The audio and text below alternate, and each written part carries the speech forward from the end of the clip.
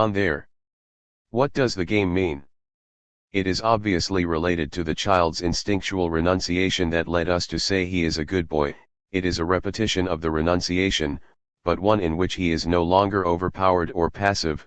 The child is staging the disappearance and return of his mother under the symbolic figure of objects within his reach. Thus unpleasure itself is mastered by means of repetition in play, by the staging of the loss of the loved person. This episode, dear to some French psychoanalysts, is nevertheless inconclusive in Freud's eyes. Once again he minimizes his own findings, with the help of that strategy of lecturer and writer that keeps surprising the reader. Might not the child's efforts, he suggests, be put down to an instinct for domination that is acting independently of whether the memory is pleasurable or not? Or might it not be thought too that the child is revenging himself on his mother by sending her away, as the young Goethe did in throwing the dishes out of the window? Thus domination and revenge do not necessarily incline us to seek something beyond the pleasure principle in this impulse to repeat an unpleasant experience. 5. But why did Freud include this example? Was it not because he saw, mixed in with the motives of domination and revenge, the manifestation of a more essential tendency, driving one to the repetition of unpleasure in the form of symbolism and play? This suggestion has its merits. The Forte example does not simply confirm the example of dreams in traumatic neurosis. Traumatic dreams suggest that beyond the pleasure principle, the more primitive tendency we are looking for, expresses itself only in the compulsion to repeat, but symbolism and play also repeat unpleasure, not compulsively, but by creating symbolism out of absence. The Forte of the child invites us to reserve for the death instinct a field of expression distinct from the compulsion to repeat or even from destructiveness. Would not this other, non-pathological aspect of the death instinct consist in this mastery over the negative, over absence and loss, implied in one's recourse to symbols and play? It must be admitted that it was not in this direction that Freud developed the theory of the death instinct, but rather in the direction of destructiveness and the compulsion to repeat. Perhaps it must be said that in giving this silent instinct a conspicuous and clamorous image, these two representatives have also restricted its scope. The decisive experience that led Freud, ch. 3, to the death instinct was a certain difficulty that keeps recurring in analytic treatment in connection with the struggle against the resistances, viz. the tendency of the patient to repeat the repressed material as a contemporary experience instead of remembering it as a past memory. This compulsion is both the ally and the adversary of the psychian, his ally since it is inherent in the transference, his adversary since it prevents the patient from recognizing the repetition as a reflection of the forgotten past. Now if the ego's resistance to remembering is attributed to the pleasure principle, unpleasure would be produced by the liberation of the repressed, and if the capacity for tolerating the unpleasure of remembering is attributed to the reality principle, the compulsion to repeat indeed seems to lie outside either one of these principles. What the patient repeats are precisely the situations of distress and failure he underwent as a child, particularly during the Oedipal period. This tendency, further evidenced in the strange fate of those persons who seem to call down upon themselves the same misfortunes time and again, appears to justify the hypothesis of a compulsion to repeat that is more primitive, more elementary, more instinctual than the pleasure principle which it overrides. 6. Such is the factual basis rather narrow, it may be said, upon which is built the forthcoming speculation, ch. 4, concerning the death instinct. With consummate skill Freud prepares the reader for the new aspects of his speculation by relating them to the earliest elements of the metapsychology, those which go back to the period of the project and studies on hysteria. It will be remembered that Freud had already borrowed from Breuer the hypothesis of two regimes of psychical energy, free energy and bound energy. He now incorporates this conception into his own speculation by relating it to the above-mentioned theory of consciousness as a surface function in a quasi-anatomical sense. This comparison, based on reasons of ontogenesis, enables one to contrast the divergent destinies of internal and external perception. The reception of external stimuli is conditioned by the erection of a protective shield, Protection against stimuli is an almost more important function for the living organism than reception of stimuli. 7. But toward the inside, i.e. toward the instincts, there can be no such shield. 8. To this lack of a shield against stimuli, Freud relates Breuer's notion of bound energy. At the same time he opens a breach in his own conception of the self-regulation of the psychical apparatus by the pleasure principle alone. The pleasure principle begins to operate only after a prior task has been assured, that of binding the energy that streams into the psychical apparatus, i.e. of changing it from a freely flowing state into a quiescent one. This is the function, Freud states, that is prior to the pleasure principle. True, we have said nothing as yet about the death instinct, but at least we have limited, on an important point, the dominance of the pleasure principle, namely, the point of defense. This irreducible and prior function is clearly revealed when it fails. For what is a trauma if not a breach in an otherwise efficacious barrier against stimuli? Prior to pleasure, therefore, there are procedures aimed at mastering the energies that have broken the dikes, reaction to the influx of energy, or, in economic language, anticathexis and hypercathexis. These speculations on the shield against stimuli and the breaches in that shield are not in vain, for they enable us to explore the relations between defense and anxiety. Freud describes anxiety, Angst, as a particular state of expecting danger or preparing for it, even though it may be an unknown one. 9. Whereas fright, Schreck, refers to the state provoked by a danger one encounters unprepared, fright is characterized by the factor of surprise. As for fear, Furcht, it arises from an actual encounter with a definite danger. Preparedness for danger, the positive and characteristic function of anxiety, is thus equivalent to a shield against stimuli. When such preparedness is lacking, we have a breach in the shield, or trauma. In light of these considerations about the relations between defense and pleasure, we can now interpret the dreams that occur in traumatic neurosis. Such dreams cannot be classified as fulfillments of wishes and hence subject to the pleasure principle, for they have to do with the task of defense, which precedes the dominance of pleasure. These dreams are endeavoring to master the stimulus retrospectively, by developing the anxiety whose omission was the cause of the traumatic neurosis. 10. The compulsion to repeat is thus confirmed as an exception to the pleasure principle, insofar as the task of binding the traumatic impressions is itself prior to the aim of gaining pleasure and avoiding unpleasure. 1. It will be objected, however, that the priority that the defensive measures, aimed at binding free energy, enjoy over the pleasure principle, and over its modification, the reality principle, has no relation to any possible death instinct. This is where the clever tactician suddenly shows his cards. The factor that remains unexplained in the compulsion to repeat is its instinctual, triebhaft, and even demonish, character. It is necessary to quote the entire paragraph in which Freud achieves the decisive breakthrough, a result disproportionate to all the prudent preparations leading up to it. But how is the predicate of being instinctual related to the compulsion to repeat? At this point we cannot escape a suspicion that we may have come upon the track of a universal attribute of instincts and perhaps of organic life in general which has not hitherto been clearly recognized or at least not explicitly stressed. It seems, then, that an instinct is an urge inherent in organic life to restore an earlier state of things which the living entity has been obliged to abandon under the pressure of external disturbing forces. That is, it is a kind of organic elasticity, or, to put it another way, the expression of the inertia inherent in organic life. 1-2. And so, all that preparation was made simply in order to isolate the instinctual character of the compulsion to repeat, which had already been treated as one of the means of defense and was thereby withdrawn from the dominance of the pleasure principle. This instinctual character decisively authorizes us to place inertia on an equal footing with the life instinct.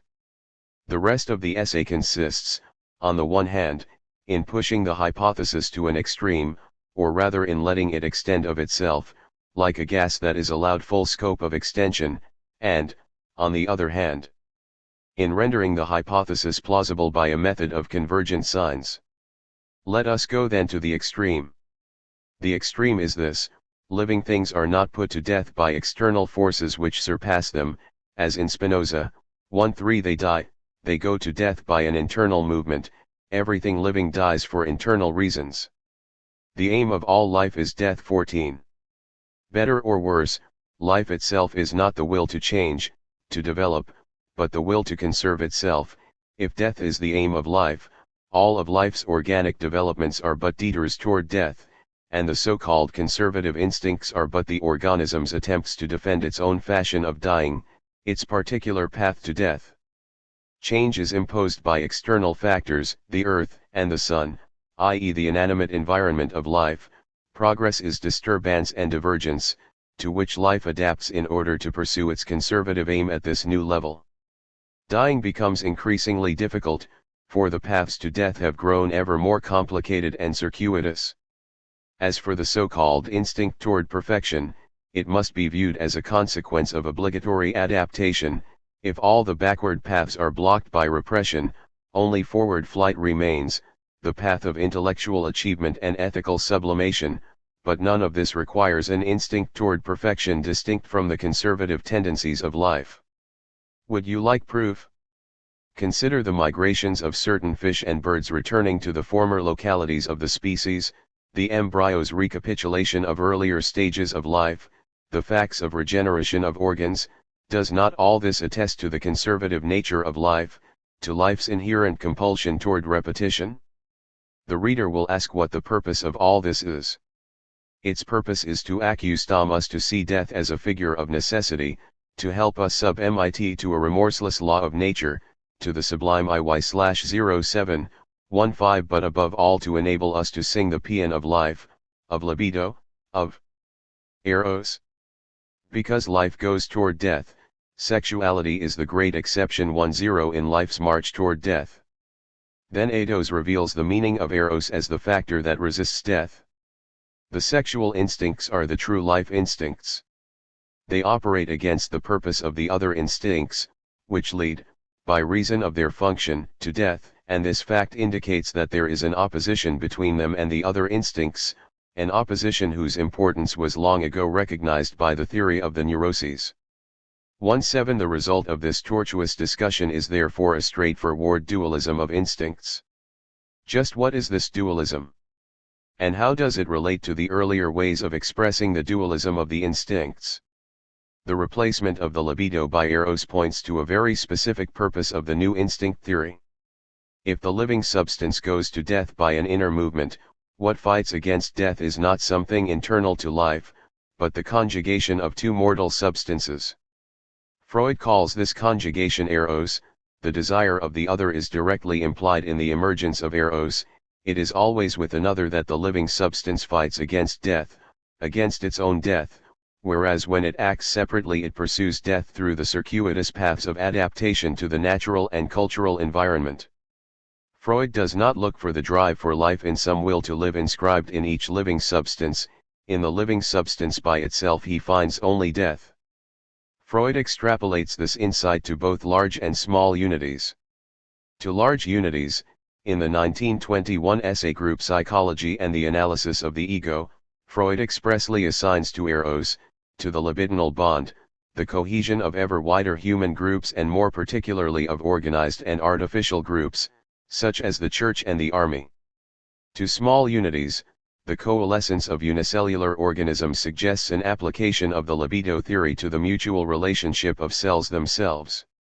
Thus a form of sexuality must be attributed to cells, whereby each one would partly neutralize the death instinct of the others. In this way the libido of our sexual instincts would coincide with the eros of the poets and philosophers which holds all living things together. 19 This generalization of sexuality complicates rather than simplifies the situation. Instead of being a clear delimitation of two domains, the dualism of eros and then eidos appears as a dramatic overlapping of roles. In a sense, everything is death, since self-preservation is the circuitous path on which each living substance pursues its own death. In another sense, everything is life, since narcissism itself is a figure of eros, We have only to recognize that Eros is the preserver of all things and that the self-preservation of the individual derives from the mutual attachment of the cells of the soma. Thus the new dualism expresses the overlapping of two coextensive domains. Comparison with the earlier expressions of instinctual dualism confirms this puzzling situation. Freud was always a dualist. What kept changing was the distribution of the opposed terms and the nature of the opposition itself. In the distinction of sexual instincts and ego instincts he was guided not by an antagonism between instincts, but by the popular division of love and hunger and the polarity between objects and ego. When narcissism was introduced into the theory, the distinction became topographical and economic and indicated a conflict between cathexes. 2.0 The new dualism does not replace the earlier one but actually reinforces it. Indeed, if the narcissistic libido of the ego is a figure of Eros, such libido is on the side of life. Yet we have said that the ego instincts are opposed to the sexual instincts just as the death instincts are opposed to the life instincts. 2.1 This comparison is not rejected. We need only consider that the new dualism is located not on the level of purposes, aims, and objects, but on the level of forces. Hence we must not try to make the duality of ego instincts and sexual instincts coincide with the duality of life instincts and death instincts. The latter dualism cuts across each of the forms of the libido. This will be verified in our study of the representatives of the death instinct. Object love is both life instinct and death instinct. Narcissistic love is Eros unaware of itself and clandestine cultivation of death. Sexuality is at work wherever death is at work. At this point, however, the dualism of instincts has truly become antagonistic, for it is no longer a question of qualitative differences between hunger and love, as in the first theory of the instincts, nor of differences in cathexis, according to whether the libido turns toward the ego or toward objects, as in the second theory of the instincts. The dualism has become what civilization and its discontents will call a battle of the giants. Above we insisted on the excess of meaning that speculation gives to the death instinct as compared with the deciphering of that instinct in its representatives, of whatever level or order they may be. We looked upon this discordance as an irreducible given of the theory. We must now try to understand it. Why the absence of symmetry between the hermeneutics of life and the hermeneutics of death? Why does conjecture win out over interpretation when we move from the libido theory, taken at its two earlier stages of elaboration, to the theory of the life and death instincts? An insistent remark of Freud himself may serve to get us started. On various occasions already in Beyond the Pleasure Principle, but especially in the ego and the ID and civilization and its discontents, Freud speaks of the death instinct as a mute energy, in contradistinction to the clamor of life. 2.2 This disparity between the death instinct and its expressions, between desire and speech, a disparity signified by the epithet mute, warns us that the semantics of desire no longer has the same meaning. The desire for death does not speak, as does the desire for life. Death works in silence. Hence the method of deciphering, based on the equivalence of two systems of reference, instincts and meaning, finds itself in difficulty. Yet psychoanalysis has no other recourse than to interpret, that is, to read an interplay of forces in an interplay of symptoms. In his last works, therefore, Freud restricts himself to setting an adventuresome speculation alongside a partial deciphering. Any given representative exhibits only portions of the death instinct. But there will be no equivalence between what is deciphered and what has been conjectured. This point should be kept in mind when one enters into the series of papers that exploited the breakthrough achieved in Beyond the Pleasure Principle. One notices a twofold shift of emphasis: first, from the tendency to repeat to the tendency to destroy; next, from more biological to more cultural expressions. But this series of manifestations of the death instinct does not exhaust the weight of meaning supplied by speculation. An essential significance may even be lost when this silence is transcribed into clamor. Besides, Freud speaks more readily of the death instincts than of the death instinct. We have ignored this factor in our reconstruction of Freud's speculation, thus reserving the possibility of a great variety of exprès. Zions and of a non-exhaustive enumeration of its manifestations. The first shift of emphasis is already very noticeable in Beyond the Pleasure Principle. The death instinct is introduced by the compulsion to repeat, but it is confirmed and verified by aggressiveness, in its two forms of sadism and masochism. These last two examples do not have the same significance. Sadism is simply incorporated into the new theory, masochism is reinterpreted in light of the new theory. The theory of sadism was formulated very early. Ever since the three essays on sexuality, the term covers three sets of phenomena. First, it designates a more or less perceptible component in any normal and integrated sexuality. Second, it designates a perversion, sadism proper, i.e. a mode of being that has become independent of that sexual component, and last, it also stands for a pregenital organization, the sadistic stage, in which that component plays a dominant role. The case of masochism is quite different, for up to the present in the three essays and in Instincts and Their Vicissitudes, masochism was nothing more than sadism turned round upon the ego, whereas Freud now regards the forms of masochism as derived phenomena, as a return or regression to a primary masochism. We will soon see the importance this has in the theory of the superego, conscience, and guilt. All of this is only sketched in a few lines. In 1920, Freud had not yet elaborated the concepts of fusion, Vermischung, and diffusion, Entmischung, by which he will account for the cooperation of the death instinct with sexuality and for its separate functioning. 2-3 At least these two examples clearly bring out the disparity between the death instinct and its manifestations, where the latter mark the emergence of the instinct at the level of an object relation. At first view, the case of the death instinct does not seem to differ from that of the life instinct. Here too sadism and masochism are able to be interpreted, for they have a particular aim, destruction, and definite objects, the sexual partner or the ego. But nothing permits one to say that the death instinct is fully manifested in these expressions comparable to the representatives of the life instinct. Neither the play of the forte nor even the compulsion to repeat can be reduced to destructiveness. Destructiveness is only one of the death instincts.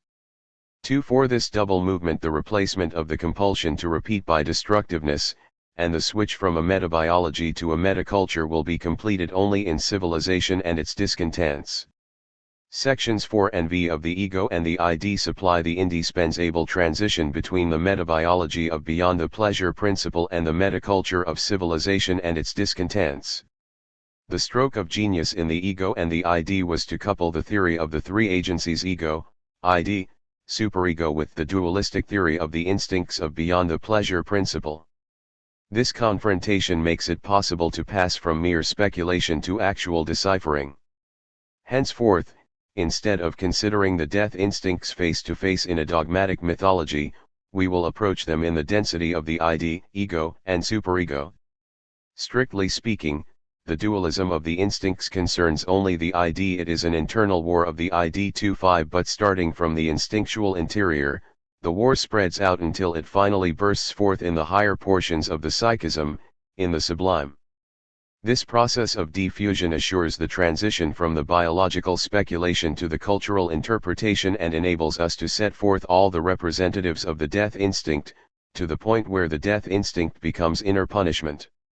It is necessary to elaborate the concepts of fusion and diffusion. They are, assuredly, economic concepts, as are the concepts of cathexis, regression, and even perversion.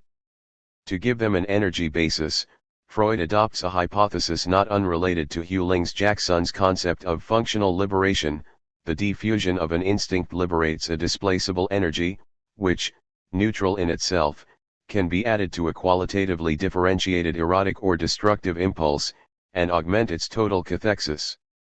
2-6 Have we come back purely and simply to speculation about the quantitative, about free and bound energy? There is no denying the conjectural aspect.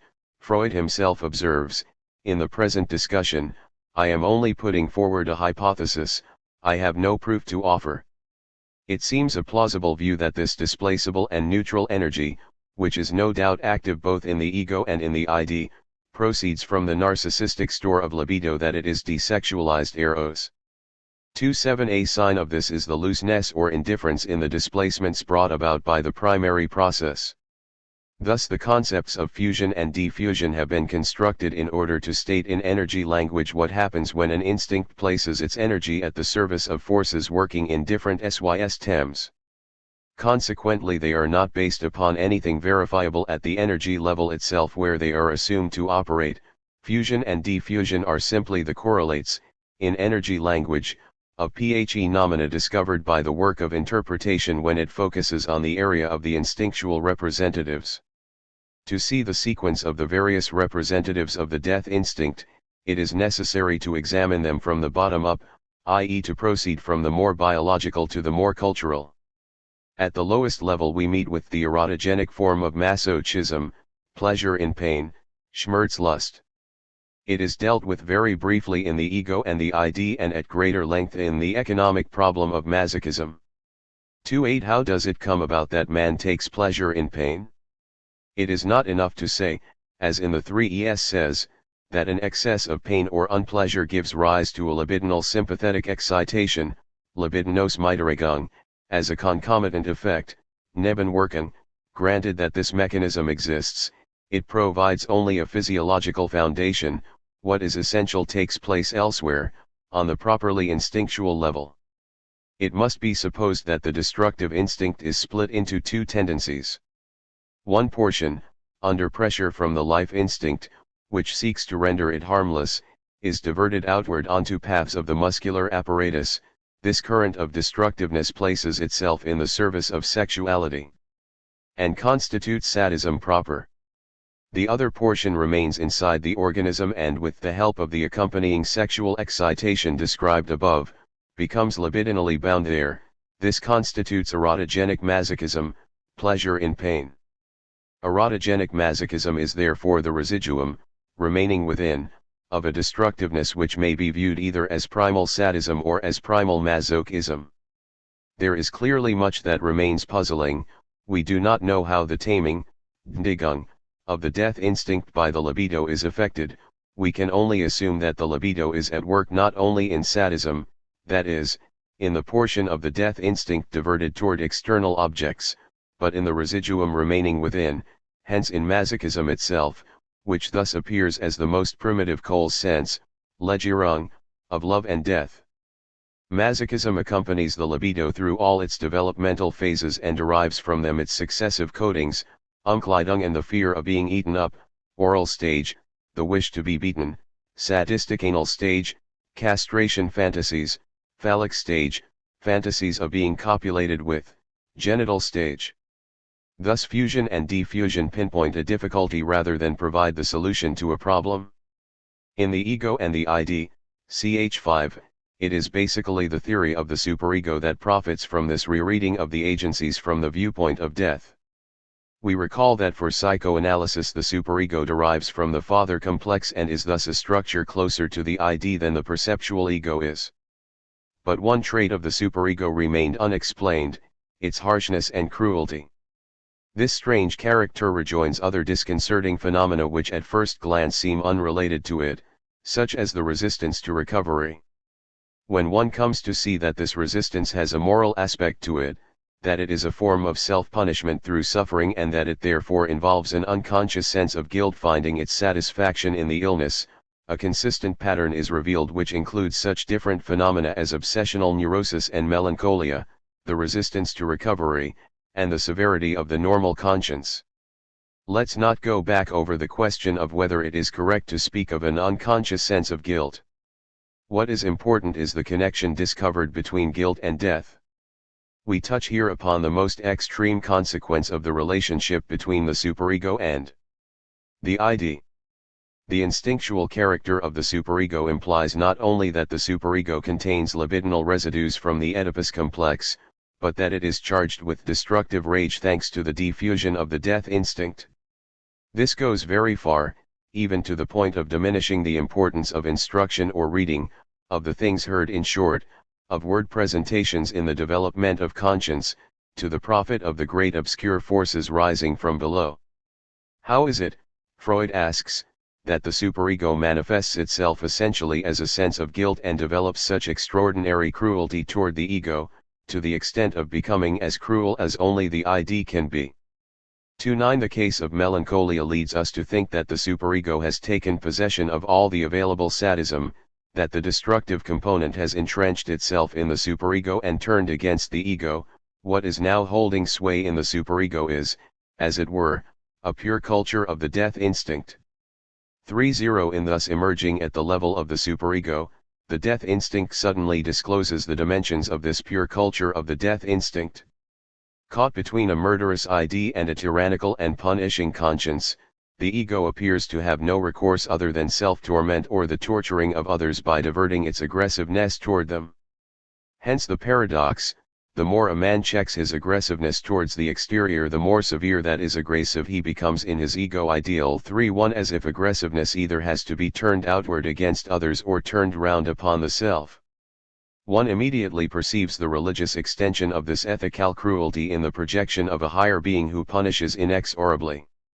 If we compare the cruelty of the superego with the previous description of erotogenic masochism, it seems at first glance that any connection with sexuality is lacking. One may assume that there exists a direct link between destructiveness and the superego independently of any erotic factor. In The Economic Problem of Masochism, Freud attempts to reconstruct the hidden connections between erotism and what he calls moral masochism, which, it is true, does not cover the whole domain of the superego. The unconscious sense of guilt, discovered in the tenacious resistance to recovery and more correctly called the need for punishment, strafbedürfnis, throws light on this hidden link between moral masochism and erotism. The link between the fear of conscience and erotism stems from the deep-seated relationship the superego retains with the ID by reason of the libidinal ties with the parental source of prohibition. This is the place to repeat it: the superego is the representative of the ID, vertrete. This libidinal tie may be drawn out indefinitely, in proportion as the father imago is replaced by increasingly distant and impersonal figures, ending with the dark power of destiny, which only the fewest of men are able to separate from any parental connection. But at the same time this comparison affords us the occasion to introduce certain nuances that appear to have been overlooked in the ego and the ID, especially a difference between the superego's sadism and the ego's masochism, i.e. moral masochism. What was described in the ego and the ID is the superego's sadism, which is an unconscious extension of morality, een solch unbewusste Fortsetzung der Moral. The ego's desire or need for punishment is not exactly the same thing. Such a desire is connected with the wish to be beaten by the father, which we have seen to be one of the expressions of erotogenic masochism. This desire expresses, therefore, a resexualization of morality, in the reverse direction of the normal movement of conscience and morality that arise from the overcoming and hence from the desexualization of the Oedipus complex. With the resexualization of morality the possibility of a monstrous fusion of love and death arises. Such a fusion on the sublime plane has its counterpart on the perverse plane in the phenomena of pleasure in pain. One can see how dangerous it would be to confuse everything: normal morality, cruelty, the superego's sadism, need for punishment, the ego's masochism. These three tendencies, the cultural suppression of the instincts, the turning back of sadism against the self, and the intensification of the ego's own masochism, do indeed supplement each other and unite to produce the same effects, but, in principle at least, they are distinct tendencies. The sense of guilt results from a combination of these tendencies in various proportions. If one re-examines the analyses of the ego and the ID in light of the distinctions proposed in The Economic Problem of Masochism, it must be said that the above description concerns the sadism of the superego rather than the masochism of the ego or moral masochism. Is this sadism of the superego as clearly opposed to the normal conscience as the masochism characterized above by the resexualization of the Oedipus complex? It is more difficult to decide this. However, it is significant that in Chapter 5 of the Ego and the ID Freud limits himself to describing two guilt maladies, obsessional neurosis and melancholia. He shows more interest in their respective differences than in their shared similarity to ordinary morality. In melancholia the superego reveals itself as a pure culture of the death instinct, to the point of suicide. In obsessional neurosis, on the contrary, the ego is protected from self-destruction because of the transformation of its love objects into objects of hate.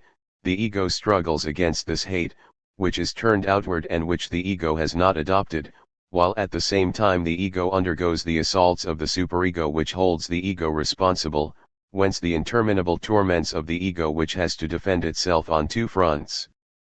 Are the torments of the obsessed and the melancholic's cultivation of death as clearly opposed to the desexualization of the normal conscience as masochism was? It seems they are not.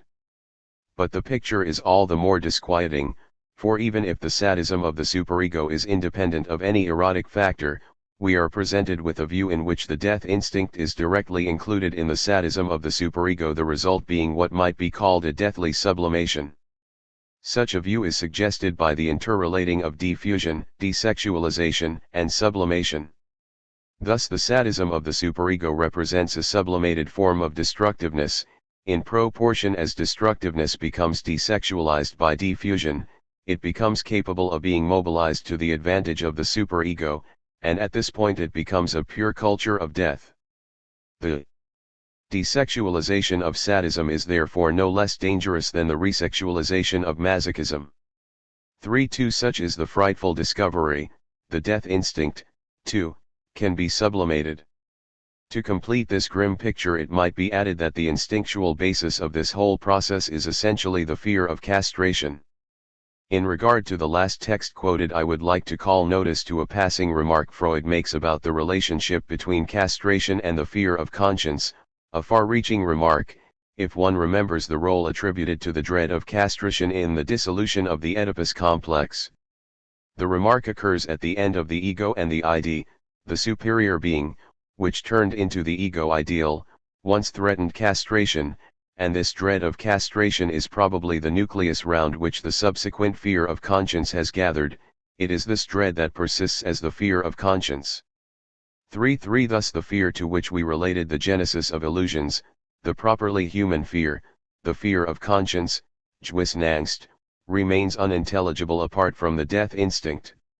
We have not yet considered the broadest impact of the new theory of instincts on the interpretation of culture. The destructiveness of the superego is only one of the components of the individual conscience, on the borderline between the normal and the pathological. The death instinct, however, involves a reinterpretation of culture itself. The confrontation between the definition of culture we gave above, based on the opening chapters of The Future of an Illusion, and the re-examination of that definition as presented in chapters 3 to 5 of Civilization and its Discontents points to a deepening and also a unification of the notion of culture as faced by the death instinct. Of course, in Civilization and its Discontents, Freud is no less anxious than in The Future of an Illusion to give a purely economic definition of culture, but the economics of the cultural phenomenon turns out to be profoundly renewed through its relationship to a global strategy, the strategy of eros versus death. Let us consider the new economic interpretation of culture in Civilization and its Discontents. The interpretation is developed in two phases. First, what can be said without having recourse to the death instinct. Second, what can be said only after its intervention. Prior to this turning point, which makes the essay terminate on the tragedy of culture, the essay advances with calculated ease. The economics of culture is seen to coincide with what might be called a general erotics. The aims pursued by the individual and those which animate culture appear as figures, sometimes convergent, sometimes divergent, of the same eros. The process of civilization is a modification which the vital process experiences under the influence of a task that is set it by eros and instigated by anank by the exigencies of reality, and this task is one of uniting separate individuals into a community bound together by libidinal ties. 3. Thus the same erotism forms the internal tie of groups and drives the individual to seek pleasure and flee suffering, the threefold suffering inflicted upon him by the external world, his own body, and other men. Cultural development, like the growth of the individual from infancy to adulthood, is the fruit of eros and anank, of love and work, we must even say, of love more than of work, for the necessity of uniting in work in order to exploit nature is but a small thing compared with the libidinal tie which unites individuals in a single social body. It seems then, that the same eros inspires the striving for individual happiness and wishes to unite men in ever wider groups. But the paradox soon appears, as the organized struggle against nature, culture gives man the power that was once conferred on the gods, but this resemblance to the gods leaves man unsatisfied, civilization and its discontents. Why this dissatisfaction? On the basis of this general erotics alone one can, no doubt, account for certain tensions between the individual and society, but not for the grave conflict that makes culture tragic. For example, one can easily explain the fact that the family bond resists extension to larger groups. To enter into the wider circle of life necessarily appears to every young person as a breaking of the earliest and closest ties. It is also understandable that something in feminine sexuality resists the transfer of libidinal energy from private sex to social aims. One can adduce many other instances of conflict situations and still not encounter any radical contradictions. It is well known that culture imposes sacrifices in enjoyment upon all sexuality, the prohibition of incest, the proscription of childhood sexuality, the arrogant channeling of sexuality into the narrow paths of legitimacy and monogamy, the insistence upon procreation, etc. But, however painful the sacrifices and however complicated the conflicts, they still do not result in a real antagonism. The most that can be said is, first, that the libido resists with all its force of inertia the task culture lays on it to abandon its old positions, and second, that the libidinal ties that constitute society draw their energy from private sexuality, to the extent of endangering the latter with atrophy. But all of this has so little of the tragic about it that we can dream of a sort of armistice or accord between the individual and the social bond. And so the question arises again, why does man fail to be happy? Why is man as a cultural being dissatisfied? The analysis here reaches its turning point. Confronting man is an absurd commandment, to love one's neighbor as oneself, an impossible demand, to love one's enemies, a dangerous order, to turn the other cheek. These precepts squander love, put a premium on being bad, and lead to ruin anyone imprudent enough to obey them. But the truth behind the irrationality of these imperatives is the irrationality of an instinct that lies outside a simple erotics. The element of truth behind all this, which people are so ready to disavow, is that men are not gentle creatures who want to be loved, and who at the most can defend themselves if they are attacked. They are, on the contrary, creatures among whose instinctual endowments is to be reckoned a powerful share of aggressiveness. As a result, their neighbor is for them someone who tempts them to satisfy their aggressiveness on him, to exploit his capacity for work without compensation, to use him sexually without his consent, to seize his possessions, to humiliate him, to cause him pain, to torture, and to kill him. Homo homini lupus 35. The instinct that thus disturbs man's relations with man and requires society to rise as the implacable dispenser of justice is, of course, the death instinct, here identified with the primordial hostility of man toward man. With the death instinct there appears what Freud henceforward calls an anti-cultural instinct. From now on social ties cannot be regarded as a mere extension of the individual libido, as in group psychology and the analysis of the ego. They are the expression of the conflict between instincts. Man's natural aggressive instinct, the hostility of each against all and of all against each, opposes this program of civilization. This aggressive instinct is the derivative and the main representative of the death instinct which we have found alongside of Eros and which shares world dominion with it. And now, I think, the meaning of the evolution of civilization is no longer obscure to us. It must present the struggle between Eros and death, between the instinct of life and the instinct of destruction, as it works itself out in the human species.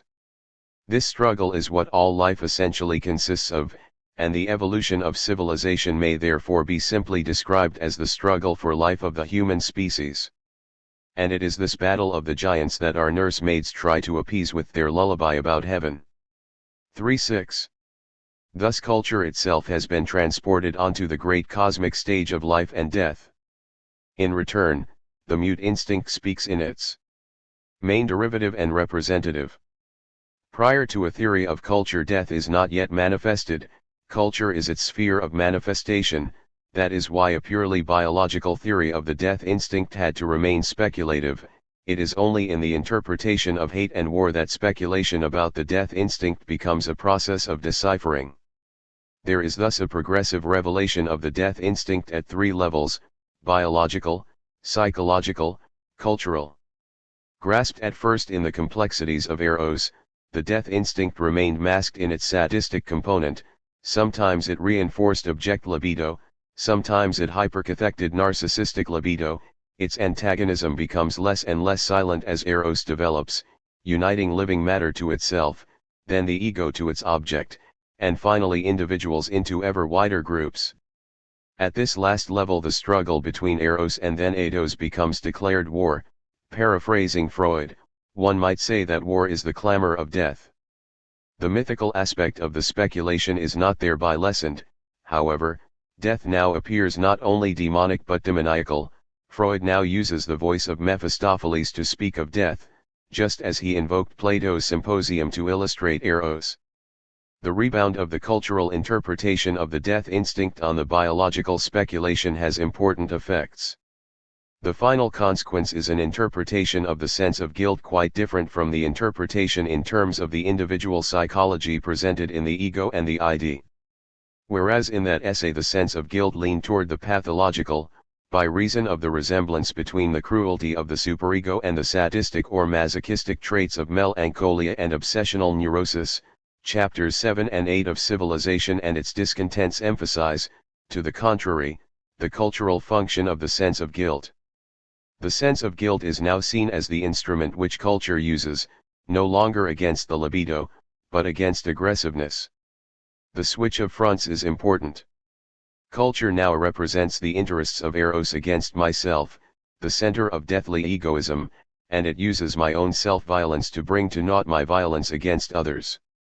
This new interpretation of guilt entails a complete shift of emphasis. Seen from the point of view of the ego and in the framework of its dependent relations, the ego and the ID, ch. 5, the sever ity of the superego appeared excessive and dangerous. This remains true, and the task of psychoanalysis stays unchanged in this regard. It always consists in attenuating that severity. But seen from the point of view of culture and what might be called the general interests of humanity, that severity is irreplaceable. Thus there is a need to interrelate the two readings of the sense of guilt. Its economics from the point of view of the individual conscience and its economics from the point of view of the task of culture are complementary. So little is the first reading annulled by the second that Freud restates it at the beginning of chapter 7 of Civilization and its Discontents.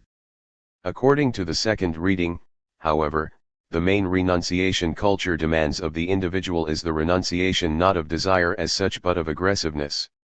Consequently, it is no longer sufficient to define the fear of conscience as the tension between the ego and the superego.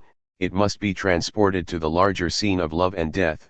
The sense of guilt, we will now say, is an expression of the conflict due to ambivalence, of the eternal struggle between Eros and the instinct of destruction or death.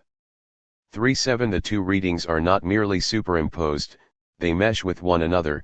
The cultural function of guilt necessarily involves the psychological function of the fear of conscience. From the point of view of the psychology of the individual, the sense of guilt, at least in its quasi-pathological form, appears to be merely the effect of an internalized aggressiveness, of a cruelty taken over by the superego and turned back against the ego. But its complete economics is seen only when the need for punishment is placed in a cultural perspective. Civilization, therefore, obtains mastery over the individual's dangerous desire for aggression by weakening and disarming it and by setting up an agency within him to watch over it, like a garrison in a conquered city. 3.8 We are thus at the heart of the malaise or discontent peculiar to the life of culture. The sense of guilt now internalizes the conflict of ambivalence that is rooted in the dualism of the instincts. Hence, in order to decipher the sense of guilt, one must penetrate to this most radical of all conflicts. It is very conceivable that the sense of guilt produced by civilization is not perceived as such, and remains to a large extent unconscious, or appears as a sort of malaise unbehagen, a dissatisfaction Unzufriedenheit, for which people seek other motivations. 3.9 The extraordinary complexity of the sense of guilt is due to the fact that the conflict between instincts is expressed by a conflict at the level of the eigensize. This is why the reading of the ego and the ID is not abolished but incorporated into the second reading. The same may be said about the interpretation of the Oedipus complex, on the scale of the individual or the species. The ambivalence peculiar to the Oedipal situation, feelings of love and hatred toward the parental figure, is itself a part of the larger ambivalence between the life and death instincts. Taken by themselves, the various genetic considerations, which Freud worked out at different periods and which concern the killing of the primal father and the institution of remorse, remain somewhat problematic, if for no other reason than the contingency introduced into history by the sense of guilt, which at the same time presents itself as a fatal inevitability. Degree The contingent character of this developmental process as reconstructed by the genetic explanation is softened as soon as this explanation is subordinated to the great conflicts that dominate the course of culture. The family, which serves as the cultural framework for the Oedipus episode, is itself simply a figure of the great enterprise of Eros of forming ties and uniting. Hence the Oedipus episode is not the only possible path leading to the institution of remorse. Thus the reinterpretation of the sense of guilt at the end of civilization and its discontents is seen to be the climax in the series of figures of the death instinct. By mortifying the individual, culture places death at the service of love and reverses the initial relationship between life and death. We recall the pessimistic formulas of Beyond the Pleasure Principle: the aim of all life is death, the function of the instincts of self-preservation is to assure that the organism shall follow its own path to death. Thus these guardians of life, too, were originally the myrmidons of death. But the same text, having reached this critical point, turns back upon itself. The life instincts struggle against death. And now culture comes upon the scene as the great enterprise of making life prevail against death. Its supreme weapon is to employ internalized violence against externalized violence. Its supreme ruse is to make death work against death. That the theory of culture thus finds its completion in the reinterpretation of the sense of guilt is expressly desired by Freud. Apologizing for the troublesome and unexpected detours of the discussion of the sense of guilt, he states, "This may have spoiled the structure of my paper, but it corresponds faithfully to my intention to represent the sense of guilt as the most important problem in the development of civilization and to show that the price we pay for our advance in civilization is a loss of happiness through the heightening of the sense of guilt." Freud illustrates this ruse on the part of culture by citing in support of his interpretation the famous line of Hamlet's monologue, "Thus conscience does make cowards of us all. But such cowardice is also the death of death.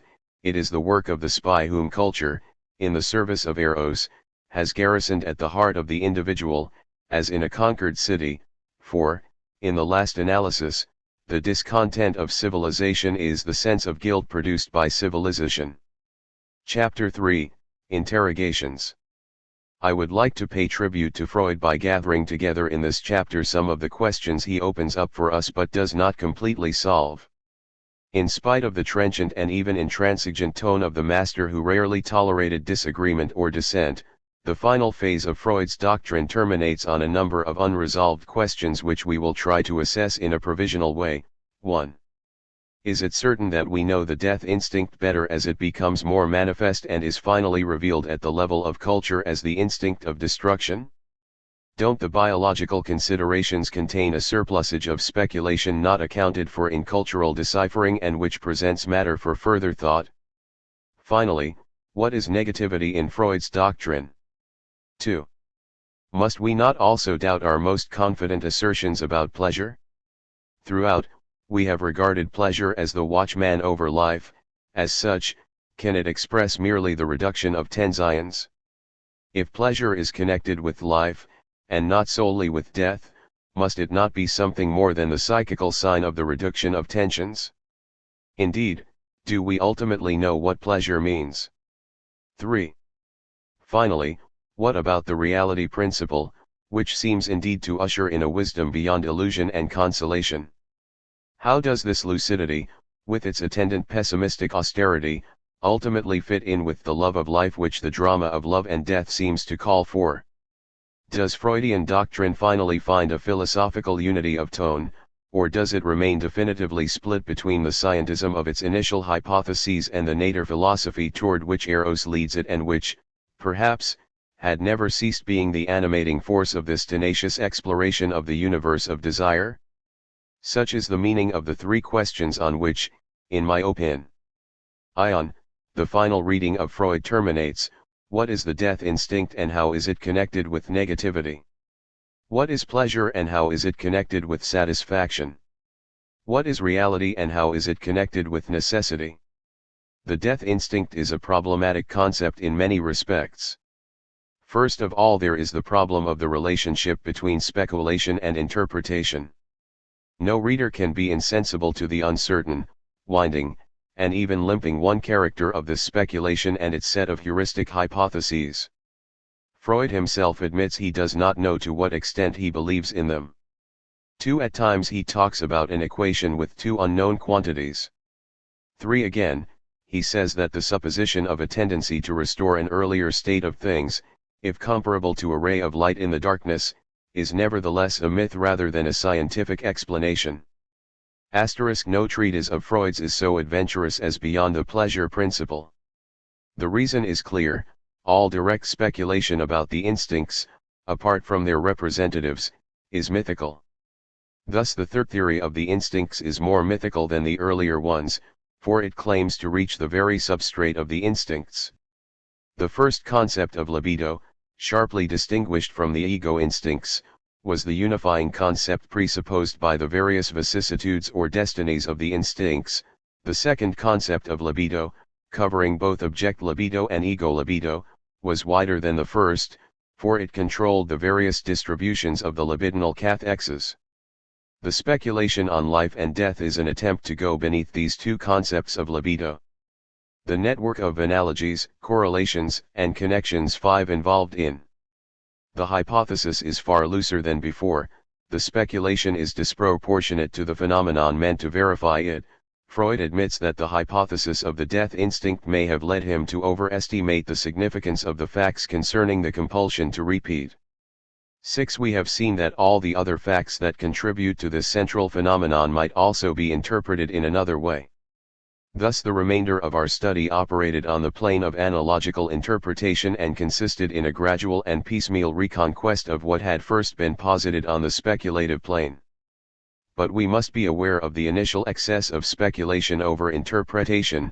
From the standpoint of epistemology, this is the most striking feature of the essay.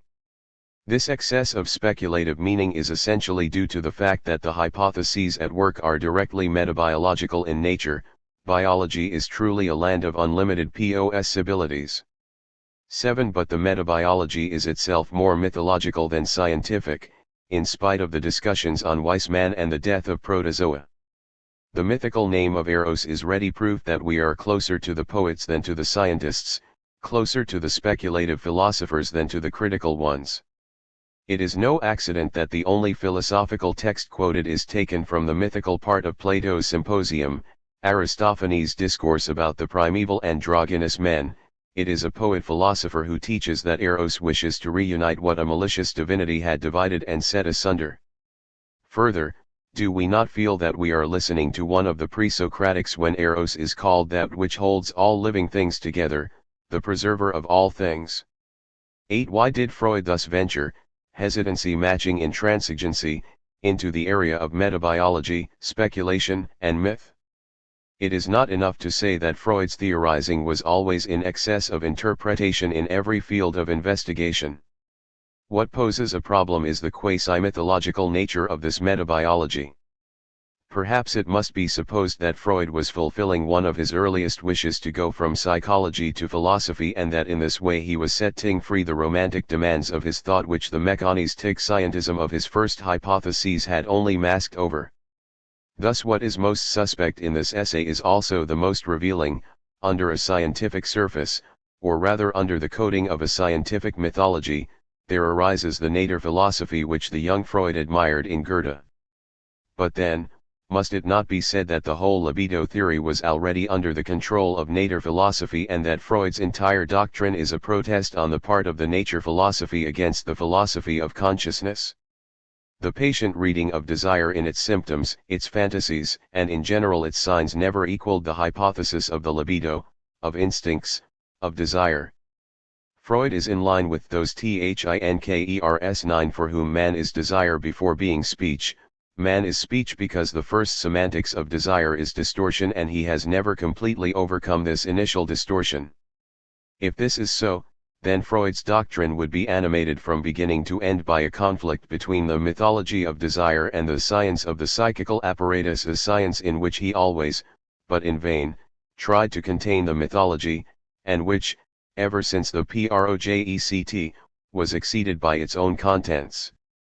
10 This muffled conflict will make its appearance again at the end of this chapter, no longer at the level of the initial hypotheses, but at the level of final wisdom. But the excess of meaning of the death instinct, taken in its most speculative expressions, as compared with the whole series of its biological, psychical, and cultural expressions, reveals another problematic aspect of this strange concept. Is it certain that all the meaning it carries is fully brought out in the cultural interpretation? The speculation's excess of meaning as compared with the interpretation does not seem to indicate a defect in the theory. On the contrary, it suggests that the death instinct, which is finally regarded as anti-cultural destructiveness, may conceal another possible meaning, as we will suggest further on in the investigation of negation. If one reads the series of representatives of the death instinct in the reverse order, one is struck by the disparity between three themes: the inertia of life, the compulsion to repeat, and destructiveness. One begins to suspect that the death instinct is a collective term, an incongruous mixture. Biological inertia is not pathological obsession, repetition is not destruction. Our suspicion grows stronger when we consider other manifestations of the negative that are irreducible to destructiveness. Let us return to the intriguing example of the child's fort-de play. This game of making the mother symbolically disappear and reappear consists, no doubt, in the repetition of an effective renunciation, but unlike the dreams that occur in traumatic neurosis, the play repetition is not a forced or obsessive one. To play with absence is already to dominate it and to engage in active behavior toward the lost object as lost. Hence, as we asked when we presented Freud's analysis of children's play, do we not discover another aspect of the death instinct, a non-pathological aspect, which would consist in one's mastery over the negative, over absence and loss? And is not this negativity implied in every appeal to symbols and to play? This question ties in with the question we asked earlier concerning Leonardo's creations. With Freud, we said that the lost archaic object has been denied and triumphed over won by the work of art which recreates the object, or rather creates it for the first time by offering it to all men as an object of contemplation. The work of art is also a fort-de, a disappearing of the archaic object as fantasy and its reappearing as a cultural object. Thus, does not the death instinct have as its normal, non-pathological expression, the disappearing reappearing in which the elevation of fantasy to symbol consists? This interpretation is not without support in Freud. As a final note to the death instinct, we have reserved examination of one of the most remarkable of Freud's short essays, entitled Die Verneinung. 1-2 The word Verneinung ordinarily designates the contrary of Beijahung affirmation. Thus the title of the paper is correctly translated as negation, for the term purely and simply designates the sense of no as opposed to yes. By a series of meanders Freud ends up expressly linking negation, the no, with the death instinct. But just what type of negation is this? Very definitely it is not located in the unconscious, The unconscious, let us remember, contains neither negation, nor time, nor the function of reality. Therefore negation belongs to the system CS, along with temporal organization, control of action, motor inhibition involved in every thought process, and the reality principle itself. Thus we meet with an unexpected result. There exists a negativity that does not belong to the instincts but defines consciousness, conjointly with time, motor control, and the reality principle.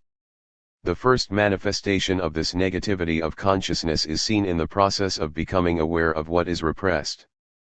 As Freud notes in the opening lines of his paper, when a patient accompanies an association of ideas or a dream fragment with a protestation such as "it's not my mother," the negation does not actually belong to the association that has just come into consciousness, it is rather a condition on which the repressed idea may make its way into consciousness.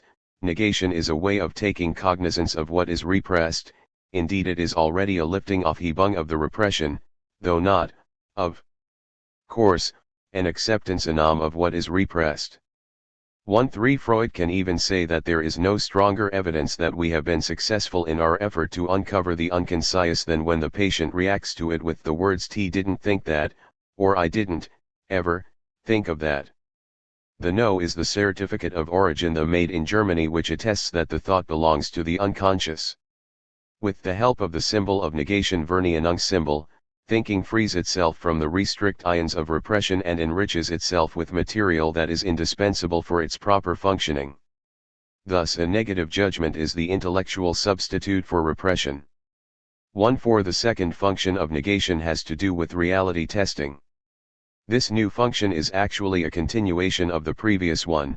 We know that the conditions of becoming conscious and those of reality testing are the same, for they are the conditions that govern the differentiation between the internal and the external. The negative judgment A does not possess the attribute B is truly a judgment of real existence only when it goes beyond the viewpoint of the pleasure ego, for whom to say yes means that it wants to introject into itself what is good, i.e. to devour it, and to say no means that it wants to eject from itself what is bad, i.e. to spit it out. The judgment of reality is a sign that the initial pleasure ego, Anfängliches Lustige, has been replaced by the definitive reality ego, Endgültiges Real-Ich. The question at this point is not whether what has been perceived, wahrgenommen, can be taken, aufgenommen, into the ego, but whether something that is in the ego as a presentation can be rediscovered in reality. Thus is established the differentiation between a presentation, which is only internal, and the real, which is also outside. What place does the no have in this testing of reality? The function of negation implicit in every judgment, even positive ones, lies in the interval between to find and to re-find, wiederfinden. A presentation is not an immediate presenting of things, but a representation of things that are absent. A precondition for the setting up of reality testing is that objects shall have been lost which once brought real satisfaction. It is against this background of absence, of loss, that presentation offers itself to reality testing. The first and immediate aim, therefore, of reality testing is, not to find an object in real perception which corresponds to the one presented, but to re-find such an object, to convince oneself that it is still there. 1-5 Thus the interval of negation, separating the original presence from the presentation, makes possible the critical testing from which both a real world and a real ego emerge. If one compares the three analyses, the Forte in Beyond the Pleasure Principle, aesthetic creation in the Leonardo, and perceptual judgment in negation, the traits of the function of negativity start to become clear. The disappearing reappearing of play, the denying overcoming of aesthetic creation, and the losing refinding of perceptual judgment all share a common operation. What connection does this negativity have with the death instinct? Here is what Freud writes at the end of Negation: the study of judgment affords us, perhaps for the first time, an insight into the origin of an intellectual function from the interplay of the primary instinctual impulses. Judging is a continuation, along lines of expediencies with massage, of the original process by which the ego took things into itself or expelled them from itself, according to the pleasure principle. The polarity of judgment appears to correspond to the opposition of the two groups of instincts which we have supposed to exist. Affirmation as a substitute for uniting belongs to eros, negation, the successor to expulsion, belongs to the instinct of destruction. The general wish to negate, the negativism which is displayed by some psychotics, is probably to be regarded as a sign of a diffusion and mischung of instincts that has taken place through a withdrawal of the libidinal components. But the performance of the function of judgment is not made possible until the creation of the symbol of negation has endowed thinking with a first measure of freedom from the consequences of repression and, with it, from the compulsion of the pleasure principle. 1.6. Freud does not say that negation is another representative of the death instinct, he only says that negation is genetically derived from it by substitution, as in general the reality principle is substituted for the pleasure principle, or as a character trait, avarice, for example, is substituted for an archaic libidinal constitution, such as aniline. We have no right, then, to draw out of this text more than is warranted and to give it a direct Hegelian translation. We may do this on our own, at our own risk, but not as interpreters of Freud. Freud develops an economics of negation and not a dialectic of truth and certainty, as in the first chapter of the Phenomenology of Spirit. Nonetheless, even within the strict limits this short article makes an important contribution. Consciousness implies negation both in the process of achieving insight into its own hidden richness and in the recognition of what is real. It is not surprising that negation is derived from the death instinct by way of substitution. On the contrary, what is surprising is that the death instinct is represented by such an important function which has nothing to do with destructiveness, but rather with the symbolization of play, with aesthetic creation, and with reality testing itself.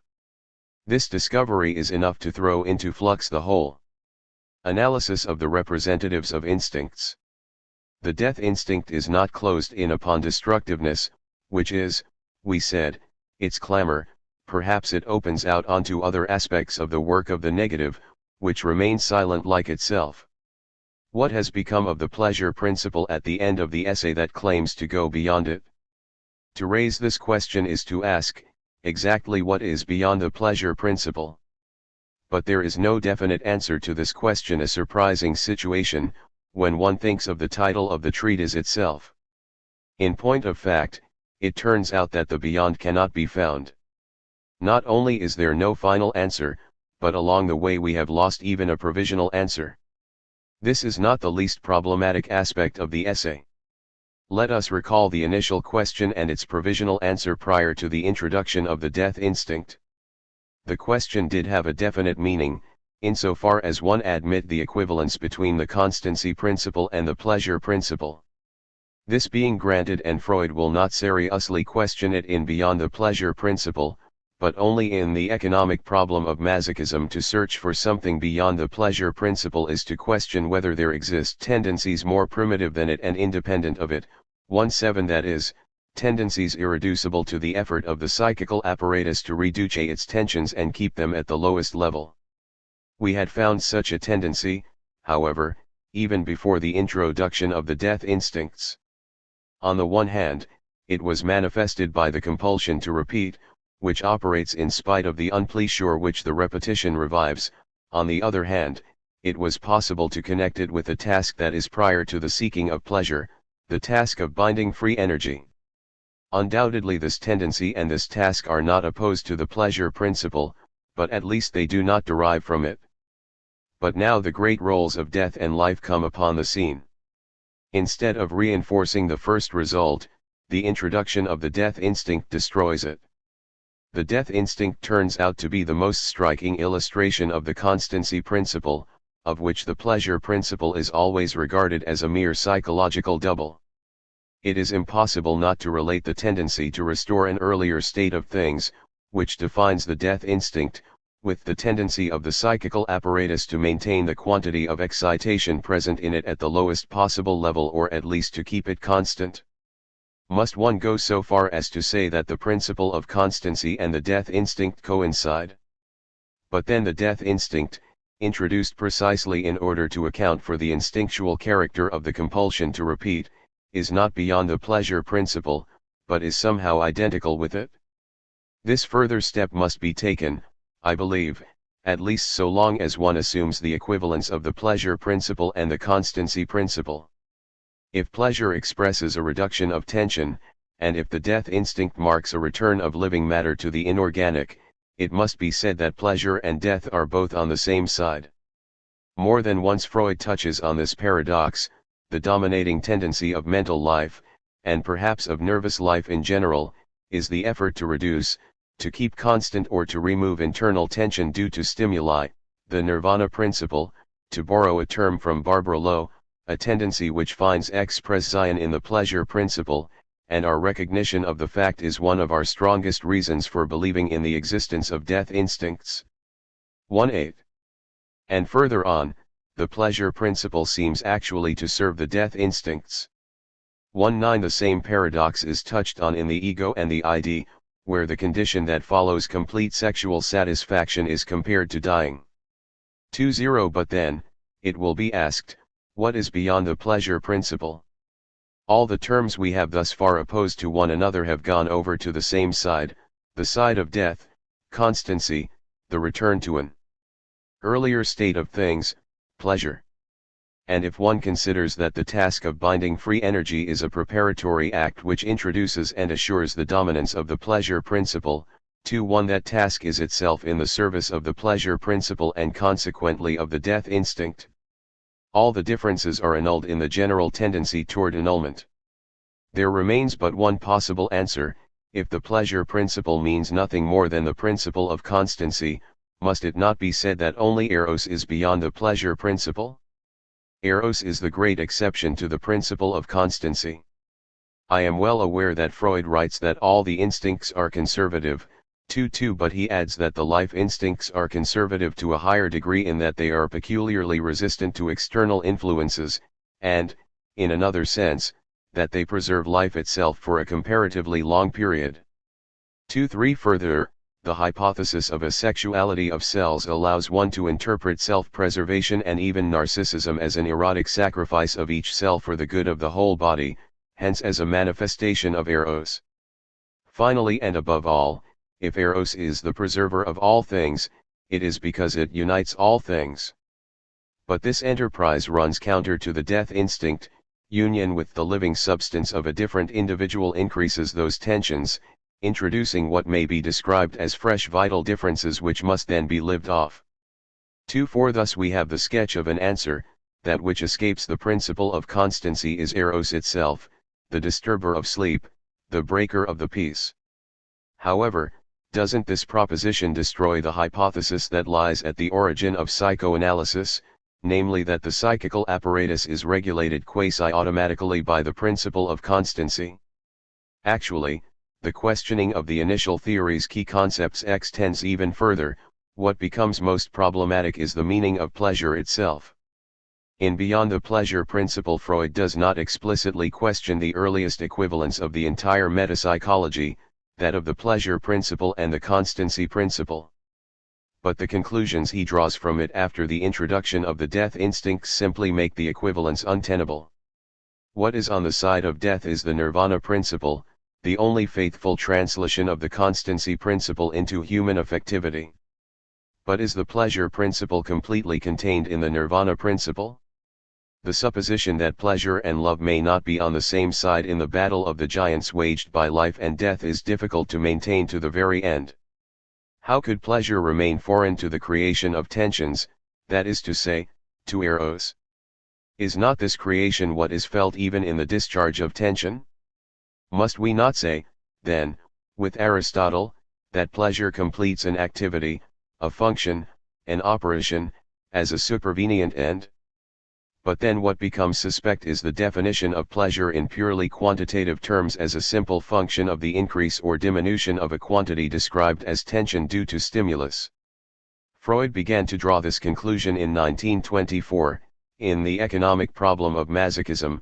The pleasure principle, he concedes, is not the same thing as the nirvana principle, it is only the latter that is entirely in the service of the death instincts.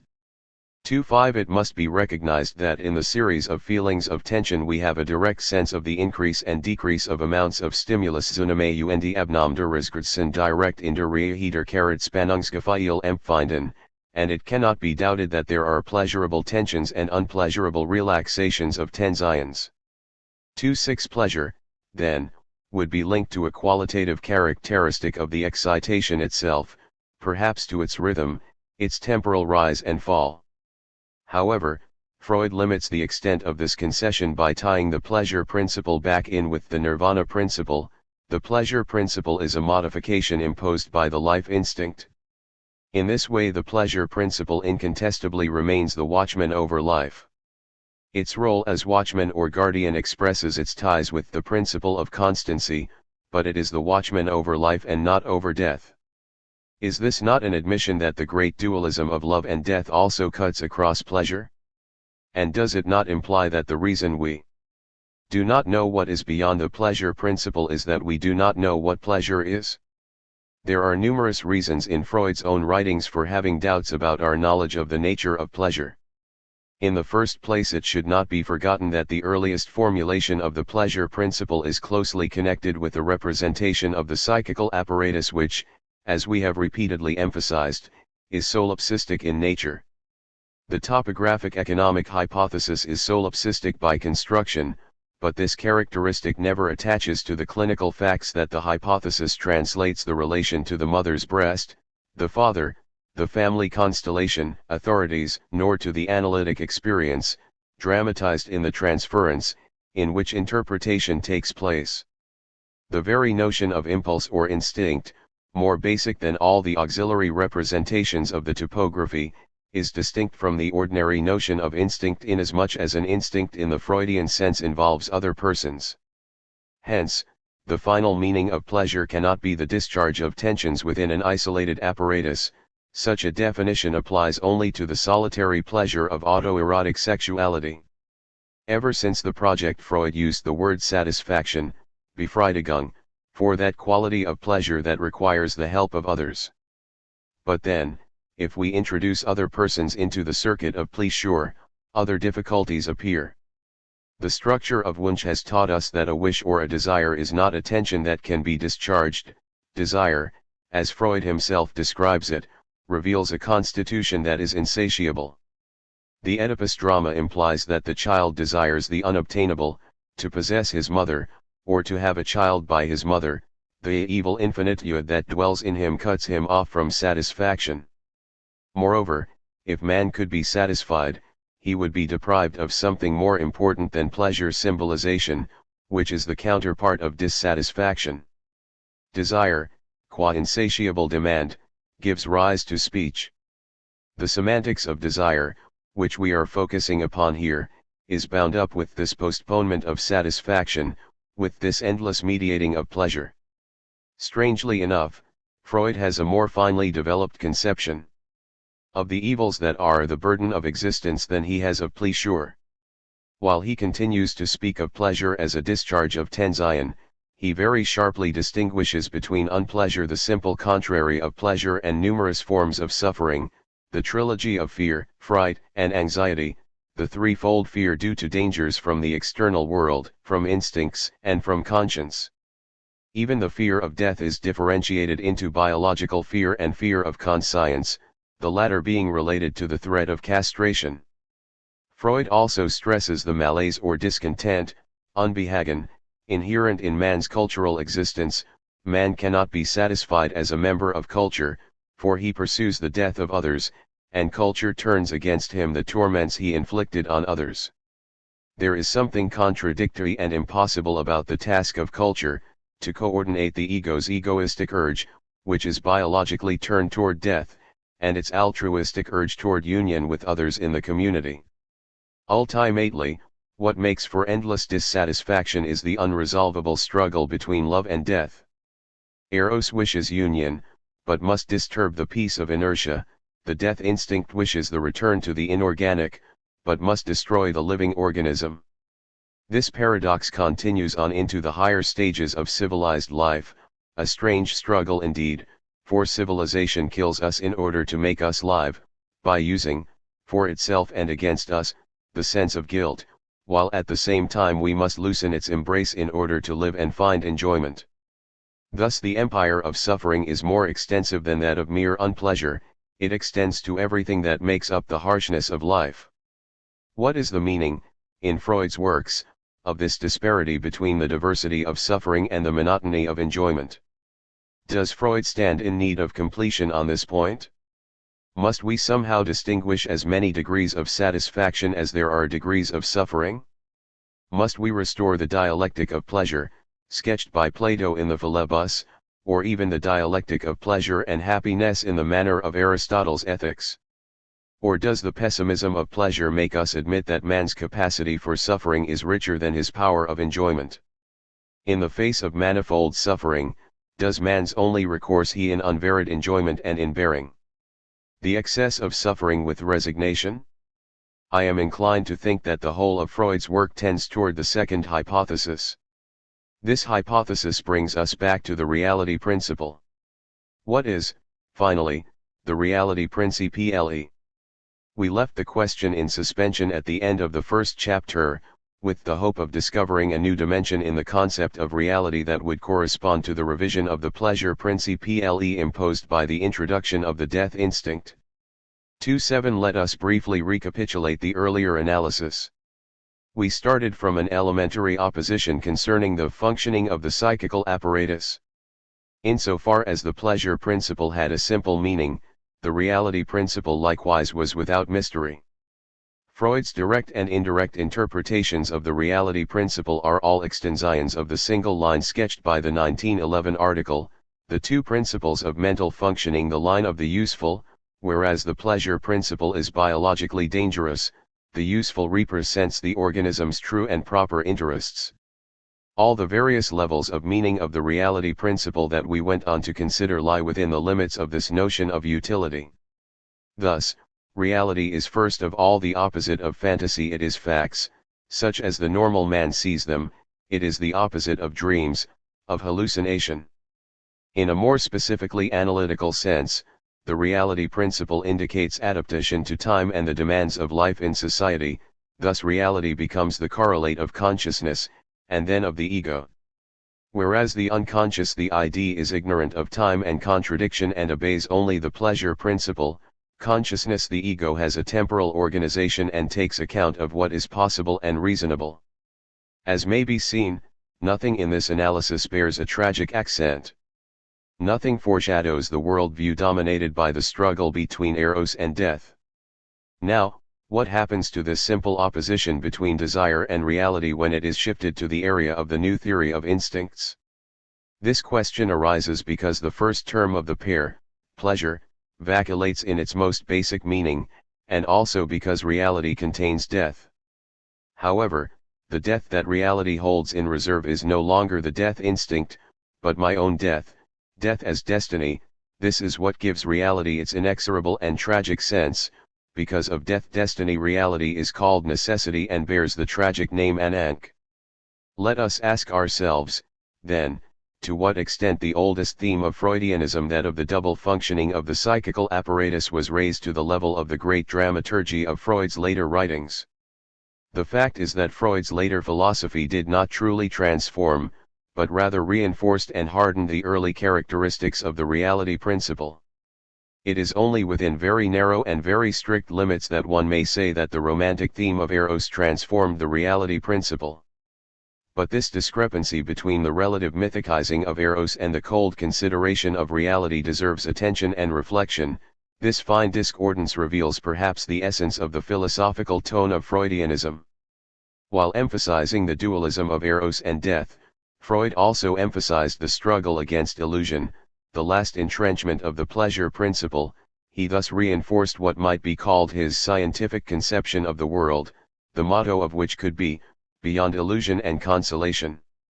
The last chapters of The Future of an Illusion are very significant in this respect. Religion, Freud states, has no future, it has exhausted its resources of constraint and consolation. Thus the reality principle, in which totem and taboo had already recognized a stage of human history parallel to a stage of the libido, becomes the principle that presides over the post-religious age of culture. In this age to come, the scientific spirit will replace religious motivation and moral prohibitions will be motivated by social interests alone. Coming back to his earlier views about the excessive demands of the superego, Freud suggests that, along with their sanctity, calm ments will lose their rigidity and intolerance as well. Instead of dreaming of their abolition, it is possible that man will work toward their improvement, finding them in the end reasonable and perhaps even friendly. All this might make one think of the rationalistic and optimistic prophecies of the last century. But Freud himself objects that prohibitions have never been founded on reason but on powerful emotional forces, such as remorse for the primal killing. Besides, was it not Freud who revealed the power of the destructive forces working against the ethical, and even worse, within the ethical? Freud is mindful of all this and will express it even more forcefully a few years later in Civilization and its Discontents. His timid hope is pinned to a single point: if religion is the universal neurosis of mankind, it is partly responsible for the intellectual retardation of mankind. It is as much the expression of the powerful forces that arise from below as it is their educator. The possibility of a non-religious mankind is supported and measured by the parallelism between the growth of mankind and the growth of the individual. But surely infantilism is destined to be surmounted. Men cannot remain children forever, they must in the end go out into hostile life. We may call this education to reality. Need I confess to you that the sole purpose of my book is to point out the necessity for this forward step? 2.8 Such is the restrained but hazardous optimism underlying this prophecy of the positive age.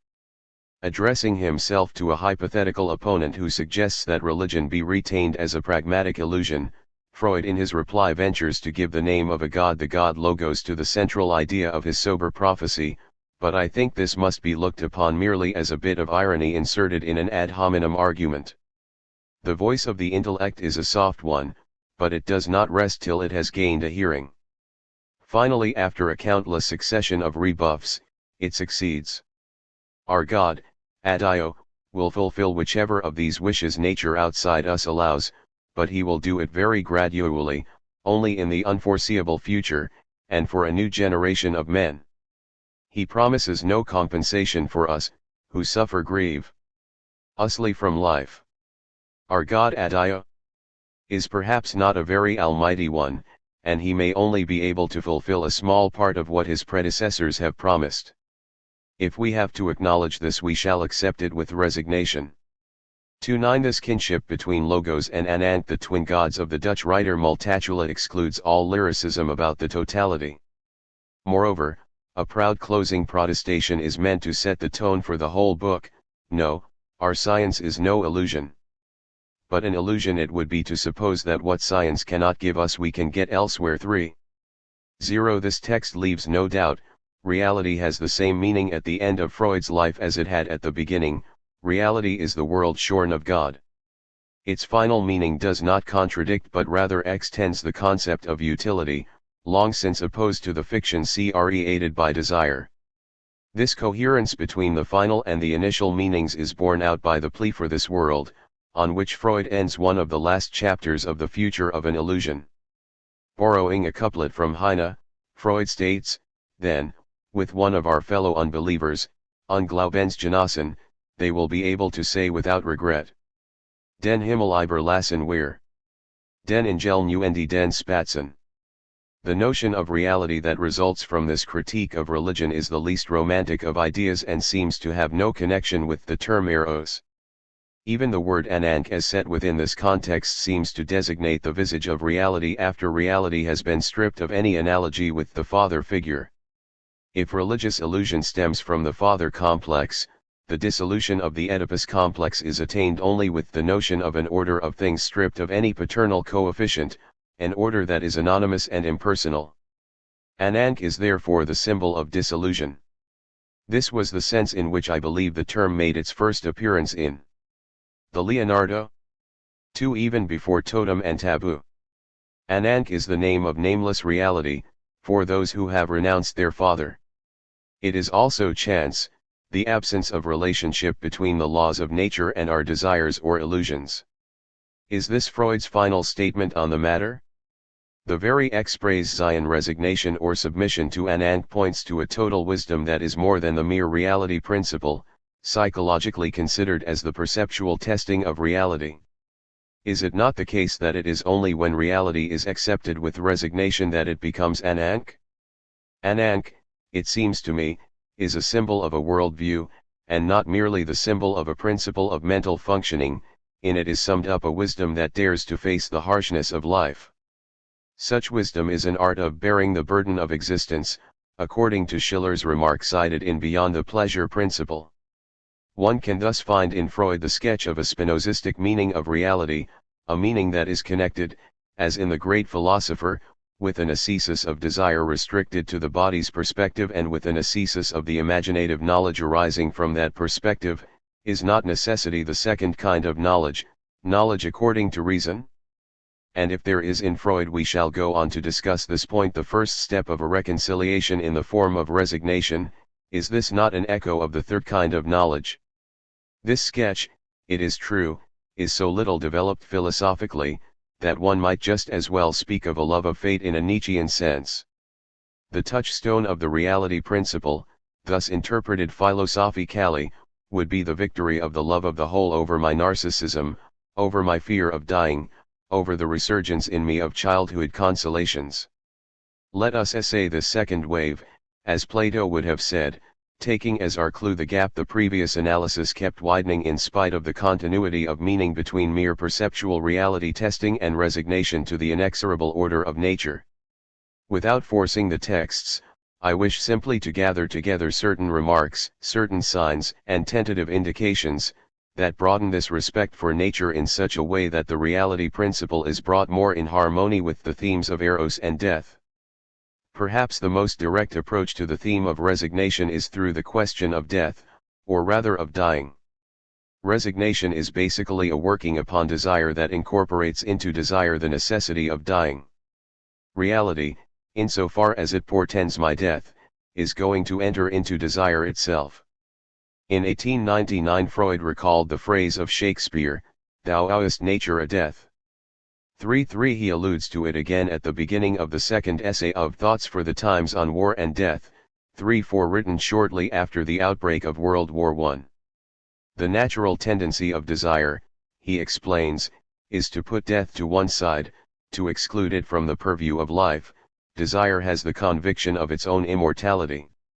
Such an attitude is an aspect of the absence of contradiction in the unconscious. And so we disguise death in innumerable ways, reducing it from a necessity to a chance event. But in return, life is impoverished, it loses in interest, when the highest stake in the game of living, life itself, may not be risked.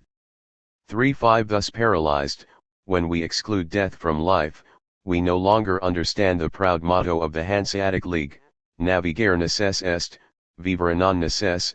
It is necessary to sail the seas, it is not necessary to live. We content ourselves with dying fictionally with our heroes of literature and the theater, while preserving our lives intact. When Freud wrote these lines he had in mind the lie ordeals to this conventional treatment of death, and he dared to write, "Life has, indeed, become interesting again, it has recovered its full content." 3.6 Of course Freud knew how odious a remark from the home front, from a non-combatant, could be.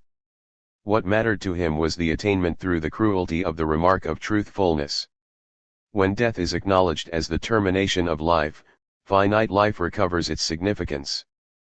But the recognition of death is obscured by the fear of death no less than by the disbelief on the part of our unconscious concerning our own death. The fear of death has a different source, it is a by-product of the sense of guilt. 3.7 At the end of the ego and the id, Freud will state even more firmly, "I believe that the fear of death is something that occurs between the ego and the superego." These considerations make it possible to regard the fear of death, like the fear of conscience, as a development Verarbeitung of the fear of castration. 3.8 The fear of death is therefore no less an obstacle than the invulnerability of the unconscious which proclaims, "Nothing can happen to me." If it be added, finally, that we quite readily put to death enemies and strangers. It appears that the number of inauthentic attitudes in the face of death is considerable, the immorality of the ID, the fear of death stemming from guilt, the urge to kill. These are so many screens between the destined meaning of death and ourselves. One thus sees that the acceptance of death is a task, vis vitam, para mortem. If you want to endure life, be prepared for death. 3.9 But then, just what is resignation? The integration of death into life is symbolically proposed to us by the theme of the three caskets, 4.0, that admirable short essay Ernest Jones was so fond of. The third casket, neither of gold nor silver but of lead, contains the portrait of the bride. The suitor who chooses it will also have the beautiful girl as his wife.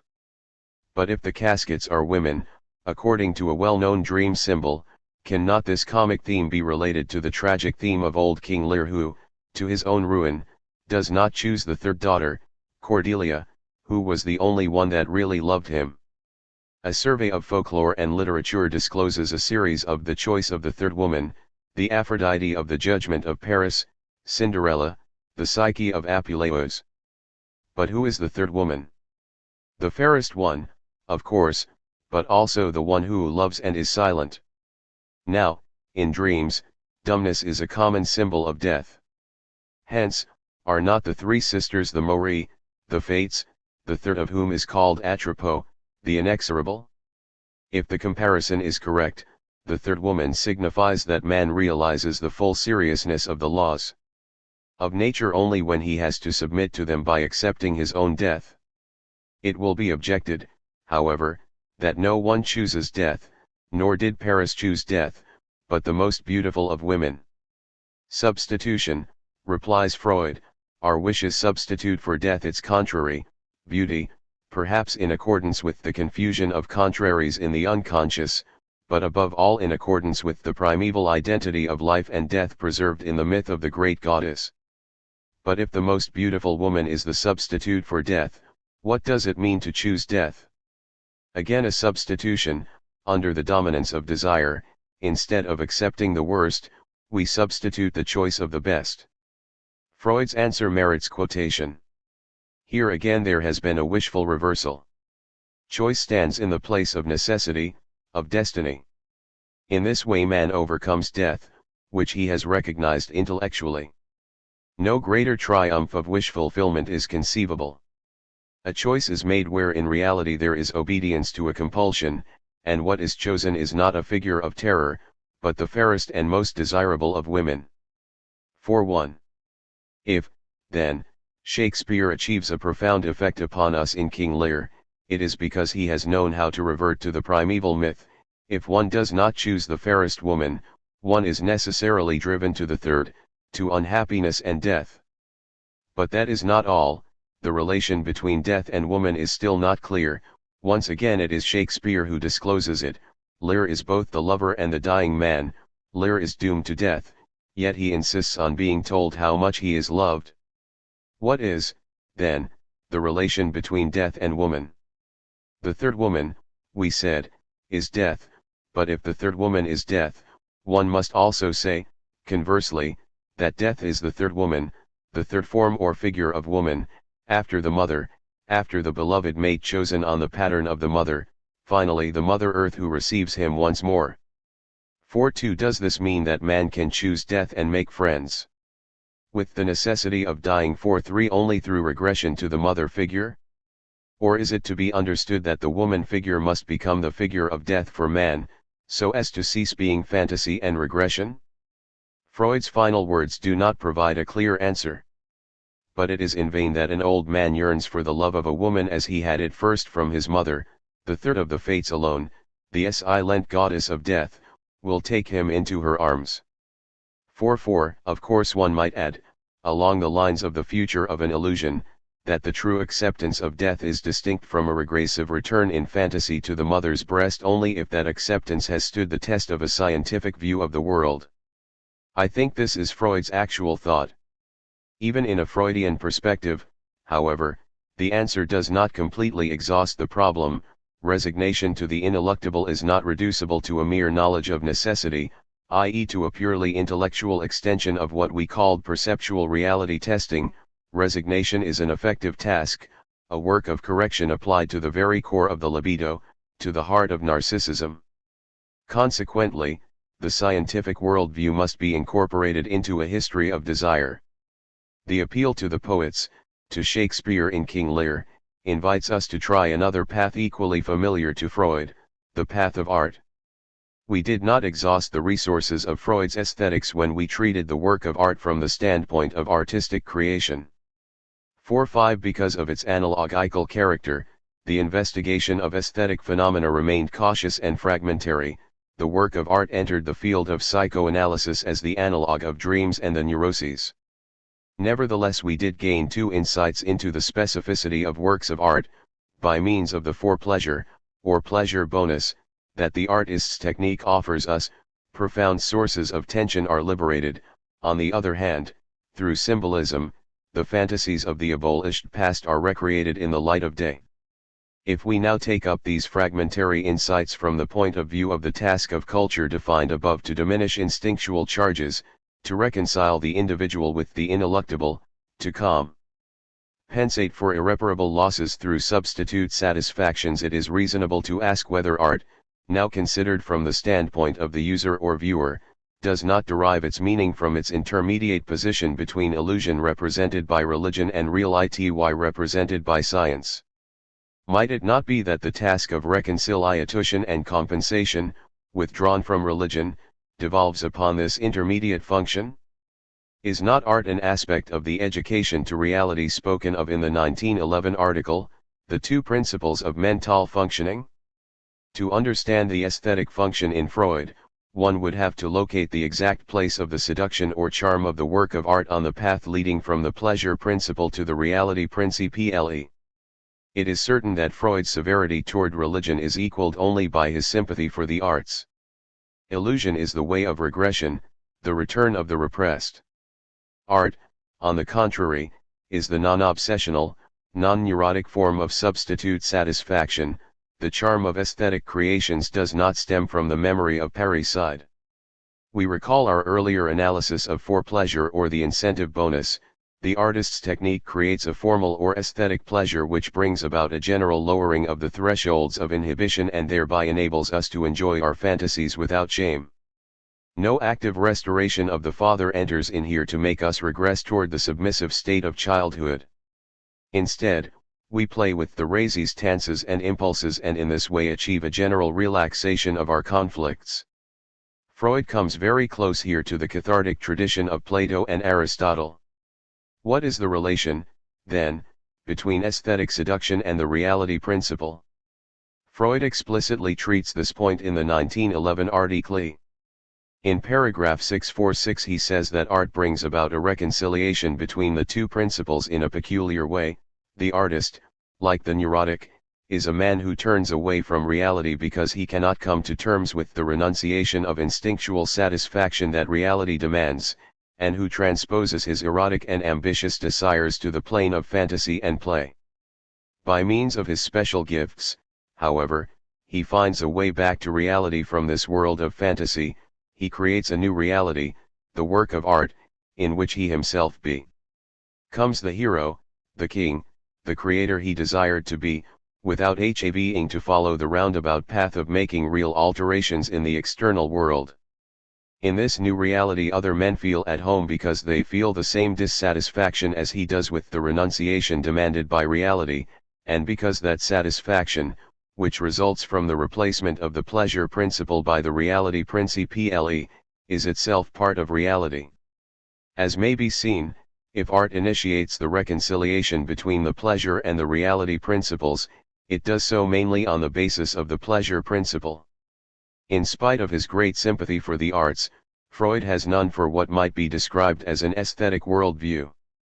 Just as he distinguishes aesthetic seduction from religious illusion, so too he lets it be understood that the aesthetic or, to be more exact, the aesthetic worldview goes only halfway toward the awesome education to necessity required by the harshness of life and the knowledge of death, an education impeded by our insurrigible narcissism and by our thirst for childhood consolation. I will give only one or two indications of this. In his interpretation of humor, at the end of his book Jokes and the Unconscious, 1905, Freud seemed to make much of the ability to create pleasure as a substitute for the release of painful affects. The humor that smiles through tears, and even the dreadful gallows humor, according to which the rogue, who was being led out to execution on a Monday, says, "Well, this week's beginning nicely," seemed to have some credit in his eyes. Interpreted economically, the pleasure of humor arises from an economy in the expenditure of painful feelings. Yet, a brief remark in the 1905 text sets us on guard. We can only say that if someone succeeds, for instance, in disregarding a painful affect by reflecting on the greatness of the interests of the world as compared with his own smallness, we do not regard this as an achievement of humor but of philosophical thought, and if we put ourselves into this train of thought, we obtain no yield of pleasure. 4-7 In 1927, Freud wrote a separate short paper entitled Humor, 4-8 which is much more severe, and in which he extends humor to all the sentiments of the sublime. Humor elevates us above misfortune only by saving our narcissism from disaster. The grandeur in it clearly lies in the triumph of narcissism, the victorious assertion of the ego's invulnerability. The ego refuses to be distressed by the provocations of reality, to let itself be compelled to suffer. It insists that it cannot be affected by the traumas of the external world. It shows, in fact, that such traumas are no more than occasions for it to gain pleasure. Humor is not resigned, it is rebellious. It signifies not only the triumph of the ego but also of the pleasure principle, which is able here to assert itself against the unkindness of the real circumstances. And where does humor get this power of withdrawal and rebellion? From the superego, which condescends to allow the ego a small yield of pleasure. Freud concludes, in bringing about the humor-us attitude, the superego is actually repudiating reality and serving an illusion. And finally, if the superego tries, by means of humor, to console the ego and protect it from suffering, this does not contradict its origin in the parental agency. I am well aware that one cannot judge the whole of art and all of the arts by such a narrow feeling as humor. Still, we had found that humor seems to be a point where the pleasure of aesthetic seduction borders on philosophical resignation. It is precisely at this point that Freud opposes a strong negation, as if he said to us, the acceptance of life and death? Yes, but not so cheaply. Everything in Freud implies that true resignation to necessity, active and personal resignation, is the great work of life and that such a work is not of an aesthetic nature. But if art cannot take the place of wisdom, it does lead to it in its own way. The symbolic resolution of conflicts through art, the transfer of desires and hatreds to the plane of play, daydreams, and poetry, borders on resignation, prior to wisdom. While waiting for wisdom, the symbolic mode proper to the work of art enables us to endure the harshness of life, and, suspended between illusion and reality, helps us to love fate. Let us make a final effort to reach the undiscoverable point in Freud's work where his early and unchanged views concerning the reality principle would be rejoined by his later views concerning the struggle between eros and death. Must we leave these two lines of thought unconnected, the one which I will call the path of disillusion, the other that of the love of life? Is it possible that the acceptance of reality has nothing to do with the battle of the giants? If the meaning of culture is a struggle of the human species for existence, if love is to be the stronger of the two, what is the meaning of the acceptance of death in relation to the enterprise of eros? Does not the acceptance of death have to overcome a final counterfeit which would be precisely the death instinct, the wish to die, against which eros is aimed? I see nothing explicit along these lines in Freud's writings except for some early allusions in the Leonardo and a few remarks in the Ego and the ID and Civilization and its discontents. Leonardo's conversion of libido into intellectual curiosity, into the scientific investigation of the external world, teaches us that the force of reflection must express the power of loving, for otherwise it will kill the libido and itself fall into decline. Leonardo himself neither lived nor created according to the standard of the hymn he addresses to the sublime law of nature, o mirabile necessit. 49. Whereas Faust transformed intellectual curiosity back into an enjoyment of life, Leonardo devoted himself to investigation rather than to loving, and Freud observes, Leonardo's development approaches Spinoza's mode of thinking 50, which would imply that Freud was not satisfied with Spinoza's intellectual love. He continues. Lost in admiration and filled with true humility, he all too easily forgets that he himself is a part of those active forces, and that in accordance with the scale of his personal strength the way is open for him to try and alter a small portion of the destined course of the world, a world in which the small is still no less wonderful and significant than the great. 5.1 Does this mean that the knowledge of necessity, separated from eros, is also lost in an impasse? Is the sublimation of the libido into the instinct for research, as in the case of Leonardo, already a betrayal of eros? Which is the true twin of Ananke? Is it logos, as described at the end of The Future of an Illusion, or eros, as implied in the Leonardo?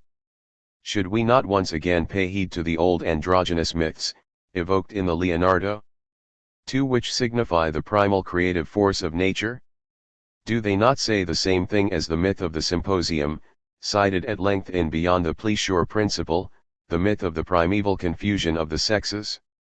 In short, does not eros strive to convert the reality principle also, just as it transformed the pleasure principle? Let us listen once more to the Leonardo. We all still show too little respect for nature, which, in the obscure words of Leonardo which recall Hamlet's lines, is full of countless causes that never enter experience. La natura e plena di infinite regioni che non furono mai in esperanza. Every one of us human beings corresponds to one of the countless experiments in which these regioni of nature force their way into experience. 5.3. This was the final statement of the Leonardo.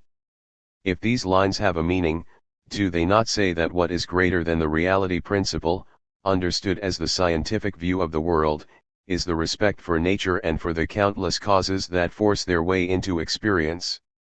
But nothing indicates that Freud finally harmonized the theme of the reality principle with the theme of eros, the first being an essentially critical theme directed against archaic objects and illusions, the second an essentially lyrical theme of the love of life, and thus a theme directed against the death instinct.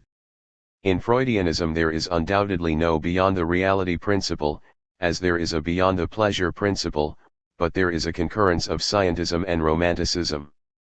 Freud's philosophical temperament consists perhaps in this delicate equilibrium or subtle conflict, between lucidity free of illusion and the love of life. It is perhaps in the resignation to death that this equilibrium finds its most fragile expression, but here death figures twice and with different meanings. Lucidity without illusion invites me to accept my death, that is to say, to regard it as one of the necessities of blind nature, but eros, which wishes to unite all things, calls upon me to struggle against the human instinct of aggression and self-destruction, hence never to love death, but to love life, in spite of my death. It would seem that Freud never unified his early worldview, expressed from the beginning in the alternation of the pleasure principle and the reality principle, with the new worldview, expressed by the struggle of eros and then ethos. That is why he is neither Spinoza nor Nietzsche. Let us give Freud the last word, which is also his concluding remark in Civilization and its Discontents. And now it is to be expected that the other of the two heavenly powers, eternal eros, will make an effort to assert himself in the struggle with his equally immortal adversary. 5.4. Book 3. Dialectic, a philosophical interpretation of Freud. Our reading of Freud is nearly finished. Our debate with Freud begins. It is reasonable to expect that it will answer the questions left suspended at the end of Book I. But we now see how extensive is the question and how naive the expectation of a quick and ready answer. We are asking philosophy to do two things at once: to arbitrate the war between two opposed hermeneutics and to integrate into philosophic reflection the entire process of interpretation. Two things, then: to replace an antithesis that left the opposing parties external to one another, with a dialectic in which they are interrelated, simultaneously, and by means of that dialectic, to move from abstract to concrete reflection. But the great philosophy of language and imagination that would give us the integrating principle is not within reach. It is too easily said that symbols carry within themselves, in their overdetermined semantic texture, the possibility of various interpretations, an interpretation that reduces them to their instinctual basis and an interpretation that develops the complete intentionality of their symbolic meaning. This proposition is not a self-evident statement, but is rather the setting of a task. In order to see its truth, one must attain the level of thought on which the synthesis can be understood. That is why I have conceived this dialectic as a patient progression through a series of graduated points of view. First, a chapter will be devoted to an examination of the epistemological status of Freudian psychoanalysis. A philosophic interpretation must begin with an arbitration at the level of a logic of experience. What is at stake here is the meaning of the statements of psychoanalysis with respect to their validity and limits. If the limits of analytic explanation are given in the structure of its theory and not in some decree proscribing its extension to this or that sphere of human experience, then the search for the philosophical locus of psychoanalysis is subordinate to the understanding of its theoretical structure. The comparison we will make with scientific psychology on the one hand and phenomenology on the other is aimed at determining, by a method of difference, the place of analytic experience in the total field of human experience. Secondly, moving to a properly philosophical level, we will ask ourselves whether a philosophy of reflection can account for the realist and naturalist concepts that, in Freudian theory, govern this sui generis experience. The guiding concept in this reflective step will be an archaeology of the subject. This is not a concept elaborated by psychoanalysis itself, it is rather a concept that reflective thought forms in order to secure a philosophical ground for analytic discourse. At the same time, reflective thought itself undergoes change by incorporating into itself the discourse of its own archaeology. Instead of abstract reflection, it starts to become concrete reflection. Thirdly, an archaeology remains abstract so long as it is not graded by way of complementary opposition with a teleology, with a progressive synthesizing of figures or categories, where the meaning of each is clarified by the meaning of further figures or categories, on the pattern of the Hegelian phenomenology. Thus a third level is formed, which is properly dialectical. It is at this level that the possibility of interrelating two opposed hermeneutics comes into view. Regression and progression are henceforth understood as two possible directions of interpretation, opposed but complementary. This level of thought is sufficiently important to give its name to the third book dialectic. Still, its importance should not be overestimated. The point of view presented at this level is indeed central, but it is only a transition. The function of a dialectic between regression and progression, between archaeology and teleology, is to lead from a reflection that understands its archaeology to a symbolic understanding that would grasp the indivisible unity of its archaeology and its teleology in the very origin of speech. The dialectic is not everything, it is only a procedure that reflection uses in order to overcome its abstraction and make itself concrete or complete. Fourthly, I have given the final chapter the subtitle, The Approches to Symbol. This subtitle explains the title Hermeneutics. I do not mean to give the impression that we are at present able to write the general hermeneutics that would reconcile the opposing interpretations. I wish to contribute to that general hermeneutics by trying to resolve some aporias in psychoanalytic interpretation, such as sublimation. The solution I propose to this aporia is only exploratory, but at least it will enable me to attempt a new formulation of the problem that lies at the origin of this book, namely, the conflict within myself and within contemporary culture between a hermeneutics that demystifies religion and a hermeneutics that tries to grasp, in the symbols of faith, a possible call or kerygma. It is only at the very end, therefore, that I glimpse the approaches to the solution of a problem that arose at the beginning of my research. It is at the end that one sees not only how large the question was, but also how naive our demand was for an answer. If the journey to the point of departure is so toilsome, it is because the concrete is the final conquest of thought. Chapter 1, Epistemology. Between psychology and phenomenology. In this first chapter I return to the problems of method discussed in Part I of the Analytic. There we made an internal examination of Freudian discourse, without trying to locate it within the whole range of discourse about human experience. We are now in a position to confront Freud's discourse with other types of discourse and to justify, with respect to them, its central paradox. We will take two reference points external to psychoanalysis, scientific psychology on the one hand, phenomenology on the other.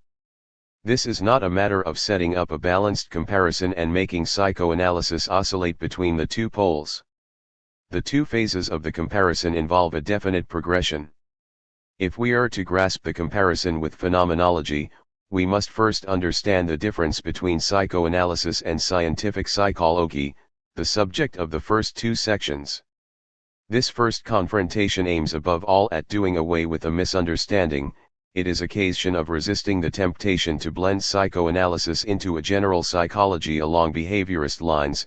As I see it, such a fusion is a confusion that must be rejected.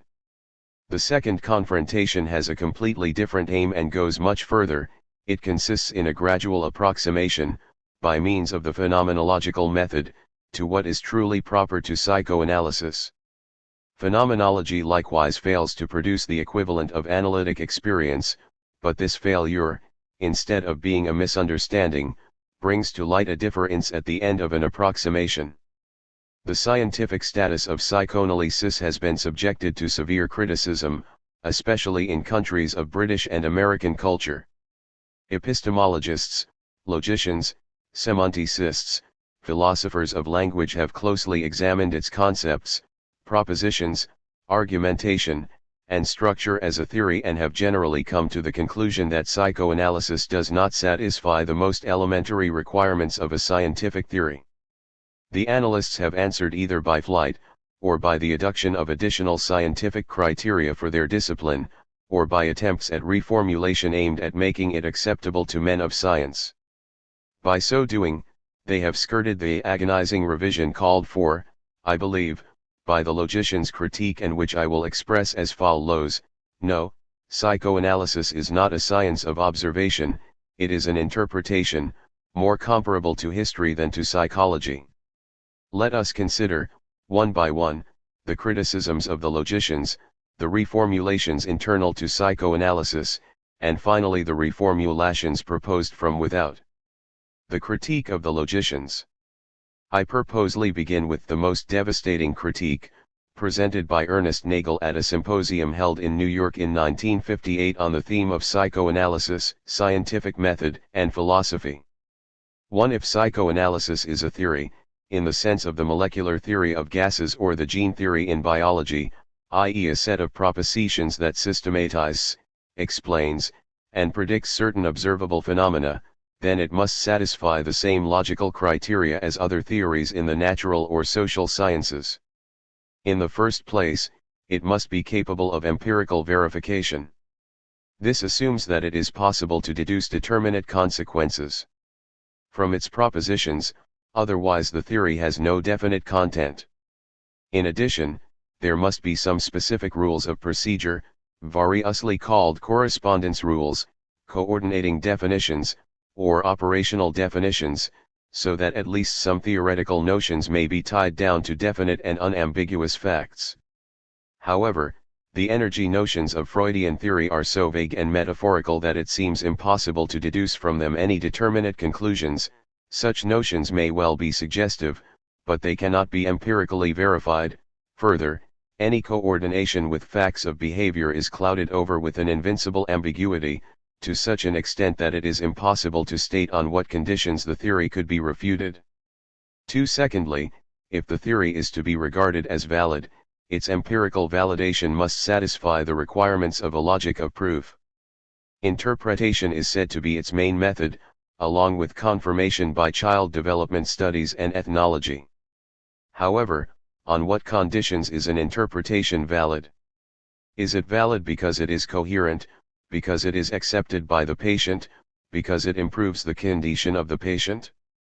But a given interpretation must first be characterized by objectivity, This means that a number of independent inquirers have access to the same data obtained under carefully standardized circumstances. Next, there must be some objective procedures to decide between rival interpretations. Further, the interpretation must lead to verifiable predictions. But, psychoanalysis is not in a position to meet these requirements.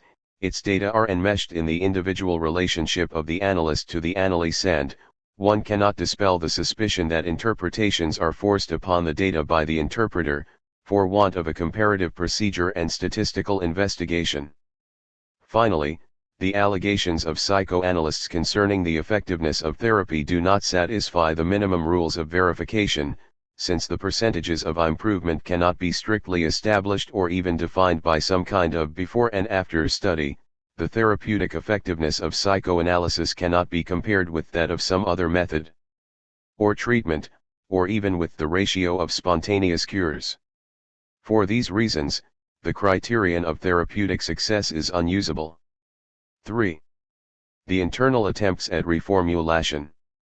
As long as one tries to place psychoanalysis among the observational sciences, the preceding attack against psychoanalysis seems to me unanswerable. In order to meet the above requirements, certain psychoanalysts have tried to reformulate the theory in terms acceptable to academic psychology. Some supporters of that psychology have lent them a hand, not without mixing suspicion with their willingness, and at times with the sincere desire to integrate certain facts and concepts of psychoanalysis into scientific psychology, at the cost of what some have called an operational reconversion. This attempt comes, moreover, at a moment when the demise of theories is a general phenomenon in the sciences concerned with man. It is all the more urgent, therefore, to pinpoint just where the original Freudian theory resists these attempts. What resists the reformulation is precisely the hybrid character of psychoanalysis, namely, the fact that it arrives at its energy concepts solely by way of interpretation. Because of this mixed nature, analytic interpretation will always seem an anomaly in the human sciences. Let us see how far we can go along these lines. 4. First of all, the reformulation must be carried out at the level of the most general presuppositions that make psychology a factual science. Rappaport states 3 theses that place the facts of psychoanalysis among the observables of scientific psychology. 5. First, the subject matter of psychoanalysis, we shall say, is behavior. In this respect, psychoanalysis does not differ basically from the empirical point of view of other psychologies except secondarily, because of its stress on latent behavior. Second, psychoanalysis shares the Gestalt point of view that has conquered the whole of modern psychology. According to this viewpoint, all behavior is integrated and indivisible. Hence the systems and agencies, ego, id, superego, are not entities, but aspects of behavior. A behavior is said to be overdetermined when it can be related to several structures and submitted to multiple levels of analysis. Third, all behavior is that of the integral personality. In spite of the accusations of atomism and mechanism, psychoanalysis satisfies the organismic point of view by reason of all the interconnections it establishes between the systems and agencies of the subject. If one admits that psychoanalysis can be assimilated, on the level of the facts themselves, to these 3 points of view ordinarily assumed by scientific psychology, it is likewise possible to reformulate the models used by analytic theory and to assimilate them to the points of view familiar to academic psychology. 6. It is interesting to split Freud's metapsychology into a group of distinct models, with the aim of later reuniting them in a combined model. The topographic point of view is thus compared to the reflex arc model. The psychical apparatus responds by way of distinct parts. The economic point of view, in turn, is an aspect of the entropy model, from tension to tension reduction. All motivated behaviors may be placed under this model. Its first application is the Wunschvorstellung and the pleasure principle and, indirectly, the reality principle itself, so far as the latter remains a mere deter employed by the pleasure principle. The theory of stages and the role of fixation and regression come under a genetic point of view. Moreover, with the help of Haeckel's biogenetic law, it is possible to make phylogeny and ontogeny coincide, as is seen in totem and taboo. Because of this genetic model, psychoanalysis may be compared to learning theories, although it differs from them in its greater emphasis on the role and weight of early experiences in human experience. But in its own peculiar way, it has developed along the lines of learning theory, as in its investigation of object choice and in its evolutional history of the systems ego and superego. Finally, Freud may be said to have used a Jacksonian model. The systems form a hierarchy of integrations, with the higher systems inhibiting or controlling the lower. This model obviously served as the basis for superposing the secondary system on the primary system and for the related notions of censorship, defense, and repression. In this sense, it is the most important model. The topographic, economic, and genetic points of view are associated with this Jacksonian model in all the Freudian concepts involving the notion of conflict. 7. These models can be likened to certain points of view universally assumed by present-day psychologists. 1. All behavior, we shall say, is part of a genetic series. Lewin's genotypes and phenotypes come under this same genetic point of view. Freud's contribution was to relate the genetic point of view to the economic point of view. 2. All behavior involves unconscious crucial determinants. All psychologies deal with unnoticed conditions, but Freud thematizes what is unnoticed, infers it by a method of investigation, discovers the peculiar laws of those factors, thus distinguishing between what can and what cannot become noticeable. At the same time he treats both groups of factors in terms of psychology, not biology. It was to account for these facts that Freud worked out the topographic point of view, unconscious, preconscious, conscious, and then the structural point of view, id, ego, superego, but this transition, like the technique of handling conflicts, was already implied in the notions of primary and secondary systems. In turn, the structural point of view, with its use of anticathexis, foreshadows the development of recent ego psychology. 8. 3. All behavior is ultimately determined by drives. This dynamic point of view has long prevailed over the preconceptions of the old empirical psychology and its tabula rasa. Psychology has opted for Kant and against Hume. Freud's contribution consists in his recognition of the preeminent role of sexuality in this drive dynamism, and thus in his rediscovery of the untamed root that exists prior to all cultural development. For all behavior makes use of psychological energy and is regulated by it. The main point of interest here is not the energy character of drives, but the energy character of their regulation. Everything Freud has said about bound energy, the operation of the psychism with minimal quantities of energy, the diminishing of the tendency toward discharge by the heightening of thresholds, neutralization and desexualization, and deaggressivization and sublimation, finds confirmation and parallels in Lewin, and even more in the notions of power engineering and information engineering of cybernetics. What is peculiar to Freud is that he shows how this regulation operates on the borrowed energy of the drive derivatives. 5. All behavior is determined by reality. This adaptive point of view is found not only in psychology, with its basic schema of stimulus response, but in biology, where reality plays the role of environment, and even epistemology, where reality is called objective ity. Psychoanalysis falls in with this point of view, through its successive conceptions of reality. First, reality was what the neurotic refuses, then, in the object stage of instincts, the correlate of the secondary process, finally, and especially, the field of the ego's pre-adaptedness. The adaptive point of view has given rise to a corollary that may well constitute a distinct point of view in American psychoanalysis. All behavior is socially determined, but in any case classical psychoanalytic theory already contains this theme, which relates it to social psychology, theories of analytic object choice, of the Oedipus complex, of identification, etc., not to mention the dissidents, the neo-Freudians of the culturalist school. The above comparisons show how psychoanalysis can be reintegrated into scientific psychology with its dominant themes of adaptation, structurization, and evolution. The contribution of psychoanalysis lies in its stress on the anthropic model and thus in its special focus on the instinctual effects related to the primary process, whereas in academic psychology the stress is put on sensory experience and learning. However, these roles are in the process of being interchanged. On the one hand, contemporary psychology of motivation is widening the scope of academic psychology in the direction of psychoanalysis. On the other hand, the reformulation of psychoanalysis in terms of genetic adaptation and progressive structurization places it within the field of general psychology.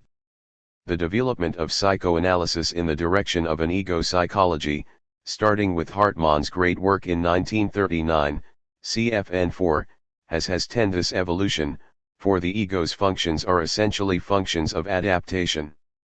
Thus the lines between psychoanalysis and scientific psychology are constantly being woven more tightly together. Operational reformulations.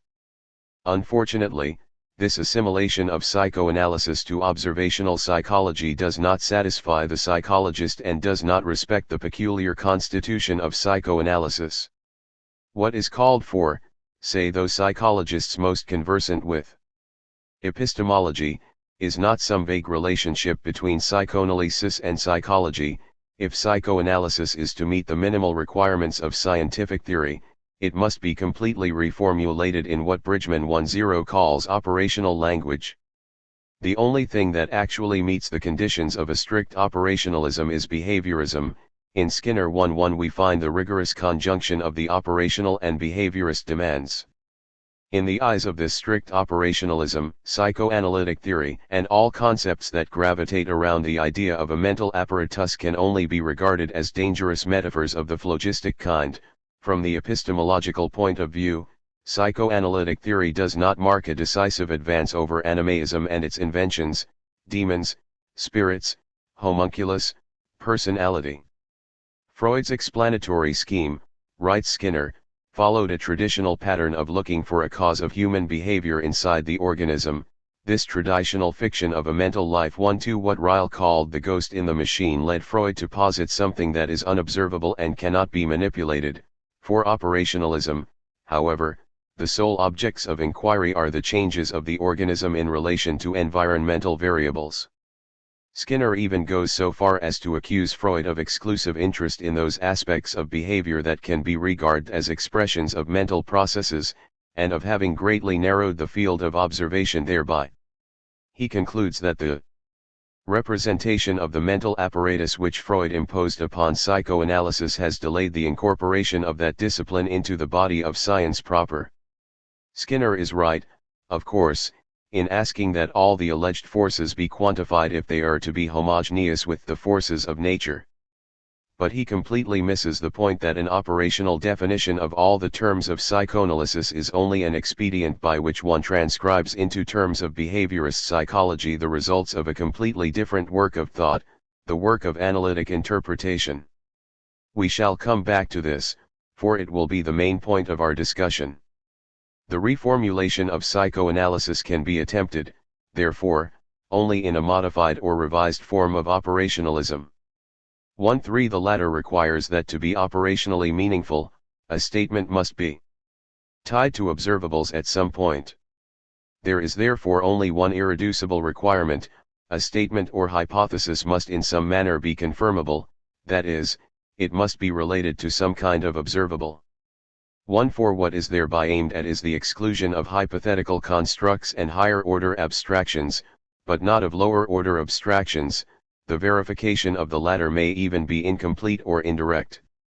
This allows for the introduction of what are called intervening variables or dispositional concepts. Hypothetical constructs, such as essence, phlogiston, ether, ID, libido, may be heuristically desirable, but they have done science more harm than good. 1.5 If a reformulation of Freudian theory is possible, and to the limited degree that it is so, it must be done in a language entirely derived from two observables or facts, perception and response. In order to set up this language of reference, it is enough to cha the various constructs necessary or useful for the explanation of human behavior in the empirical concepts of perception and response. Thus the distinction between conscious and unconscious perception is made by saying that the latter occurs when one perceives but does not perceive that he perceives. Learning is said to occur when one organizes or reorganizes his perceptions and responds accordingly. The factors of evaluating, emoting, and desiring are regarded as responses to the predicates good or bad, pleasant or unpleasant, beneficial or harmful, which are joined to perceptions. I will not summarize the operational reformulations 1/6 that are substituted for Freud's hypotheses, which are taken from the most scholastic of Freud's expository works, an outline of psychoanalysis.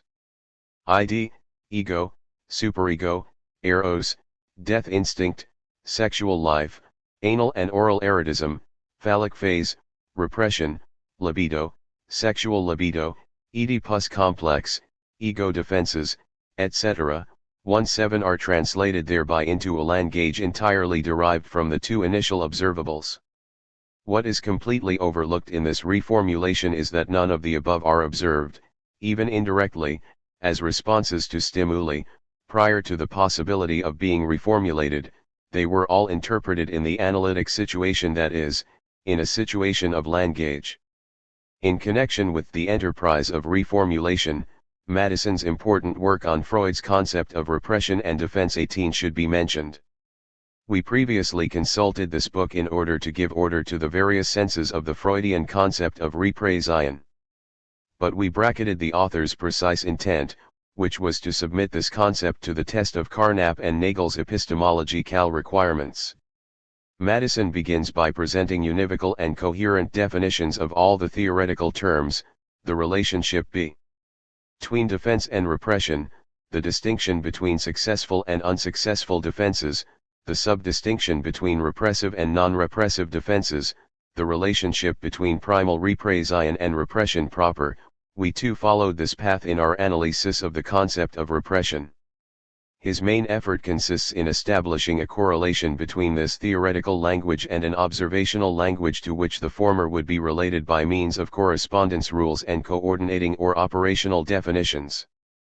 The conflict between instincts and anticathexis, of which repression and defense are the manifestations, would thus correspond to the unobservable physical concept of atomic vibrations in solids or the speed of random molecular motion in liquids or gases, of which temperature is the manifestation. On the plane of observational language, symptoms, distorted and remote expression, dreams, fantasies, jokes, etc., various inhibitions of feeling and behavior, and resistance in therapy would be comparable to the subjective and objective indicators of temperature. Finally, the specific techniques for quantifying these indicators would have their counterpart in the quantifiable aspects of resistance behavior, periodies of silence in free association, changes in the wording of a dream on second telling. Madison holds that the various manifestations of repression lend themselves to translation into observational language just as easily as the manifestations of temperature do, on condition that one correctly subdivides the forms of resistance adopted as indicators of repression: repression resistance, transference resistance, resistance due to secondary gain from illness, resistance of the unconscious, resistance from a sense of guilt. The point on which Madison's work differs from the other attempts at reformulation is that his is truly located on the plane of the analytic work because of his choice of the indicators of repression, resistance, various defensive processes, amnesia, conversion, isolation, etc., inhibition of affects and behavior, degrees of distortion or remoteness of the derivatives from the unconscious. For all these indicators, correctly subdivided, Madison proposes appropriate quantitative procedures. He concludes that repression is measurable in principle. The only precaution to be taken is not to leave the therapeutic situation, for an experimental situation can never artificially produce something equivalent to the repression of archaic motivations or of motivations closely linked to them by association. But Madison admits that certain parts of the theory of repression can be neither observed nor measured. He cites infantile repression, castration traumas, and expressions of impulses in dreams. These processes are assumptions and are not observational. An example is Freud's equating little Hans' fear of being bitten by horses with the fear of castration. Insofar as analysts only infer the Oedipus complex on such a symbolic basis, it is not statable in observational terms, and, consequently, not measurable even in principle too. 0 and further on, castration trauma is not observable if it is always inferred on a symbolic or other indirect basis that depends in turn upon further theoretical assumptions involved in Freud's various translation rules. 2.1 By translation rules the author means symbolism and, in general, all the mechanisms of the dream work. This limit that Madison recognizes brings us back, in fact, to the problem of interpretation.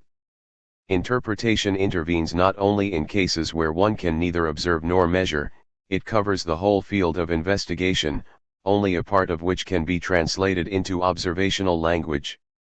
For example, the Oedipus complex is so central to Freudian theory that one can hardly regard it as an unobservable and unmeasurable segment of the theory of repression without raising the issue of what Madison finally has to call Freud's dogmatism about sex. 2.2 Madison believes the only way he can save an important part of Freud's system is to distinguish real sex, subject to observation, from sex merely statable in the framework of Freud's translation rules and not subject to an observational language. But is it not evident that this distinction between observed sexuality and interpreted sexuality is the ruination of Freudian theory? Though Madison's enterprise is most interesting, and though his reading of Freud and his partial translation into observational language are extremely serious, his book underscores the inability of a psychology of positivist inspiration to furnish an equivalent of the relations of signifier to signified that place psychoanalysis among the hermeneutic sciences. Psychoanalysis is not an observational science. Let us take up in reverse order the stages of this epistemological case against psychoanalysis. First, the critique on the part of the operationalists and their requirement of reformulation offer a good basis with which to begin. Second, having discovered why psychoanalysis cannot satisfy their demand, we shall then be able to understand why the attempts from within the psychoanalytic movement itself to compromise with behaviorism involve a subtle betrayal of the peculiar genius of psychoanalysis. Finally, we shall be led back to the most radical critique, the critique from the logic of the sciences. We shall admit what it insists upon: psychoanalysis is not an observational science. It will remain to turn this admission into a counterattack. Confrontation with operationalism. I do not dispute the legitimacy of reformulating psychoanalysis in operational terms. It is inevitable and desirable that psychoanalysis be confronted with psychology and the other sciences of man, and that the attempt be made to validate or invalidate its results by those of the other sciences. However, it must be realized that this reformulation is only a reformulation, that is, a second operation with respect to the experience on the basis of which the Freudian concepts have arisen. Reformulation can only deal with results that are dead, detached from the analytic experience, with definitions isolated from one another, cut off from their origin in interpretation, and extracted from academic presentations where they had already fallen to the rank of mere magical phrases. If one fails to recognize the peculiar origin of these concepts as compared with those of behavioral psychology, there will be no possibility later on of saving psychoanalysis as a distinct branch of an overall psychology of behavior. Inevitably, step by step, one will have to agree with the most radical of the operationalists, regarding psychoanalysis as a retarded form of observational theory and its hypotheses as metaphors of the phlogistic sort. The difference comes at the beginning or never. Psychology is an observational science dealing with the facts of behavior. Psychoanalysis is an exegetical science dealing with the relationships of meaning between substitute objects and the primordial, and lost, instinctual objects. The two disciplines diverge from the very beginning, at the level of the initial notion of fact and of inference from facts. It is noteworthy that those who have come closest to recognizing the peculiar character of psychoanalytic language and its true level of validity are the Anglo-Saxon philosophers concerned with the analysis of language. 2.3 One of them, Thalmann, starts from the very anomaly of psychoanalytic language. The statements of the psychoanalyst, he remarks, are not to be classed with those that explain human conduct in terms of the stated reason, I do this because.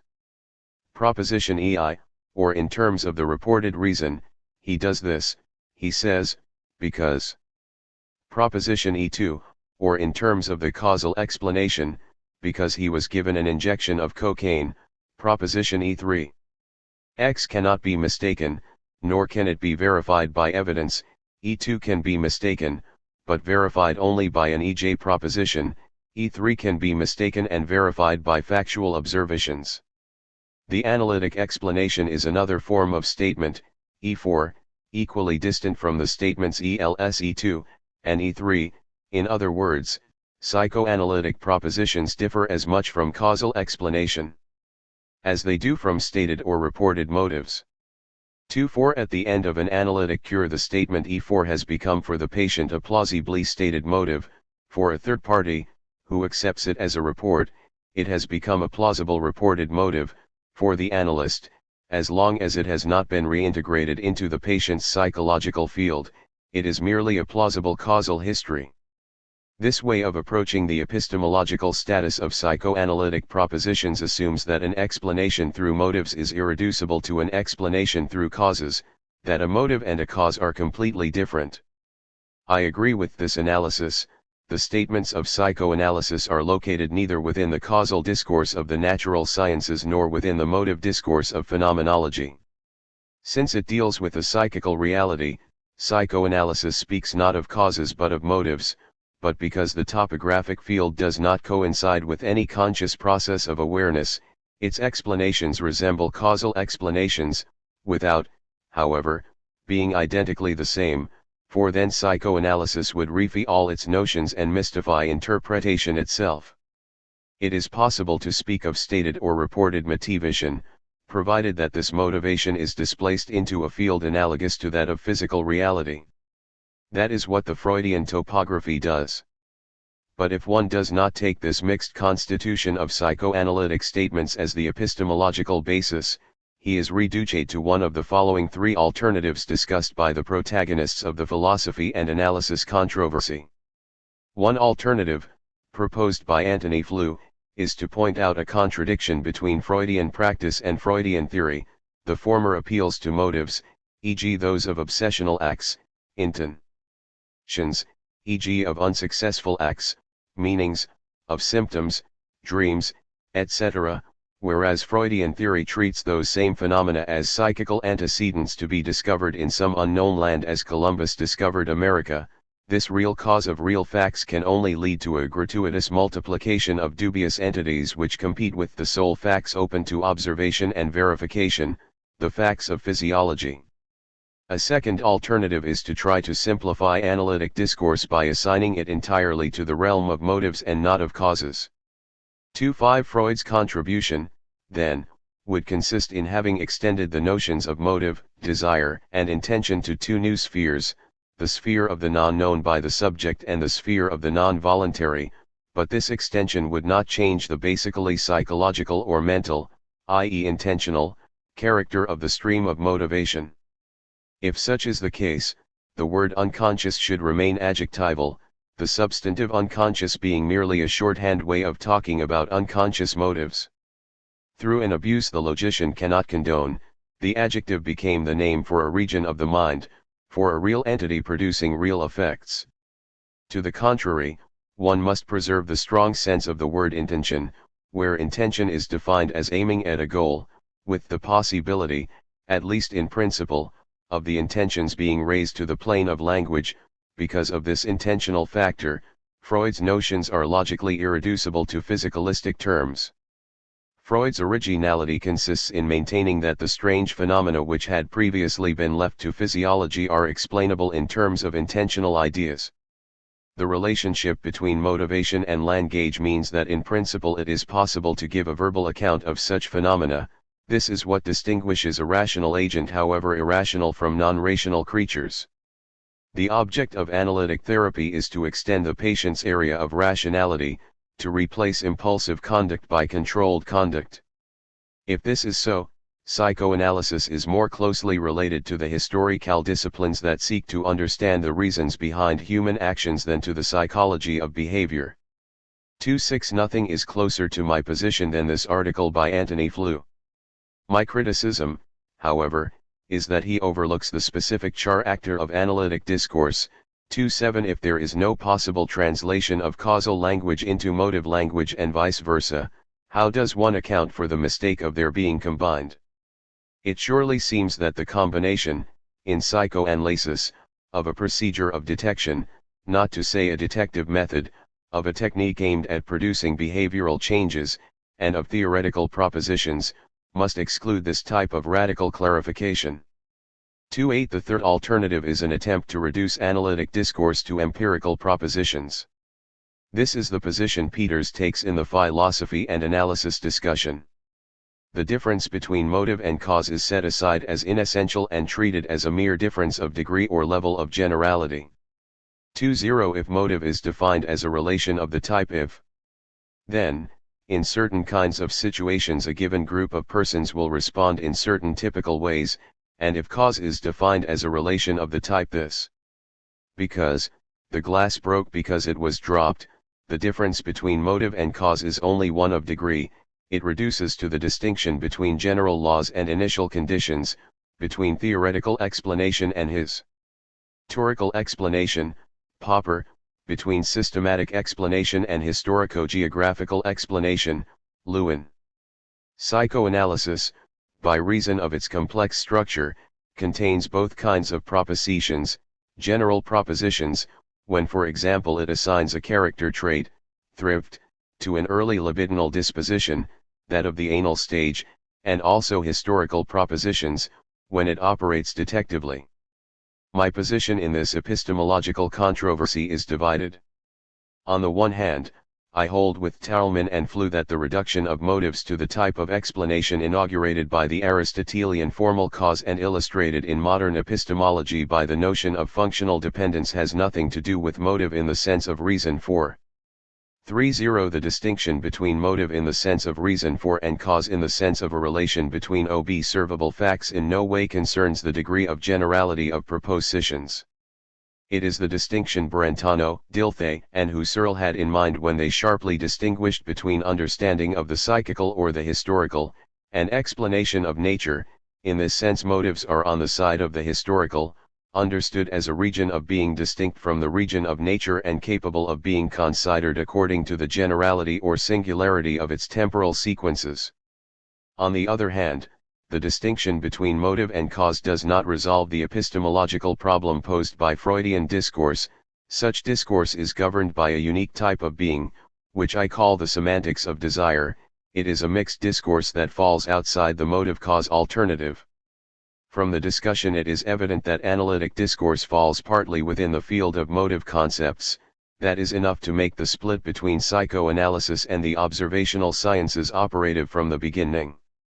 But the sense of this initial difference is missed if one does not carry the difference through to the level of the psychoanalytic field, that is, to the level of analytic experience in and through which the difference is constituted. Confrontation with internal reformulations. Why is it, now, that the reformulations proposed by certain analysts in order to meet the requirements of the theory of science do not satisfy us any more than they satisfy the operationalists? The reason, I think, is because they betray the very essence of analytic experience. The psychologist speaks of environmental variables. How are they operative within analytic theory? For the analyst, these are not facts as known by an outside observer. What is important to the analyst are the dimensions of the environment as believed by the subject. What is pertinent to him is not the fact, but the meaning the fact has assumed in the subject's history. Hence it should not be said that early punishment of sexual behavior is an observable fact that undoubtedly leaves behind a changed organism. 3.1 The object of the analyst's study is the meaning for the subject of the same events the psychologist regards as an observer and sets up as environmental variables. For the analyst, therefore, behavior is not a dependent variable observable from without, but is rather the expression of the changes of meaning of the subject's history, as they are revealed in the analytical situation. One may still speak, of course, of changes in probability of action. In this respect, the patient treated by Freud may also be treated in terms of behavioral psychology, but that is not how the behavioral facts are pertinent to analysis. They do not function as observables, but as signifiants for the history of desire. 3. This signification is precisely what Skinner casts into the outer darkness, into the general catch-all of theories about mental life and of prescientific metaphors. 3. However, this meaning of a history does not concern a less advanced stage along the one and only road of behaviorism.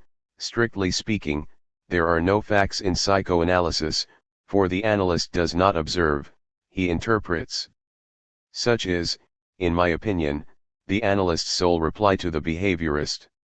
If he accepts the methodology already established upon the axioms of behaviorism, if he begins to formulate his research in terms of probability of response, he is condemned either to be written off as non-scientific, 34, or to go begging for a partial rehabilitation. Through what Skinner calls the simple expedient of an operational definition of terms. The line of defense extends through the outposts, and the issue is decided on this basic question: what is pertinent in psychoanalysis? If one answers, human reality as formulated in operational terms of observable behavior, the condemnation inevitably follows. 3. If one does not recognize the specificity of the questions of meaning and double meaning, and if one does not relate the question of double meaning to the problem of the method of interpretation, through which this question comes to light, then the psychical reality psychoanalysis speaks of will always be one cause too many, a redundancy by comparison with what the behaviorist quite competently describes as behavior. Ultimately, it will be only a ritual form of mental alchemy. According to Scriven's harsh phrase. 3. This specificity is what we must now bring into the open, by focusing on the models used in the attempt to liken psychoanalysis to an experimental science. This attempt misunderstands the essential point, namely, that analytic experience unfolds in the field of speech, and that, within this field, what comes to light is another language, dissociated from common language, and which presents itself to be deciphered through its meaningful effects, symptoms, dreams, various formations, etc. 3. Not to recognize this specific feature leads one to eliminate as an anomaly the interrelationship of hermeneutics and energetics in analytic theory. One may indeed discover in psychoanalysis what Rappaport calls the empirical, Gestalt, and organismic points of view, but at the cost of a translation that alters the proper meaning of analytic concepts. I will take as a test case the notion of overdetermination, translated into the language of behaviorism and causality. This means that every behavior can be described at one and the same time as an ID behavior, an ego behavior, etc. That is how a behavior is multiply determined. 3. The question of double meaning has been covertly eliminated and translated into that of multiple causal determinations. Thus the correlation between psychoanalytic models and psychological points of view, which stems from the adoption of the three fundamental points of view of scientific psychology, involves a fundamental amputation of the question of meaning. What is the significance of the topographic point of view, apart from the search for a place of meaning that is off-center with respect to the apparent meaning? The problem posed by wish fulfillment, one cheerful lung, is illustrative here, for the whole theory of the primary process is built upon its basis. An essential factor in this fulfillment is that fantasies have a relationship of substitution with respect to the lost objects of desire, but they would not be derivatives, nor would those derivatives be remote or distort, if they did not first of all have a relationship of meaning to something that presents itself as lost. Hence dreams, symptoms, delusions, and illusions pertain to a semantics and a rhetoric, that is to say, to a function of meaning and double meaning that is accounted for neither by the models nor by the points of view enumerated above. To speak of an extension of the economic point of view to cognitive phenomena, Rappaport, 3.9, is to treat the problem of the relations of meaning in analytic interpretation by way of pretension. It is mainly due to the absence of the object that this problem of meaning arises at every step, whether we are dealing with the absent drive object for which the hallucinatory idea is substituted or with affect discharges in the primary process. As for the secondary process, the Jacksonian model neatly accounts for the facts of structural articulation, automatization, control through anticathexis, but it does not account for the fact that mastery over the absent object and even the discrimination between its presence and its absence manifest themselves in the very birth of language, inasmuch as language distinguishes and interrelates presence and absence. Hence, psychoanalysis does not use absence in the same way that scientific psychology, since Hunter and Kohler uses detour and delay. For psychoanalysis, absence is not a secondary aspect of behavior, but the very place in which psychoanalysis dwells. The reason for this is that psychoanalysis is itself a work of speech with the patient, which scientific psychology decidedly is not. It is in a field of speech that the patient's story is told. Hence the proper object of psychoanalysis is the effects of meaning symptoms, delusions, dreams, illusions which empirical psychology can only consider as segments of behavior. For the analyst, behavior is a segment of meaning. That is why the lost object and the substitute object are the constant theme of psychoanalysis. Behaviorist psychology can thematize the absence of the object only as an aspect of the independent variable. Something is objectively lacking on the side of the stimuli. For the analyst, this is not a segment in a chain of observed variables, but a fragment of the symbolic world appearing within the closed field of speech that analysis qua talking cure is. That is why the absent object, the lost object, the substitute object are misunderstood by any reformulation of the metapsychology that does not take its start from what occurs in the analytic dialogue. The list of the other models and their correlations with the points of view familiar to academic psychology is the occasion of a similar misunderstanding. In Freud, the genetic point of view, even in its most scientific or pseudoscientific formulations, never loses the specificity that it receives from the interpretation of fantasies. Of course, it is correct to say that all behavior is part of a historical series. It is correct to speak in this way in order to render analytic language homogeneous with the language of the genetic sciences. However, it must not be forgotten that in analysis, the real history is merely a clue to the figurative history through which the patient arrives at self-understanding. For the analyst, the important thing is this figurative history.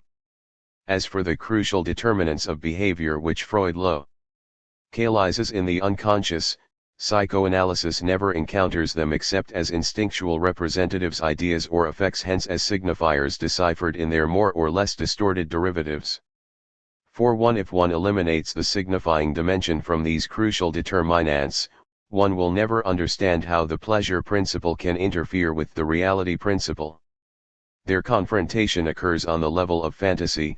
In deploying its derivatives in the regions of reality, the pleasure principle plays the role of the first kind of knowledge in Spinoza, the role of false consciousness.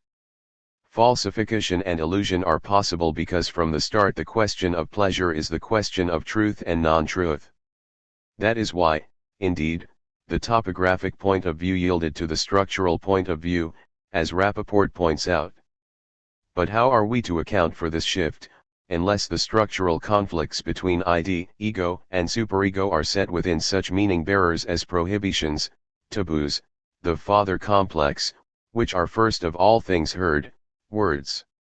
Ever since the interpretation of dreams, censorship is nothing else than an erasure of meaning, a rejection into the region of the unconscious of what is forbidden in the official text of consciousness. The role of signifying also specifies the dynamic point of view peculiar to psychoanalysis. It is impossible to overemphasize the distinction, made in the interpretation of dreams, between need and wish, Wunsch. This is the same distinction that the papers on metapsychology drew between instincts and instinctual representatives. Although instincts are the ultimate origin of behavior, psychoanalysis is not concerned with these ultimates as such, but with the way they enter into the meaningful but distorted history that comes to be told in the analytic situation. Hence, all the energy exchanges under the heading of the economic point of view, all the work of cathecting and decathecting, operate at the level of the instinctual representatives and are accessible to analysis only in the distortion of meaning. The interpretation of dreams is the sure guide here. Its field is what it calls the Traumenstellung, i.e. the transposition or distortion that manifests itself in the texture of dreams, insofar as they are a type of Wunschvorstellung, of wish fulfillment. The distortion is the active fulfillment. It is in the area of meaning that the distortion does its work, in the form of displacement, condensation, pictorial representation. As soon as the economics is separated from its rhetorical manifestations, the metapsychology no longer systematizes what occurs in the analytic dialogue, it engenders a fanciful demonology, if not an absurd hydraulics. The major difference is found at the level of the adaptive point of view. The reality principle of psychoanalysis is radically distinct from the homologous concepts of stimuli or environment, for the reality in question is the truth of a personal history within a concrete situation. Reality is not, as in psychology, the order of stimuli as known by the experimentalist, but the true meaning the patient is to reach through the obscure maze of fantasies. Reality takes on meaning in a conversion of meaning of fantasies. This relation to fantasies, as it presents itself to be understood in the closed field of analytic speech, constitutes the specificity of the analytic concept of reality. Reality always has to be interpreted through the intentionality la vis of the instinctual object, as that which is both revealed and hidden by this instinctual intending. One has only to recall the epistemological application Freud made of narcissism in 1917, when he exposed narcissism as the principal resistance to truth. That is why reality testing, the characteristic feature of the secondary process, does not completely coincide with what psychology calls adaptation. The secondary process has to be set within the framework of the analytic situation. In this context, reality testing is correlative to the Durcharbeiten, the working through, the hard work aimed at true meaning, which has no equivalent except in the struggle for self-recognition that constitutes the tragedy of Oedipus, as Freud himself tells us. It will be said that the reality principle finds a more solid basis in present-day ego psychology. But we must always keep reflecting on the implications of Freud's formula: the ego is a precipitate of abandoned object cathexis. This reference to the abandoned object, that is, to the work of mourning, brings absence into the very makeup of the ego. Reality, hard reality, is the correlate of this internalized absence. It is impossible to separate the ego's coherence and structural autonomy from the work of mourning without also abandoning the peculiar field of speech in which psychoanalysis operates. Finally, it seems elementary to recall that the psychosocial point of view, which has been distinguished from the adaptive point of view, is not a distinct point of view in contrast to the topographic and economic point of view. The reason is, of course, that it is in the dual relationship of speech that all is told. The field of analysis is intersubjective both regarding the analytic situation itself and regarding the past dramas recounted in that situation. This is the raison, moreover, why the drama to be untangled can be transposed into the dual relationship of analysis through the process of transference. The possibility of transference resides in the intersubjective texture of desire and of the desires deciphered within that situation. No doubt this reference to the other person is also present in desire as distinct from need, i.e. in wishes, and even in the psychical as distinct from the biological, i.e. in instinctual representatives. It is because wishes are a demand on another person, a speaking to another, an allocution, that they can enter into a psychosocial field where there are refusals, prohibitions, taboos, that is, frustrated demands.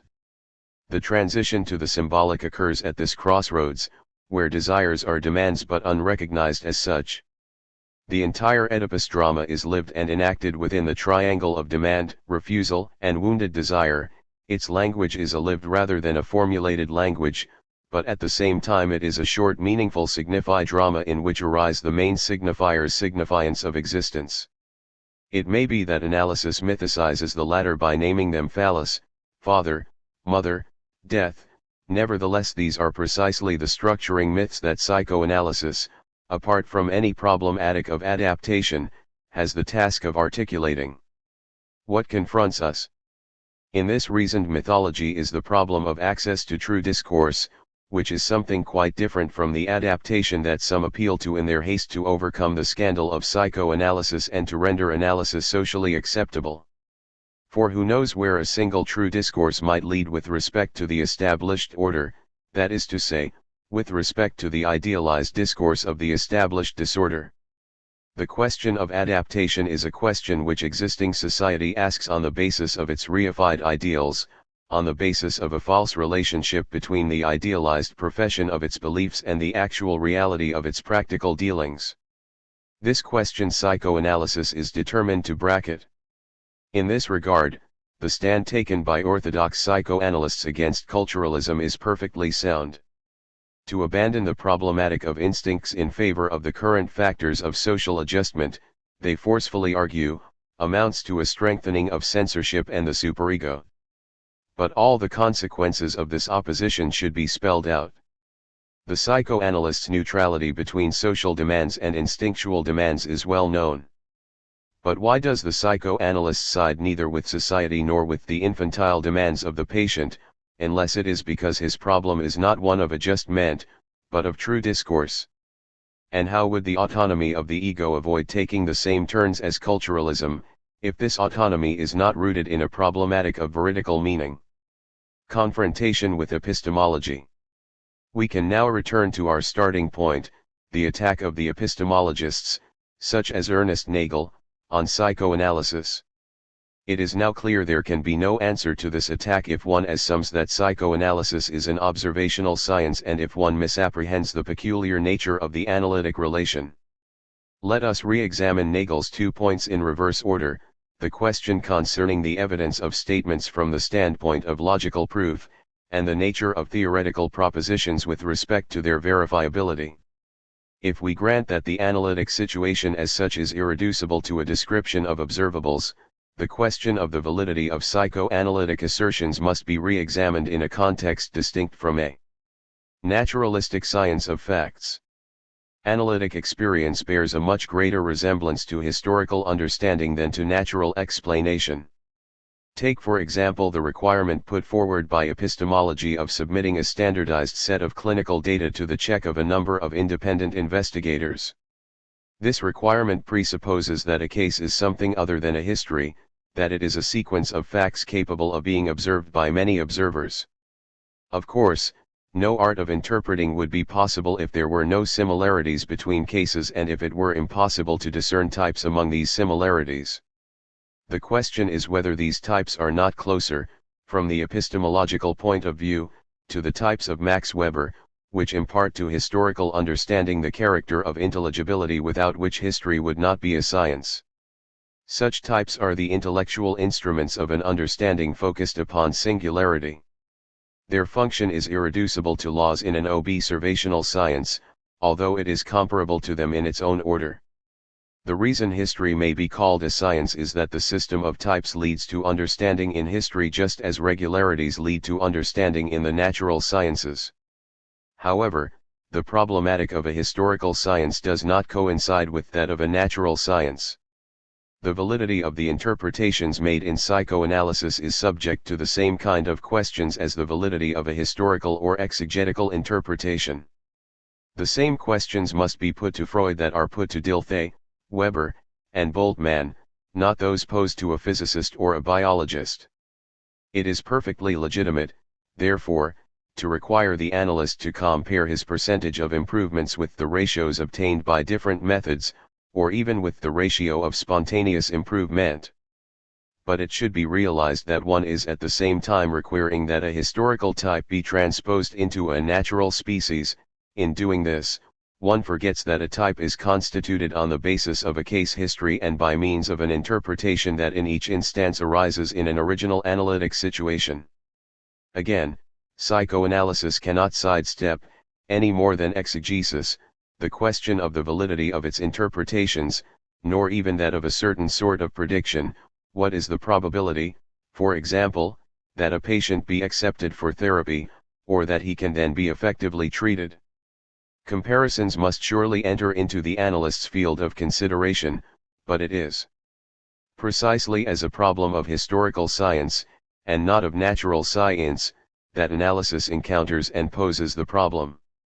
These remarks about the validation of interpretation enable us to re-examine in new terms the prior question of theory in psychoanalysis. It is completely misleading to raise the question in the context of a factual or observational science. It is surely true that a theory must in general satisfy certain rules of deductibility, which are independent of the mode of verification, as well as certain transformation rules through which the theory may enter some definite field of verification. However, it is one thing to be capable of empirical verification, and another thing to render possible a historical interpretation. The concepts of analysis are to be judged according to their status as conditions of the possibility of analytic experience, insofar as the latter operates in the field of speech. Thus, analytic theory is not to be compared with the theory of genes or gases, but with the theory of historical motivation.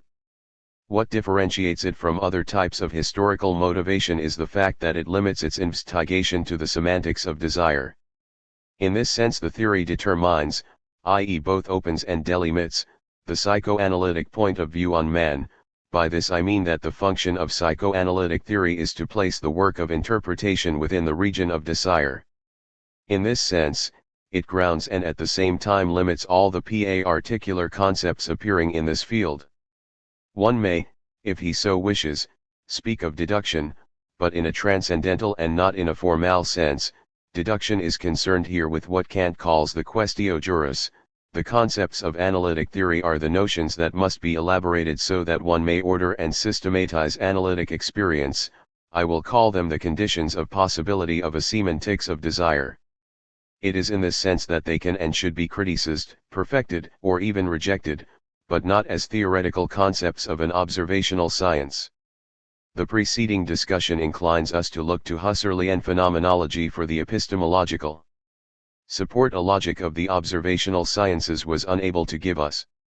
This new critique no longer concerns the results of analytic experience, but rather its conditions of possibility, the constitution of the psychoanalytic field. What we are seeking to deduce, in the sense just spoken of, are those concepts without which analytic experience would be unthinkable. Thus it is not a matter of reformulating the theory, that is, of translating it into another system of reference, but of approaching the fundamental concepts of analytic experience through another experience that is deliberately philosophical and reflective. We are going to confront Freud's concepts with the resources of Husserl's phenomenology. No reflective philosophy has come as close to the Freudian unconscious as the phenomenology of Husserl and certain of his followers, especially Merleau-Ponty and de Wael-Hens. It is well to mention at the very start that this attempt is also bound to fail. But this failure does not have the same pattern as the preceding one. It is not a question of a mistake or a misunderstanding, but rather of a true approximation, one that comes very close to the Freudian unconscious but misses it in the end, affording only an approximate understanding of it. In becoming aware of the gap separating the unconscious according to phenomenology from the Freudian unconscious, we will grasp, by a method of approximation and difference, the specificity of the Freudian concepts. If reflection cannot of itself come to the understanding of its archaeology, it needs another discourse to speak that archaeology. 1. What turns phenomenology directly towards psychoanalysis, prior to any elaboration of a particular theme, is the philosophic act with which phenomenology begins, which Husserl calls the reduction. Phenomenology begins with a methodological displacement that already affords some understanding of that displacement or off-centering of meaning with respect to consciousness. The reduction, indeed, has some relation to the dispossession of immediate consciousness as origin and place of meaning. The phenomenological bracketing or suspension is not concerned simply with the self-evidence, Selbstverständlichkeit, of the appearance of things, which suddenly cease to appear as a brute presence, to be there, to be at hand, with a fixed meaning that one has only to find. To the extent that consciousness thinks it knows the being there of the world, it also thinks it knows itself.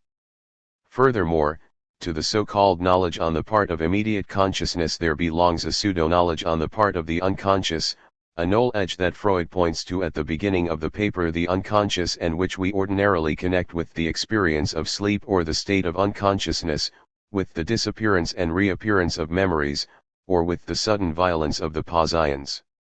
This immediate consciousness is deposed along with the natural attitude.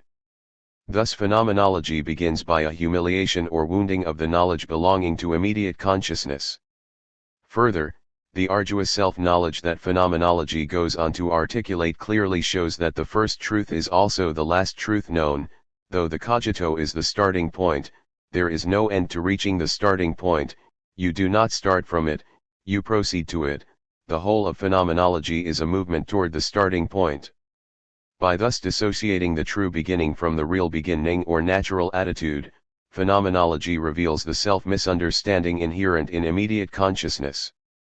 This misunderstanding is alluded to in a statement Husserl makes in the Cartesian Meditations, 9, adequacy and apodicticity of evidence need not go hand in hand.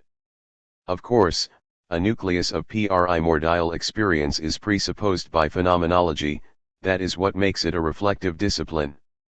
Without the presupposition of such a nucleus, the ego's living self-presence, die lebendige Selbstgegenwart, there is no phenomenology. That too is why phenomenology is not psychoanalysis. But beyond this nucleus extends a horizon of the properly non-experienced, eigentlich nicht erfahren, a horizon of the necessarily co-intended, notwendig mitgemeint. This implicit factor is what allows one to apply to the cogito itself the critique of evidence previously applied to things. The cogito, too, is a presumed certitude, it too can be deceived about itself, and no one knows to what extent. The resolute certitude of the /m involves the unresolved question of the possible extent of self-deception. Into this fissure, into this non-coincidence between the certitude of the /m and the possibility of self-deception, a certain problematic of the unconscious can be introduced. But it is a problematic with which we are acquainted. The first unconsciousness or unawareness inconscience phenomenology reveals has to do with the implicit, the co-intended. For the model of this implicit, or better, this co-implicit, one must look to a phenomenology of perception. 2. A second step toward the Freudian unconscious is represented by the notion of intentionality, a notion both commonplace and unfathomable. Intentionality concerns our meditation on the unconscious inasmuch as consciousness is first of all an intending of the other, and not self-presence or self-possession. Engrossed in the other, it does not at first know itself intending. The unconsciousness that attaches to this bursting forth from self is that of the unreflected, since Ideen I, the cogito appears as life, for the cogito is operative au pair prior to being uttered, unreflected prior to being reflected upon. What is more, in the period of the crisis, intentionality in act, die Fungier and intentionalitat, is broader than the matic intentionality, which knows its object and knows itself in knowing that object. The first can never be equaled by the second, a meaning in act always precedes the reflective movement and can never be overtaken by it. The impossibility of total reflection, hence. The impossibility of the Hegelian absolute knowledge, hence the finitude of reflection, as Fink and de Waal have deduced it, 4-5 are written into this primacy of the unreflected over the reflected, of the operative over the uttered, of the actual over the thematic. This unawareness inconscience proper to the unreflected marks a new step toward the Freudian unconscious. It means that the co-implicit or co-intended cannot completely attain to the transparency of consciousness precisely because of the texture of the act of consciousness, i.e. because of the invincible unawareness of self that characterizes intentionality in act. The corollaries of this second theorem are as follows. First, it is possible to give a direct definition of the psychism as the mere intending of something, as meaning without appealing to self-consciousness. But this, as one writer has said, contains the whole of Freud's discovery. The psychical is defined as meaning, and this meaning is dynamic and historical. 4-6 Husserl and Freud are seen to be the heirs of Brentano, who had both of them as students. Second, it is possible to dissociate the actual lived relation from its refraction in representation. In a philosophy of immediate consciousness, the subject is first of all a knowing subject, that is to say, ultimately, a look directed to a spectacle. In such a philosophy, the spectacle is at the same time the mirage of self in the mirror of things. The primacy of self-consciousness and the primacy of representation are interconnected. By becoming representation, the relation to the world becomes self-knowing. Thus phenomenology should widen the opening made by Husserl himself in the venerable tradition of the knowing subject, although Husserl personally maintained the primacy of objectivizing acts over the grasp of affective, practical, and axiological predicates of things in the world. The possibility that man is primarily concerned for things, appetition, desire, and quest for satisfaction, is opened up anew, as soon as the psychical is no longer defined as consciousness, or the actual lived relation as representation. A further consequence of the primacy of the intentional over the reflective, the dynamics of operative meaning, meaning in act or in operation, is more fundamental than the statics of uttered or represented meaning. Here again Husserl opens the path for his French-speaking successors by introducing, in the fourth Cartesian meditation, the problem of the passive genesis of meaning. Husserl approaches this entirely new problem by asking a prior question: how are a diversity of experiences composable in one and the same ego? The essential laws of compossibility 4-7 govern all the problems of genesis in the sphere of the ego. Now the form of compossibility, for an ego, is time, not the time of the world, but the temporality by which a series of cogitationes forms a sequence, a succession. In phenomenology, then, genesis refers to the operation of linking together the various dimensions of the temporal flux, past, present, and future. The ego constitutes itself for itself, so to speak, in the unity of a history. It is here that the idea of passive genesis enters in, which in a new way points toward the Freudian unconscious. In the active genesis, the ego operates by productively constituting through specific acts of the ego. This praxis is operative in logical reason, in the sense that logical objects too are products, anunissa, of operations such as counting, predicating, inferring, etc. Thus it is possible to regard the in itself lenswa of these objects as the correlate vis-a-vis of a habitual operation. The in itself is an attainment, abidingly possessed, but which may also be reproduced in a new operation. However, Husserl remarks, every construction on the part of activity necessarily presupposes, at the lowest level, a passivity that receives the object as preggiven. 4-8 In other words, when we trace back an active production we run into, Stausenwehr, an antecedent constitution through passive genesis. What is the passive genesis? Husserl hardly talks about it except at the level of perception. The passive synthesis is the thing itself as preggiven, as a residue from the perceptual learning experiences of infancy. Such experiences make up the ego's being affected, and the thing itself is found in our perceptual field as a thing with which we are already well acquainted. But the trace of history is not so covered over that reflection cannot explicate the layers of meaning and thus find intentional references leading back to an antecedent history. These references make it possible to go back to the first founding, the Stiftung. A confrontation with the Freudian exegesis of symptoms is possibly on this basis. There is always a goal form, zeal form, which points back, by means of its genesis, to its own founding. Everything known points to an original becoming acquainted. 4-9 Thus there is a clear affinity between Husserlian explication and Freudian exegesis by reason of their regressive orientation. Further, by positing association as the universal principle of passive genesis, Husserl discloses a mode of constitution irreducible to that of logical objects, not only a non-logical constitution, but a constitution subject to other, albeit essential, laws. Although association is commonly defined in terms of the old psychology, Husserl recognizes that the old concept is a naturalistic distortion of the corresponding genuine, intentional concepts. He thus provides for its generalization beyond the perceptual sphere. In this sense, association has to do precisely with our existence qua irrational, brute fact, factum, nor should it be overlooked here that brute fact, with its irrationality, is itself a structural concept within the system of the concrete a priori. 50 is not such an explication of a meaningful contingency what psychoanalysis proceeds to carry out. Is it not sufficient to extend to desire and its objects this explication of layers of meaning, this investigation of an original founding? Is not the history of the libidinal object, through the various stages of the libido, just such an explication by means of successive retro-references? The linking together of signifiers in what we have called the semantics of desire is the concrete realization of that which Husserl glimpsed under the old title of association, but of whose intentional significance he was perfectly aware. In short, phenomenology talks about the passive genesis, the meaning that comes about apart from me, but psychoanalysis concretely shows it.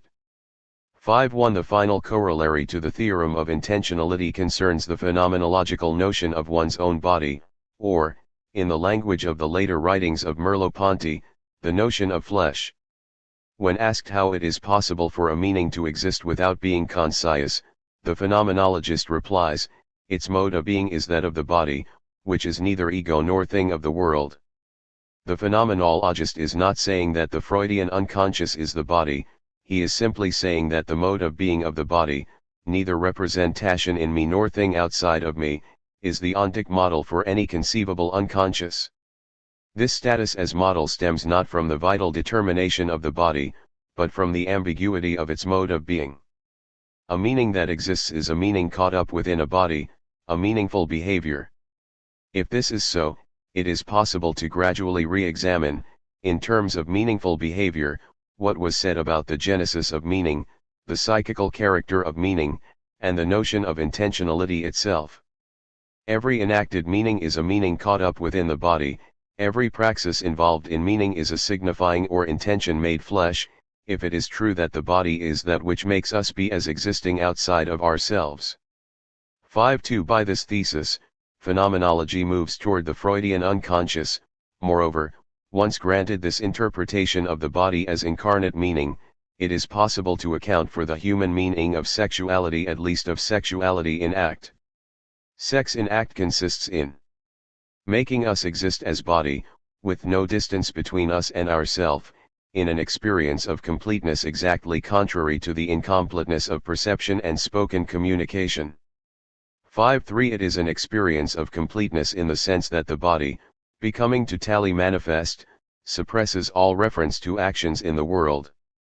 Not only does phenomenology move here in the direction of psychoanalysis, but it offers it a satisfactory schema to account for the relationship between sexuality, as a particular mode, and human existence, regarded as an undivided totality.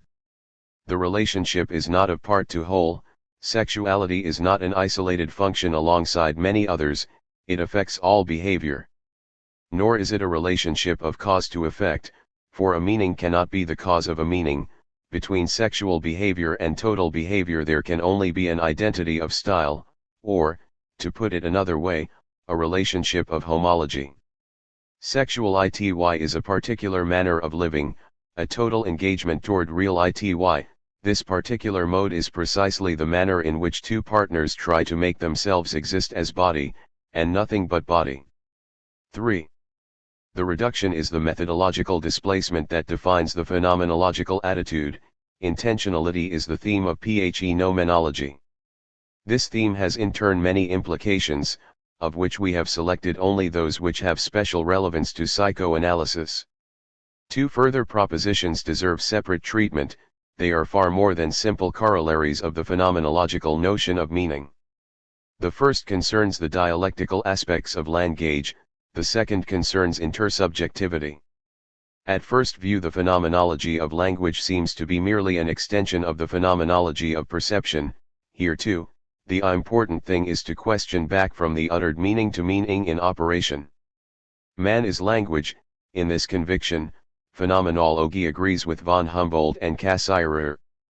But the phenomenological problem of language really begins when the act of speaking dire is taken on the plane where it establishes a meaning, where it makes a meaning clearly exist, apart from any explicit apophantic, i.e. prior to statements or uttered meanings. The problem raised by perception, of questioning back from representation to the experientially lived relationship, repeats itself on the plane of language. It must be rediscovered with Hegel that language is the being there of the mind. For phenomenology, as for psychoanalysis, this reality of language is nothing other than the meaning achieved by a behavior. Still, the extension to language of the analysis of perception as meaning in operation is not a mere extrapolation. The comparison also serves to reveal features of perception that can be made explicit only on the plane of spoken signs. These features indirectly throw light upon the Freudian unconscious. I have brought them together under the heading of the dialectic of absence and presence. This dialectic has at least three aspects. First, man's adoption of language is in general a way of making himself absent to things by intending them with empty intentions, and, correlatively, of making things present through the very emptiness of signs. This dialectic of presence and absence, characteristic of all signs, is specified in two ways, depending on whether one considers speech as the act of the speaking subject, or language as an instrument of communication organized on a level different from consciousness and the intention of each of the speaking subjects. A language has its own way of being dialectical. Each sign intends something of reality only by reason of its position in the ensemble of signs. No sign signifies through a one-to-one relation with a corresponding thing. Each sign is defined by its difference from all the others. More precisely, it is by combining together the phonemic and the lexical differences, hence by setting into play the double articulation of phonemes and morphemes, that we speak the world. In turn, the actual use of language in the speech of speaking subjects brings out the ambiguity of all signs. In ordinary language each sign contains an indefinite potential of meaning. A simple glance at the dictionary reveals a sort of gradual slipping into or endless infringement upon the semantic areas of all the other signs. To speak is to set up a text that functions as the context for each word. The potential of words heavily charged with meaning is thus limited and determined by the context, although the rest of the charge of meaning is not thereby done away with. Only part of the meaning is thus rendered present, through occultation of the rest of the possible meaning. By these three types of dialectic of presence and absence the phenomenology of language moves in the direction of psychoanalysis and its unconscious. First, the interplay of absence and presence characteristic of signs as such is aptly illustrated in the Genesis psychoanalysis proposes of the spoken sign. Phenomenologists have a special fondness for those pages of Beyond the Pleasure Principle in which Freud sketches the genesis of signs starting from the mastery over privation in the game of forte. By alternately voicing the two words, the child interrelates absence and presence in a meaningful contrast. At the same time, he no longer undergoes absence as a fit of panic massively substituted for a close and saturating presence. Dominated thus by language, privation, and consequently presence as well is signified and transformed into intentionality. Being deprived of the mother becomes an intending of the mother. 5. For the forte example is not just an isolated case. Mourning and Melancholia teaches us that beyond the lost archaic objects, it is possible to establish a relationship to the object that is not simply a repetition of the archaic situation. The manner in which mourning gives up the object as lost recalls the institution of signs, which are universally a giving up of brute presence and an intending of presence in absence. This recourse to language reinforces the parallel between phenomenology and psychoanalysis. The dialectic of presence and absence, which language sets in motion, is now seen to be operative in all forms of the implicit and the co-intended, in all human experience and at all levels. Thus language makes it possible to generalize the perceptual model of the unconscious. The ambiguity of things becomes the model of all ambiguity of subjectivity in general and of all the forms of intentionality. What is more, the dialectic of presence and absence completes the process whereby the initial false knowledge on the part of immediate consciousness is made to waver. From now on the question of consciousness becomes as obscure as that of the unconscious, to paraphrase a celebrated text of Plato on being and non-being. Thus phenomenology turns out to be just as radical as psychoanalysis in contesting the illusion of immediate self-knowledge. Every mode of being conscious is for subjectivity a mode of being unconscious, just as every mode of appearing is correlative to a non-appearing or even a disappearing, both signified together, co-signified, in the presumption of the thing itself. Language reveals this co-signifying of the implicit as absence, and it does so more clearly than a phenomenology of mute perception. Thus language brings out the full significance of the perceptual model of the unconscious for phenomenology. 4. The theorem concerning language as a dialectic of presence and absence has to be complemented by a theory of intersubjectivity. All our relationships with the world have an intersubjective dimension. The fact that the perceived thing is perceptible by others brings the reference to others into the very makeup of things qua presumed things. What points to others is precisely the horizon of perceptibility, the invisible other side of the visible. Between the positing of others as perceiving and the assumption of the invisible other side of things there is a reciprocal relation. Every meaning ultimately has intersubjective dimensions, every objectivity is intersubjective, insofar as the implicit is what another can make explicit. This first recourse to intersubjectivity seems unrelated to psychoanalysis.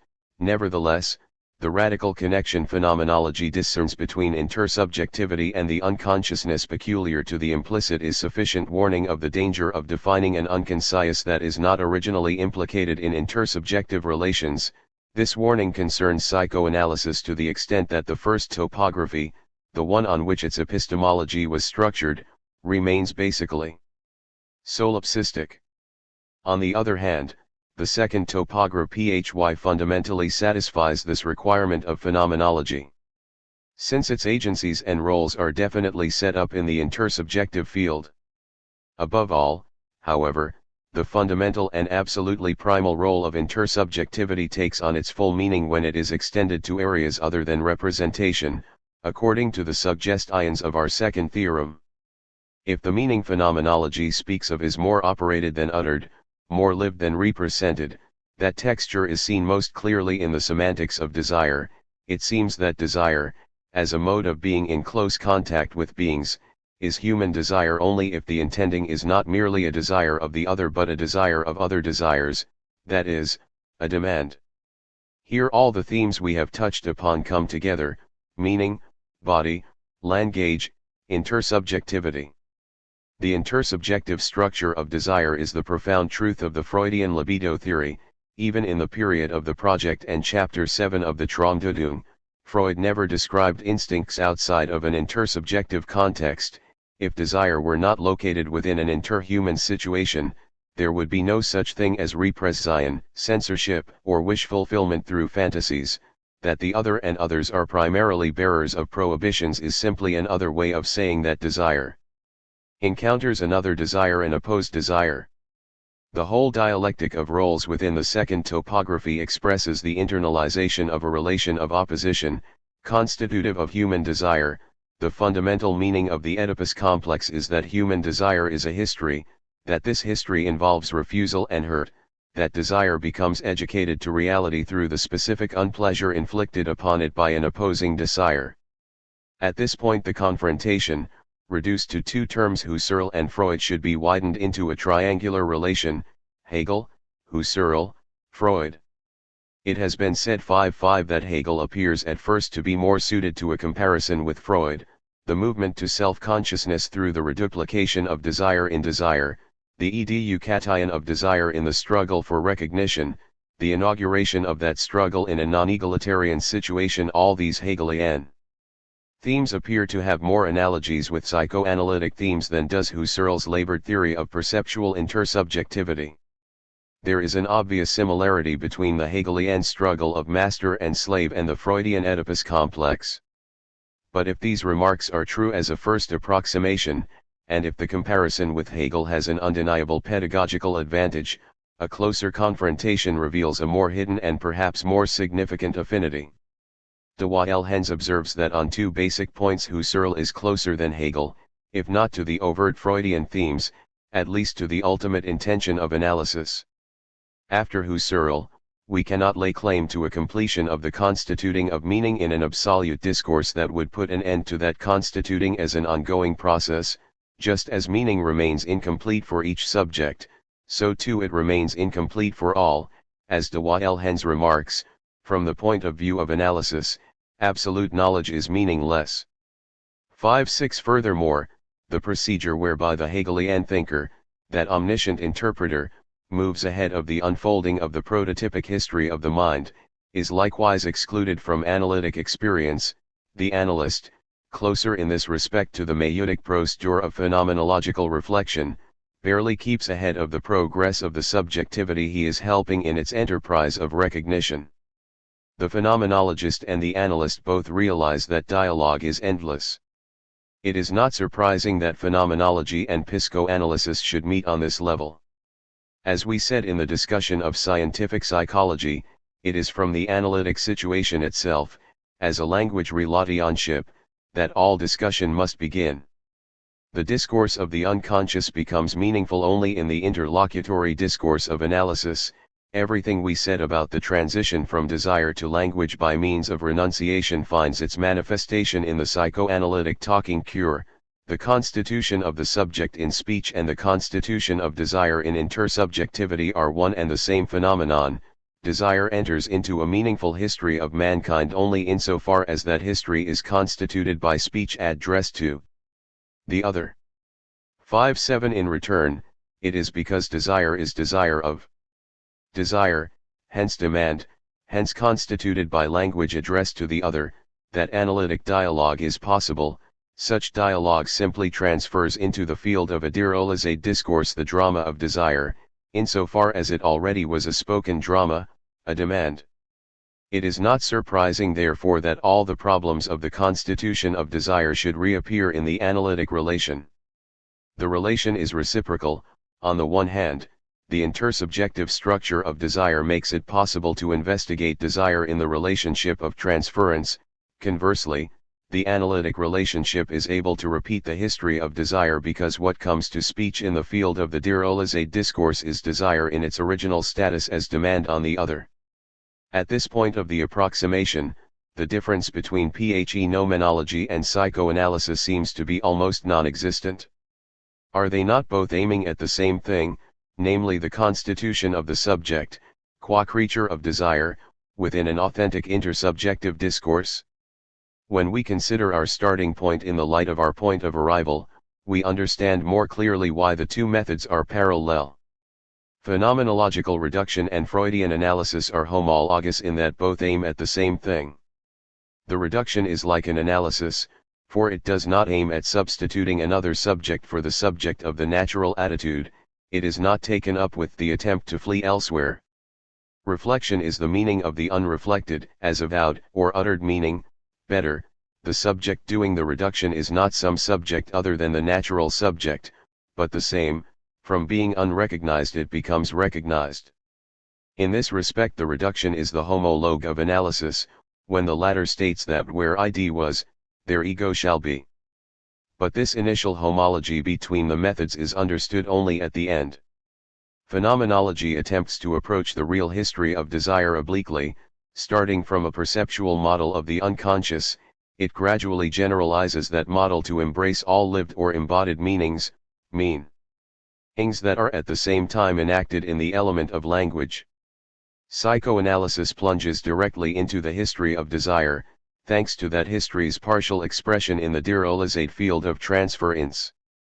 But both have the same aim, the return to true discourse. 5.8 Psychoanalysis is not phenomenology. And yet phenomenology is not psychoanalysis. However slight the separation, it is not nil, and phenomenology does not bridge the gap. Phenomenology does give an understanding of psychoanalysis, but only through approximation and by way of diminishing differences. Let us re-examine each of the points of our phenomenological approximation to the Freudian unconscious. 1. Phenomenology is a reflexive discipline. The methodological displacement it sets into operation is the displacement of reflection with respect to immediate consciousness.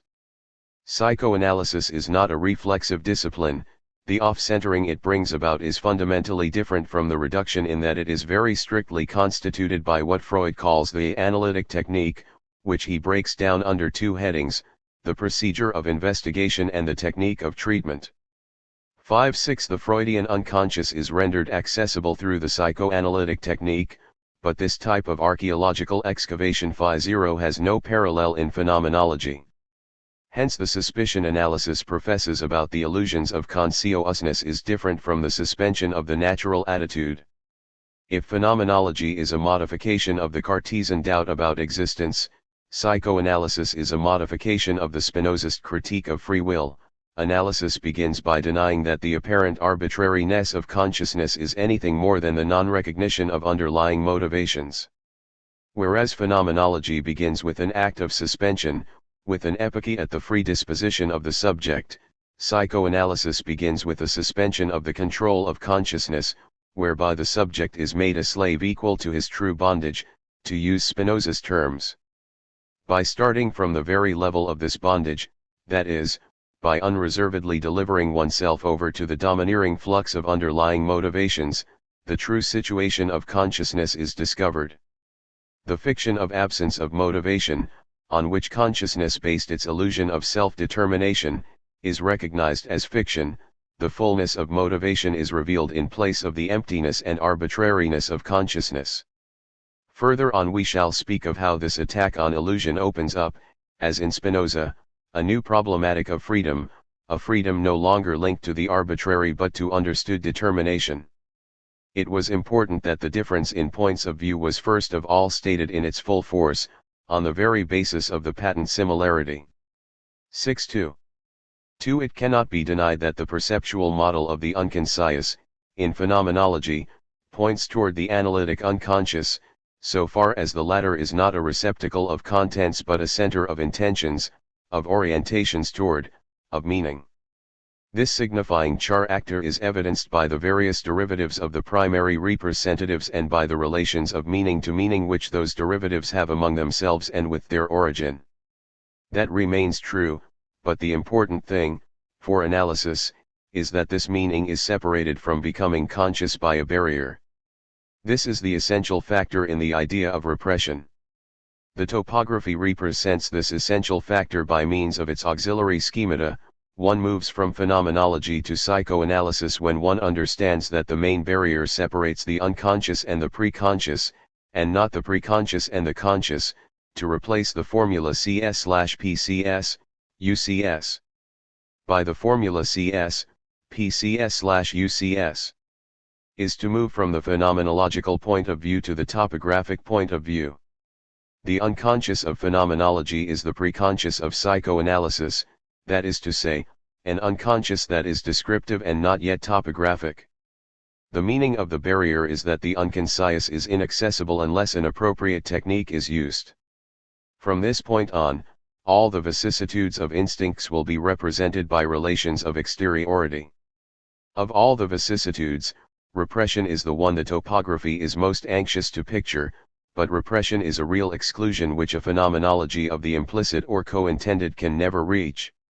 These vicissitudes are surely not foreign to the order of the psychical, of motivation, of meaning.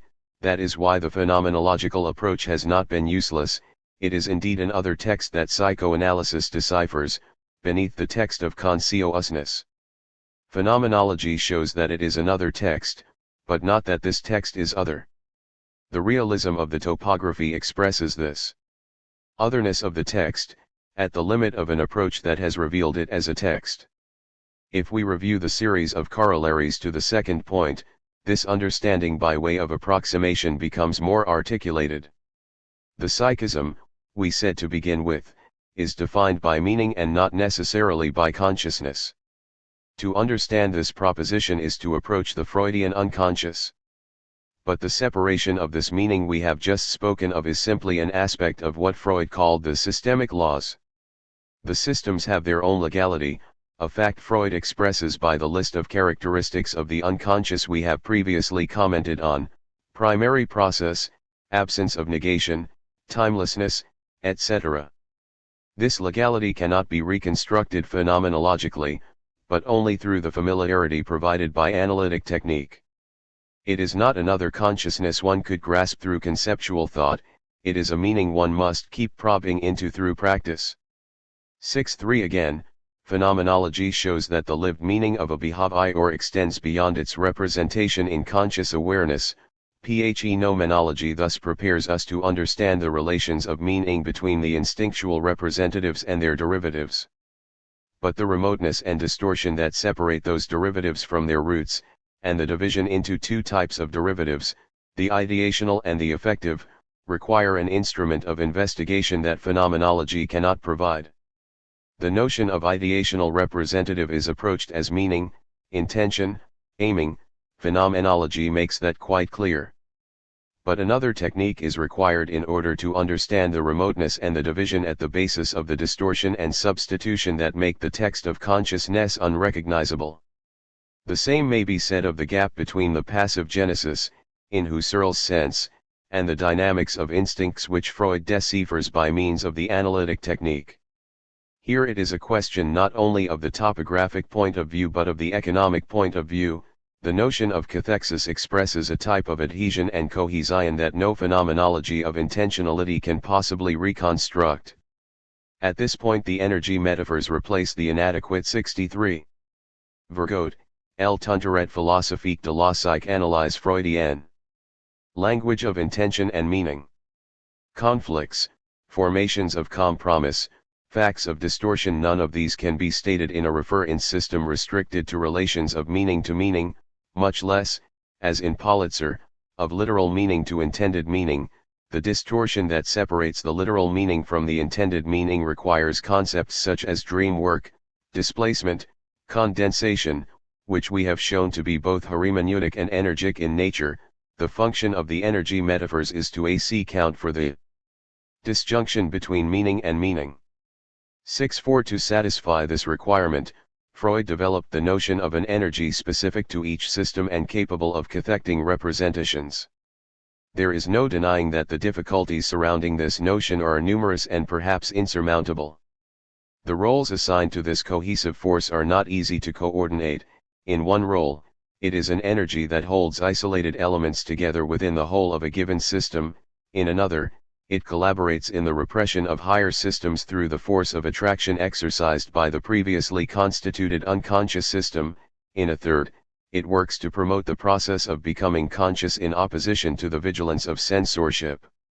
Nor is it easy to conceive just what relations this cathectic energy proper to each system has with the libido, for the latter, by reason of its organic origin, is neutral with respect to the systems and becomes localized in a given system according to the locus of the representations to which it attaches itself. 05 The most difficult notion of all is the idea of an energy that is transformed into meaning. 6.6 Nothing, consequently, is firmly settled in this area.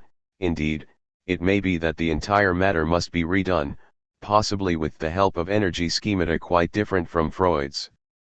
For a critical philosophy, the essential point concerns what I call the place of that energy discourse. Its place, it seems to me, lies at the intersection of desire and language. We will attempt to account for this place by the idea of an archaeology of the subject. The intersection of the natural and the signifying is the point where the instinctual drives are represented by affects and ideas. Consequently, the coordination of the economic language and the intentional language is the main question of this epistemology, and one that cannot be avoided by reducing either language to the other. We will focus on this coordination by taking the linguistic aspects of the unconscious as our guide. Nowhere else do phenomenology and psychoanalysis come closer to being one. Nowhere else, therefore, will the gap between the two disciplines be more significant. 3. The unconscious is structured like a language, say Lacan and his followers. Isn't this linguistic conception of the unconscious indistinguishable from the interpretation of language presented by Merleau-Ponty and de Wael-Hans? When the latter conceive of language as an instituting instauration of meaning that takes place prior to any explicit judgment, are they not saying the same thing as those who maintain the linguistic conception of the unconscious? Actually, the latter conception makes sense only in conjunction with the economic concepts of Freudian theory. instead of reblocking the Freudian topographic and economic point of view, it parallels that point of view in every respect. Thus the linguistic interpretation shows that the unconscious, though separated by repression and the other mechanisms that give it the form of a system, is nevertheless correlative to ordinary language. The linguistic interpretation does not constitute an alternative to the economic explanation, it simply prevents the latter from being reified by showing that the mechanisms that come under the economics are accessible only in their relation to hermeneutics. To say that repression is metaphor is not to replace the economic hypothesis but rather to parallel it with a linguistic interpretation and thus relate it to the universe of meaning without reducing it to that universe. However, before specifying the precise relations between linguistics and the economics, it is perhaps necessary to come to an agreement about the word linguistic, which up to now we have been hesitant to use when designating the relations of meaning between symptoms, fantasies, dreams, ideals, and unconscious themes. The term linguistic may be applied to the field of analysis on the condition that it is taken in a wide sense. It then denotes two distinct but interconnected aspects of the analytic situation. First, the technique of analysis moves entirely within the element of language.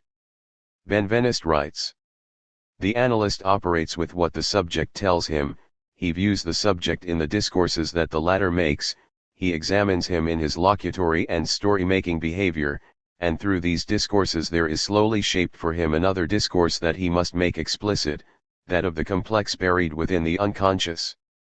The analyst, therefore, will take the discourse as a stand-in for another language which has its own rules, symbols, and syntax and which refers back to underlying structures of the psychism." 6-7.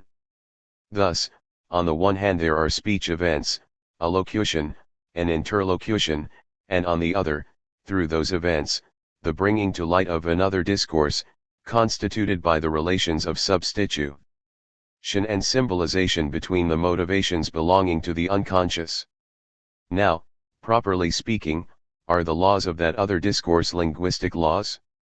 It is indeed difficult to make that other discourse coincide with what, since de Saussure, we call language langue as opposed to speech la parole, a distinction based on the fact that language has a phonemic articulation, a semantic articulation, and a syntax.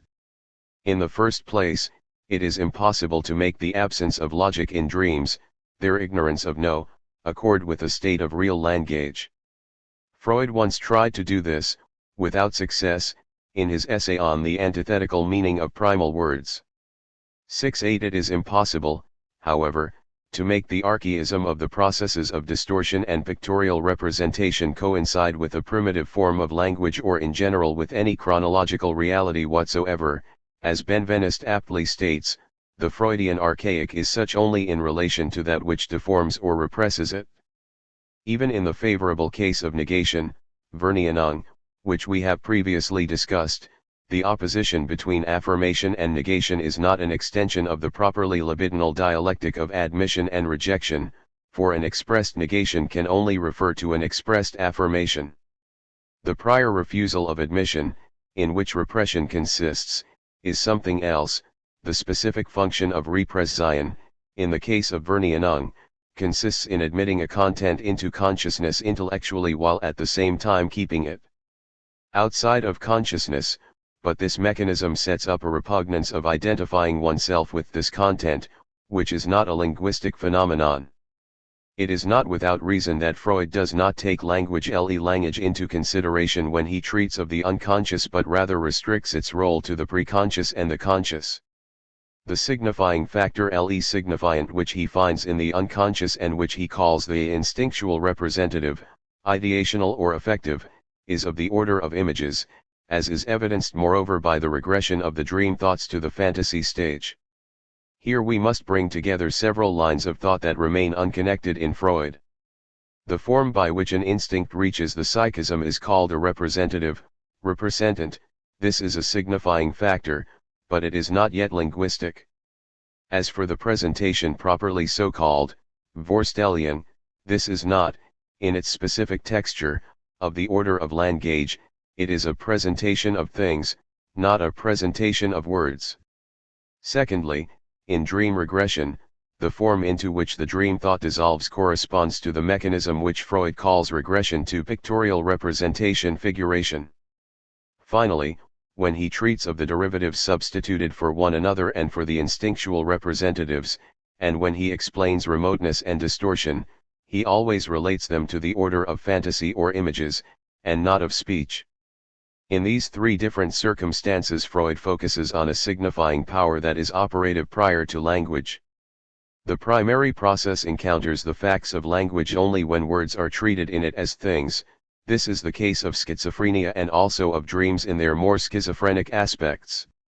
If we take the concept of linguistics in the strict sense of the science of language phenomena embodied in a given and therefore organized language, the symbolism of the unconscious is not stricto sensu a linguistic phenomenon.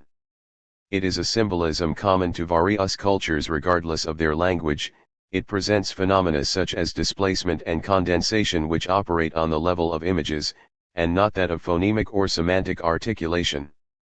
In Benvenist's terminology, the dream mechanisms will appear now as infra- now as supralinguistic. For my part, I will say that they manifest the blending confusion of the infra- and supralinguistic. They belong to the infralinguistic order insofar as they fall short of the level where education brings about the distinctive rule of a language. They belong to the supralinguistic order if one considers that dreams, according to one of Freud's own remarks, find their true kinship in the great unities of discourse such as proverbs, sayings, folklore, myths. From this point of view, it is on the level of rhetoric rather than linguistics that the comparison should be made. Rhetoric, however, with its metaphors, its metonymies, its synecdoches, its euphemisms, its allusions, its antiphrases, its leitmotifs, is concerned not with phenomena of language but with procedures of subjectivity that are manifested in discourse. 70 To call these mechanisms infra- or supralinguistic is, of course, still to refer them to language. That is precisely what constitutes the soundness of the linguistic interpretation.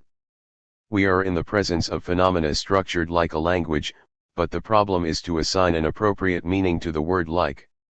It is in the interplay and blending of the infra- and the supralinguistic that we shall find something like the instituting of meaning with which phenomenology is familiar. In order to account for this instituting of meaning, one may start from the fact that the desire or wish, wunsch, disclosed through interpretation is never a pure need, but is rather an appeal and a demand, even if the appeal is presented figuratively through a gesture.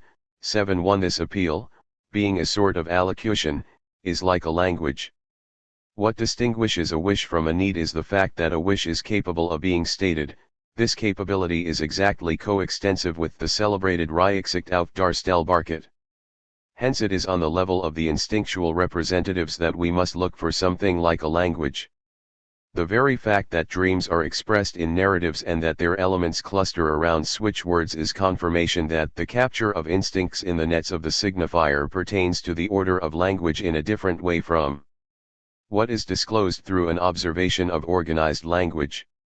What analysis penetrates to is indeed something like a text.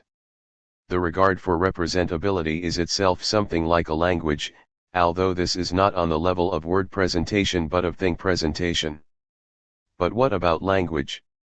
We have already noted the parallel between Freud's interpretation of dreams and jokes.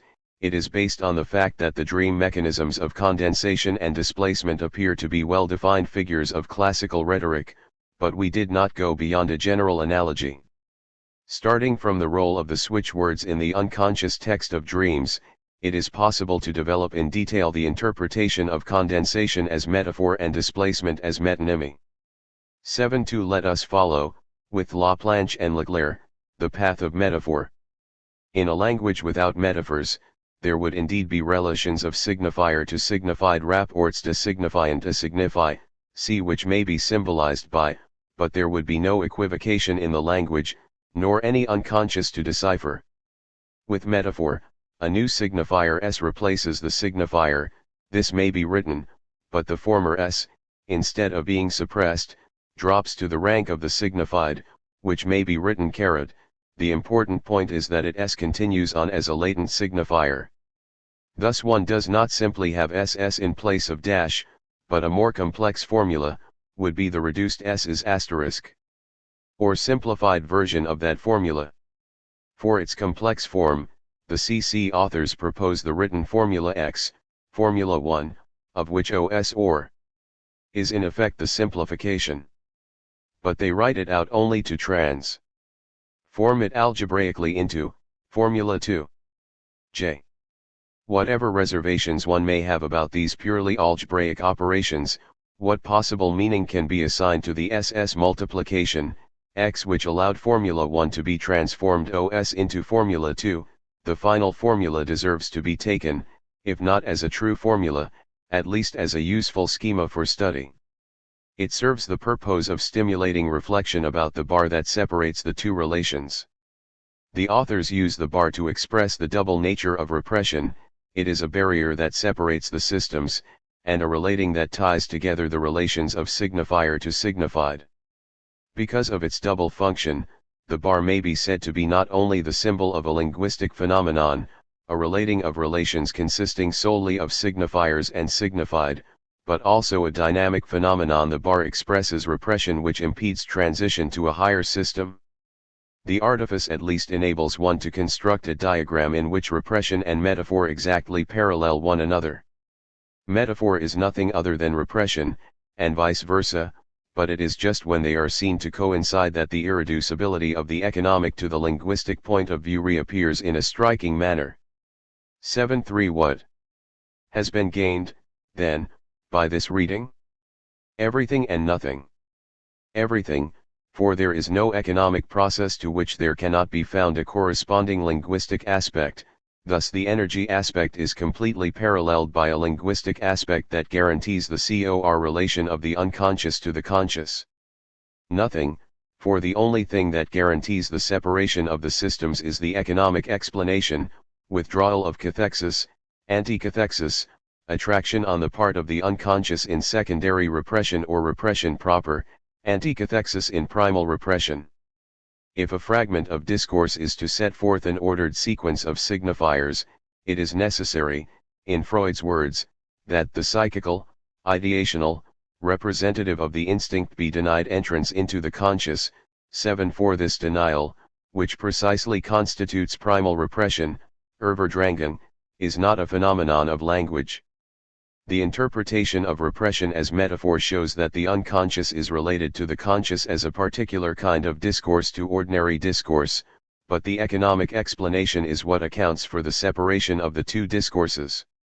In the four-stage diagram of secondary repression, repression and metaphor are strictly coextensive, but the barrier functions both as a relation between signifying or signified factors and as a force of exclusion between dynamic systems. The strange and, in the proper sense of the term, non-linguistic characteristics of this discourse are explained, I believe, by the irreducibility of the energy aspect. It is striking indeed that in the diagram of metaphor the original signifier, replaced by the substitute signifier and reduced to a latent signifier, is treated as a double term. C. The same element S has the position of both signifier and signified, a situation for which there is no linguistic parallel. This was an attempt to account for what Freud called thing presentation or regard for representability. But can one treat as a linguistic element an image that would be in the position of both the signifier and the signified? 7.5 What linguistic character is left in the imago if the latter functions indifferently as signifier or signified? How can one say of it that it refers to itself and that it remains open to all meaning? We can retain, then, with the reservations just made, the statement that the unconscious is structured like a language, but the word like must receive no less emphasis than the word langage. In short, the statement must not be divorced from Benvenist's remark that the Freudian mechanisms are both infra- and supralinguistic. The mechanisms of the unconscious are not so much particular linguistic phenomena as they are paralinguistic distortions of ordinary language. For my part, I would characterize this distortion as the confusion or blending of the infra- and the supralinguistic. On the one hand, the dream mechanism borders on the supralinguistic when it mobilizes stereotyped symbols parallel to those ethnology finds in the great unities of meaning known as fables, legends, myths, A good part of the pictorial representation in dreams is located on this level, which is already beyond that of the phonemic and semantic articulations of language. On the other hand, displacement and condensation belong to the infralinguistic order, in the sense that what they achieve is less a distinct relating than a confusion of relations. One might say that dreams arise from a short-circuiting of the infra and the supralinguistic. 7-8 This jumbling of the infra and the supralinguistic is perhaps the most notable language achievement of the Freudian unconscious. In conclusion, the linguistic interpretation has the merit of raising all the phenomena of the primary process and of repression to the rank of language. The very fact that the analytic cure itself is language attests to the mixture of the quasi-language of the unconcise and ordinary language. But the distortion, the entstellion which turns that other discourse into a quasi-language, is not itself achieved by language. The infra or the supra with respect to language is what separates psychoanalysis from phenomenology. This confusion of language is also what raises the urgent and difficult question of an archaeology of the subject. 4. The theme of intersubjectivity is undoubtedly where phenomenology and psychoanalysis come closest to being identified with each other, but also where they are seen to be most radically distinct. The narrowest difference is also the most decisive one. If the analytic relationship may be regarded as a privileged example of intersubjective relations, and if that relationship takes the specific form of transference, it is because the analytic dialogue brings to light, in a special context of disengagement, isolation, and derealization, the demands in which desire ultimately consists. This analysis has enabled us to relate in principle all the vicissitudes of the analytic situation to the intersubjective constitution of desire. I have nothing to retract from it. Yet it is precisely here that psychoanalysis is most radically distinct from anything phenomenology can understand and produce with its sole resources of reflection. The difference is summed up in a word: psychoanalysis is an arduous technique, learned by diligent exercise and practice. One cannot overestimate the amazing audacity of this discovery, namely of treating the intersubjective relationship as technique. How is the word used here? One of Freud's texts, which we have already cited, 7-7, binds together inseparably method of investigation, technique of treatment, and elaboration of a body of theories. Technique is here taken in the narrow sense of therapy aimed at healing. The method of investigation is distinguished from it as the art of interpretation. However, a number of other texts dealing with the psychoanalytic technique authorize us to take the word to include both method of investigation, and technique in the narrow sense of therapeutic procedure. This extension is grounded in the nature of the concrete analytic procedure, in which the method of investigation is regarded as the intellectual part of a technique. This broad sense of the word technique can be broken down into three ideas. From the side of the analyst, the analytic procedure, from start to finish, is a work, to which corresponds, on the part of the analysand, another work, the work of gaining insight whereby he cooperates in his own analysis. This work in turn reveals a third form of work, of which the patient was unaware, the mechanism of his neurosis. These three ideas go together to form the content of the psychoanalytic concept of technique. Why is analysis a work? Primarily and essentially because analysis is a struggle against the patient's resistances. 7-8 From this point of view, the art of interpretation is subordinated to the analytic technique as soon as the latter is defined as the struggle against resistances.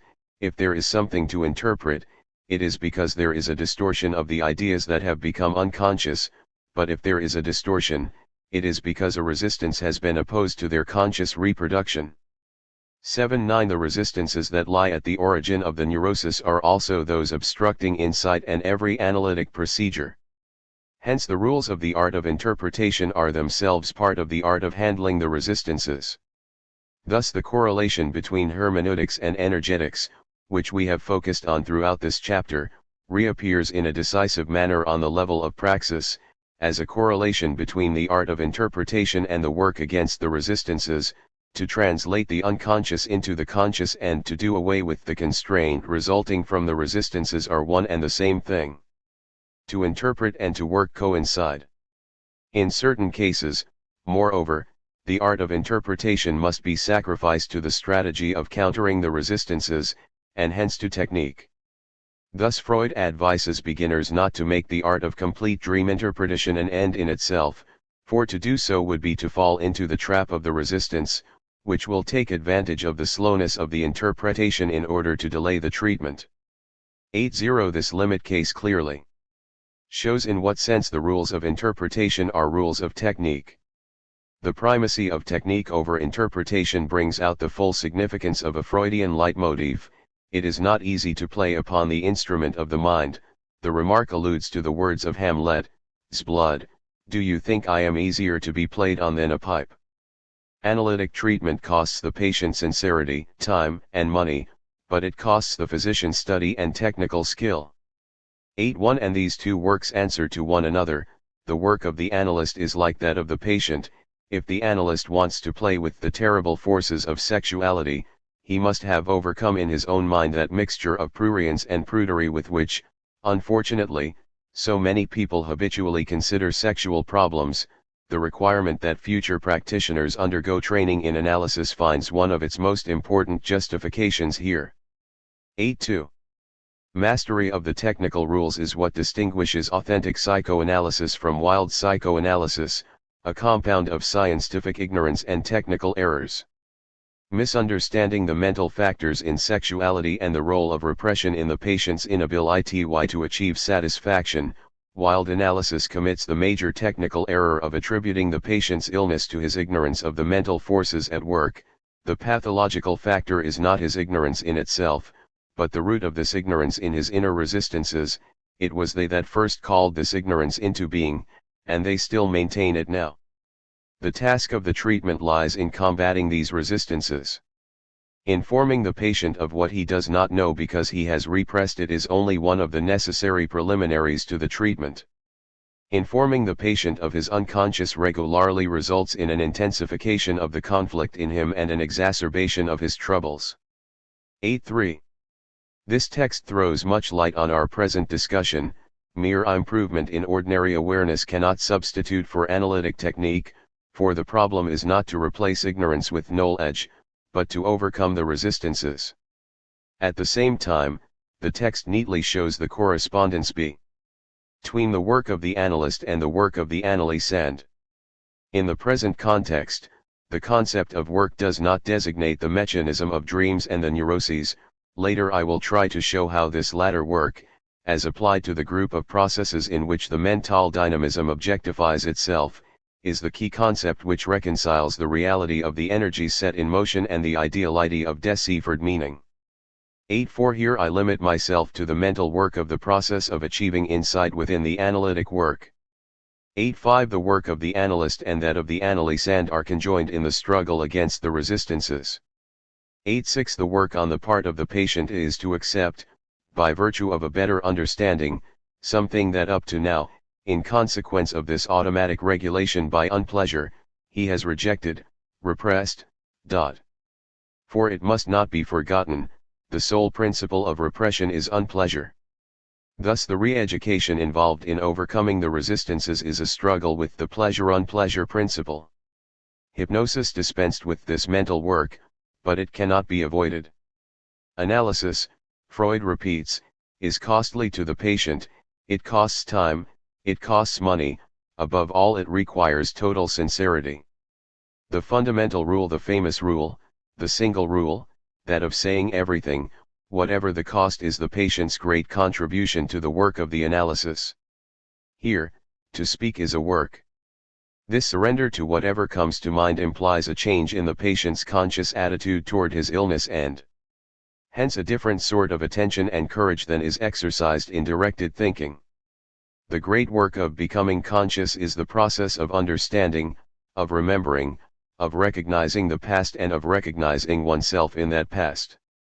As we have often said in examining Freud's theoretical writings, the process of achieving insight involves an economic problem that completely distinguishes psychoanalysis from phenomenology. What we touched upon from the analyst's point of view is again encountered from the viewpoint of the patient. The communication of an interpretation is of no value unless it can be incorporated into the work of achieving insight. A premature communication will only result in a reinforcement of the resistances.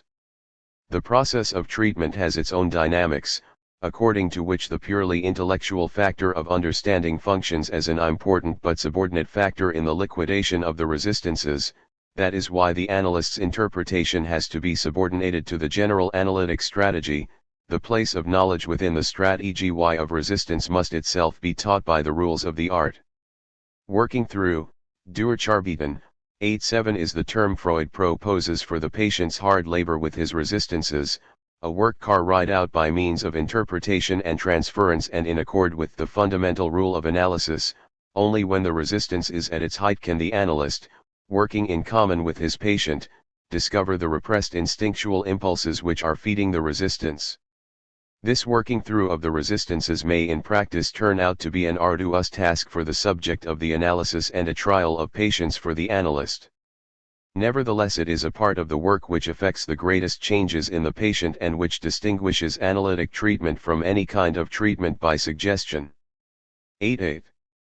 The fact that the achieving of intellectual insight is included within the mental work enables us to re-examine a problem we have investigated on the plane of metapsychology, namely, the topographic representation of the psychism.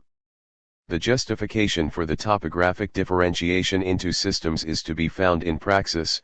The remoteness between the systems and their separation by the barrier of repression are the exact pictorial transcription of the work that provides access to the area of the repressed. The patients now know of the repressed experience in their conscious thought, but this thought lacks any connection with the place where the repressed recollection is in some way or other contained. No change is possible until the conscious thought process has penetrated to that place and has overcome the resistances of repression there. 8-9 Not only the topographic point of view, but also the economic point of view of the metapsychology is justified by praxis.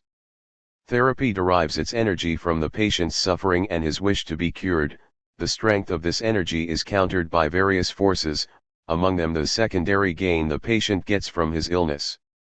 The analytic investigation enters into this economy by arousing new energies capable of overcoming the resistances, and by showing special paths along which to direct those energies. 9-0 In this way the economic problem of therapy leads us to the most difficult question of analytic technique, the question of transference. For the transference is regarded as supplying the additional energy envisaged in the previous text. A treatment, Freud says, only deserves the name of a psychoanalysis if the intensity of the transference has been utilized for the overcoming of resistances. 9-1 The moment has come, therefore, to bring to bear upon this theme the full weight of the difference between phenomenology and psychoanalysis. Our constant problem, that of the relation between hermeneutics and energetics, arises for the last time. It is now a matter of understanding how interpretation, its communication, and the gaining of insight are embodied in the dynamics of transference. 8-2 Freud stresses the fact that the handling of the transference is where the technical character of psychoanalysis is evidenced in its highest degree.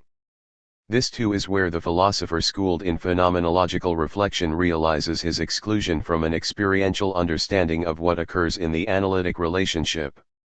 Ultimately, this is where analytic praxis differs from all its conceivable phenomenological equivalents. With the question of the transference, the strategy concerning the resistances takes on a concrete shape. The transference emerges both as a means of overcoming the early resistances that contributed to the illness and as a new resistance, as Freud says, the most powerful resistance to the treatment. 9-3 On the one hand, the resistances can be overcome only if the traumatic situation is transposed into the closed field of the analytic relationship. On the other hand, the transference emerges precisely at the point where it can satisfy the resistance the analytic tactics have tracked down. In the course of this fight against the resistances in the transference situation, there is revealed a further aspect of the dialectic between hermeneutics and energetics. We have seen that the original goal of analytic technique was not only effective discharge or abreaction but also remembering, a process directly aimed at by Breuer's catharsis. But remembering is also an intellectual phenomenon, an insight into the past as past. Little by little it came to be seen that the remembering of unconscious material is of less importance than the recognition of the resistances. 9.4 But above all, it was seen that remembering is in many cases replaced by an actual repetition of the traumatic situation. Instead of remembering the past, the patient repeats it by acting it out, without, of course, knowing that he is repeating it. This strange turn of events is more important than it might at first appear. No phenomenology of intersubjectivity can parallel this automatism of repetition, which is part of a very significant sequence: resistance, transference, repetition. This sequence is the core of the analytic situation. 9.5 Thus the fight against the resistances, the handling of the transference, and the recourse to repetition form the main constellation of the analytic technique. Its tactic consists in using the transference to curb the patient's compulsion to repeat in order to lead him back along the paths of remembering. It is understandable why Freud states that the handling of the transference presents far more serious difficulties than the interpretation of the patient's associations. 9.8 Our main interest here lies less in therapy than in the philosophical implications of this situation. From this point of view, the most impressive difficulty, the one offering the greatest challenge to a phenomenological approach to psychoanalysis, is the difficulty concerning the management of transference love. The height of technique lies in the art of exploiting the transference love without satisfying it. Freud went so far as to write that this is a fundamental principle which will probably dominate our work in this field. He enunciates the principle as follows: analytic treatment should be carried through, as far as is possible, under privation in a state of abstinence. 9.7 This rule, it would seem, has no phenomenological equivalent. What is it getting at? We are here at the heart of the economic problem of the analytic relationship. It is no longer merely upon the patient's resistances that the analyst learns to play, but upon the other's pleasure and unpleasure in the form of privation or frustration. In order to understand this point, one must go back to the original situation and to the frustration generated by the conflict between instinct and resistance. The whole theory of symptoms is based upon that initial frustration. A symptom, from the economic point of view, is nothing else than a substitute form of satisfaction. On the other hand, the failure of that tactic of substitution is what sustains the instinctual force impelling the patient toward recovery. When placed within this dynamic context, the frustration, actively sustained by the analytic tactics, is justified. It is important not to diminish the instinctual force. If the patient's suffering becomes mitigated, we must reinstate it elsewhere in the form of some appreciable privation. 9.8 Thus the analyst's work, which we described at first as a struggle against the resistances, is now seen as a struggle against substitute satisfactions, precisely in the transference where the patient is particularly looking for such satisfaction. For the phenomenologist, this technique of frustration is the most surprising aspect of the analytic method. He can no doubt understand the rule of veracity, but not the principle of frustration. The latter can only be practiced. If we now connect the point of arrival with the point of departure of these reflections on the technique of the analytic relationship, we have this to say: that which makes the analytic relationship possible as an intersubjective relation is indeed, as we said at the beginning, the fact that the analytic dialogue, within a special context of disengagement, of isolation, of derealization, brings to light the demand in which desire ultimately consists, but only the technique of transference, as a technique of frustration, could reveal the fact that desire is at bottom an unanswered demand. The two attempts to reformulate psychoanalysis, first in terms of scientific psychology, then in terms of phenomenology, have failed, and the unique character of analytic discourse is confirmed by that double failure. On the one hand, the operative concepts of academic psychology do not constitute a better formulation of the analytic concepts. On the other hand, as Merleau-Ponty said in the preface to Hesnard's L'œuvre de Freud, phenomenology does not say in a clear way what psychoanalysis said in a confused way. It is rather by what it only hints at or reveals at its limit by its latent content or its unconscious that phenomenology is in harmony with psychoanalysis. 9.9 I have tried to show that psychoanalysis is a unique and irreducible form of praxis. As such, it puts its finger on what phenomenology never perfectly attains, namely, our relation to our origins and our relation to our models, the ID and the superego. 100. Chapter 2, Reflection. An archaeology of the subject. The task of this chapter is to bring the results of the preceding epistemological discussion to the level of philosophical reflection. It must be kept in mind that our enterprise is strictly philosophical and in no way binding on the psychoanalyst as such. For the analyst, psychoanalytic theory is sufficiently understood through its relation to the method of investigation and the therapeutic technique. But this sufficient understanding in the sense in which Plato says, in an important methodological text, that the explanations of the geometers stop with something sufficient, which does not suffice for the philosopher, is not fully transparent to itself. If, as we have asserted in the problematic, the think, I am is the reflective foundation of every proposition concerning man, the question is how Freud's mixed discourse enters into a philosophy which is deliberately reflective. In opposing all psychologizing or idealizing reductions of psychoanalysis, and in admitting the irreducibility of the theory's most realistic and naturalistic aspects, we have not made the solution to the problem any easier. The idea guiding me is this: the philosophical place of analytic discourse is defined by the concept of an archaeology of the subject. But thus far this concept has remained a mere word. How can we give it a meaning? It is not one of Freud's concepts, nor do we intend to impose it upon the reading of Freud or use some stratagem to discover it in his works. It is a concept that I form in order to understand myself in reading Freud. I stress the peculiar nature of this constituting operation and distinguish it from the preceding methodological discussion, which remained on the sufficient level of as yet unfounded concepts. The steps of reflection will be the following: 1. First, it must be made clear that it is in reflection and for reflection that psychoanalysis is an archaeology. It is an archaeology of the subject. But of what subject? What must the subject of reflection be if it is likewise to be the subject of psychoanalysis? 2.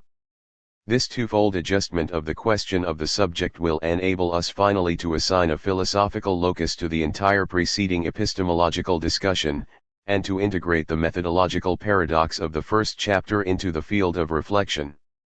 With this session we conclude our epistemological examination of Freudianism. 3. Turning next to the Freudian theses themselves, we will elaborate the concept of archaeology within the limits of a philosophy of reflection. We do not claim that this concept contains a full understanding of Freudianism. The remainder of this book will amply demonstrate that the understanding of Freudianism requires a new advance of thought. Freud and the question of the subject. It is one and the same enterprise to understand Freudianism as a discourse about the subject and to discover that the subject is never the subject one thinks it is. The reflective reinterpretation of Freudianism cannot help but alter our notion of reflection.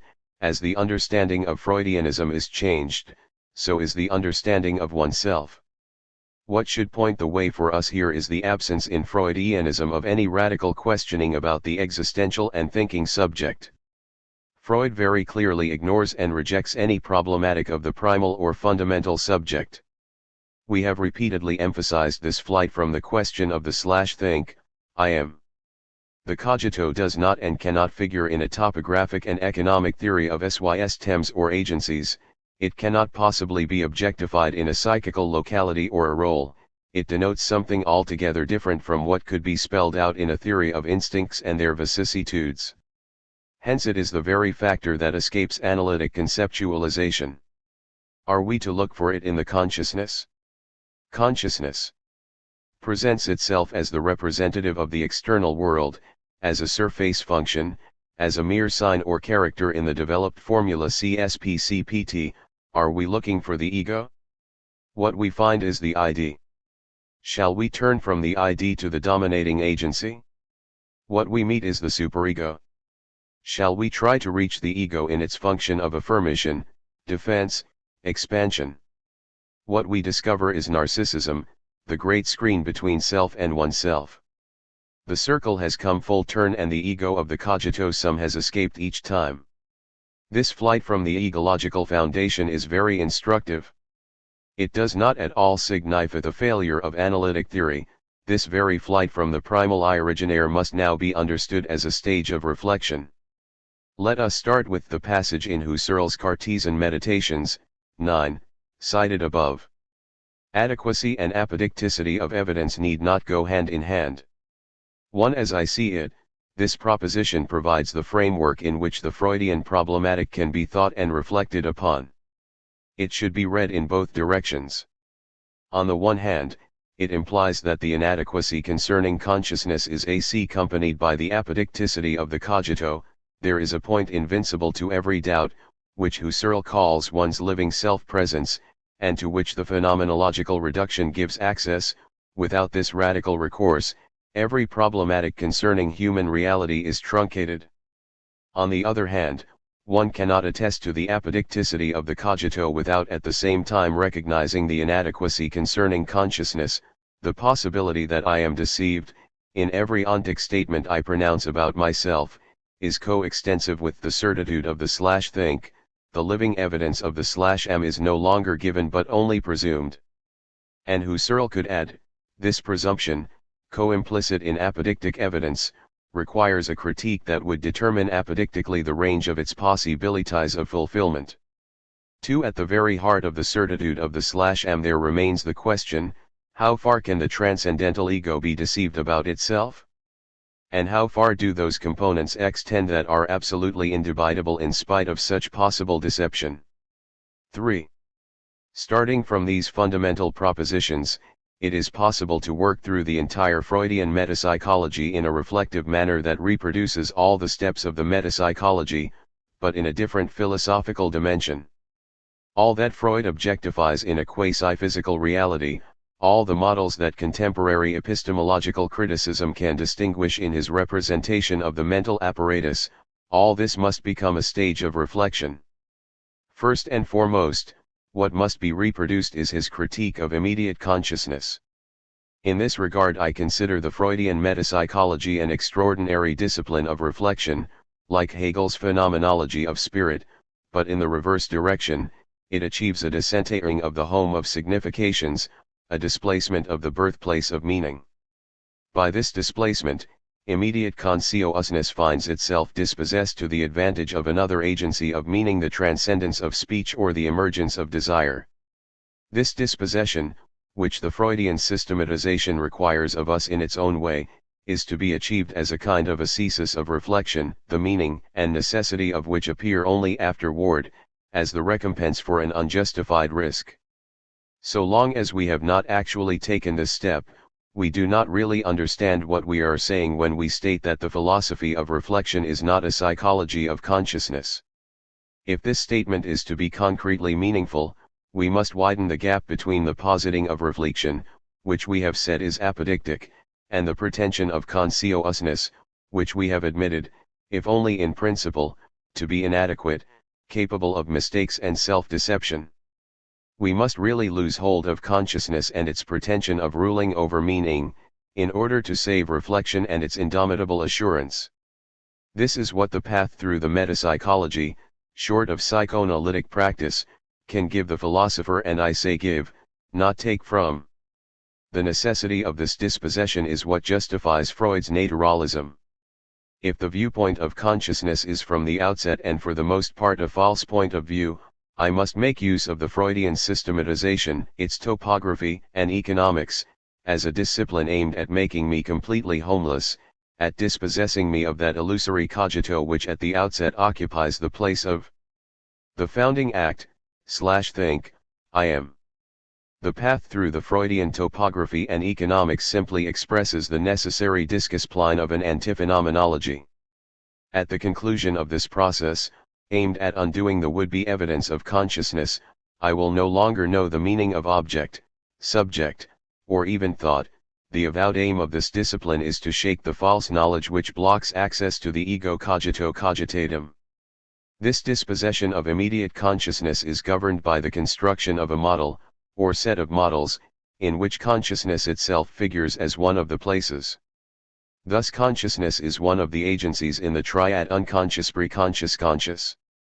In its turn, this topographical or topological picture of the mental apparatus is inseparable from an economic explanation, according to which the self-regulation of the apparatus is assured by placements and displacements of energy and by mobile or bound cathexes.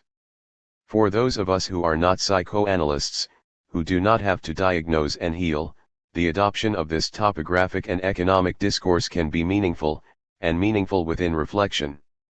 By definitively dissociating the apodicticity of reflection from the evidence of immediate consciousness, the antiphenomenology of the Freudian topography and energetics can function as a moment of reflection.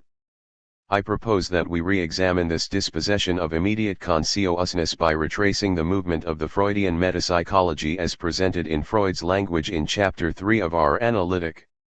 We saw that this problematic split into two lines or paths. The first path, clearly stated in the unconscious, led us from the descriptive point of view, which is still that of immediate consciousness, to the topographic and economic point of view, in which consciousness becomes one of the psychical localities. The second path led us back from the instinctual representatives, which are already psychical factors, to their derivatives in consciousness. This double movement becomes understandable in a discipline of reflection. The dispossession of consciousness implies the attainment of the topographic economic point of view. In this point of view, the place of meaning is displaced from consciousness toward the unconscious. But this place cannot be reified as a region of the world. Consequently, the first task, the displacement, cannot be separated from the second task, the recapture of meaning in interpretation. This alternation of relinquishing deprise and recapture reprise is the philosophical basis of the entire metapsychology. If it is true that the language of desire is a discourse combining meaning and force, reflection, in order to get at the root of desire, must let itself be dispossessed of the conscious meaning of discourse and displaced to another place of meaning. This is the moment of dispossession, of relinquishing. But since desire is accessible only in the disguises in which it displaces itself, it is only by interpreting the signs of desire that one can recapture in reflection the emergence of desire and thus enlarge reflection to the point where it regains what it had lost. Such is the meaning, for reflection, of the two paths of the analytic, the path from the descriptive concept of consciousness to the concept of instinct and instinctual vicissitude, and the path from the instinctual representatives to their derivatives in consciousness. Let us retrace the first path. It starts with the reversal of point of view. The unconscious is no longer defined in relationship to consciousness as a state of absence or latency, but as a locality in which ideas or representations reside. Anticipating the present analysis, we called this reversal of viewpoint an antiphenomenology, an epoche in reverse. For that remains true, for what we are confronted with is not a reduction to consciousness but a reduction of consciousness. Consciousness ceases to be what is best known and becomes problematic. Henceforward there is a question of consciousness, of the process of becoming conscious, bewusstwerden, in place of the so-called self-evidence of being conscious, Bewusstsein. This antiphenomenology must now be seen by us as a phase of reflection, the moment of the divestiture of reflection. The topographical concept of the unconscious is the correlate of this zero degree of reflection. The second step in the destruction of the pseudo-evidence of consciousness was characterized by the abandonment of the concept of object, wished-for object, hated object, loved object, feared object. The object, as it presents itself in its false evidence as correlate of consciousness, must in turn cease to be the guide of analysis. In Freud's terms, it is a mere variable of the aim of an instinct. 3 Essays on Sexuality, Instincts, and Their Vicissitudes. The notion of instinctual vicissitudes is thus substituted for the laws of representation of the old psychology of consciousness. In the context of this instinctual economy, one can attempt to work out a true genesis of the notion of object, in accordance with the economic distributions of the libido. Perhaps this ostensible antiphenomenology is merely the long detour at the end of which the object will again become the transcendental guide, but for a highly mediated reflection, and not for a supposedly immediate consciousness. In this regard, the later Husserl indicates the area and direction of research when he structures all investigation of constitution upon a passive genesis. What remains peculiar to Freud is to have linked this genesis of the object with the genesis of love and hate. The third step of the dispossession is characterized by the introduction of narcissism into psychoanalytic theory. We are now forced to treat the ego itself as the variable object of an instinct and to form the concept of ego instinct, Iktrieb, in which, as we have said, the ego is no longer the subject of the cogito but the object of desire. Furthermore, in the economy of the libido, the values of subject and object are constantly being interchanged. There is a pleasure ego, Lust-Ich, correlative to the ego instinct, Iktrieb, which exchanges itself for object values on the market of libidinal investments or cathexes. This is the supreme test for a philosophy of reflection. What is in question is the very subject of immediate apperception. Narcissism must be introduced, not only into psychoanalytic theory, but into reflection. I then discover that as soon as the apodictic truth/think, I am is uttered, it is blocked by a pseudo-evidence. An abortive cogito has already taken the place of the first truth of reflection/think, I am. At the very heart of the ego cogito I discover an instinct all of whose derived forms 6 point towards something altogether primitive and primordial, which Freud calls primary narcissism. To raise this discovery to the reflective level is to make the dispossession of the subject of consciousness co-equal with the dispossession, already achieved, of the intended object. Here we have reached a sort of endpoint of the reduction of consciousness and, one might say, of phenomenology as well. In speaking of the overestimation of the child by his parents, which Freud regards as a reproduction of their own abandoned narcissism, His Majesty the baby shall fulfill all our dreams, Freud writes. At the most touchy point in the narcissistic system, the immortality of the ego, which is so hard pressed by reality, security is achieved by taking refuge in the child. 6. This touchy point in the narcissistic system is what I call the false cogito, coextensive with the primal cogito. In another famous text, A Difficulty in the Path of Psychoanalysis, 1917, Freud clearly points out the philosophical issues involved in this challenging of the privileged status of consciousness. In this essay, narcissism appears as a veritable metaphysical entity, a veritable evil genius, to which must be attributed our most extreme resistance to truth. The universal narcissism of men, their self-love, has up to the present suffered 3 severe blows from the researches of science. First, man regarded the central position of the earth as a sign of his dominating role in the universe, a view that appeared to fit in very well with his inclination to regard himself as lord of the world. Next, man acquired a dominating position over his fellow creatures in the animal kingdom and presumptuously began to place a gulf between his nature and theirs. Finally, he was convinced that he was master and lord within his own house, the mind. Psychoanalysis represents the third and probably the most wounding of the humiliations dealt to narcissism. After the cosmological blow inflicted by Copernicus, there followed the biological humiliation from the work of Darwin. And now here is psychoanalysis revealing that the ego is not master in its own house, having already known he is lord neither of the cosmos nor of the animal kingdom. Man discovers he is not even the lord of his own mind. The Freudian thinker turns to the ego and says, "You feel sure that you are informed of all that goes on in your mind if it is of any importance at all, because in that case, you believe, your consciousness gives you news of it. And if you have had no information of something in your mind, you confidently assume that it does not exist there. Indeed, you go so far as to regard what is mental as identical with what is conscious, that is, with what is known to you, in spite of the most obvious evidence that a great deal more must constantly be going on in your mind than can be known to your consciousness. Come, let yourself be taught something on this one point. You behave like an absolute ruler who is content with the information supplied him by his highest officials and never goes among the people to hear their voice. Turn your eyes inward, look into your own depths, learn first to know yourself. Then you will understand why you were bound to fall ill, and perhaps, you will avoid falling ill in future. 7. Come, let yourself be taught something on this one point. Look into your own depths, learn first to know yourself. These words of Freud make us realize this humiliation is itself part of a history of self-consciousness. In THIRD the phrase is St. Augustine's, it is Husserl's, too, at the end of the Cartesian Meditations, but what is peculiar to Freud is that this instruction, this insight, must involve a humiliation, since it has encountered a hitherto masked enemy, which Freud calls the resistance of narcissism.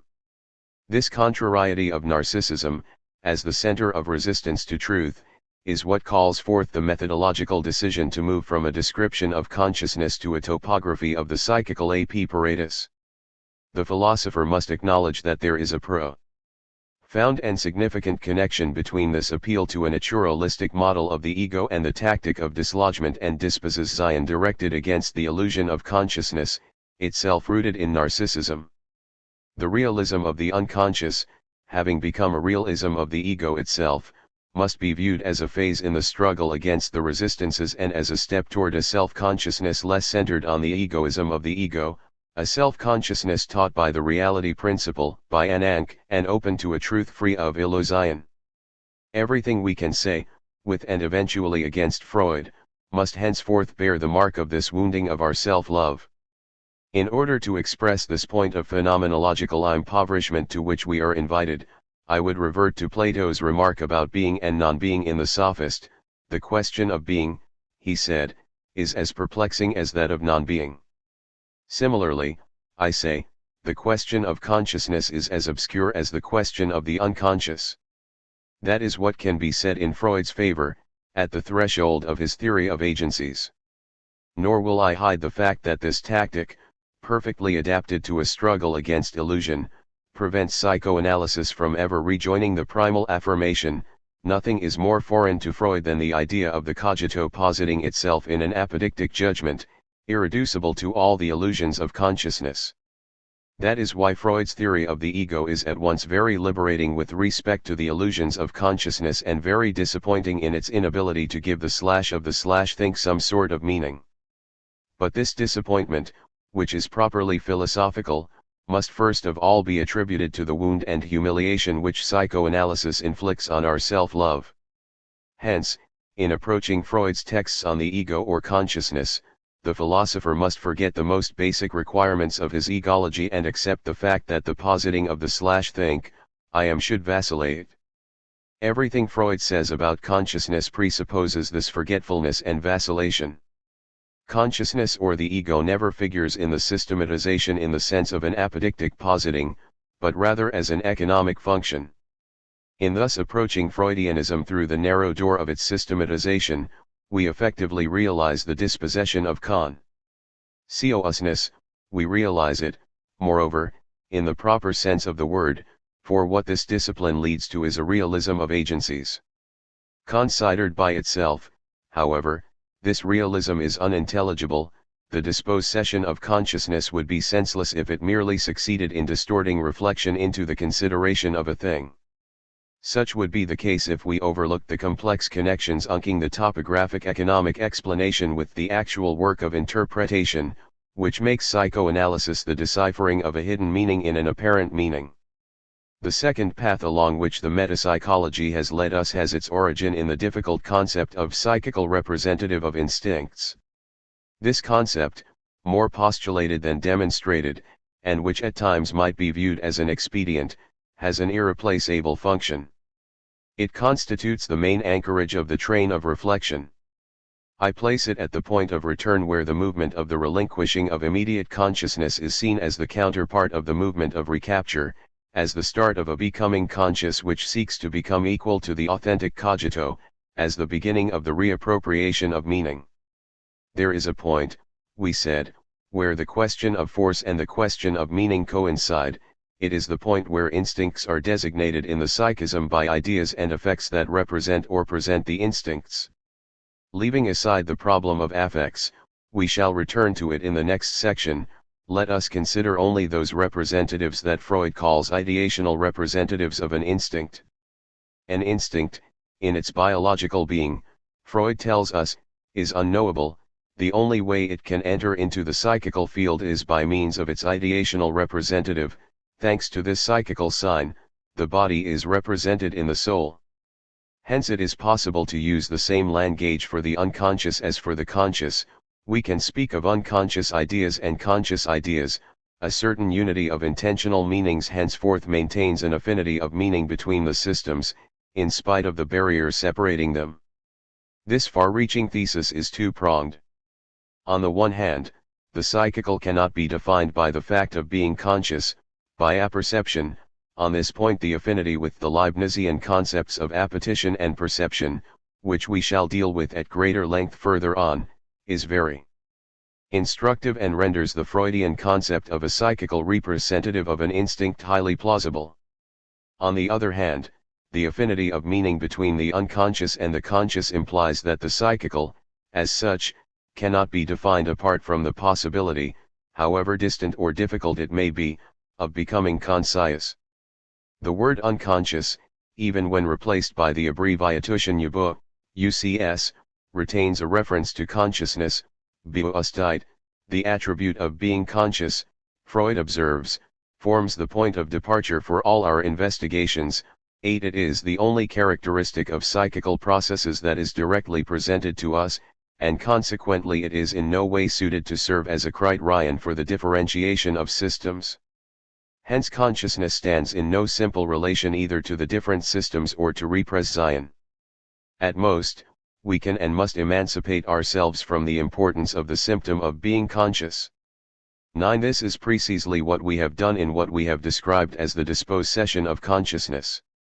But the fact of being conscious can be neither suppressed nor destroyed. For it is in relation to the possibility of becoming conscious, in relation to the task of achieving conscious insight, that the concept of a psychical representative of an instinct becomes meaningful.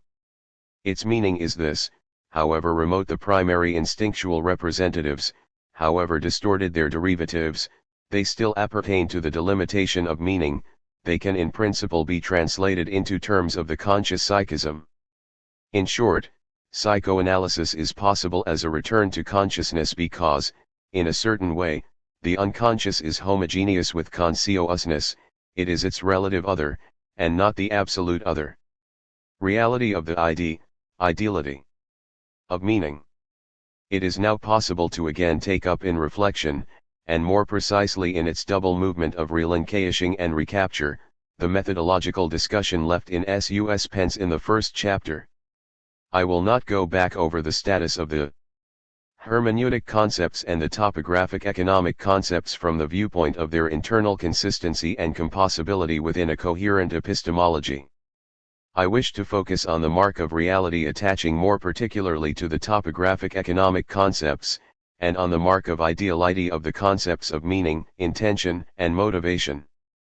Freudianism aims at being a realism of the unconscious. In this regard, Freud complains that the prejudice of consciousness prevents philosophers from doing justice to the psychoanalytic concepts of the unconscious. He is right, but the question remains of determining what kind of realism we profess and practice when we subordinate the facts of psychoanalysis to the basic concepts of the metapsychology. This is the task of a critique, in the Kantian sense of the word, and this task is now capable of being fulfilled. That Freud's topography requires a realism of the unconscious is beyond question. We ourselves have endorsed this realism from the viewpoint of reflection, recognizing in it the moment of dispossession, of relinquishing, as contrasted with any premature or illusory achieving of insight. But this disjunction with respect to my consciousness is not a disjunction with respect to all consciousness. The relationship of the metapsychological concepts to the actual work of interpretation implies a new kind of relativity, no longer to the consciousness which has, so to speak, the unconscious, but to the overall field of consciousness constituted by the work of interpretation.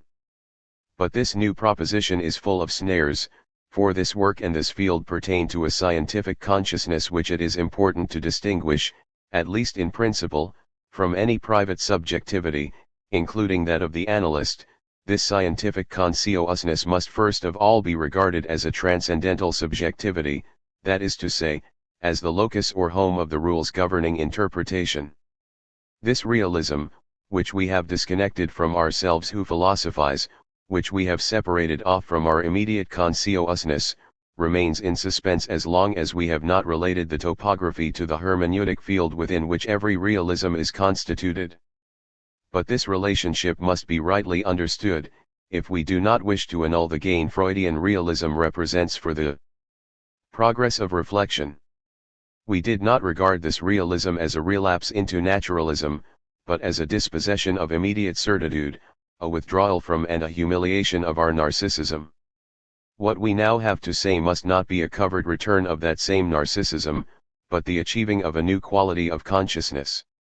The dispossession of consciousness has made such an achievement possible, although one discovers afterward that the hermeneutic consciousness is the condition of the possibility of the topographic realism. There is nothing surprising about this situation, nor is it anything like a vicious circle. It is a situation that in general characterizes the relation between empirical realism, which is presupposed by every scientific enterprise, and the critical idealism governing all epistemological reflection concerning the validity of a science of facts. Hence a critique of the realist concepts of the topography must not revert to the investigation of the consciousness of the analyzed subject, for this would be a step backward in the direction of immediate consciousness, which we have resolutely turned away from. Of course, analysis always starts from the puzzles of meaning for this consciousness, from its symptoms for it, from the dream narrative it relates to the analyst. That is true, but it is not the crucial factor. What is crucial is the suspension of that immediate meaning, or rather that chaos of meaning, and the displacement of the apparent meaning and its meaninglessness into the field of deciphering constituted by the analytic work itself. It is the topography that makes this suspension and displacement possible. Hence the only possible critique of the realist concepts is an epistemological critique, a critique that deduces them in the sense of the Kantian transcendental deduction, that is to say, justifies them by their power of regulating a new domain of objectivity and intelligibility. It seems to me that a greater familiarity with critical thought would have obviated many scholastic discussions about the realism of the unconscious and of the topography, as though one were forced to choose between a realism of agencies, UCS, Ps, CS, and an idealism of meaning and non-meaning. In the area of physics, Kant has taught us to combine an empirical realism with a transcendental idealism, I say a transcendental idealism, and not a subjective or psychological one, as would be the case with the two well-intentioned theory, which would not be long in annulling the result and gain of the topography. Kant achieved this combination for the sciences of nature. Our task is to accomplish it for psychoanalysis, where theory constitutively enters into the facts it elaborates. First, empirical realism. This means a number of things. 1. The metapsychology is not an optional, adventitious construction. It is not an ideology, a speculation. It has to do with what Kant called the determining judgments of experience. It determines the field of interpretation. Hence we must stop dissociating method and doctrine, stop taking the method without the doctrine. Here, the doctrine is method. 2. At the end of its process of deciphering, analysis reaches a reality just as much as do stratigraphy and archaeology. The reality that it encounters, that it finds, surprises us in many ways, and particularly as the requisite of a terminated analysis. A given dream interpretation finally runs up against an ultimate core where it stops. This is the sense in which I understand what Freud says about terminable analysis. 1-0 At a certain point the analysis terminates itself, because it ends with these signifiers and not those. The term at which the analysis ends is the factual existence of this linguistic sequence and not some other. 3. This is a singular, individual reality, with a particular psychical configuration, but it is a typical reality as well. Interpretation is possible because it regularly comes back to the same signifying segments, the same correspondences. These recurrences form a kind of dictionary of preconstituted types. There is meaning before I speak it, i.e. the ID, speaks. Thus analysis is terminable because certain singular configurations are discernible, but the singular is discernible, as this and not that, because it carves its singularity out of types that limit the range of possible combinations. To the notion of the terminable must be joined therefore the notion of the finite order of combinations. One is thus oriented toward the idea of a determined structure which analysis both verifies and presupposes. 4. In addition to its grounding in the singularity of meaning and in the finite enumeration of typical structures, Freudian realism is based on the mechanistic nature of the laws governing the unconscious system. The difference between the laws governing that system and the laws of conscious activity is what justifies in Freud's eyes the transition from the descriptive point of view to the systematic point of view. This switch to another legality, in which I encounter myself as mechanism, is not without analogy with the situation described by Hegel in his philosophy of right. When the understanding grasps the activity of man as that of a being of needs, it grasps it within a system that reifies necessity as mechanism, as external reality. Hegel states, political economy is the science which starts from this view. 1. This comparison with political economy is not accidental, for what fills out the topographical framework is an economy of instincts. The analytic method is unfeasible unless one adopts the naturalistic point of view imposed by the economic model and endorses the type of intelligibility it confers. All the power of discovery stems primarily from this model. Consequently, a mere linguistic transcription of analysis seems to me to skirt the basic difficulty proposed by Freud. His naturalism is well grounded, and what grounds it is the thing aspect, the quasi-nature aspect, of the forces and mechanisms in question. If one does not go that far, sooner or later one comes back to the primacy of immediate consciousness. But in accepting the realism, one must also ask the question, what sort of reality? Reality of what? This is where one must keep very close to what the topography itself teaches. The reality knowable through the topography is a reality of the psychical representatives of instincts and not of the instincts themselves. An empirical realism is not a realism of the unknowable, but of the knowable, and the knowable, in psychoanalysis, is not the biological being of instincts, but the psychological being of the psychical representatives of instincts. Freud says, an instinct can never become an object of consciousness, only the idea that represents the instinct can. Even in the unconscious, moreover, an instinct cannot be represented otherwise than by an idea. If the instinct did not attach itself to an idea or manifest itself as an affective state, we could know nothing about it. 1. The realism peculiar to the Freudian topography is first of all, therefore, a realism of the psychical representatives of instincts. Starting from there, the same index of reality is gradually extended to everything analysis links with ideas. Thus an affective charge, quota of affect, becomes a reality that also has its place in the topography, by reason of the connections we have discovered between that charge and the ideational representative. The nucleus of the UCS consists of instinctual representatives which seek to discharge their cathexis, that is to say, it consists of wishful impulses. 1. This connection is what allows one to move from the topographic point of view to the economic point of view, on the same realist level. Investments, cathexes, and all the other economic operations can be discerned, recognized, named, only in those ideational representatives and in the quota of affect that constitutes their quantitative aspect. That is why Freud, in his most realist texts, consistently sets forth the vicissitudes of instincts as being the vicissitudes of the instinctual representatives. Repression is essentially a process affecting ideas on the border between the systems UCS and Ps. CS. 1. For it is because this realism is a realism of the instinctual representatives, and not of the instincts themselves, that it is also a realism of the knowable and not of the unknowable, the ineffable, the unfathomable. One must take both of these texts together. The first, in which Freud says, the theory of the instincts is so to say our mythology, 1.5, and the second, in which he states, internal objects are less unknowable than the external world. 1.6 It should be noted that the second text is couched in Kantian language. The context in which it occurs states that Kant corrected our views on external perception and warned us that perceptions must not be regarded as identical with what is perceived though unknowable.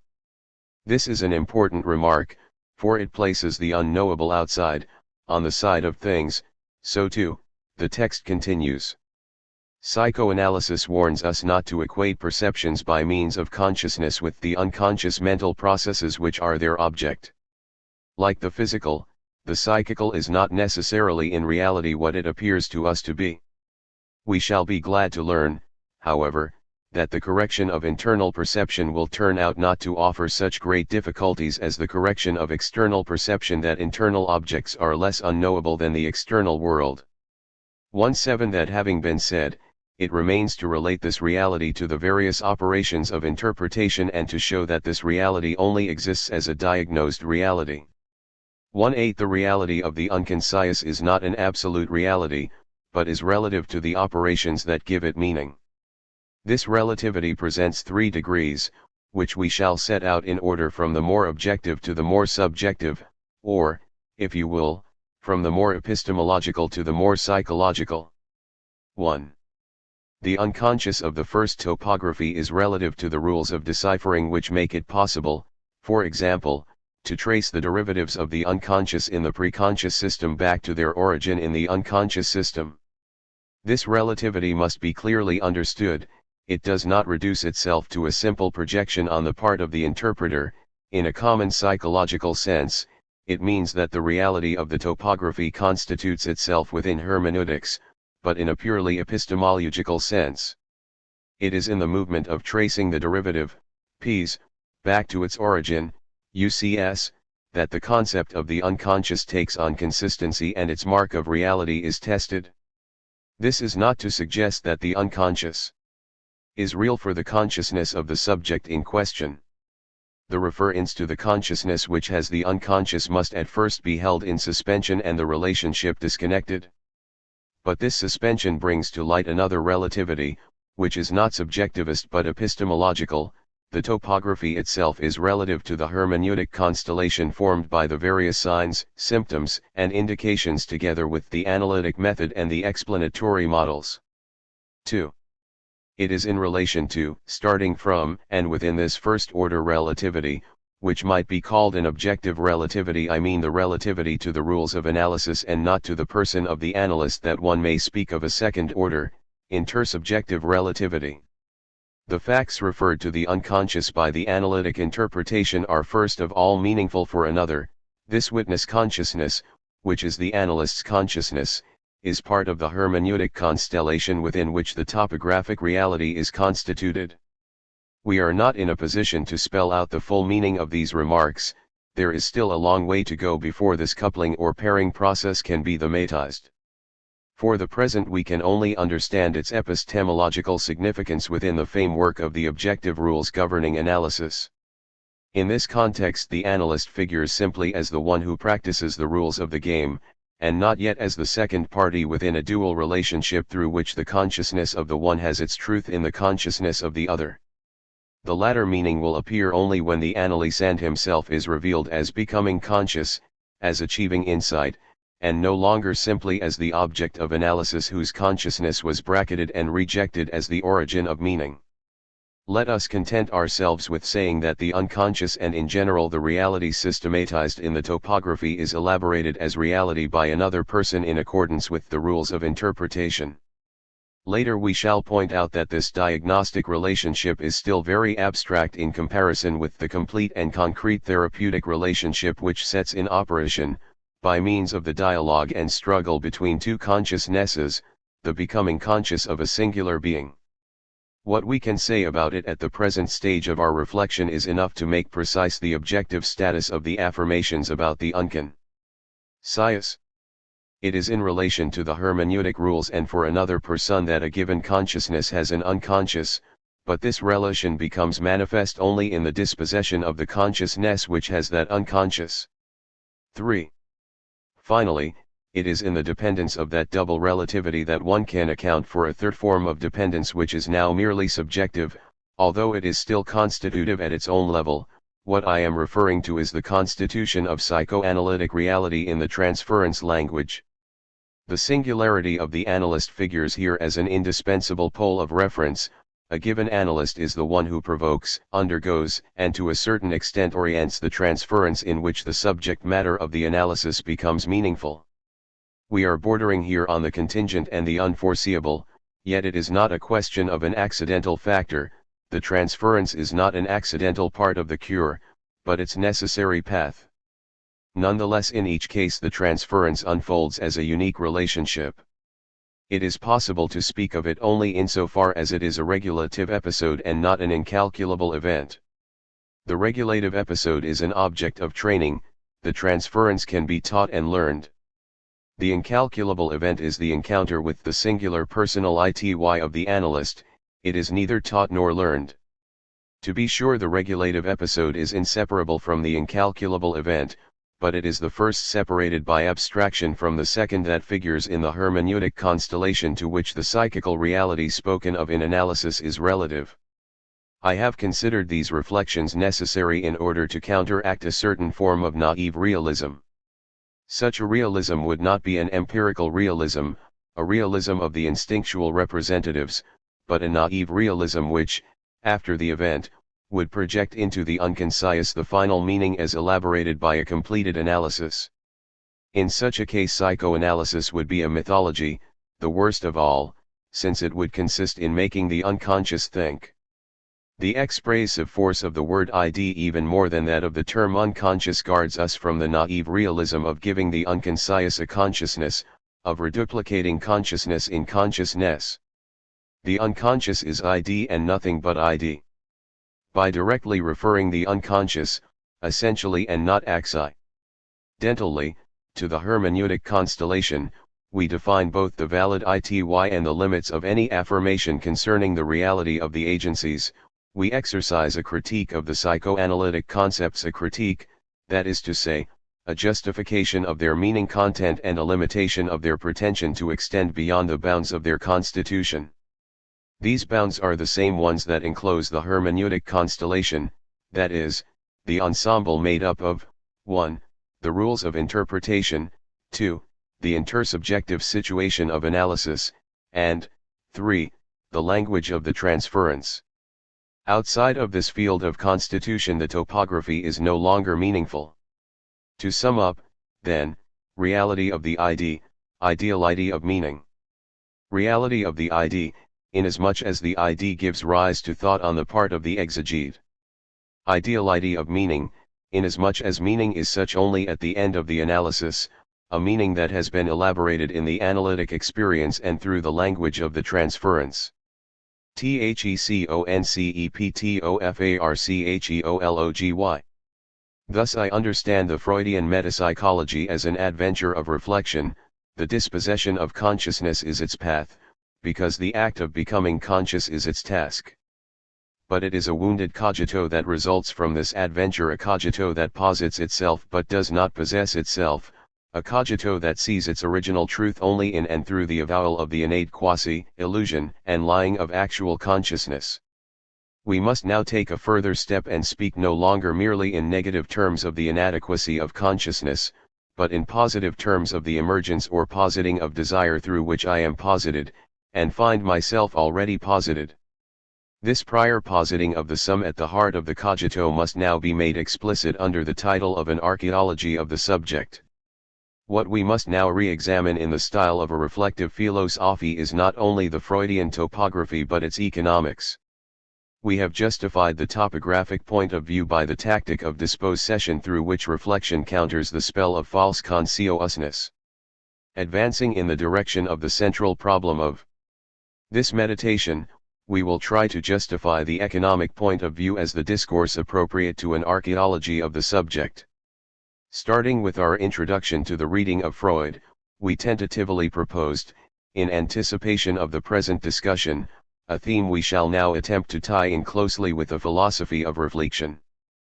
Perhaps, we said, the possibility of moving from force to language, and also the impossibility of completely recapturing that force within language, lies in the very emergence of desire.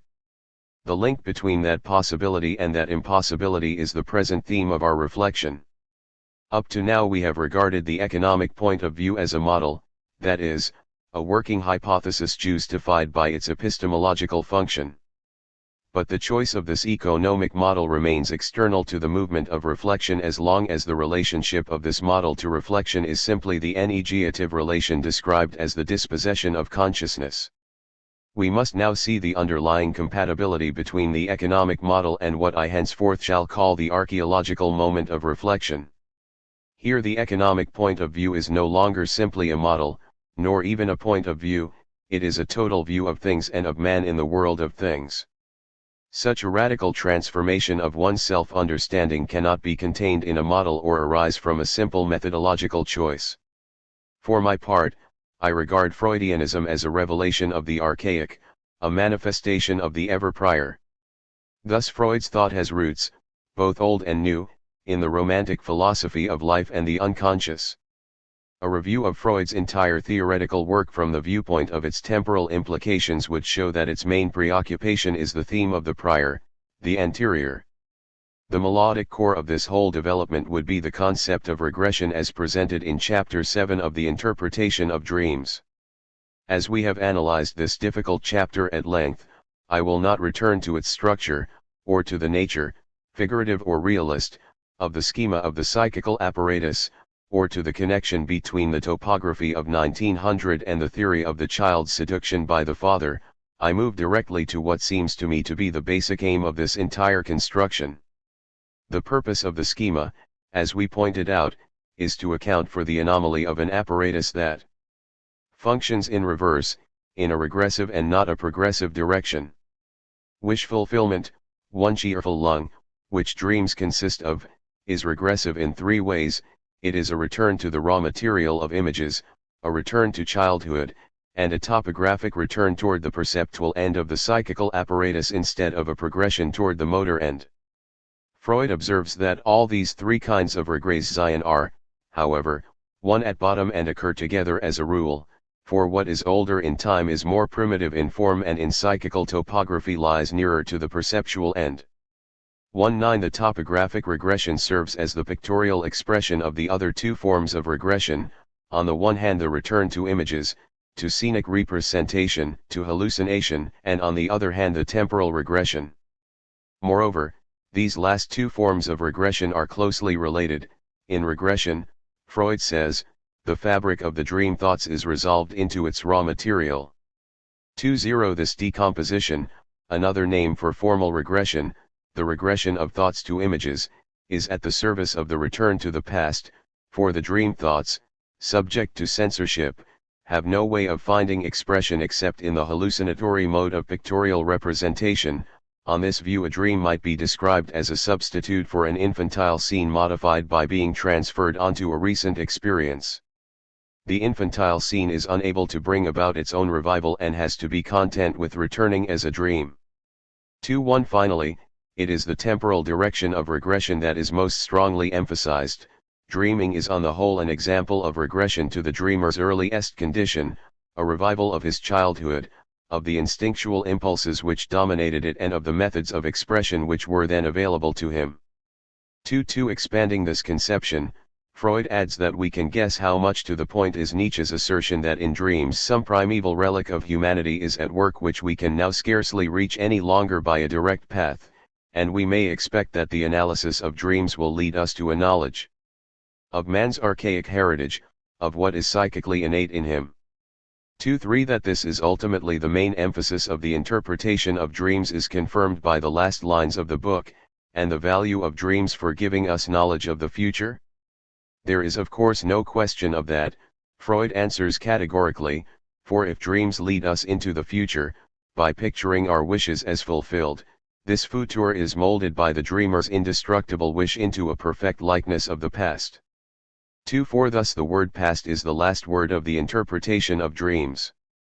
Underlying this entire discussion is the thesis that no desire, not even the wish to sleep, of which dreams are nonetheless the guardian, is efficacious unless it joins itself to the indestructible and virtually immortal desires of our unconscious.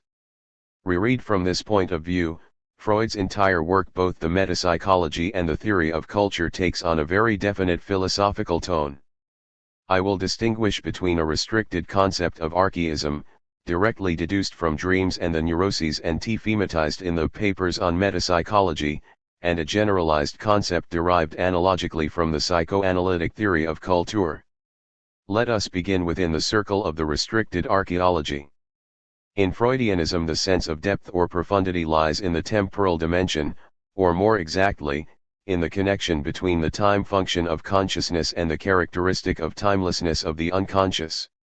We have said that the first function of the topography is to picture schematically the various degrees of desire all the way to the indestructible. Thus the topography subserves the economics as the metaphorical picture of the indestructible as such.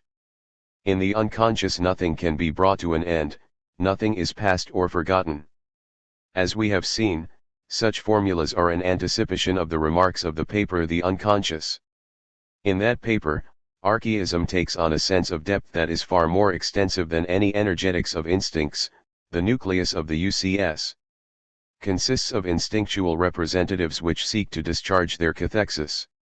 And Freud continues, there are in this system no negation, no doubt, no degrees of certainty, all this is only introduced by the work of the censorship between the UCS and the Ps. And for us the most important point of all, the processes of the system UCS are timeless, i.e. they are not ordered temporally, are not altered by the passage of time, they have no reference to time at all. Reference to time is bound up, once again, with the work of the system CS. These statements are inseparable from the following ones: the UCS processes pay just as little regard to reality. They are subject to the pleasure principle. All these characteristics are to be taken as a whole, exemption from mutual contradiction, primary process, timelessness, and replacement of external by psychical real ity. 2.5 It is difficult not to have the impression that the metapsychology is no longer simply the working out of a model, but a penetration and plunging into a depth of existence where Freud rejoins Schopenhauer, von Hartmann, and Nietzsche. It is true that in this text Freud does not seem disposed to give the timelessness of the unconscious a meaning other than that of a mere temporal priority. The content of the UCS, he writes at the end of section 6 of the same paper, may be compared with an aboriginal population in the mind.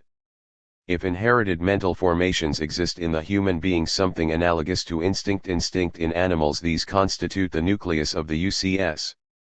26 But as Freud reworks his theory of agencies, the metapsychology of time keeps extending beyond the framework of a banal evolutionism. What the paper of 1915 said about the unconscious is now attributed to the ID, it is the ID that is timeless. Now, the term ID, which was borrowed from Grodek, Das Buch von Es, who in turn was inspired by the example of Nietzsche, has innumerable resonances which cannot possibly be exhausted in a simple energet ICS. It is a matter not only of an antiphenomenology, but of an inverted phenomenology of the impersonal and the neuter, of a neuter charged with ideas and impulses, of a neuter that, never being in/think, is something like in/speaks, which expresses itself in laconisms, displacements of emphasis of meaning, and the rhetoric of dreams and jokes. Such is the timeless kingdom, the region of the untimely. In the new introductory lectures Freud does not hesitate to say that we have only a borderline view of it, it is the dark, inaccessible part of our personality. What little we know of it we have learned from our study of the dream work and of the construction of neurotic symptoms. 2.7 We approach the ID with analogies, we call it a chaos, a cauldron full of seething excitations. 2.8 One would think he is listening to Plato speak of the kara, which the god shapes into the ordered form of the cosmos. In this context Freud again takes up his earlier statements about the timelessness of the unconscious, but with a quasi-metaphysical accent. There is nothing in the ID that corresponds to the idea of time, there is no recognition of the passage of time, and a thing that is most remarkable and awaits consideration in philosophical thought, no alteration in its mental processes is produced by the passage of time. Wishful impulses which have never passed beyond the id, but impressions, too, which have been sunk into the id by repression, are virtually immortal. After the passage of decades they behave as though they had just occurred. They can only be recognized as belonging to the past, can only lose their importance and be deprived of their cathexis of energy, when they have been made conscious by the work of analysis, and it is on this that the therapeutic effect of analytic treatment rests to no small extent. Again and again I have had the impression that we have made too little theoretical use of this fact, established beyond any doubt, of the unalterability by time of the repressed. This seems to offer an approach to the most profound disc of theories. Nor, unfortunately, have I myself made any progress here.